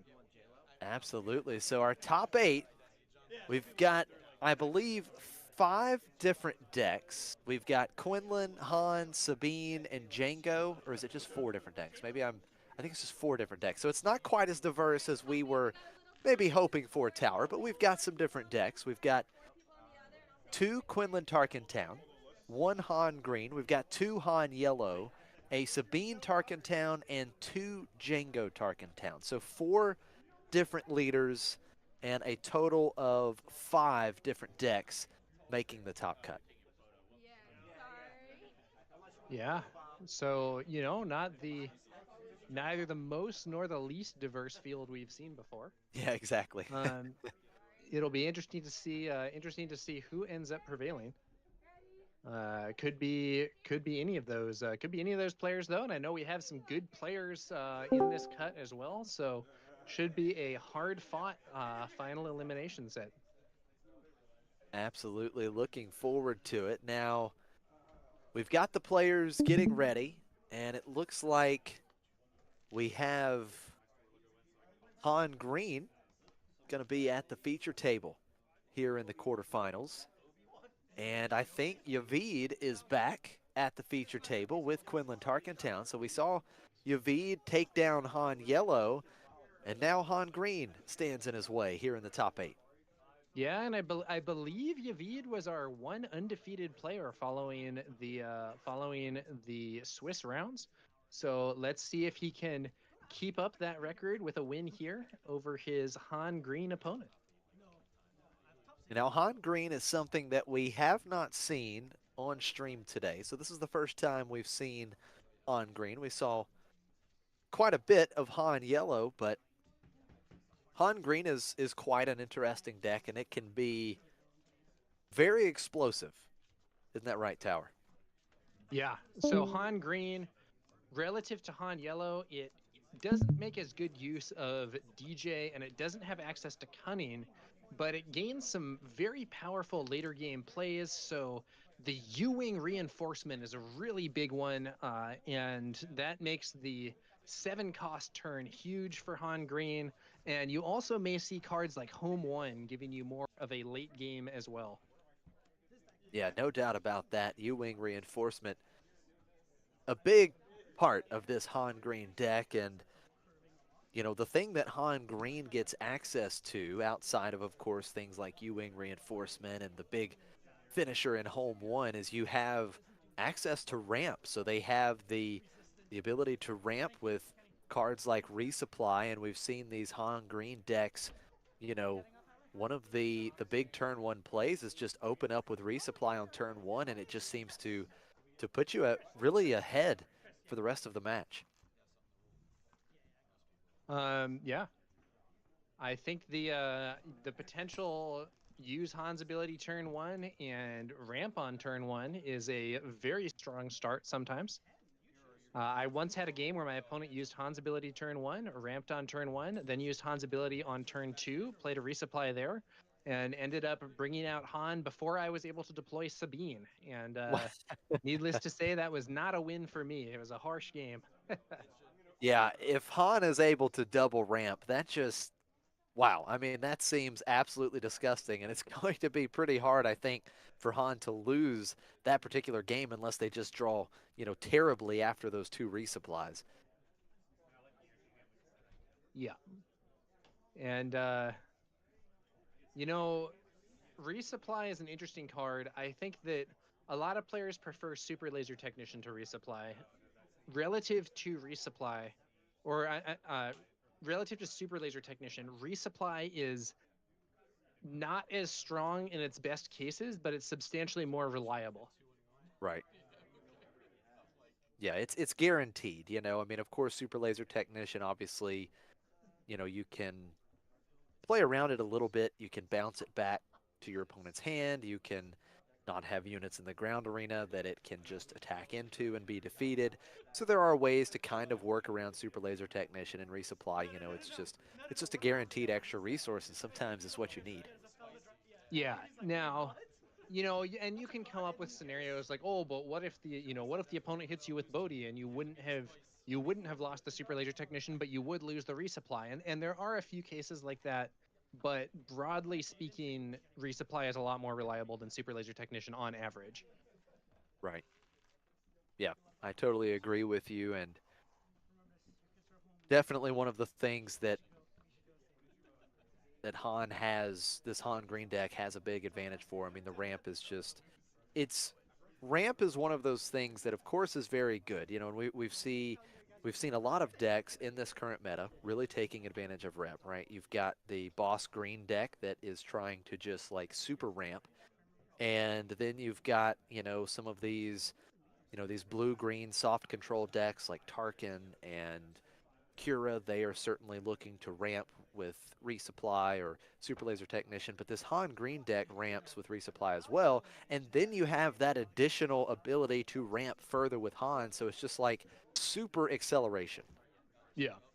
And it is a situation where you're spending resources on something that doesn't immediately advance your board, and you're maybe going to be going low on cards in hand. So, once again, I do think there's a vulnerability to those discard effects in the Han Green deck.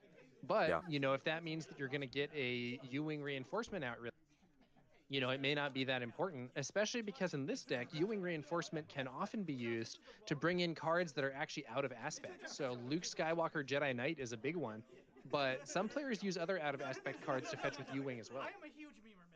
Yeah, that is a great point. I think in these decks, we've been seeing a lot of the Luke Skywalker, and we've also been seeing one of, in some of these decks, the Cad Bane, the 7-cost Cad Bane unit, which can, in certain situations can be the card you need, just completely come in and, take control of your opponent's board.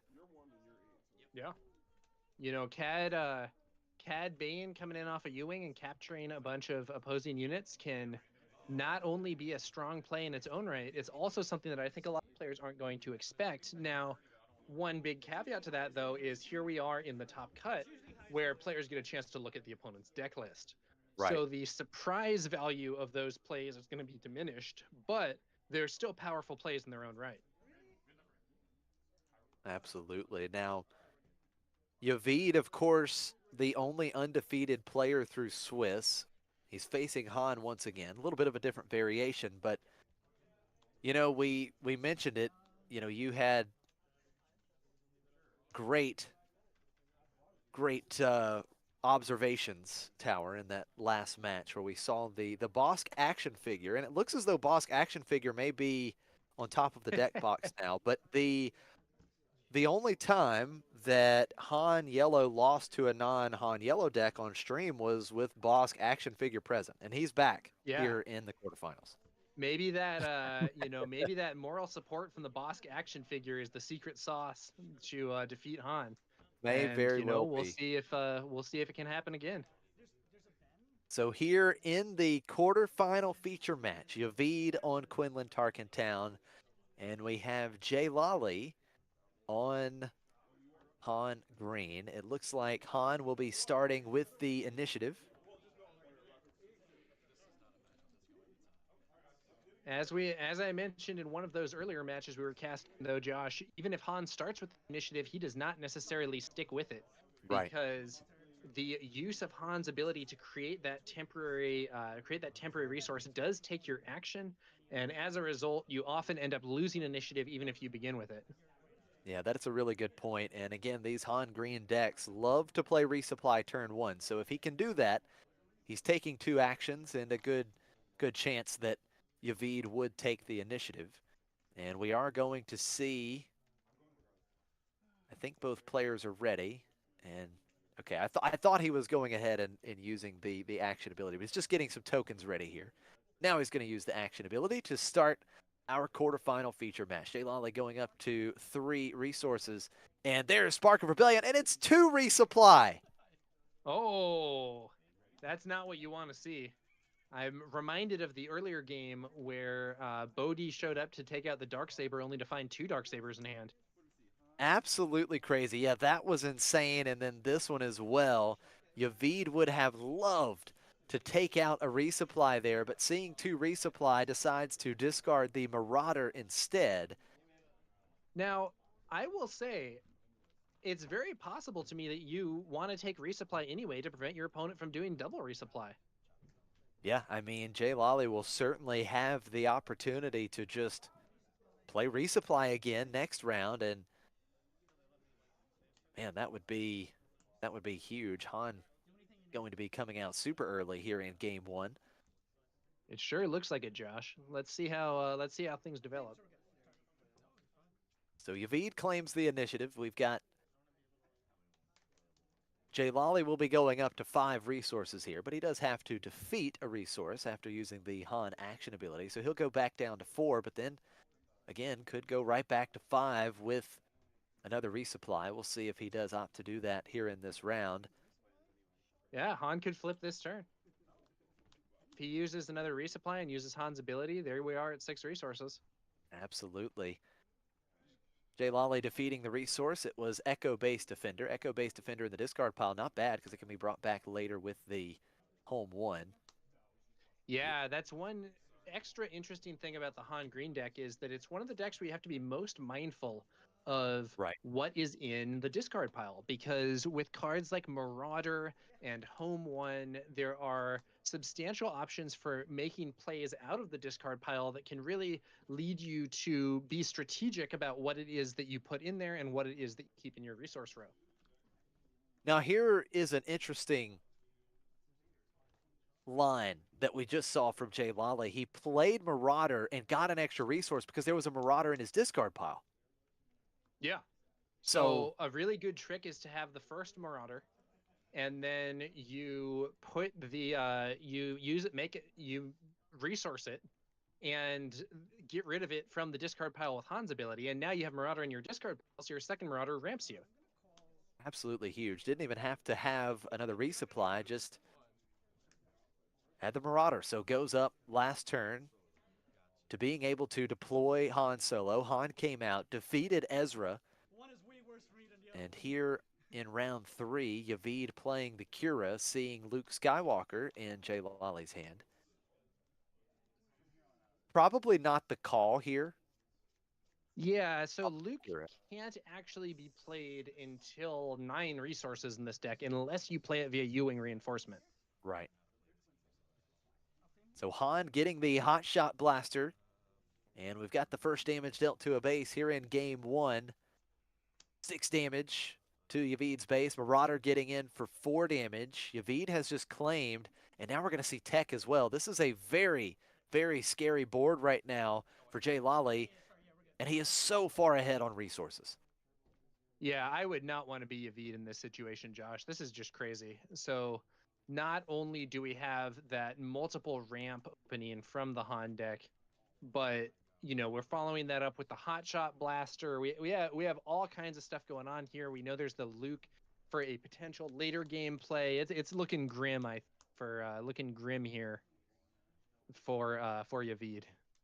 Definitely the game plan that Jay Lolly has. He wants to ramp as much as he can. He's been able to do that, and he is in a commanding position right now in game 1. With the initiative, let's see what Yavid has. He'll be up at 5 resources here. We can see Quinlan deploy this round.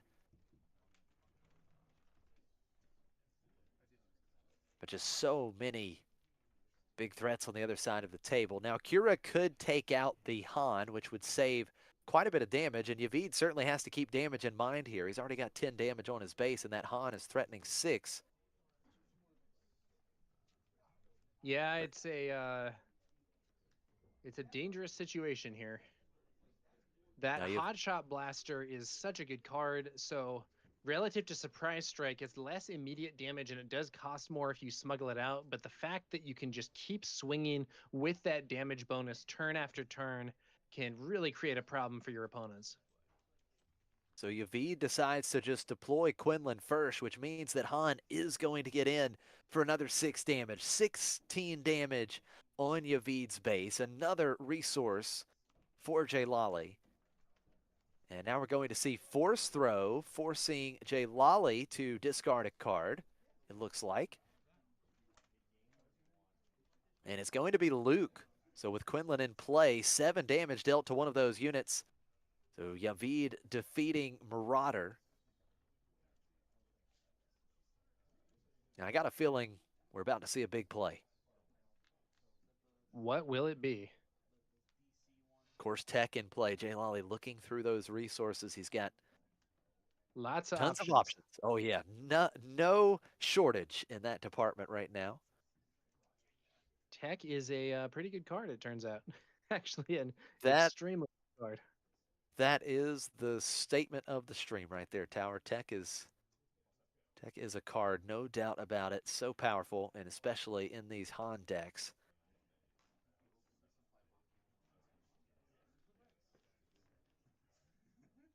Lolly thinking this through. Asking himself, what big play do I want to make here? What am I going to do with all of these resources? He only has, I believe, 1 card in hand, but again, with Tech in play, all of his resources have gained Smuggle. All of your resources gaining smuggle. Now, to be fair, they do cost more when they're brought out by that method. There is a downside, but it's not that much of a downside. And it is going to be U-Wing reinforcement. Let's see if he has a big hit off of U-Wing. Of course, anything right now is good because at the very least, I mean, he's going to put some units on the board, maybe a couple smaller units, but in his position, anything is good. U-Wing reinforcement's kind of the signature play of this deck. Absolutely. U-Wing reinforcement, so good. Looks like we saw an Emphas Nest there. That's an option. He is going to play Emphas Nest, bouncing the Cura back to Yavid's hand. Now, Yavid could replay it. He has 4 resources, but still in a very bad position. Yeah, Enfys Nest, really powerful. The ability to potentially just repeat bounce your opponent's units can be very difficult for opponents to deal with if they don't have some counter to Enfys. Now, Enfys Nest is not the most prominent character in the films. I believe she appears only in the solo film, but we have seen 2 versions of her in the game here, and honestly, they're both pretty good. Absolutely. Yeah, both versions of Emphas Nest and Star Wars Unlimited, very playable. The 7-cost Emphas Nest, of course, being the predominant Emphas Nest we're seeing in the meta. These Han decks love that card. So Yavid thinking through this play. Of course, we've got extra time, a total of 75 minutes in these top cut rounds, so can take a little extra time to think through these plays. He's going to play R2-D2, and looks like he will discard the Cura here to do a little bit of digging. Now, that Republic R2 is a really good way to increase the consistency of a deck. Not only does he have a pretty decent stat line, but there are some quite relevant combos you can dig for. And if you're playing a deck with cards such as, now there are 2 of them, R2 can really help your consistency, but he can also just help you improve your hand even if you're not going for any combo in particular. Yeah, absolutely. Now, Tech getting in for another 2 damage, and it looks like we've got another Force Throw coming out for Yavid here in this round. He is going to discard Plo Koon to deal, it looks like, 5 damage to the Emphas Nest. Lolly claims the initiative.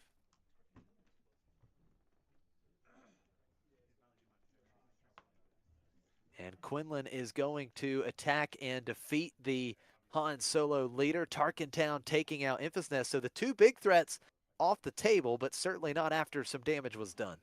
No, there's a major base HP deficit here for Yavid. I don't think he's landed a single hit on his opponent's base, and his base has taken 18 damage.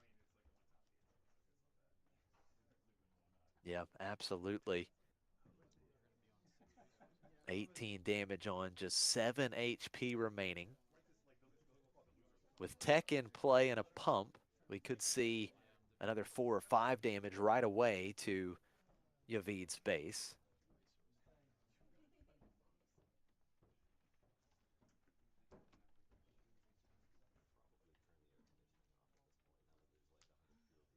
And of course, tech still just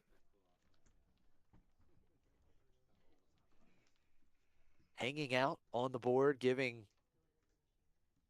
Jay Lolly so many options. Yeah.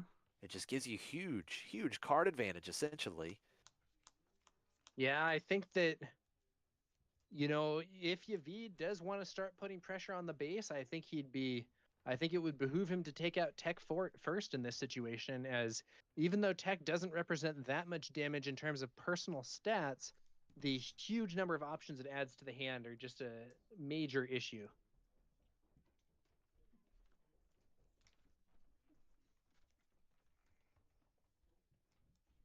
It's funny, you know, I think Tech's weakness to some degree is that he's a lot less valuable early on in the game, in theory, but these decks that have access to the Tech DJ combo with Han kind of turn that on its head, and they make Tech a very high priority to deal with both early and late game. Absolutely, and it's kind of funny here because Jay Lolly, it looks like he's holding his hand. He's just holding his resources because essentially that is his hand, right? He's only got one card in hand, but he's just holding his resources here. Yeah. And this is also kind of the counter to the discard tactics that can otherwise be an issue for Han, Smuggle. And Tech is maybe the biggest, baddest Smuggle card in a certain sense because it turns everything else in your deck into a Smuggle threat. So true.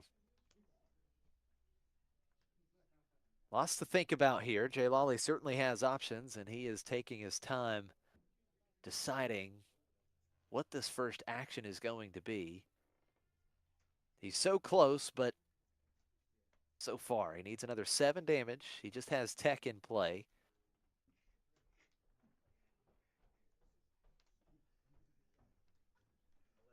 It doesn't appear as though he's going to be playing a pump right away on tech. Maybe just wanting to expand the board a bit. Don't see another U-wing reinforcement down there in the resource row.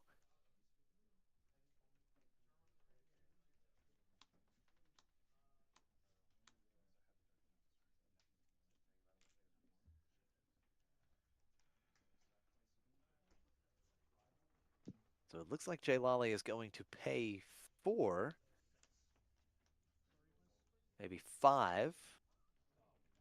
And he will take advantage of tech. It looks like he is going to smuggle a card into play.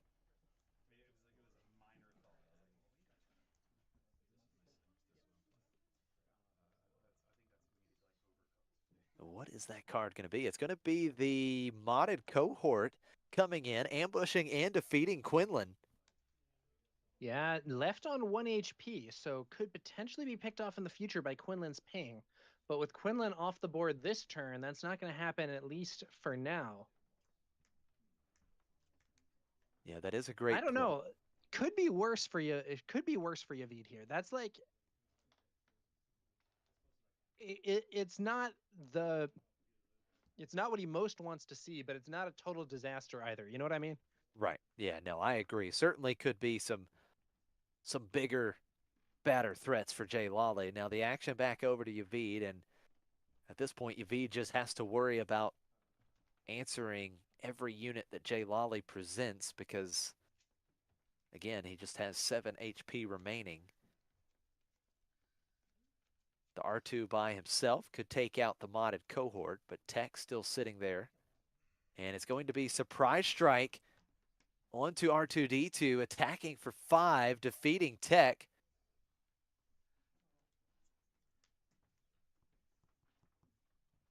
So now with Tech off the board,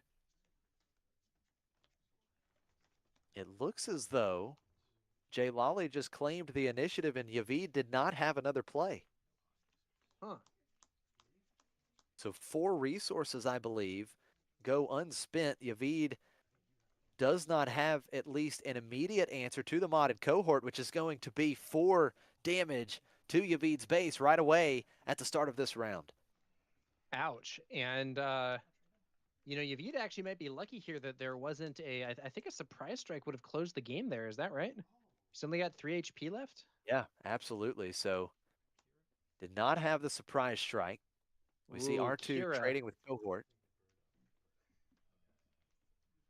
Kira finds Plo Oh, Koon and that is Leia. harsh for Yavid. That Han could kill Kira, but if J Lolly picks Han as the card to have the cost increased, I'm not sure Yavid will have any counter to this Kira. Oh, that is a very good point. And you're absolutely right. It's Han. I thought it was Plo Koon. Didn't see correctly there. It was Han. So surely Han is the call. And once again, Now, Yavid does may Yavid have... have some crazy play from the row? No, it's a scoop. That's it. Yeah, Yavid picking it up and Jay Lolly taking game 1 here in the quarterfinals with Han Green. Yeah, it looks like that Kira once again blocking Han. You know, we saw that happen to Yavid earlier, and now a bit of deja vu here in the top cut. Yeah, that has been a great way to slow this Quinlan Tarkentown deck. These Han decks firing out Kira a little bit later and hitting that Han Reluctant Hero before it can be played on the 7 resource turn. And it, at least both times we've seen it over the last couple rounds, it has been detrimental to Yavid.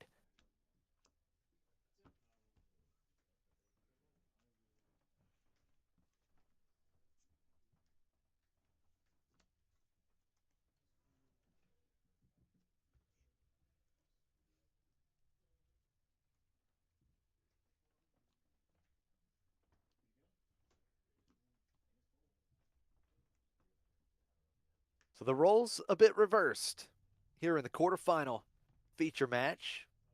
Yavid was able to take game 1 in the feature match in round 7. This time he loses game 1, so now he will have to turn things around and win 2 in a row if he wants to advance on to the top 4.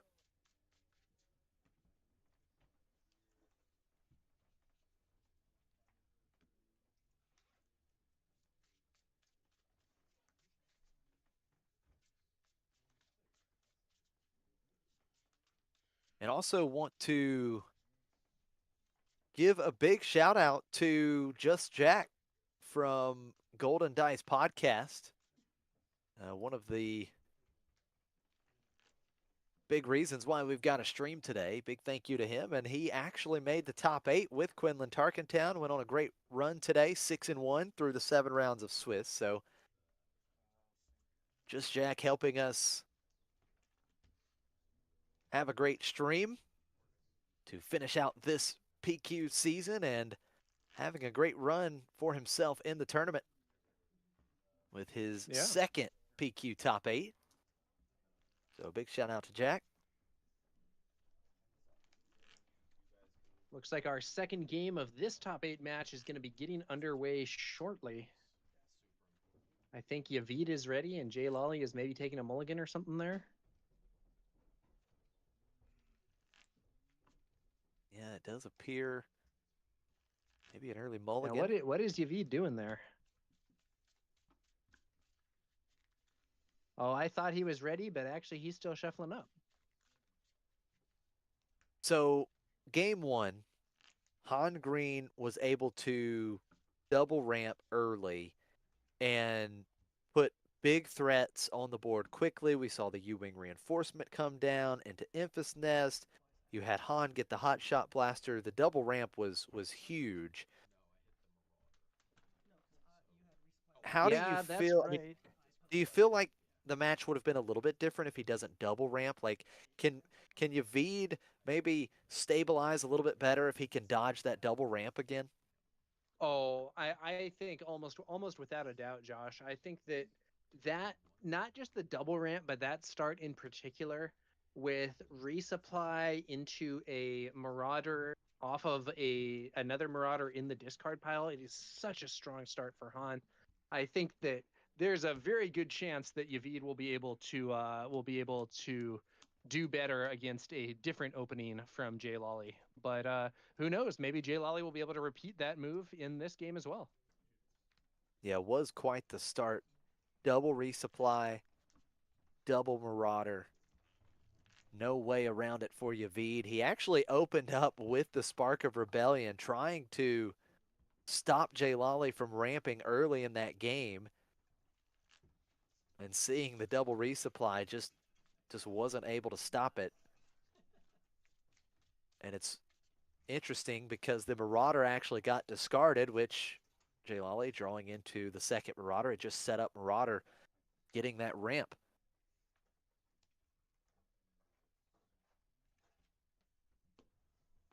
All right. So Yavid is ready to go. Jay Lolly did mulligan.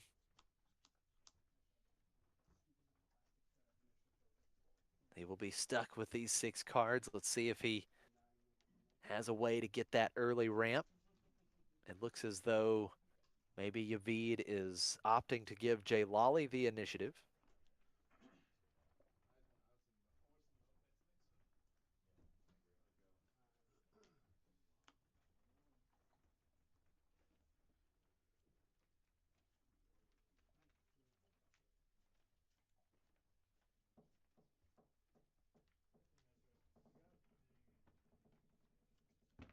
So 1 game in the books.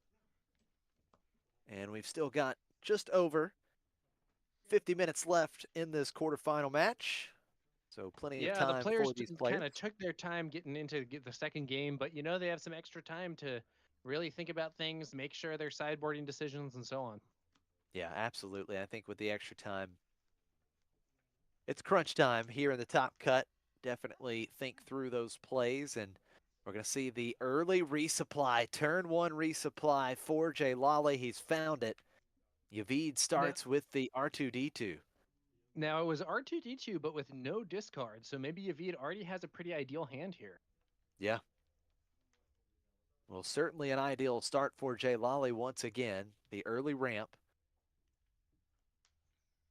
We'll see how he follows that ramp up this time around.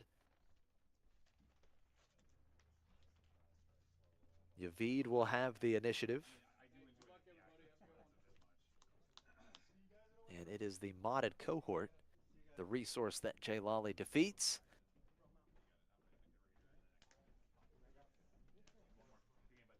And you've got to know that Yavid is really hoping to dodge double ramp once again. We'll see maybe a Cura here to. No, we don't see Cura. No, we're on turn 2. Sorry, we're on Yavid's side of the board. He only has 3 resources. Jay Lolly's the one with 4. So we see red 3 coming out for Yavid, and Jay Lolly is going to continue to ramp up, this time with the Han action ability.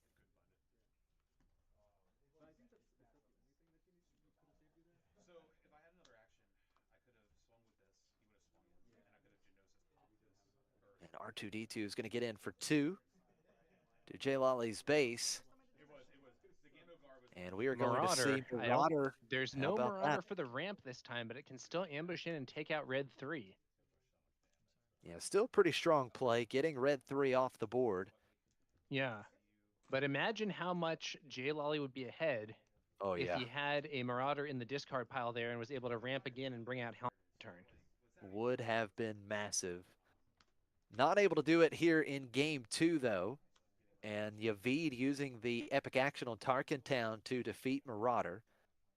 So Yavid still has the board control early, but we are now getting to the point where we could see that 5, 6, 7 for Han. That's right. Now, will Yavid have something available to counter it? I think it's possible. But Yavid is only on 4 resources. So we won't be seeing some of the answers that we could if, we had Quinlan on the board at the same time. So here we go. Han action ability used right away. Kira coming out, and it's only Infus Nest. I think Yavid is very happy to have Kira block that Enfys Nest, and Han will not be able to 5-6-7 into Enfys this turn. No doubt about it. So we'll see what Lolly may have access to in the resource row in terms of smuggle. Right. So that's the real question. What smuggle plays, if any, will Lolly have access to? And if he doesn't have a smuggle play, Yavid may have just blanked his turn in terms of resources. Yeah, that would be a big momentum swing for Yavid after the early ramp. So Han is going to get 4 damage into Yavid's base. 7 total resources for Lolly now. Yavid has just claimed the initiative. Let's see if he has access to any smuggle. Yeah, I mean, you'd really like to be playing out like a Tech or a Zori Bliss here. I'm not sure if he has one, though. No! Oh, So wow, that is Kira huge. successfully blanked Lolly's resources that turn. Definitely a better start this time for Yavid, even though Lolly ramps. Yeah, taking out that whole turn is absolutely spectacular for Yavid and trying to turn the corner in this match. That's right, Josh. That is an important play, and you know, the second time that we've seen Kira really mess with a key turn for an opponent here. Kira doing some good work. In game one, Lolly's Kira disabled Yavid's Han Reluctant Hero. And in game two, Yavid's Kira took out that Enfys Nest, which would have been a critical play from the Han 5-6-7. Kira, big stuff here in both games. Now, surprise strike early for Yavid. Kira attacking and defeating Han. Lolly can only play Marauder. Now, he did get to ramp, I believe, because there was another Marauder in the discard pot. Now he did, but at this point, how good is ramp? You know, Right. it's Not as a lot important. less relevant when it's not bringing your leader out earlier, but it might be accelerating him towards home one. Yeah. Now look at this board. Red 3 coming out. Quinlan has been deployed. That's going to be 5 damage to Lolly's base between those two Red 7 because both those units are buffed by Red 3. You're absolutely right. Yeah, Red 3 coming down first. That's a great point. An extra 2 damage. So this is a big-time board state for Yavid, and Kira still in play means that Enfys Nest still costs 10. Yeah. Now, Lolly can easily take out Red 3 with that Marauder, but that keeps the Marauder from attacking the base, and if Lolly doesn't take out Red 3, there's a lot of bonus damage, since all the units on the field for Yavid right now are here. Yeah, great point for sure. That Red 3, absolutely a big threat right now. So Lolly has Red 3 as priority target number 1. Marauder taking out Red 3.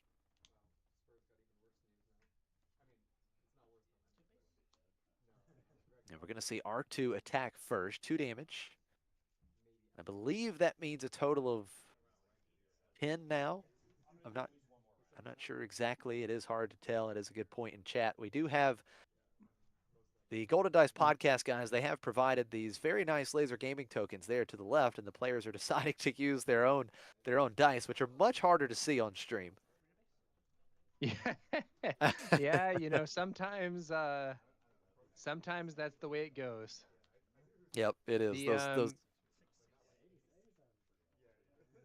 Those beautiful big tokens just sitting there begging to be used for the stream here, but not at the moment. So we're going to see Enfys Nest come in after Kira deals some damage to Lolly's base. Enfys Nest bouncing the Kira back.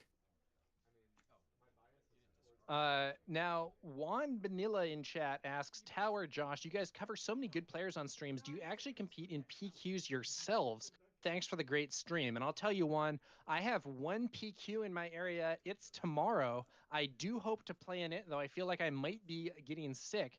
But if I'm feeling okay tomorrow, I do think I'm going to go there and play. I don't know that I'm going to win, but I do intend to compete.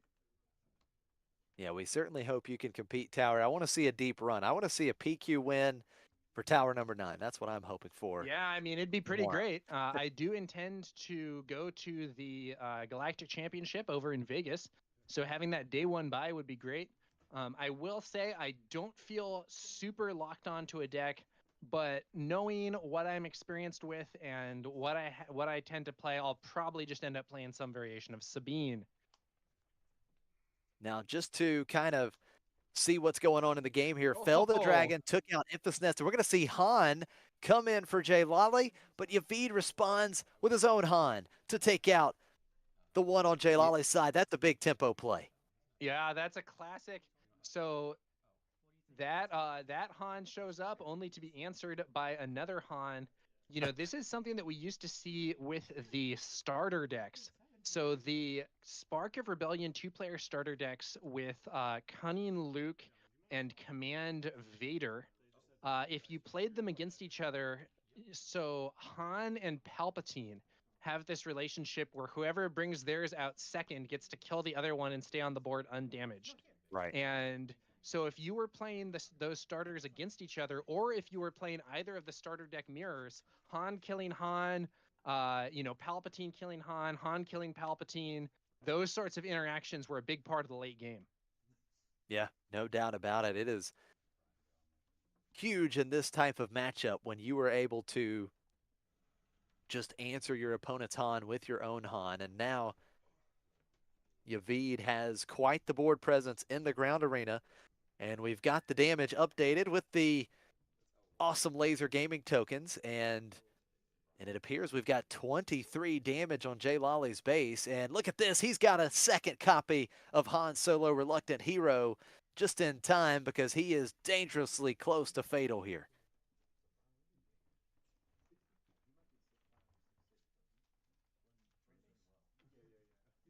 So Yavid losing his Han, Quinlan getting in for 3. So 26 damage on Jay Lolly's base. Marauder gets into Yavid's base for 4 damage. But with 26 damage on base, a pump onto this Quinlan next round would be game over.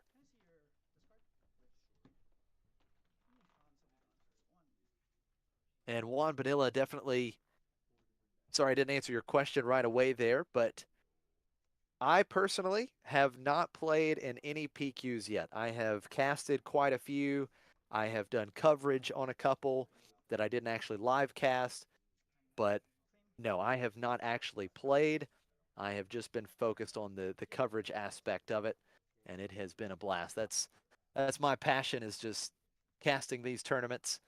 And so that is what I would like to continue to do. But hey, maybe one day I'll get Josh. Maybe you're gonna be, maybe that Thrawn from the new set is really gonna sing to you, and you're gonna be taking down PQs yourself in a few months.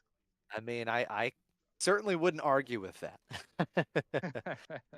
Now we've got Sabine coming down for Yavid, and it is a second copy of Fell the Dragon.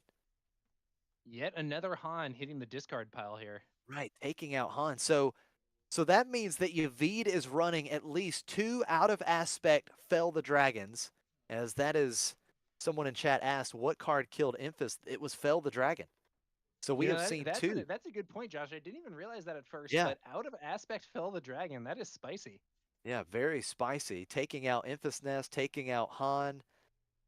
Getting good value from it this game. Now, one thing I'll say about that is, traditionally speaking, one of the weaknesses, I think, of this sort of color combination is sometimes your opponent gets to certain endgame units that you just can't deal with. So historically, Avenger was a big one.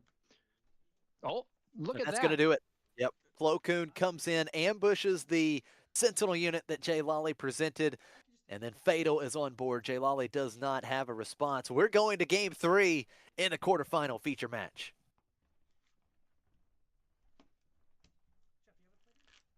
All right, that is going to be a win for Yavid.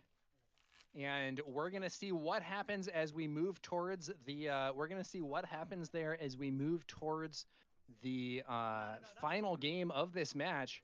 We saw a lot of Han Solos on the board that game, Josh. Yes, we did. Han Solo back and forth. But this is good stuff. Going the distance here in the quarterfinals. Yavid still had to deal with Jay Lolly ramping. But this time he wasn't able to double ramp. And I think, I asked you before that game, and you were absolutely right that if Yavid can dodge the double ramp, that it would make a huge difference. And it certainly did because, he dodged the double ramp, and then that very timely Kira able to completely blank the flip turn for Han, where Jay Lolly was unable to play anything because Infus Nest was the only card in hand, and it felt like at that point things just completely swung in favor to Yavid, and it was just kind of downhill from there for Yeah, Jay that Lolly. felt like the game-winning play to me, or Yeah. at least the one that, as you said, swung things and really changed the dynamic of the match. Because instead of being able to accelerate in to a really big late game threat with Enfys Nest, Jay Lolly ended up with nothing to do with his resources, not even a smuggle card, and Yavid was able to, sort of get control of the field. Now, Jay Lolly might have been able to prevail if not for those spicy out of aspect fell the dragons from Yavid. Yeah, that is a great point. Anything. Chat is reporting that it's frozen. Okay. Yeah, I don't think chat has us, so Not like it matters. I'm probably dead here, but.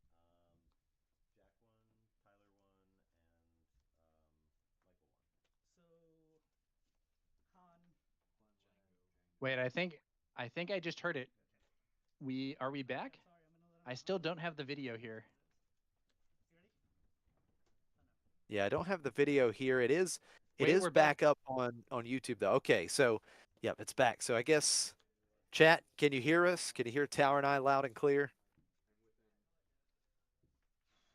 Yeah, okay. I think chat can hear us. They say we're back. Okay. Now we may have a bit of a delay here, so apologies if so, but we are back with the third game of top 8, and the players are just resourcing. We didn't miss a thing. Yep, awesome stuff. We have not missed any of the action.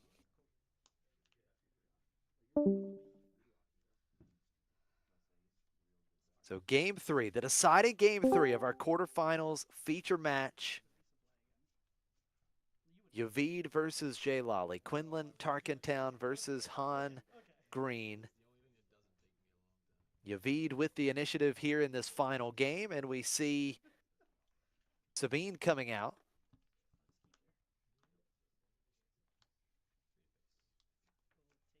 For Yavid, action over to Jay Lolly. And I may be wrong, but it looks like Jay Lolly does not have turn 1 ramp. I don't think he has resupply in hand, so he's just going to use the Han action ability.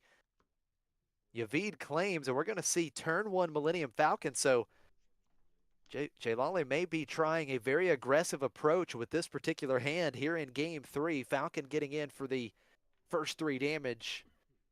Yeah, in our first 2 games, we saw Jay Lolly going for a ramp strategy, but this game it's going to be a little different.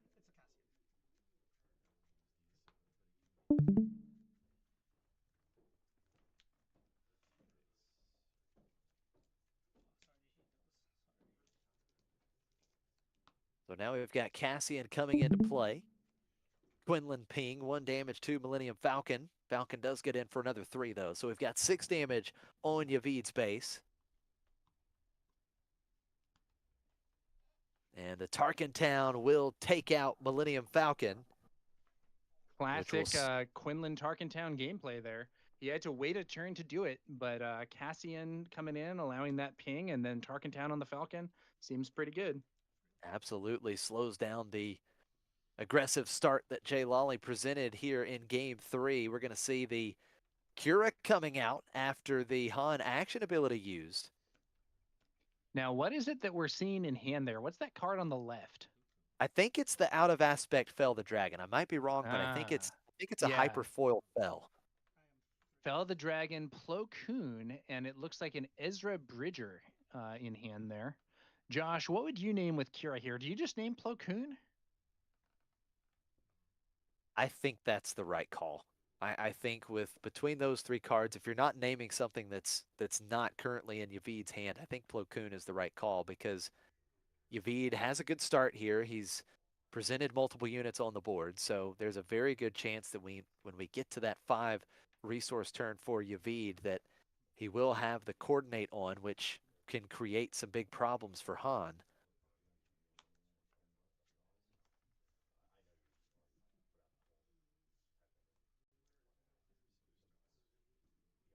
All right. So Yavid is able to take the initiative. The early Millennium Falcon did put Jalali ahead in the damage race.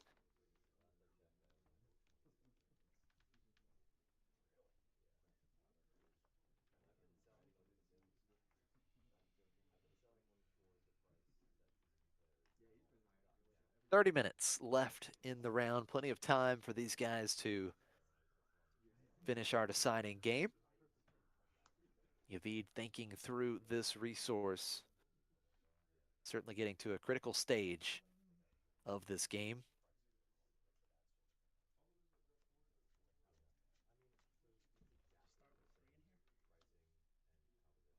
And with the first action, Yavid going to attack Kira. 3 damage traded onto both units, Cassian Andor and Kira. Looks like Kira's going to go for the base. Yeah, Yavid keeping up with that game plan he has put out so far here in this game, being aggressive. Now, if Yavid has a way to play a 4-cost unit and ping Kira, he could then defeat her with the on-attack ability from Sabine. So it looks like he's just going to attack into Kira, make the trade. It does deal an extra damage to base with that on-attack ability you mentioned. Now, what is that? One of those Republic Capital. Oh, that must be a prize that they're being handed. I don't think Jay Lolly's actually played that card. No, yeah, I don't think it's in play. It must have been. Yeah, I'm not sure why it was put there, but I don't think it was actually played. I think maybe they were handed that as a prize, and it was just put onto the board for some reason. I can't imagine that's in play because that card's very expensive. Looks like there was a Marauder with no ambush and no ramp. And no ramp there. So Marauder in play for Jay Lolly. We've got Ezra coming down for Yavid in that last round. And here in this round with Yavid having the initiative, he opens up, deploying Quinlan right away. Now we know that he had Plo Koon in hand and Kira is off the board, so On at a lot of risk here. But Absolutely. that Marauder could still be pushing substantial damage in the space arena if Yavid doesn't come up with some kind of counter.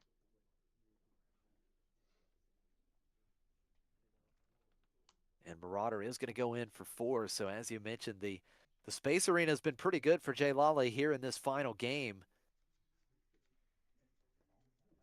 A total of 10 damage through to Yavid's base with these 2 space units that we've seen. 13 damage on Yavid's base. Ezra going into Jay Lolly's base for 3. Let's see if he finds anything useful on top with Ezra's Looks like ability. Yavid was quick to put that card back on top of the deck. I think he wrote down what the card was, maybe? If he was that quick, I wonder if it was something like a Han Solo. Yavid has been taking notes, which is a good habit to get into in this type of tournament competition. Yeah, definitely a good strategy. Good practice for sure. Modded cohort coming in, ambushing and defeating Cassian. Left on only 1 HP, though, this modded cohort could be quite vulnerable to Quinlan's ping. No doubt about it. I mean, I believe Plo Koon, and if Yavid still has Plo Koon in his hand, that'd be able to take it out if nothing else, so he doesn't have to ambush the cohort. Looks like initiative taken for Jay Lolly here. Yavid still has all his resources. He could just play Plo Koon, not ambush, and kill that cohort with the ping if he still has that Plo Koon in hand. It would certainly be a very strong ground arena. And that is going to be the play. Plo Koon coming in, Quinlan taking out the cohort. Yavid was able to get in for another 3 damage with Quinlan as well. And he is showing right now with the coordinate, that's 12 damage in the ground arena.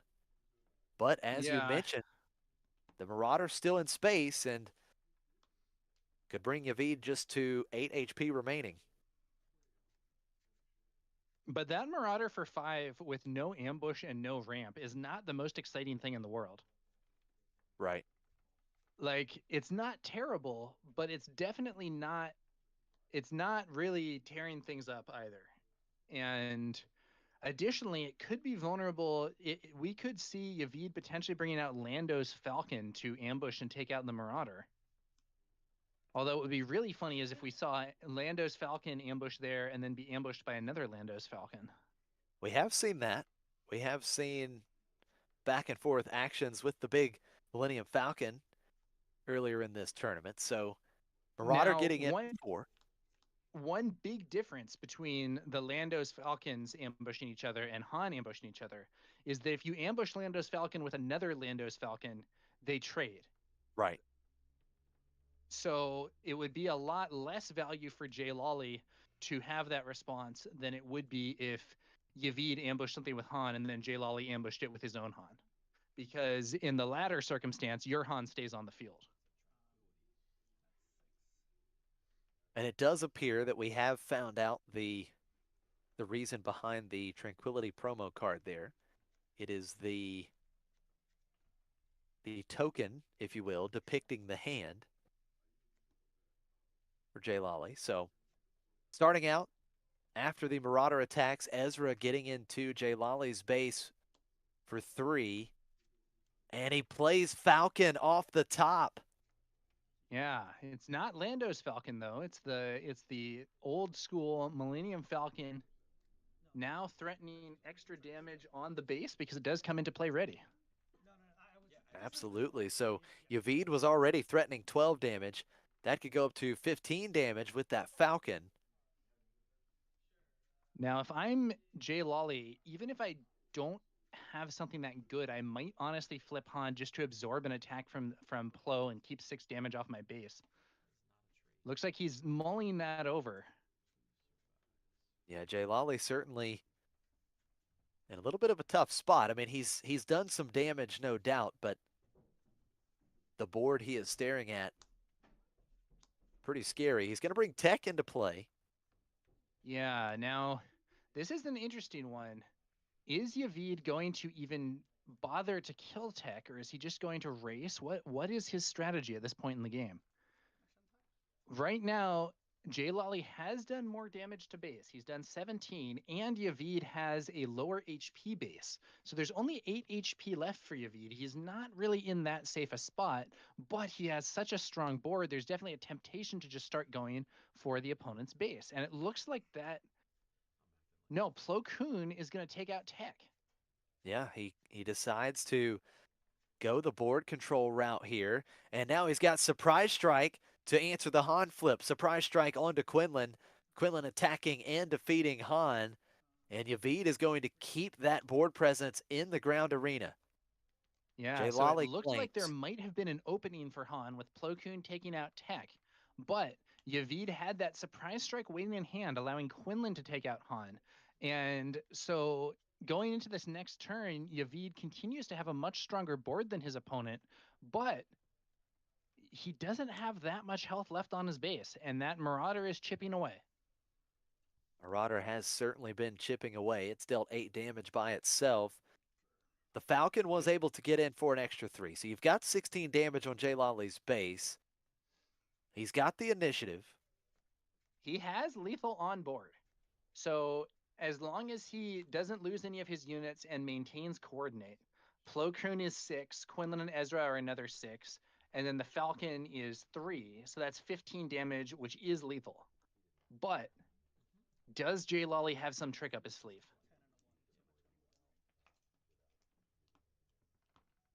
20 damage, 21 damage. So one more attack from the Marauder from Jay Lawley would win the game here. So the question is, does Jay Lawley have a way to stop Yavid? Yavid, as you mentioned, showing fatal. He will start with Plo Koon. That's a big 6 damage to Jay Lolly's base. Yeah, so starting with Plo Koon here allows him to, well, first off, he swings with his biggest damage dealer before it's potentially messed with. But it also means that even if Jay Lolly somehow stops Yavid with this play, Yavid can potentially take the initiative, swing in with Plo Koon, and if he has a hot shot blaster or a surprise strike, Plo Koon can win the game in one attack. It is a very good point. So Jay Lolly,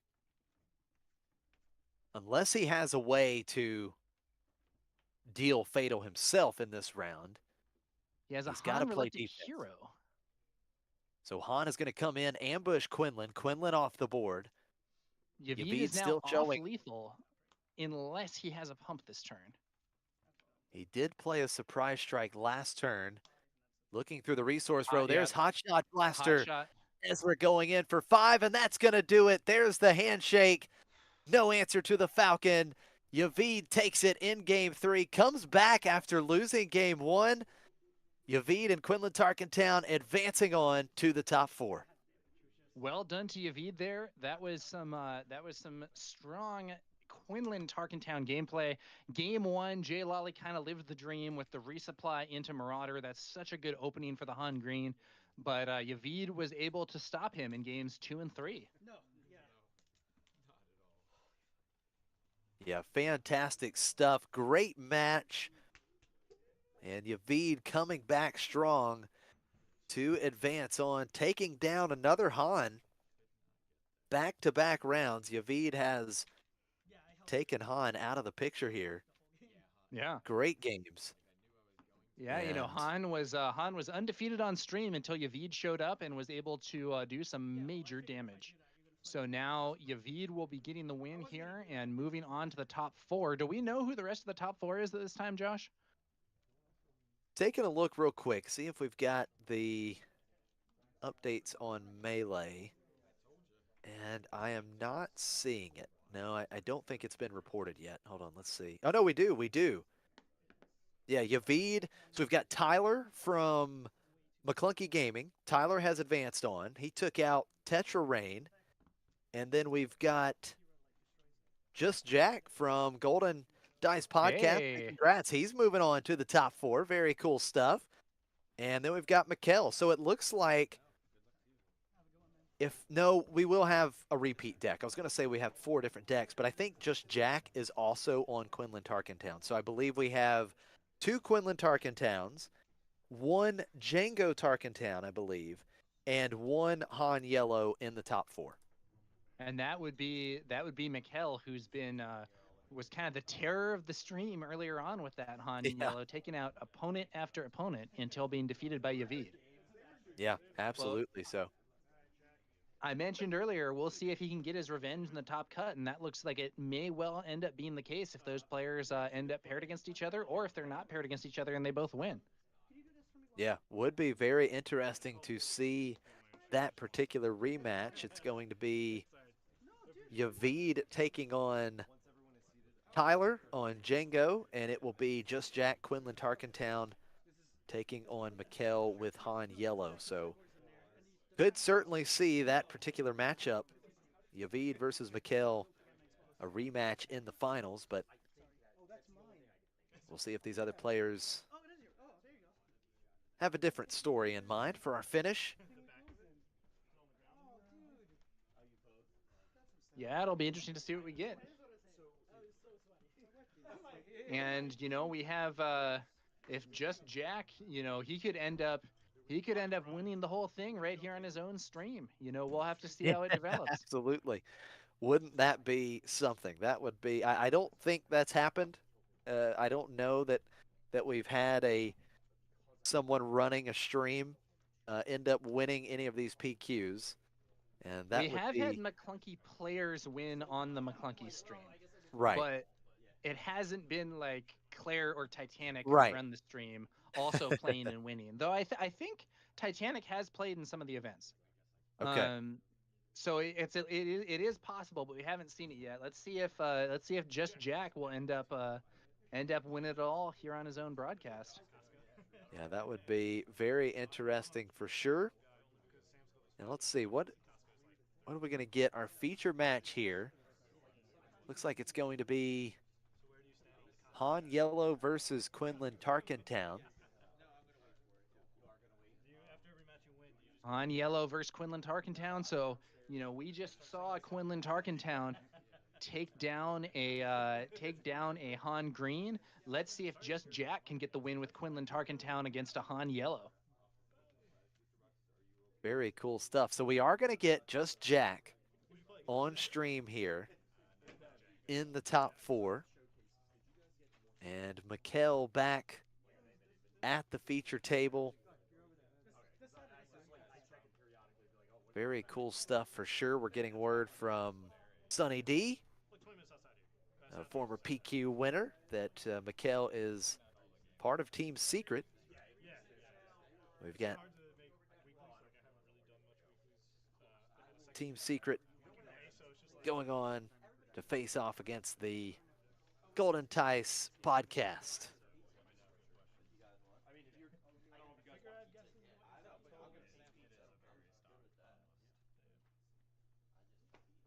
Tom Adams says, hopefully still be awake for final, but currently 1:30 in the morning for me in the UK. That's a tough schedule, Tom. You could, I'm not saying get off the stream, but you could watch it back on the VOD afterwards if, potentially staying up to 3 a.m. or whatever is going to be too harsh for you. Your choice, of course, but I believe this video will be there after the. I believe this video will still be there after the event concludes. Yeah, absolutely. But thank you so much, Tom, for hanging out with us. Yeah, absolutely. To all the viewers today, and to everyone making this stream possible and making this tournament possible. It's been a lot of fun. Yeah. Shout out also to Mickey D, who cast the first 3 rounds of the event along with you, Josh. Yeah, absolutely. Yeah, it was great to have Mickey on earlier. You can check him out over at YouTube at Mickey D Swoo. Always great to have Mickey on stream. Provides some great insight.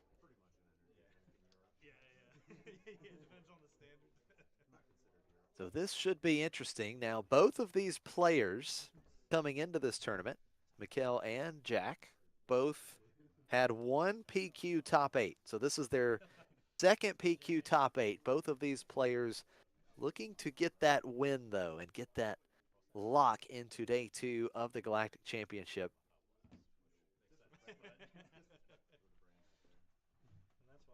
Great run for both of these players. We've seen Mikkel on stream several times, and he has been on fire on stream. He did have that winning streak come to an end with Yavid winning in the final round of Swiss, but Mikkel certainly been on a great run today.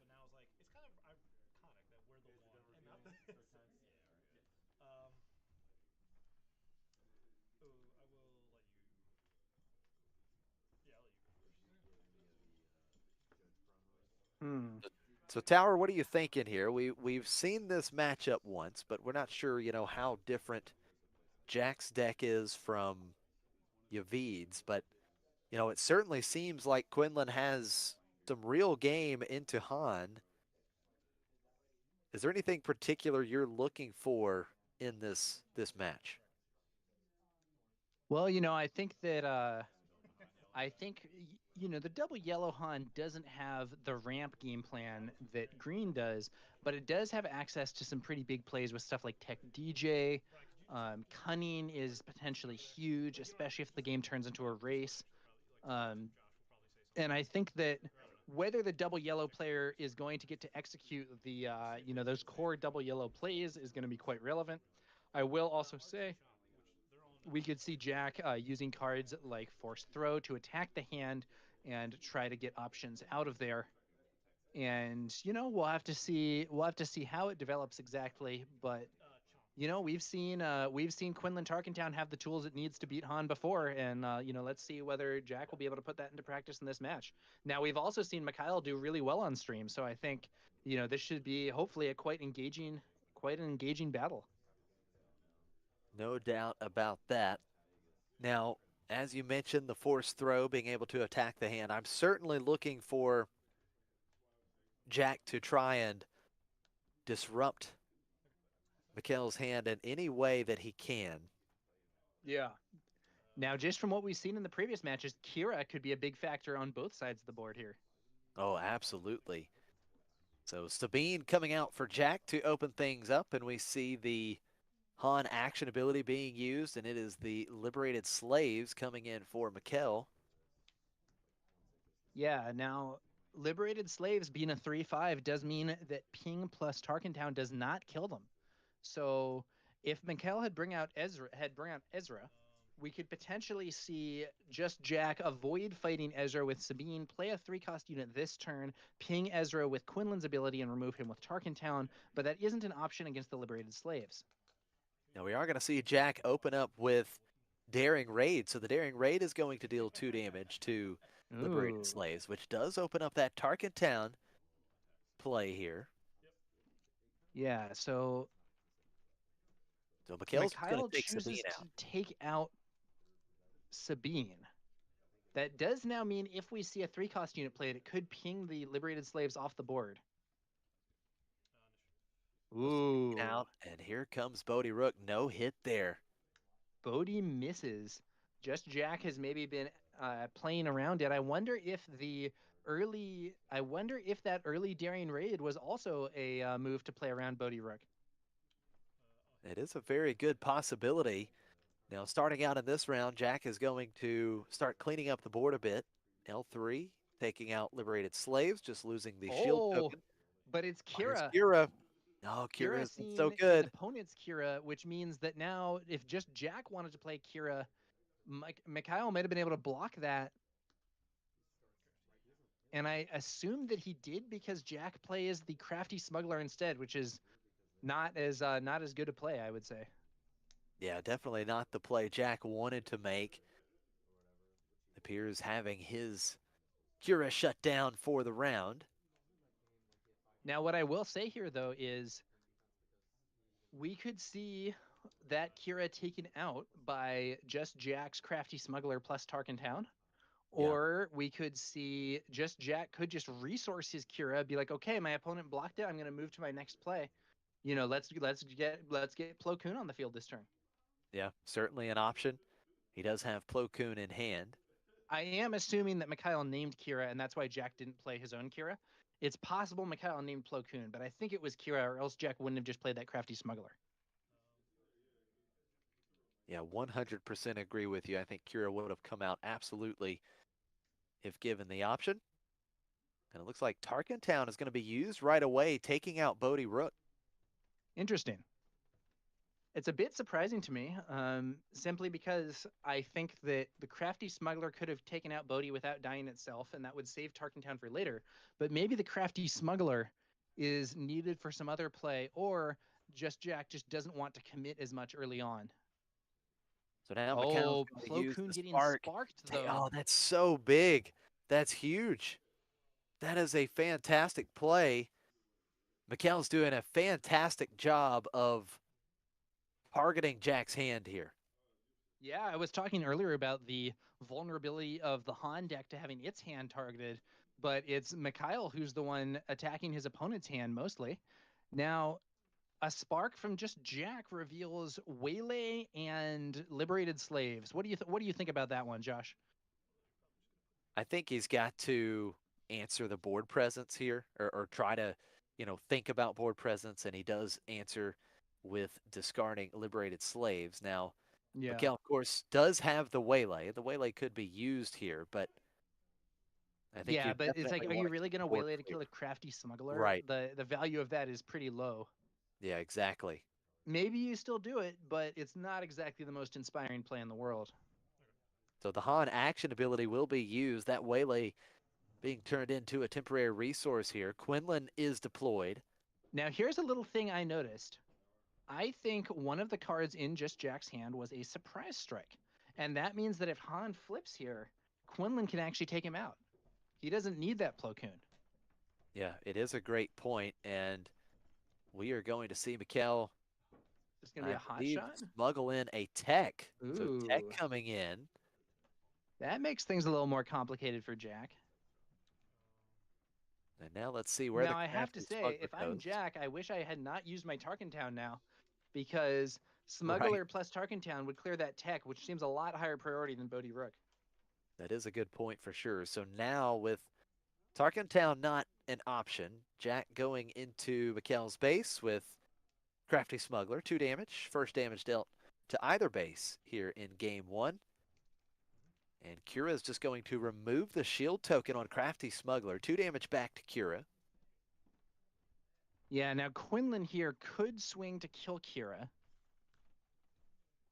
Could swing to put damage on tech. Could potentially pass to try and get that surprise strike to clear Han, or could even play the surprise strike now to clear tech completely. Definitely some options right now for Jack. And I'm wondering if he just played the passing game, if Mikkel would just claim the initiative, because he does know that Jack has Surprise Strike in hand, right? Because he played the Spark. Now, if there's a hot shot, oh, and there is. Oh, that's a Hot big shot will let play. Quinlan kill tech. Yeah, Hot Shot Blaster buffing up Quinlan. 5 power Quinlan now. Taking a very real threat off the board.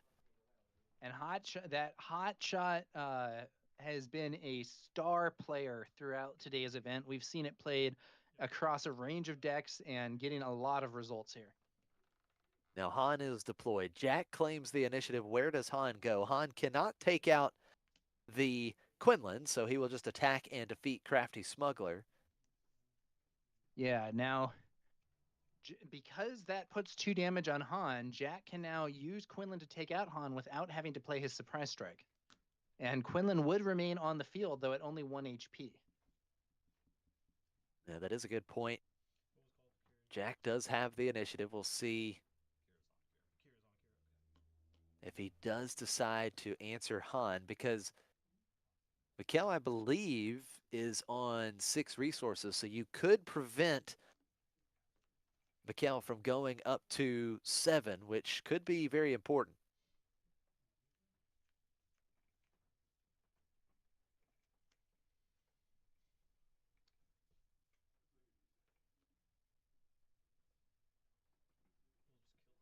And Quinlan is going to attack and defeat Han. So no extra resource.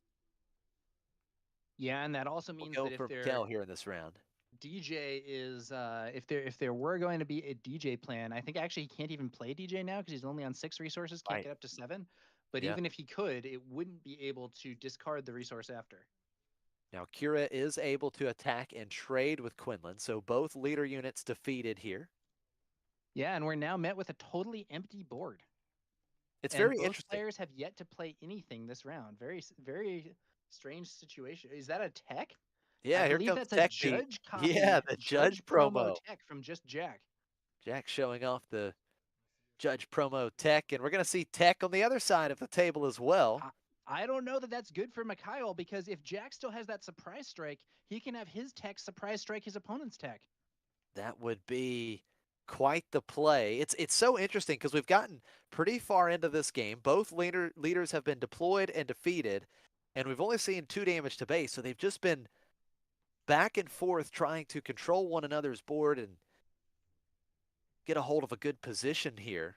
Yeah, they've really been battling it out for the board, and absolutely. Now Han Green has actually a quite strong end game, but There Han is Yellow may strike. not have the same top end in terms of home 1 and stuff like that. Now they might have, Enfys Nest, various other strong plays, but I'm not sure that the game going long, I don't know who it favors here, to be honest with you.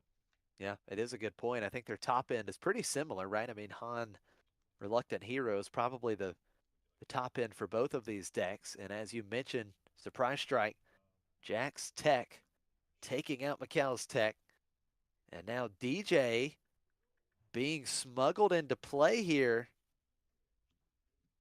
Yeah, now Han hasn't created a temporary resource this turn. And if he does, it will probably be wasted, but it might still be worth it just to force that discard. 2 cards in hand only for Mikhail here, though. What would be really spicy is if Jack somehow made Mikhail discard to block Han's, or I think you can use Han's ability even if you don't have a card though, but it does deramp you then. Right. So he does use that action ability and defeats Jack's resource. Yep. And Jack brought out Sabine Explosives Artist as the other play that turn. You have to wonder, did Jack have a bigger play in turn that was prevented by losing a resource to DJ? Because DJ does get to take a readied resource and lower the potential of what you're doing that turn. It is certainly possible. Now, Jack is actually going to smuggle Plo Koon into play to start this round. And with Coordinate turned on, that will ambush and defeat DJ. Yeah, I think Mikhail would definitely rather his opponent not have a tech on the field. Let's see whether or not our Han player can come up with some kind of answer. If not, the immense card advantage granted by tech might prove to be insurmountable. Tech coming in a big way here. He provides so much card advantage. Both players have fought so hard in this game to really get a stronghold on the board. And right now, Jack has been able to do it. Han action ability. Another resource for Mikhail here. Now, Sunny D in the chat with some interesting information. Apparently, Mikhail is a Team Secret player and is the brother of a player, Ryan Conroe, who has actually won 2 PQs himself. Yeah, Ryan has been on a tear lately, absolutely. And it looks like another DJ is going to be smuggled in for Mikhail here, taking another resource. And Jack does not have an answer with just Sabine because he's already used up all of his resources smuggling in that Plo Koon. So what do you do here? I think he might just... Do you just claim? I think he just claims because he has Han Solo Reluctant Hero in hand, and I think he would probably like to protect the tech. And he can do that with Han taking out DJ with his first action if he claims. Yeah, so you think he just takes the initiative. Yeah, then he gets to put another resource down. That puts him up to 7. Han Reluctant Hero kills DJ. He doesn't get his own resource back because Han's ability was used. But he gets his opponent's DJ off the field, and, you know, just Jack has been building up a substantially better board than what Mikhail has to offer here, even though DJ has been putting Mikhail ahead in the resource game. Yeah, absolutely. So Plo Koon is going to attack first. 6 damage to Mikhail's base here, and you know that does leave Tech vulnerable, and DJ is going to attack and defeat Tech. Yeah, you know, it's possible Jack has concluded at this point that Mikhail probably has some kind of ambush card or other way to deal with Tech. Right. Not entirely sure. I think I liked the line. I think I liked the line you proposed more, Josh, with Han ambushing DJ and forcing Mikhail to come up with something else to handle Tech. Maybe at this point, Jack is just thinking, I have the board. I need to start being aggressive. I mean, he is able to put Mikhail's damage total on his base up to 13. Now we see Zori. The other question is he trying to bait his opponent into playing Han to kill it with his own Han? It is possible. If that's the plan, though, it's not working. Mikhail's bringing out Zori Bliss instead. Yeah, that is a good point because we haven't seen Han for either player yet. And I think Jack would hate for that tempo swing of playing his own Han and then just losing it and not having an answer to Mikhail. So we're going to see Ezra coming down for Jack. Temporary resource being made here. Up to 7 resources for Mikhail. Maybe it will be Han. And Jack brings out his 3rd Millennium Falcon. The first 2 were resources that were stolen by DJ, but he had the 3rd one.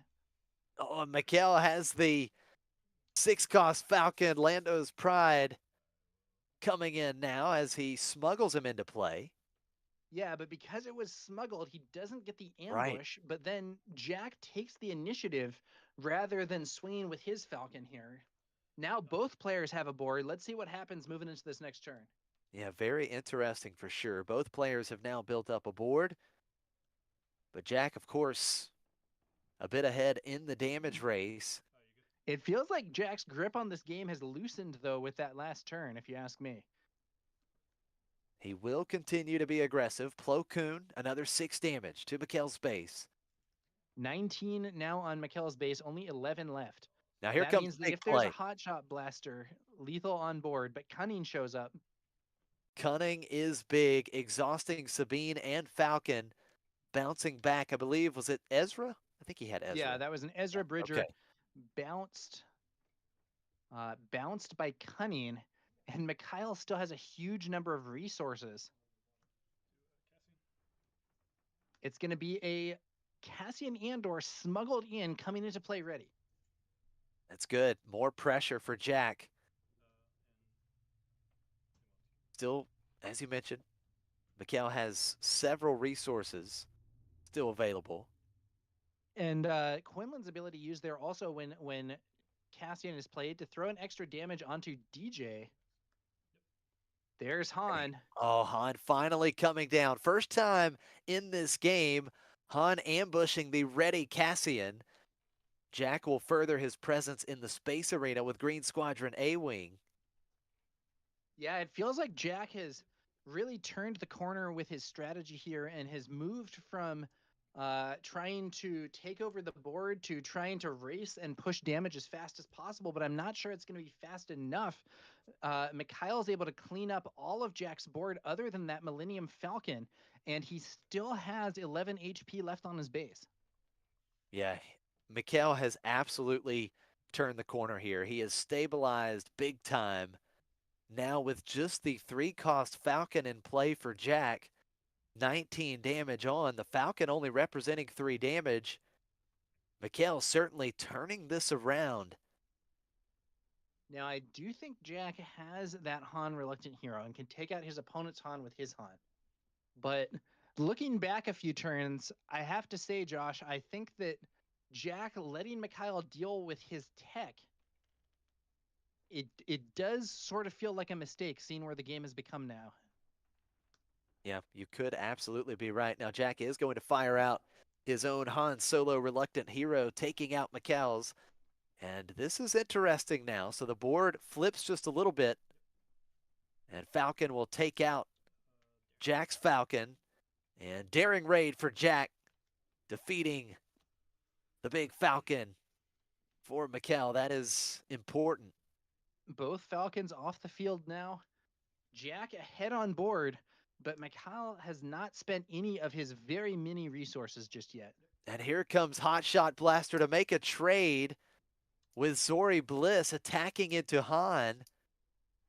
And Mikhail with a ton of resources still. He might have like 10 resources or something there. And now we're back to square one. No units on the board. Yep. Totally clear boards, but with a bunch of damage on Mikhail's base. Yeah, absolutely. Now, Mikhail is going to use the Han action ability once again. And so as you mentioned... Does that mean we're going to see the third DJ? I'm not sure I would use it otherwise. He has so many resources, I'm not sure it would be worth using a card. Yep, there it is, the third DJ. And is Jack scooping, or is he... I think he's just shuffling. Oh, he's shuffling his resources. He's shuffling his resources. Okay, fair. This is a good thing to do in case your opponent has some kind of read on what in your resource row might end up being a smuggle card. But he shuffles up his resources. Oh, man. And Mikhail is playing more Ezra Bridger as well. Yeah, so now Mikhail has the board control, defeating another one of Jack's resources. Jack has the initiative, but right now, no units on the board. He's going to have to... Jack is far behind now. Let's see if he can turn it around somehow. But he is he's behind on board. He's very far behind on resources. Now here comes Spark of Rebellion for Jack, and that is going to discard Cunning. Seems like a good pick. Another Hotshot Blaster onto Ezra. 5 to base. Let's see what he finds on top. He can play anything now. He has so many resources. He leaves it on top. I wonder if it was a waylay or something that couldn't be played in any effective way. Because you're absolutely right, Josh. Mikhail has so many resources now. If he sees almost any unit, I think you just play it. Absolutely. Yeah, Ezra can get big time value here with all those resources. Now we see Jack smuggling in L337. So he does get another unit on the board. Yeah, if Jack has a hot shot of his own, L3 could take out wow. Third hot shot Mikhail's the one with blaster. the hot shot. Mikhail has had the hot shot blasters here in game one, all three of them. DJ getting in for 5 to Jack's base. We see Jack playing his own Ezra. King is his opponent's Ezra. The And now boards are getting Zori. more even after this turn, but I don't know. Zori smuggled in and an L3 coming in, and Mikhail has once again a very big ground arena. Now Jack Yeah, has I said the the board was getting more even, but Mikhail quickly turned that around with some smuggle plays. Now let's see if Jack can come up with something big off of Ezra. He has the initiative. He's got to attack with Ezra first. Now, Mikhail has Fatal on board. So if we go Ezra into the base and you top deck surprise strike, do you win? I think it's a Hail Mary here. It's a Hail Mary for I don't Jack. think that actually wins though. So it puts him at, was that 22? And he's going to play Cassian off the top, dealing a damage to Ezra off the Quinlan ping. But it doesn't change that right now, Mikhail is still showing Fatal. 5 more damage with Ezra. And I think he finds a surprise strike off the top. Oh! Here comes 8 damage, and that is going to do it. Jack will scoop it up. Big time value for Mikhail with Ezra finding surprise strike off the top. What a first game. Mikhail takes it, and he's got the early lead here in the semifinal feature match. That was a very interesting game. It looked like Jack was winning at first. Mikhail managed to get all 3 techs out to go way ahead of his opponent, or all 3 DJs out to go way ahead of his opponent on resources. And I don't know. I still think the decisive moment might have been when Jack allowed his opponent to take out that tech. It certainly could have been, at that point in the game, or at least up to that point in the game, it had been all control. Both players were jockeying back and forth for board position, and all of a sudden you saw on that turn, Jack kind of shifted gears and decided to be aggressive, and then Mikhail was able to then flip things and kind of take control of the board himself. Yeah, and my sense is that Jack might have switched modes a little bit too fast there. Maybe you try to secure your position that turn, and then next turn is where you really turn things around. I don't know. It's hard to say. Maybe if he brings out Han there, his opponent just kills it with his own Han. But I don't, if Mikhail did that, Jack would be in position to trade his Plo Koon for that Han and remain in control of the board. I don't know. Interesting, it's interesting tough. situation. Tough decision for sure. Of course, it's a lot easier for us to analyze it and kind of figure out what would have been the most optimal play. And I think Jack just really felt like he had to start being aggressive at some point, and maybe it came back to cost him. Maybe it cost him in that game, but what a game it was indeed, nevertheless. Yeah, and we'll see what happens. I think Jack might be able to come back and secure a win this game, and I hope he does to take it to the 3rd game of the match. Yeah, absolutely. Would love to see this match go the distance. Both players on a remarkable run here in this Planetary Qualifier. Both players securing just their 2nd PQ top 8, and now they are both trying to get that first PQ win under their belt.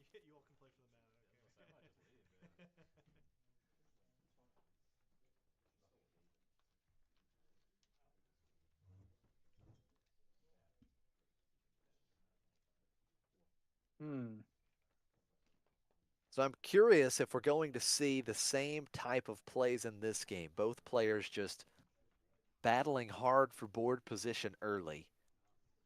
Now Jack will start with the initiative. No, that's a separate one. Yeah, it's on Twitch. And it can be important here because going into turn 3, the 4 resource turn, something that can be very important is Cura.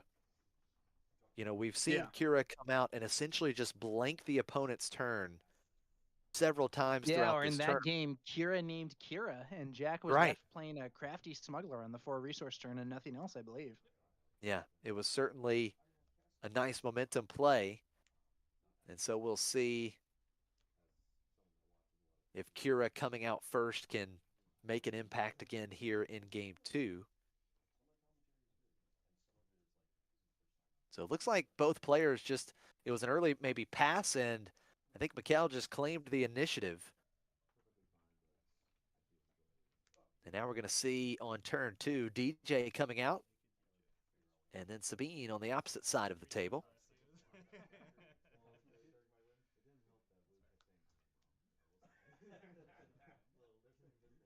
Mikhail once again has the initiative and will take advantage of having DJ in play, attacking and defeating Sabine. And Jack's going to play K2SO. First time we've seen K2 here in this match. And now we're going to see Cunning from Mikhail. I'm assuming that K2SO, yeah, that's what I'm thinking. He's going to discard first, discarding Bamboozle, and then K2SO will likely be bounced right back to Jack's hand. Yeah, you know, the thing about K2 is, I mentioned this earlier in one of those Sabine games that we had, K2 is incredibly vulnerable to bounce. It's really negative for him, and the double yellow Han deck just has all kinds of bounce options. So I think playing K2 into this double yellow Han is a very risky thing to do. Yeah. Yeah, we saw it earlier with Sabine, as you mentioned, and K2 getting bounced right away again here this time around. So we've seen K2SO be played 3 times against Han today, and it has been bounced every single time. Yeah. To be honest, I'm surprised that card is in the deck and hasn't been boarded out at this point. But it is possible. You know, one thing that K2 does do is advance the discard game plan. Yep. So it's possible that's why it's staying in, but I'm not sure. Ooh. Wow, Spark look at that. showing a strong hand there. That is a fantastic hand for Mikhail. 2 Hans, Bodhi, Plo Koon, and another Cunning. Ouch. And it looks like he is going to have Mikhail discard one of the Han Solo Reluctant Heroes. Han Reluctant Hero, really, really powerful card. So there was kind of that whole cycle of 7-cost legendaries that take something out or similar and then also stay on the board afterwards. You had Vader, Luke Jedi Knight, Han. You know, there's several units of that type. Of those, I think Han might actually be the best one, but he was a little overshadowed in set 1 because there wasn't a super competitive deck that was using him, and because he was only a rare and not legendary like some of the others. Now we see the Han action ability used, Quinlan deployed, Bodhi coming out, discarding Surprise Strike from Jack's hand. And now Quinlan is going to attack, I'm assuming, into one of these 2 units Mikhail is showing in the ground arena. Yeah, so I think you clear Bodhi here because you can potentially target down to clear DJ as well. Yeah, that is a good point. Now, with Quinlan taking out the Bodhi, does have just 4 HP remaining, so Mikhail could take out Quinlan here with Han being deployed. We'll see if that's the action he takes. There's that Tarkentown. Yeah, so Tarkentown. As you predicted, Josh, Han defeats Quinlan. Going up to 4 ready resources, and Mikhail is going to smuggle, it looks like L3 into play. Yep. That 2/2 shielded is a decent opening play, and the fact that L3 can be smuggled makes her all the better. Absolutely. It's funny, her rescue ability is virtually unused. I'm not sure that I've seen it used in competitive play ever, but it doesn't even matter because the rest of the card is so good that even with capture and rescue being almost totally unplayed competitively, she's still really strong just as a 2/2 shielded with potential smuggle. Yeah, certainly a good card. Really a great card in these Han decks. Now the first action of the round will be on Jack. He is going to play Cura. All right. Gamorrean Guard, Han, and that other Cunning. Now, what do you choose here if you're Jack? I feel like he has to say Han. I mean, Cunning is great as well, but Yeah, Han we're just at immediately 7. comes in and takes out Kira, right? I mean, so Han is going to attack into Jack's base. 7 Spark. damage on. And here comes Spark taking out Cunning. So I'm sure that Han was called So he with used, Kira. yeah. So I think what happened there is, like you said, Josh. I think it was Kira increases the cost of Han, then Spark takes out the Cunning, and now looks like that crafty smuggler hit Han, but Mikhail smuggles out DJ. Yeah, DJ going to take another resource here. Not sure DJ was Jack has an answer. DJ was played multiple times in game 1. Now we're gonna see him. Here's his first appearance in game 2, and we could see more. And without resources to bring out any sort of counter to DJ, Jack is going to have his stolen resource defeated there. Jack has the initiative. Kira attacks and defeats the Han leader unit.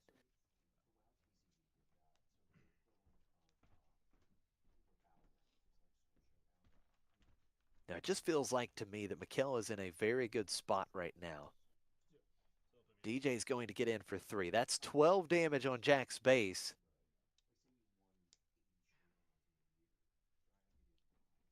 The exact opposite that we saw in the first game, where Jack was able to get in 19 damage to Mikhail's base before ever taking damage on his own base. But the roles have reversed here in game 2. Crafty Smuggler attacking with Surprise Strike into DJ. So DJ defeated, as well as the Crafty Smuggler. And now L3 getting in for, was that 5 damage with Mikhail playing his own Surprise Strike. 17 damage on Jack's base. Jack bringing out, I think, an L3 of his own. Yeah, you've got L3 versus L3 now, and then Mikhail smuggling in Zori Bliss.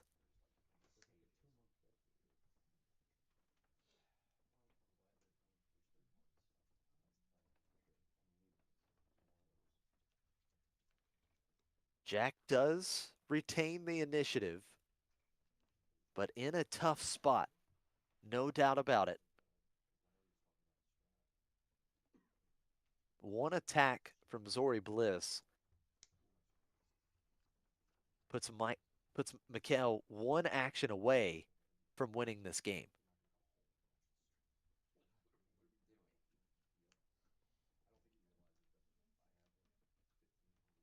Yeah, let's see what Jack can put together here. I think I agree with you, though, Josh. Definitely feels like he's fighting back from behind here. Yeah, definitely not the same start for Jack here in game 2. L3 attacking into Zori. 17 damage, is that right? Or Yeah, is one of those a 3? I think it is just 17. Okay. 13 left, so Mikhail's not at lethal here, but Jack needs to get control of this board pretty fast, or else I think this game is going to end with Mikhail on a 2-0 for the match. I have a feeling we are about to see Hot Shot Blaster onto Zori. There it is. 6 damage going to base, 23 damage on, which means that L3 can win the game. So Jack has to immediately answer L3. Yeah. Got to be a trade there. That means Kira's off the field, which now means that I think we're going to be at 7 resources and Han is going to show up, and I think that may lock up the game. Now Han Here's comes a out Han for from just Jack. Jack, taking out Zori, but does Mikhail still have his own Han in hand? He does. And there's the fist bump. That is going to do it. Mikhail taking it 2-0, and he is heading to the finals of the Planetary Qualifier at Redcap's corner. Well done to Mikhail. He gave a very strong performance earlier in the stream, and he kept it up with this game. You know, I think that in the first game, it looked like Jack had the advantage for a time, but Mikhail was able to mount a comeback and ultimately get the win. But this game, Mikhail put on, it felt like Mikhail was sort of in the driver's seat for much more of this game, Josh. Yeah, absolutely. Very different than the first game where Jack was able to really control the board at will while, slowly picking away at the base. And then in this game, it just totally flipped. Great run for Jack, though. He has done a lot of work bringing this stream to us, getting all the way to the semifinals, getting on stream. We love to see it. Big congrats to Jack and the fantastic run that he gave us today. Yeah. All right. Well, that's going to do it with this one. What was going on with the other match? Is that still in progress, or have they concluded at this phase? So at least according to Melee, it looks like it has not been reported. So it looks like we do still have a little bit of time before we'll get going with the next round.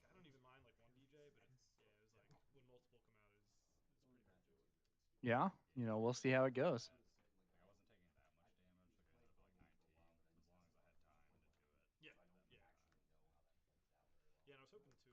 So again, big congrats to Jack. Great run. It was great seeing him on stream. And congrats to Mikhail for taking the victory and moving on to the finals as he is in search of that first PQ win. And these guys looking to lock a spot into day 2 of the Galactic Championship. Well, we've got a few minutes here as we wait for the other semifinal match to conclude. We're going to step away for a quick break, but don't go anywhere. We are going to have the finals match coming up very soon from this Planetary Qualifier in Philly. Stay tuned. Stay tuned, guys. See you soon.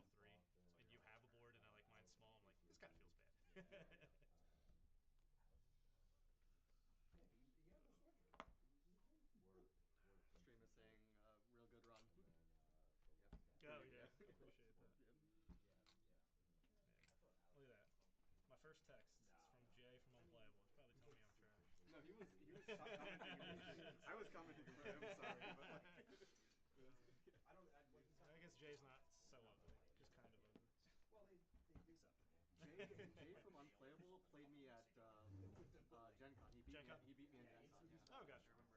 Yeah. What was he on? Was he on the Kylo build then, or was he? No. I forget what he played. If I'm remembering it, he was playing like the Han 2 Blue. Oh, did he swap to that? Yeah, I know D-House played that a bunch. Oh, it was D-House. It was D-House, yeah. Yeah, not Jay. Yeah. D-House crushed me on that. I was playing Kira. He just like ripped my hand. I think it was D-House that I played. D-House, yeah. In Gen Con. Well, it's very nice to meet you. Yeah, it was great meeting. You probably, I mean, if you wanted to leave your stuff here, I assume that.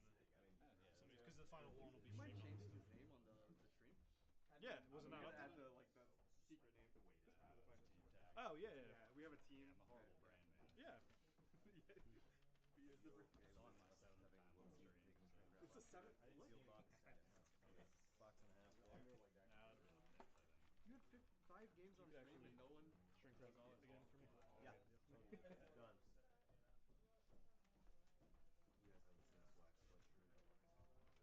A black one? Alright, it's a showcase. I can feel it. It's gotta be. The constellation showcase. Yeah, walking with 2 showcases. Pretty good. Wait. Yeah, you do get another one. That's right. Oh, Hollow is the Droideka that doesn't have a shield. That is the most crazy card set with 2 shields. It's like this has to have a shield. And I get they wanted to like lean into the token stuff, but then it's like set 4, we're getting tokens, shields, and experiences. So it's like, you could have. It was like, what do you mean? Like, they could have made Iden pilot a shield. Sorry, a sentinel, and then this guy's shield.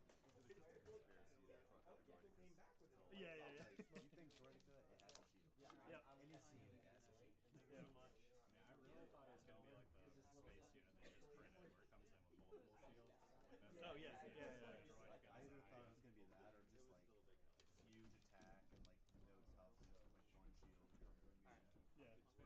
you can easily get under and break them like they do in the movies or something, but like they definitely hit.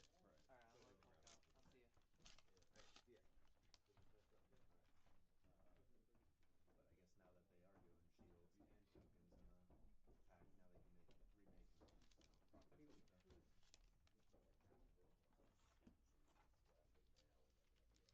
You from this area? Yeah. You streamed the Baltimore one, right? Not the first time, not the second the time. first time. Yeah, I remember. Yeah. That's the one he won. Yeah. Oh, the one that I streamed? Yeah. Yeah, that's right. Yeah. That's right. Yeah. I was about to say that if you won the one that I didn't stream, I'm sorry. No, he won the one that you streamed, so you got it. No, that was the insane. No, yeah. The second time around, I was just like, I just want to like show up and just like play and not have to like stream because the Maryland one last time, we just had like so many issues like getting down. It was like I sat down for round one and then they're like, hey, the stream dropped. Like text me and I'm just like trying to balance all that. I was like, I'll take a break. I mean, even before this, you were multitasking.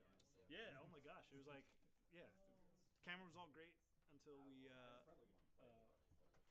sat down for round one or like went live and it like started crashing and stuff. Has that been like common with that camera, or? Well, I think so. This is our backup, and this has been working well. We have like a nicer, heavier duty one, and I think just the USB wasn't able to do that much because I think it was going through 4K too. Can you Which is name on stream? Yeah, I'll just Is that the bigger one? You want to heavier duty one? Yeah, that's what we do at home and stuff. Yeah. You want me to correct them? Yeah, Flock brought this, which was a good thing. I'll tell Josh that it's defeated. Pretend like it's spelled the right way. And then they ended up falling in love and they were Yeah. You're not actually. I would just say that. Yeah. I don't know. We were joking about it early in the session. Like they should have just split Obi-Wan and Quinlan in the session. Clearly, Quinlan is the more playable one. Yeah. But I guess like thematically, Obi-Wan was always going to be the playable one.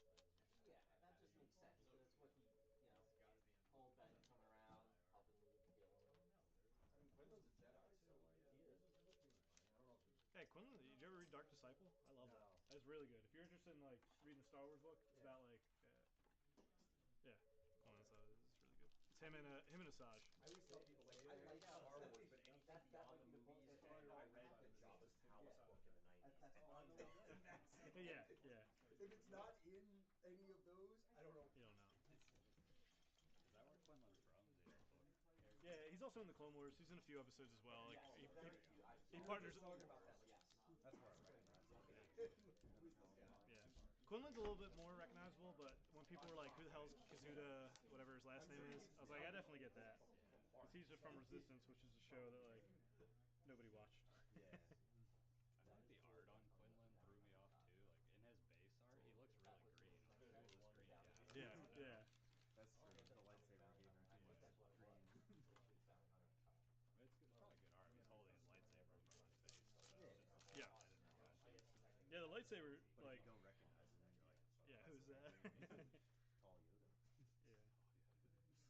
Oh, look at that hyperfoil on Shield guy. Jordan just loves you. Apparently. I wish unlimited power was a little bit better. Not like I don't have the deck built. Yeah, that's true. That's part of it. It's like, you know, it's just with how much Trying to entertain the audience. I was like, I don't know what to do with my loose packs. So like I would not be surprised. Maybe I'll save the box for the draft or something. Their last showdown. I told you when I was there with them. We had like 10. It was them, me, and then a couple other random people. And it was like the last showdown at top deck for set 2. Oh yeah, yeah. But it was like a Sunday at like. Oh, they're watching you break your packs too on stream. It's hilarious. What was it because the Eagles were People really want. No, was it? Well, that's what it Yes. They were all pretty disappointing. Maybe that was. I don't remember. I was. Oh, I got what? A bachelor party or something. Like I went. How many legendaries I get out of those few packs? 3 legendaries? Yeah. We'll take that. 2 actual ones. I don't know what they have on board. Yeah, yeah. For half a box, that's pretty good. Yeah, yeah. The other one we'll figure out later. And then the hyperspaces. I don't know why I separated them. It's just right here. Yeah, because we realized it drop off. I mean, finding a city deck is like only still one of, but like the top 8 list.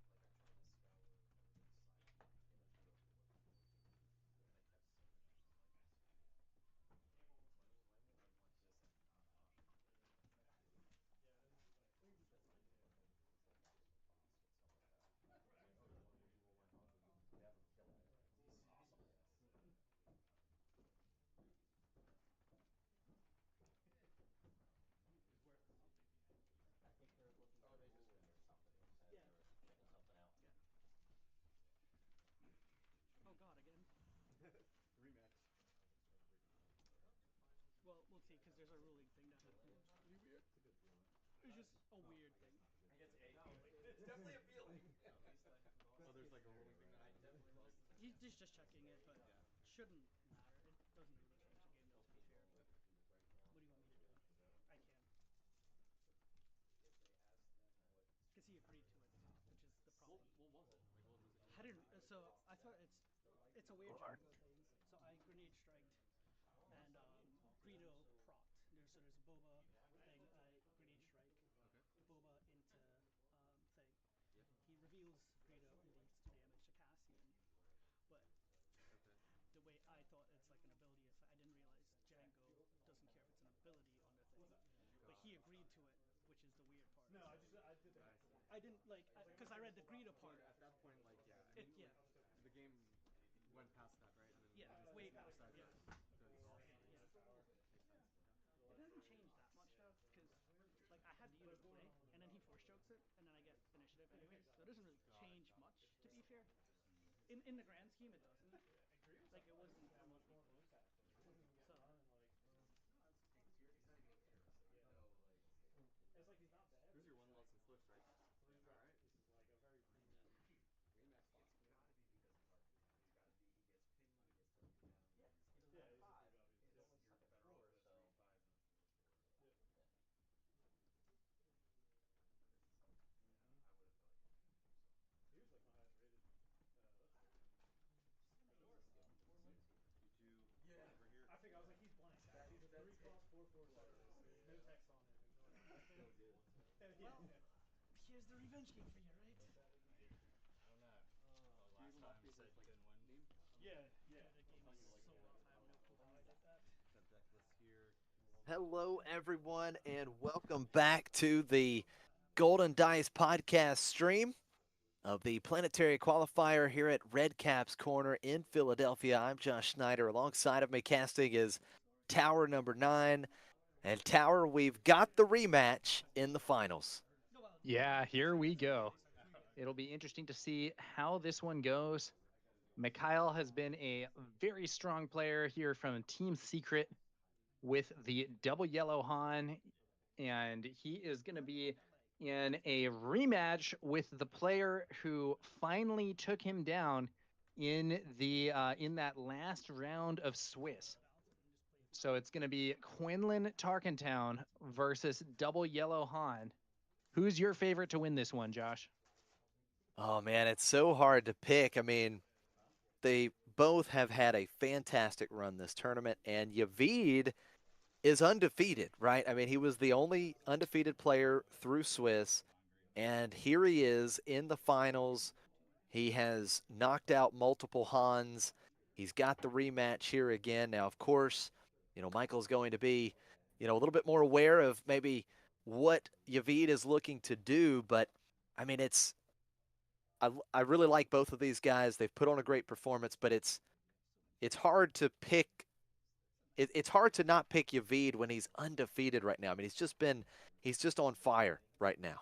Yeah, it's interesting. Now, from another point of view, that would, in a sense, mean that Mikhail's actually the underdog here. Right. He was defeated by Yavid earlier. At the end of Swiss, Yavid has not dropped a single match. Can Mikhail come back and avenge his earlier defeat here in the finals, or will Yavid go totally undefeated, at least when it comes to matches, and win this PQ? We're about to find out. Yeah, that would be incredible for sure. Both of these players looking for that first PQ win, looking for a lock into day 2 of the Galactic Championship. Now, I do want to make a little bit of a correction. Tower, you and I both, unfortunately, have been mispronouncing Michael's name throughout the tournament. It is Michael. So Sonny let me know. And so a big apologies to Michael if he goes back and watches this stream. We've both been Thank you, mispronouncing. Sonny, for correcting us. Always embarrassing to get somebody's name wrong. Yeah, absolutely. But, let's see if Michael can go and get the win. But now we know we've got Michael here. And it was, I thought that may be who it was earlier, but I wasn't sure. I got confused. Michael Conroe. I met Michael back at SCG Con Baltimore, where he top forward there. And of course, he's had a PQ top 8. He's had a couple SCG Con top 4s. His brother, Ryan Conroe, another fantastic player, has a couple PQ wins and some more PQ top 8s. So these two brothers have had some great success so far in Star Wars Unlimited.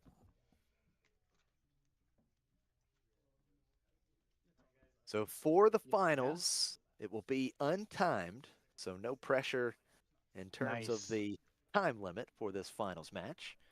That is what I like to hear. Before you guys get started. Chat, who are you guys rooting for? Do you want Michael to take this, or do you want Yavid to get the win and go undefeated? I don't know. I think deck wise, I would rather see Quinlan win than Han personally. Right. But I do like the narrative of Michael coming back and avenging his earlier Yeah. defeat at the end of Swiss. So I could go either way here personally. Yeah, How about you, Josh? absolutely.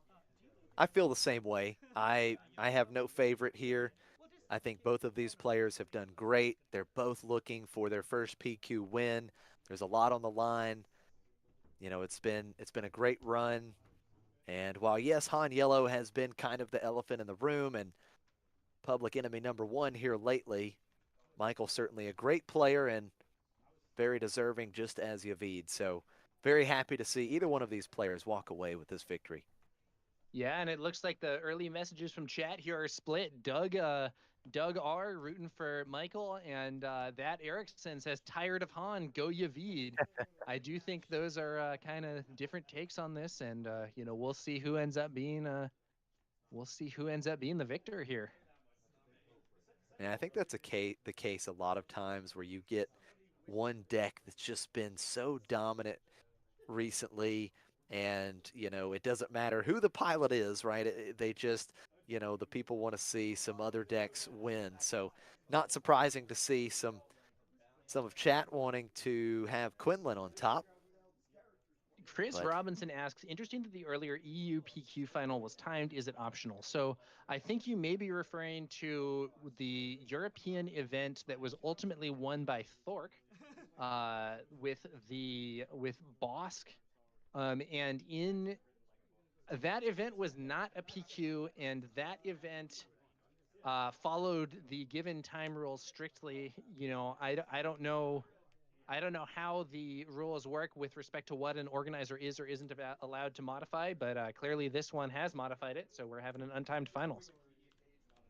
And Morden Gaming says should be 75 minutes, but judge can decide it's untimed depending on when the top 8 or finals are starting. I think we just saw a Spark take out another Spark. Yeah, that is how the game started. Spark of Rebellion for Michael, taking out Yavid's Spark, and Yavid plays Sabine in the ground arena. Yeah, it's an interesting case there where, like, when you do that turn 1 Spark, what you're really hoping to do is blank your opponent's first turn. Yeah. And Yavid had a turn 1 play anyway. Oh, look at this. Bodhi Rook coming out. Yeah, Yavid has now had 2 different two different discard cards discarded out of his own hand. Very interesting stuff. Michael attacking the hand early. Now Yavid follows that up with tech. Michael will claim the initiative. The epic action on Tarkin Town used. Bodhi Rook defeated after the Quinlan ping. And Sabine is going building to a quick board advantage here. Yeah, absolutely. So while he has had his hand targeted, he has been able to control the board nicely here early. And he's got 2 very real threats here, pushing some damage, and of course tech giving some options. And Chris R says he was actually referring to a Zurich PQ this morning. I didn't check that one out, so not sure what happened there. I think in theory timed is default, but I have seen a few do untimed finals or 75-minute rounds in the top cut, and the finals I believe is the default. And there is a procedure for determining who wins. If you go to time at that point, it doesn't end in a double loss. But I can definitely see, especially from the perspective of someone trying to put on a good show for the viewers, why you would want that finals to be untimed. Yeah, absolutely. And now starting out this round, Michael using the Han action ability right away. Going up to, I Yeah. believe, 5 resources here. We're up to, is that up to 6 resources here? No, 5 resources here. Yeah, I think it's just 5, and he's just going to play Zori. Zori from hand. Yeah. Now, Zori has a lot of stats, but we see red 3 here. Yeah, red 3 for Does give Yavid. enough damage to kill Zori. And he's going to do it. Yeah, so Sabine going in and Tech taking out Zori. So Yavid controlling the board very well here early in game 1. Michael will have the initiative again. But once again, he will start with nothing on the board. Yes. Someone says cell phones shouldn't be on the board. Yeah, that's a so I believe rules as written, you're allowed to use your phone to take notes if you put it in airplane mode. But then I think that stops being the case in the top cut. So yeah, technically you should put your phone in your pocket here. Now, once again, Michael starting the round with Han action ability. This time he goes up to 6 resources, so we could see the 5, 6, 7 from Han. Tech is Doug going with to a get in. shout out here. Michael's representing all of us in the Metro DC, Northern VA, Maryland area. Let's go. Yeah, that Nova area has been strong in some other games. I know that in the tabletop gaming world, that the Nova Open became like a big tournament up there. And Yavid just continues to methodically take care of Michael's board. Han was deployed, and Plo Koon with coordinate comes in, ambushes and defeats Han. Yeah, I think we saw a judge there taking Han from the discard pile back to the leader zone. A very common error and one that I've certainly done many times, discarding your leader by mistake when defeated. But Yavid, man, Yavid is far ahead this game. This is crazy. It feels really good. L3 smuggled into play. Quinlan brought out and is going to hit Michael's base for 4 damage here. And just like that, we've got 13 damage on Michael's base. And Michael is staring down a massive board and a very aggressive board with that Plo Koon and red 3. Now, L3 set up nicely with the shield token, takes out Plo Koon, remains on the table. Swanee says, I like putting Han leader in discard. It should stay there. The Han hate is real. The Han haters are in the chat, boys. So Plo Koon off the table. And now I believe the action over to Yavid. Still threatening here. 3 ready units. He has tech in play, giving him more options from the resource row with Smuggle. And the first action will be red 3 just getting in for 3. 16 damage on Michael's base, and we are going to see the Han action ability, bringing Michael up to 7 total resources. Tech getting in for another 3 because of the raid 1 from red 3. And now Infus Nest coming in, bouncing the red 3 back to Yavid's hand.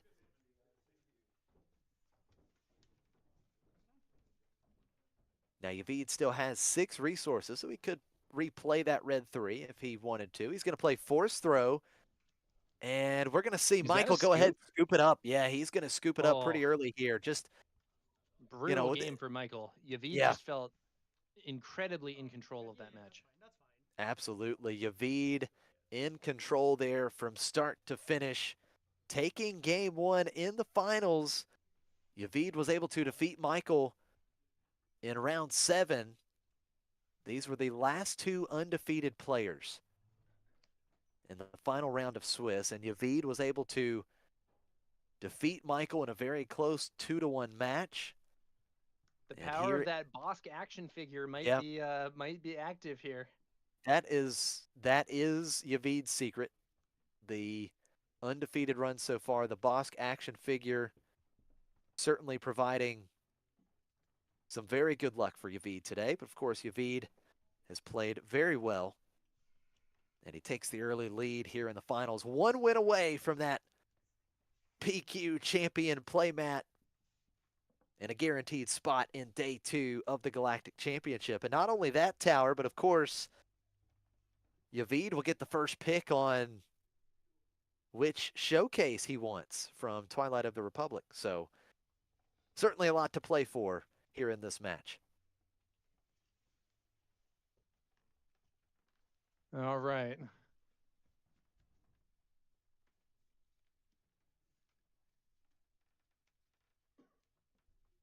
Let's see here. We're moving on. We're going to be seeing what happens here in game 2.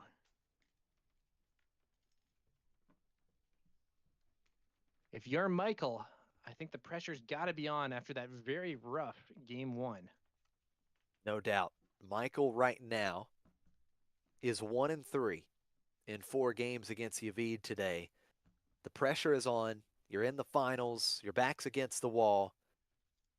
But he could turn it around. Oh, absolutely. And, you know, if he wins these next 2, he might only be 3-3 against Yavid on the day, but he would have won the ones that matter. You know what I'm saying? So Michael's still absolutely in this. Let's see if he can. Pull this off. Not over till it's over. Michael has played so well today. We would love to see this finals match go to game 3. Now, if the initiative token is correct right now, it looks like Michael has deferred the initiative to Yavid for this game 2.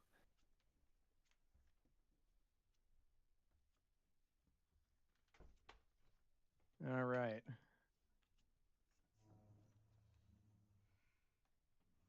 Now, I'm curious if Yavid maybe brings in those Fell the Dragons again. We saw Yavid use the very spicy out of aspect Fell the Dragons, at least 2 of them coming in and playing a big role against Han Green in the quarterfinals feature match. So we'll see if it comes into play in this match.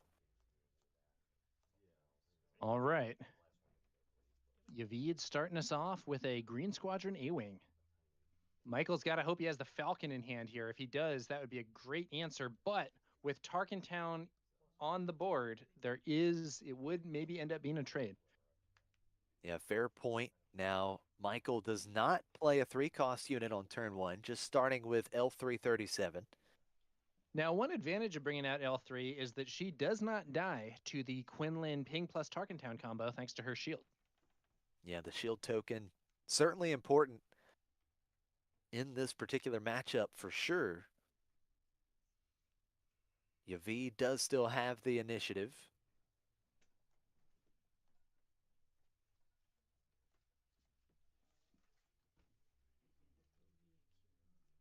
It's A-Wing versus L337. Yavid played or had a very methodical approach in that first game, just answering everything that Michael put down on the board. This time with A-Wing out, he will be aggressive early, 3 damage to Michael's base. And Michael will go up to 4 total resources with the Han action ability, and we're going to see Cassian coming into play for Yavid.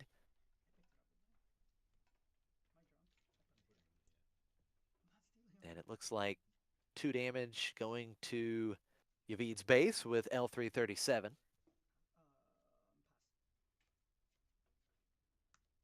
Yavid claiming the initiative, and I believe it's the Gamorrean guards coming down for Michael, so that will create a little bit of a roadblock in the ground arena. Tarkintown's still available, though. That Gamorrean Guards is interesting. Not a unit that saw a lot of play when the game first came out, but eventually it started being played more in Boba decks as a counter to Sabine. I think maybe some of the KTOD guys were behind that. And it's, it's seen at least sporadic play ever since in decks that have a lot of cunning units. Yeah, can certainly be a strong play, no doubt about it. Can be very good against some of these more aggressive decks. Now, once again, Yavid still has the initiative.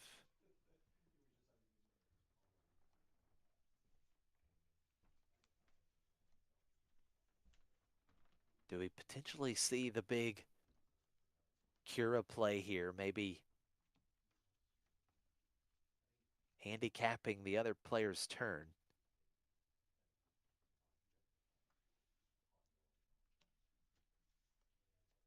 And Yavid looks like he's going to pay 2 resources here. So I don't think Kira is coming out. He's going to play Surprise Strike. Cassian attacks and defeats the guards. 4 damage back. But the Sentinel unit defeated. Now that does set up for a nice attack for Michael. L337 attacking and defeating Cassian.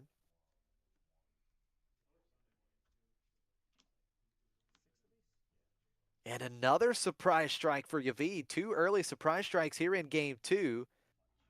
And A-Wing hitting for 6, so 9 damage on Michael's base. 3 turns in. And there is Kira looking at, is that double force throw? Double force throw in Yavid's hand.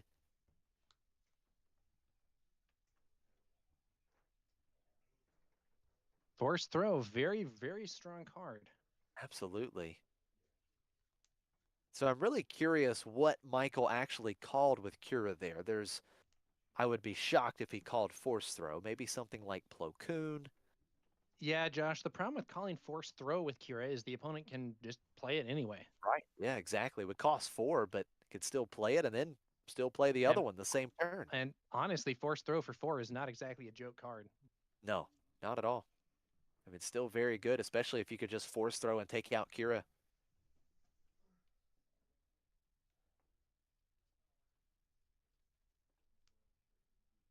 So once again, Yavid has the initiative. He has held on to the initiative for the last few turns.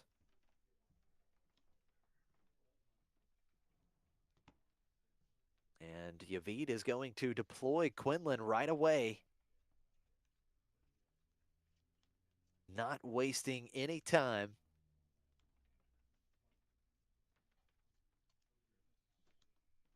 Kira going 3-2 to Yavid's base. So that is a total of 5 damage on now.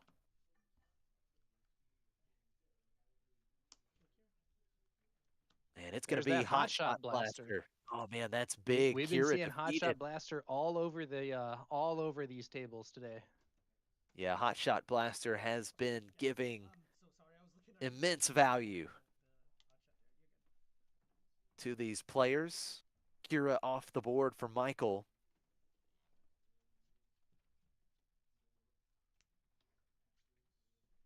So whatever the call was, does not have the additional cost now. L3 getting in another 2 damage to Yavid's base.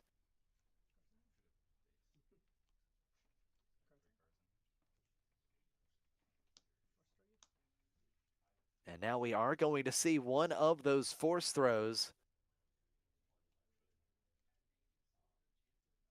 I believe it's going to be targeting Michael, so I think Michael will be discarding a card here, and with Quinlan in play, some damage is going to be dealt to L3, and he discards Cunning. L3 defeated. Ooh. You don't want to lose Cunning, but it may have been best. Wow, are you kidding me? Did he draw the other force Look throw? at that. Spark of Rebellion, and the hand is 2 force throws.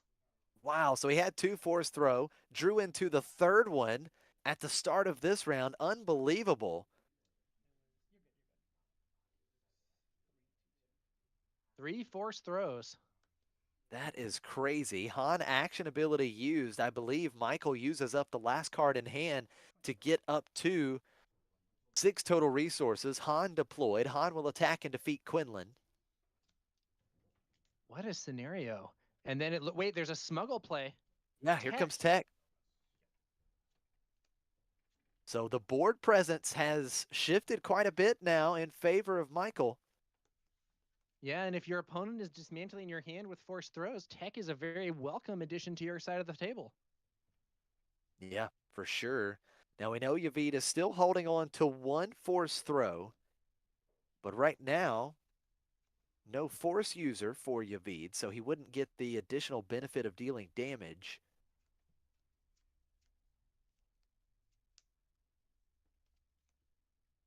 Now we should be on the 6 resource turn. Has Yavid... it doesn't look like he resourced, right? Did he resource? Hmm. It doesn't look like it. It looks like he just has 5. Yeah, it looks like that's still 5. So 3 damage to Michael's base with the A-Wing. Han getting in for 4. This damage race is tightening up very quickly. 11 damage on Yavid's base. Here comes Force Throw, discarding what I believe is... Clear the field. Was that the last card in Michael's hand? If he resourced, that was the only card in his hand. Okay, so yeah, But if, takes care of his and hand, he does have but Tech's at play. Tech DJ. Oh, look at that. He's going All- to steal a resource. 10. What? Oh, he's Yeah, like, no, and I he want a just, different like, one. starts handing him a card, and then Michael's like, no, I want that card over there. Not- Very, very odd. Yeah, he's like, I want to pick. Yeah, your opponent does get to Right. pick. I think we may have seen that same thing happen earlier. That's interesting. So stealing the resource, Millennium Falcon coming into play. Another 3 damage to Michael's base. That's 18 damage on. But right now, 9 damage on Michael's side of the board. A surprise strike on top of what he has in the ground arena could finish this game. So we are very likely to see this game end in the next couple of rounds. Can Michael force the deciding game 3 here in the finals? Han getting in quickly, another 4 damage, 17 damage on Yavid's base. And I believe Michael up to, I want to say 9 total resources. A-Wing getting in for 3. 21 damage on Michael's base. And with Tech in play, Michael, well, he's got a few options.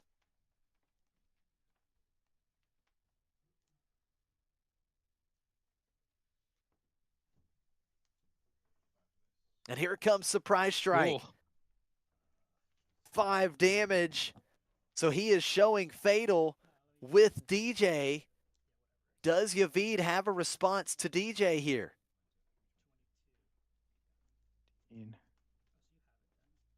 Yeah, he needs to answer DJ or it's over, and it looks like it's over. Michael All is going right. to game 3. He had the Surprise Strike, and we will have a deciding game 3 here at the finals, or here in the finals at the Planetary Qualifier at Redcap's corner. My goodness, we couldn't have asked for more. We love to see this going to game 3. Yavid going 3 for 3 on his force throws. But despite going 3 for 3 on force throw, one of the best cards in the game, he is not able to get the win after Michael brings out Tech to supply himself with cards from the resource row, even with a depleted hand.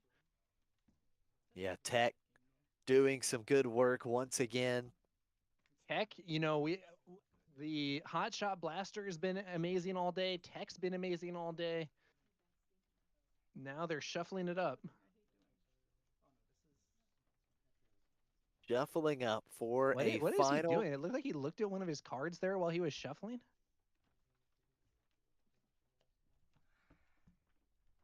I think he's going to shuffle some more. Yeah, it's annoying, but if you do see one of your cards while shuffling, you have to you know, kind of redo it, which can be annoying Right. if you just did a bunch of shuffles, but that is how that works. So some more shuffles there from Yavid. Now Michael shuffling up himself. We're gonna see what happens here. Well, Final match. You've got that Bosk action figure. Will it be enough?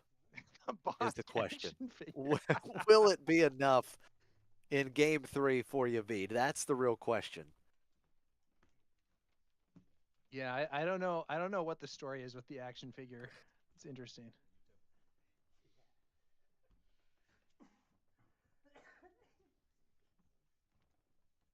So here we go. Both players drawing up for this final game. And it is a quick mulligan for Michael.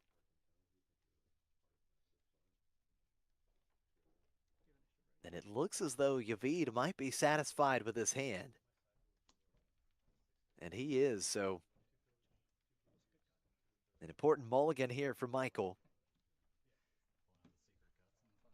And it looks like Yavid has deferred the initiative over to Michael. At least that's what it appears.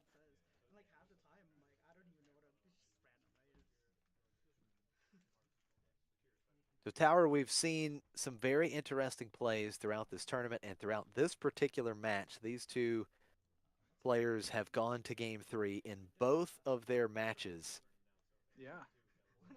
Michael was defeated by Yavid in that top 8, and even though he's playing double yellow Han, it would be a cool underdog story if he came out and was able to win this one. We'll have to see what happens. So here we go. Michael has made the resource decisions. He's got the initiative. See how he starts here. Does he start with one of those 2-cost shielded units, or does he potentially use the Han action ability? And he may have just passed. And we see L3 coming out for both players. So L337 versus L337, and Yavid will have the initiative. All right. You know, we were talking earlier about cards that have been stars this tournament, and I forgot to mention L3. That's right. Yeah, You know, L3 has been great. Not the flashiest card ever, but she has done solid work. We've seen her played as an opening play. We've seen her played as a smuggle play. We have not seen her rescue anything, but you know, that's the way it goes sometimes. Now, what card is that played there and pinging L3? So it was, I believe it's the Republic R2D2. Ah, which is yeah, okay, that's right. It's really an important play because it allows Yavid to use that Quinlan ping to set up Yavid Now, just did he taking not out fire it L3 with his again? own. A few times now we've seen him not use Republic R2, and Correct. Yeah. that's a little interesting. Personally, I would be wanting to use that because I think the ability is really good, but maybe he really likes his hand. Yeah, maybe satisfied with that hand. Now Bodhi comes out and does not get a hit. So no discard for Bodhi this time around, and that's important for Yavid. And he has the initiative. He plays the Cura. Oh, this is interesting. What does he call here? There are multiple plays that Michael can make on this very turn.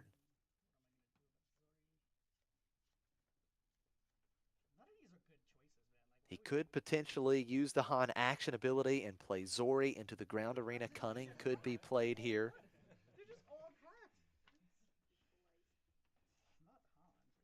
So Yavid going to take some notes here. Pretty solid hand, Cunning and Han for Michael. Yeah, Cunning, Han, Spark of Rebellion, and Zori Bliss. Now he could just play Zori from hand this turn in theory. Yeah, that's exactly what I was thinking. So it's tough. I mean, I'm not sure what the right call is. Maybe you just don't let Michael further the board presence here with Zori. I'm not sure. And it looks like he's going to call Cunning. Do believe he pointed to Cunning here. So again, as you mentioned, Tower, that does open up that option for Zori to be played from hand if Michael wants to use that Han action ability.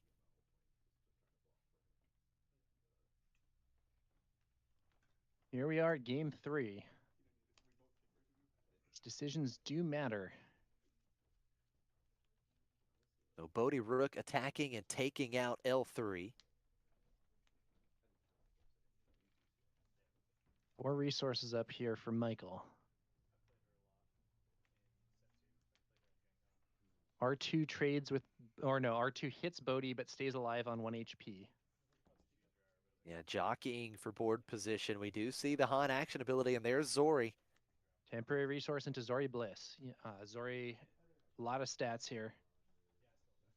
It's interesting, Zori is a 4/7 at 5, which is that's a pretty interesting stat line. That's actually that's the stat line that Boba Fett collecting the bounty used to have. Yeah, absolutely. And often I think those stats are just tough for opponents to deal with, especially when you get to play them a turn early thanks to Han's ability. So Yavid with the initiative. Let's see what he does here on his flip turn. Kira swinging into the base, it looks like. Not going for Zori here.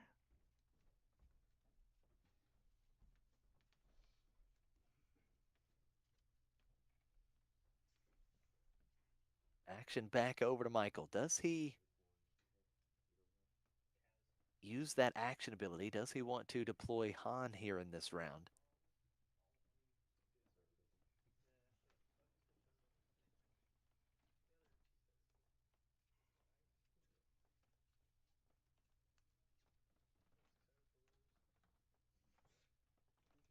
Tough decision. Of course, Michael has Zori as well. And it looks like the Han action ability will be used, so we could certainly see Han deploy here.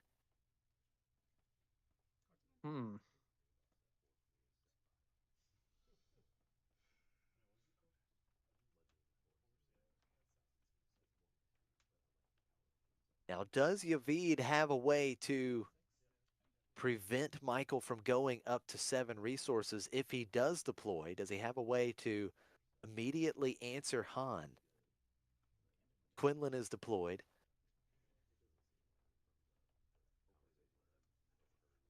So with Quinlan out, a surprise strike would be good enough. Of course, Plo Koon could do it as well, right? So there's multiple options to take Han out.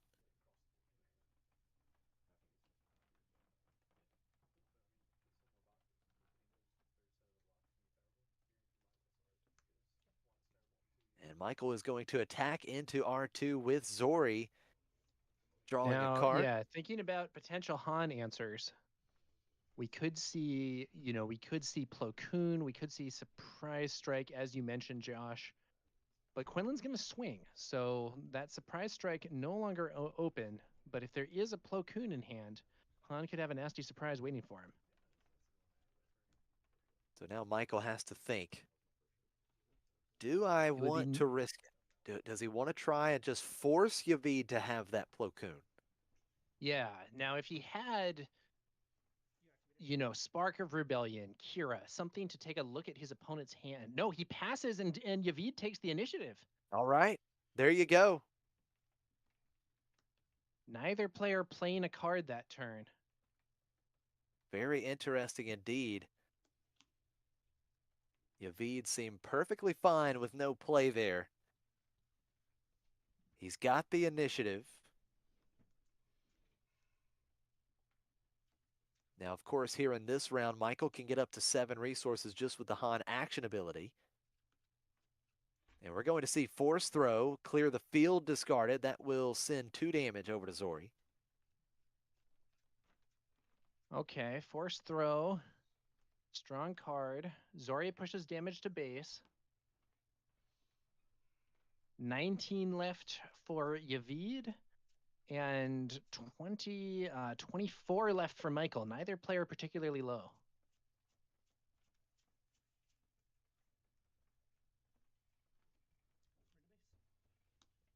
So now Yavid's action. Kira, 3 damage to Michael's base.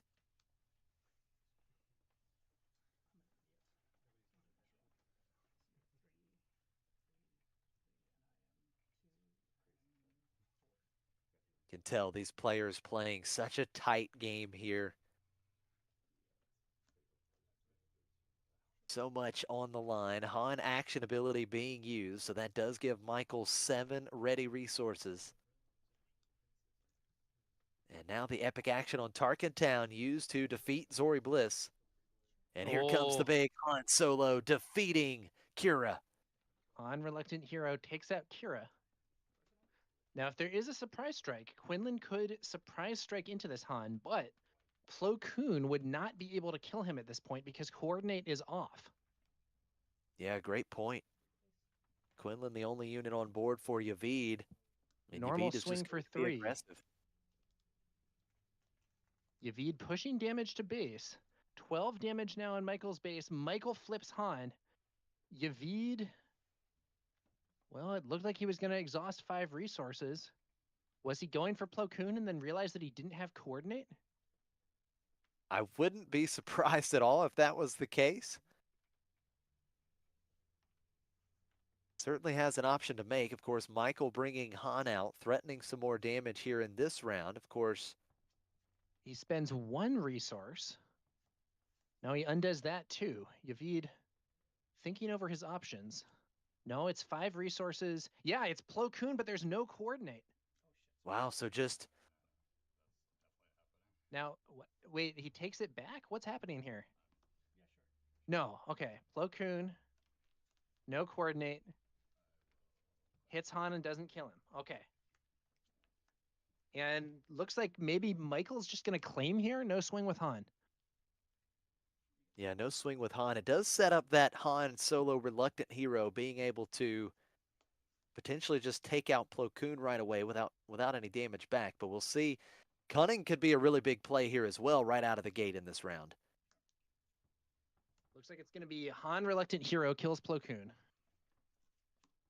So Michael just cleaning up this board. Force throw, Bodhi, that's going to take out Han. Michael erroneously discards his Han leader again. Yeah, it goes into the That'll discard probably pile. be repaired pretty fast. I've made that tech here mistake from several Michael. times. Yeah, as have I. So another very important threat for Michael with tech. He has tech and Han Solo in play. Red 3 coming down. Quinlan ping. Ooh, yeah, One red. damage to So red 3 pinging tech now means that Quinlan can attack and kill tech with the buff. The problem with this is if Yavid doesn't have an answer for Han reluctant hero, having Quinlan kill tech will then put him in position to just be taken out by Han.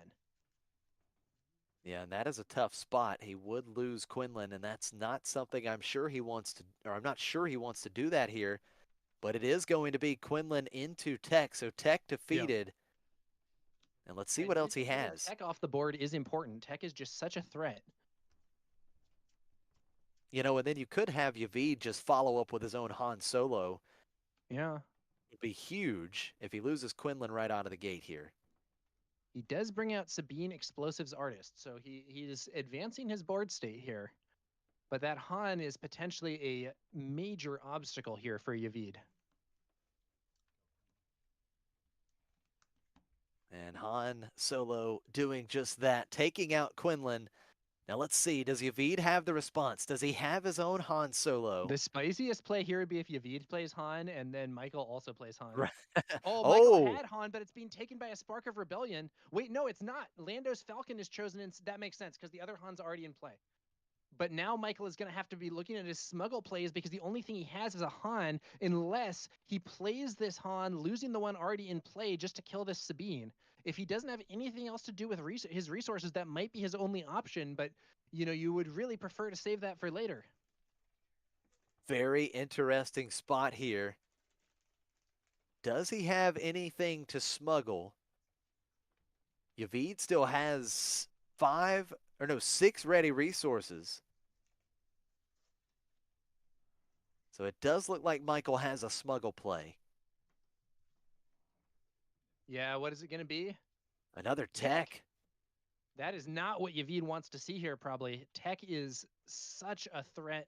You know, Michael down to just 1 card in hand, but now it's 1 card in hand plus, 8 resources or however many he has here. What card is that? Cassian. Cassian. Yeah, Cassian gets smuggled in. Ping damage dealt to tech off of the Quinlan ability. Oh, and with the buff from Red 3, Cassian can actually kill tech. Now wait a minute. Another smuggle play, it's L3. Quinlan was defeated this round, right? Yeah, you're right. That's not legal. That's not legal. Someone should stop that. Yeah, Yeah, Quinlan's I don't. exhausted. He can't ping. He can't ping the Right. Yeah, I don't think he could ping there. Yeah, no, Quinlan's exhausted because he got taken out by Han. Is there a judge? Yeah, I'm not sure. Let's see, we'll ping in the chat.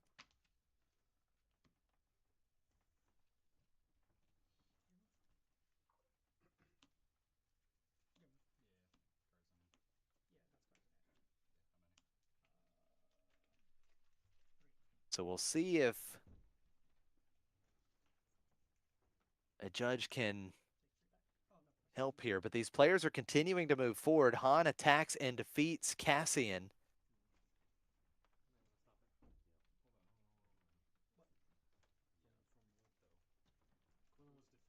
So very interesting development.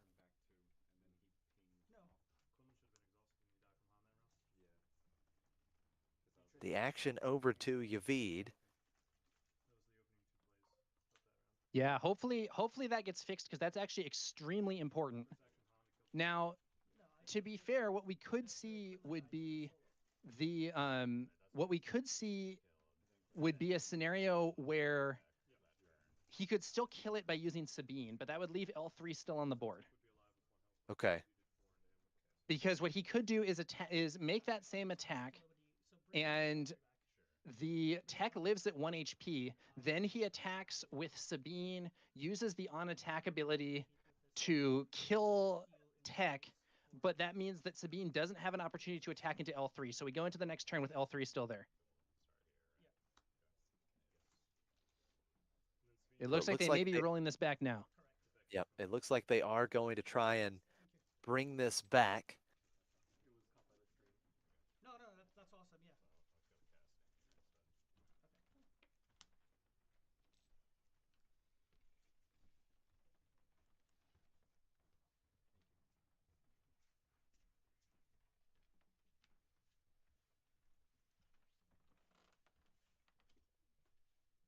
So is that as far as it goes? Is it just bringing L3 back onto the board?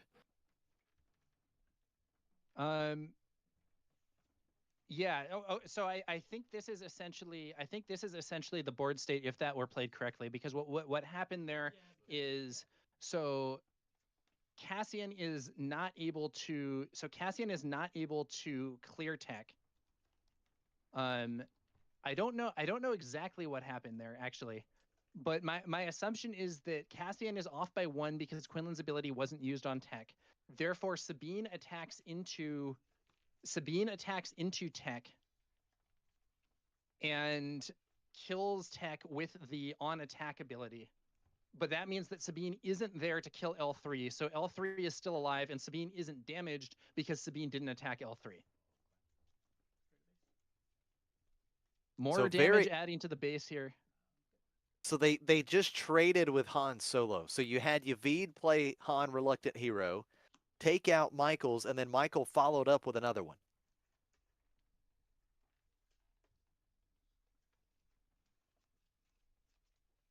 So a big response for Michael with Han Solo. He has the initiative. He's going to take out Sabine with his first action. Damage is on that base.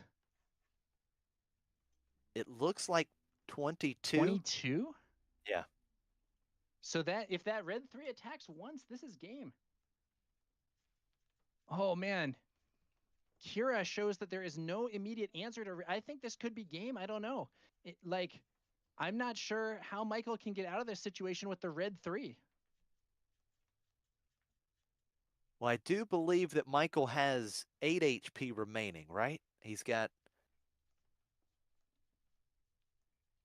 Yeah, I think Michael has 8 HP remaining. So I think the red 3 plus maybe a surprise strike would still be 2 damage short.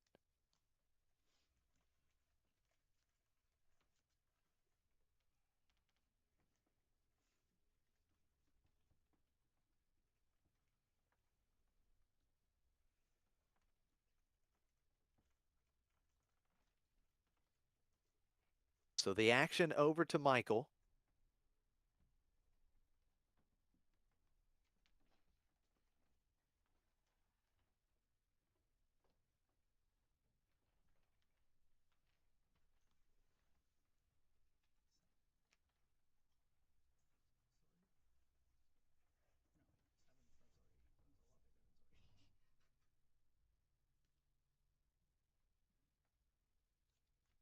As you mentioned, Tower, Michael certainly getting very close with a total of 22 damage on base. Now we see DJ smuggled into play.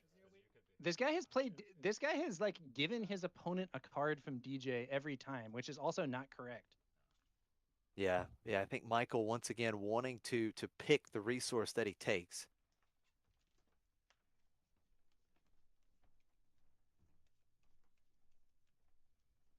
I don't know if it's every time, but I've seen him do it like 3 times now. So after the resource is stolen, I believe Yavid will just have 3 ready resources.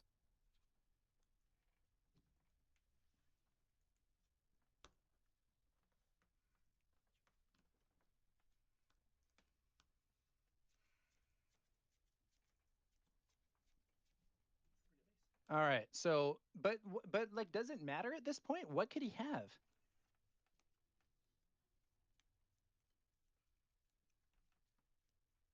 Yeah, that's a good question. I think Also, Yavid has. isn't he dead? What is going on? Oh, you know what? I Yeah, I was think he has. misunderstanding.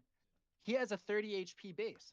I Yeah. thought it was 1 attack from Red 3 ends the game, but now this is all making sense because I was thinking, what's the point of this DJ? Is he hoping to like luck out and get something that he can smuggle to stop Red 3? But he's still alive with 5 HP. My apologies. My apologies to the viewers. I lost track of what was going on there. Yeah, so Red 3 getting in for another 3. It's 25 damage on Michael's base. L3 coming into play as well for Yavid. Michael in trouble here. A surprise strike. Now, prize strike Or Hotshot Blaster onto that Cura would be game with 1 action for Yavid here on this turn.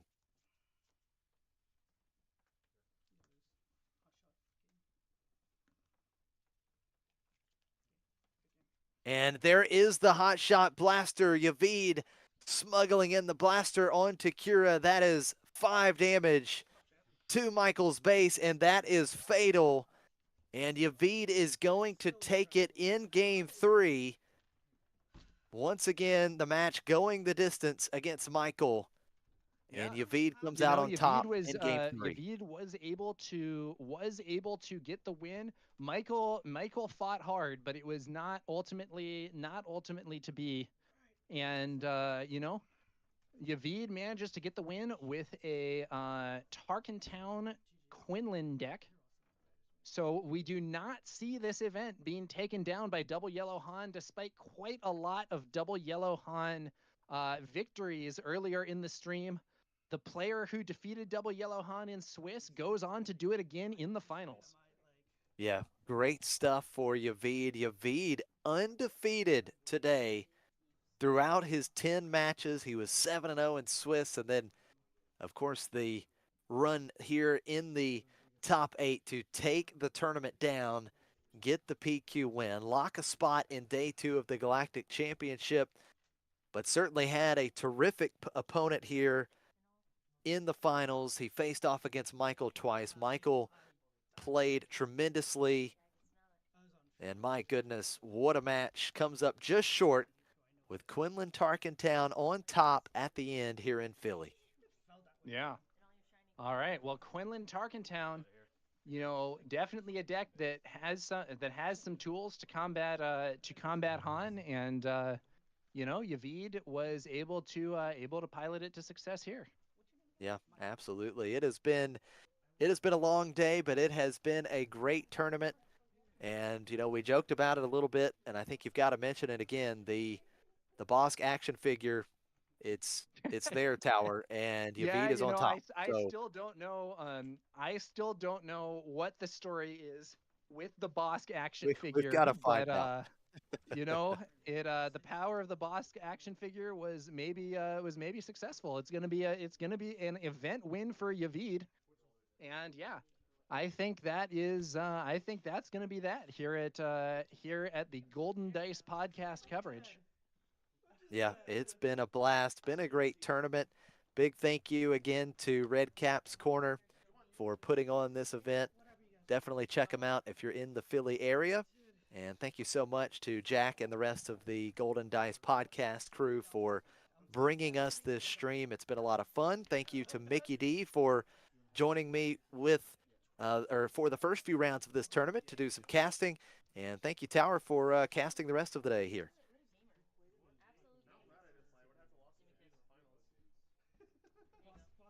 Yeah, thank you, Josh. It's been nice casting here with you, and shout out also to Mickey D who cast those first games of Swiss. Yeah, absolutely. Always great to have Mickey here as well. Thank you so much to all the viewers. Thank you guys for tuning in today and supporting Golden Dice Podcast and this stream. It's been a lot of fun. I hope you enjoyed it. Again, thanks to Tower for being here with me. And again, that's going to wrap it up. It's been a great tournament, but Yavid and Quinlan Tarkentown coming away with the win as we wrap up this final weekend of Planetary Qualifiers of this Set 3 meta. Again, thanks to everyone for joining, and stay tuned for more action coming soon. But that's going to wrap it up for us. Again, take care, guys, and we'll see you all soon. Yep, and catch you guys later.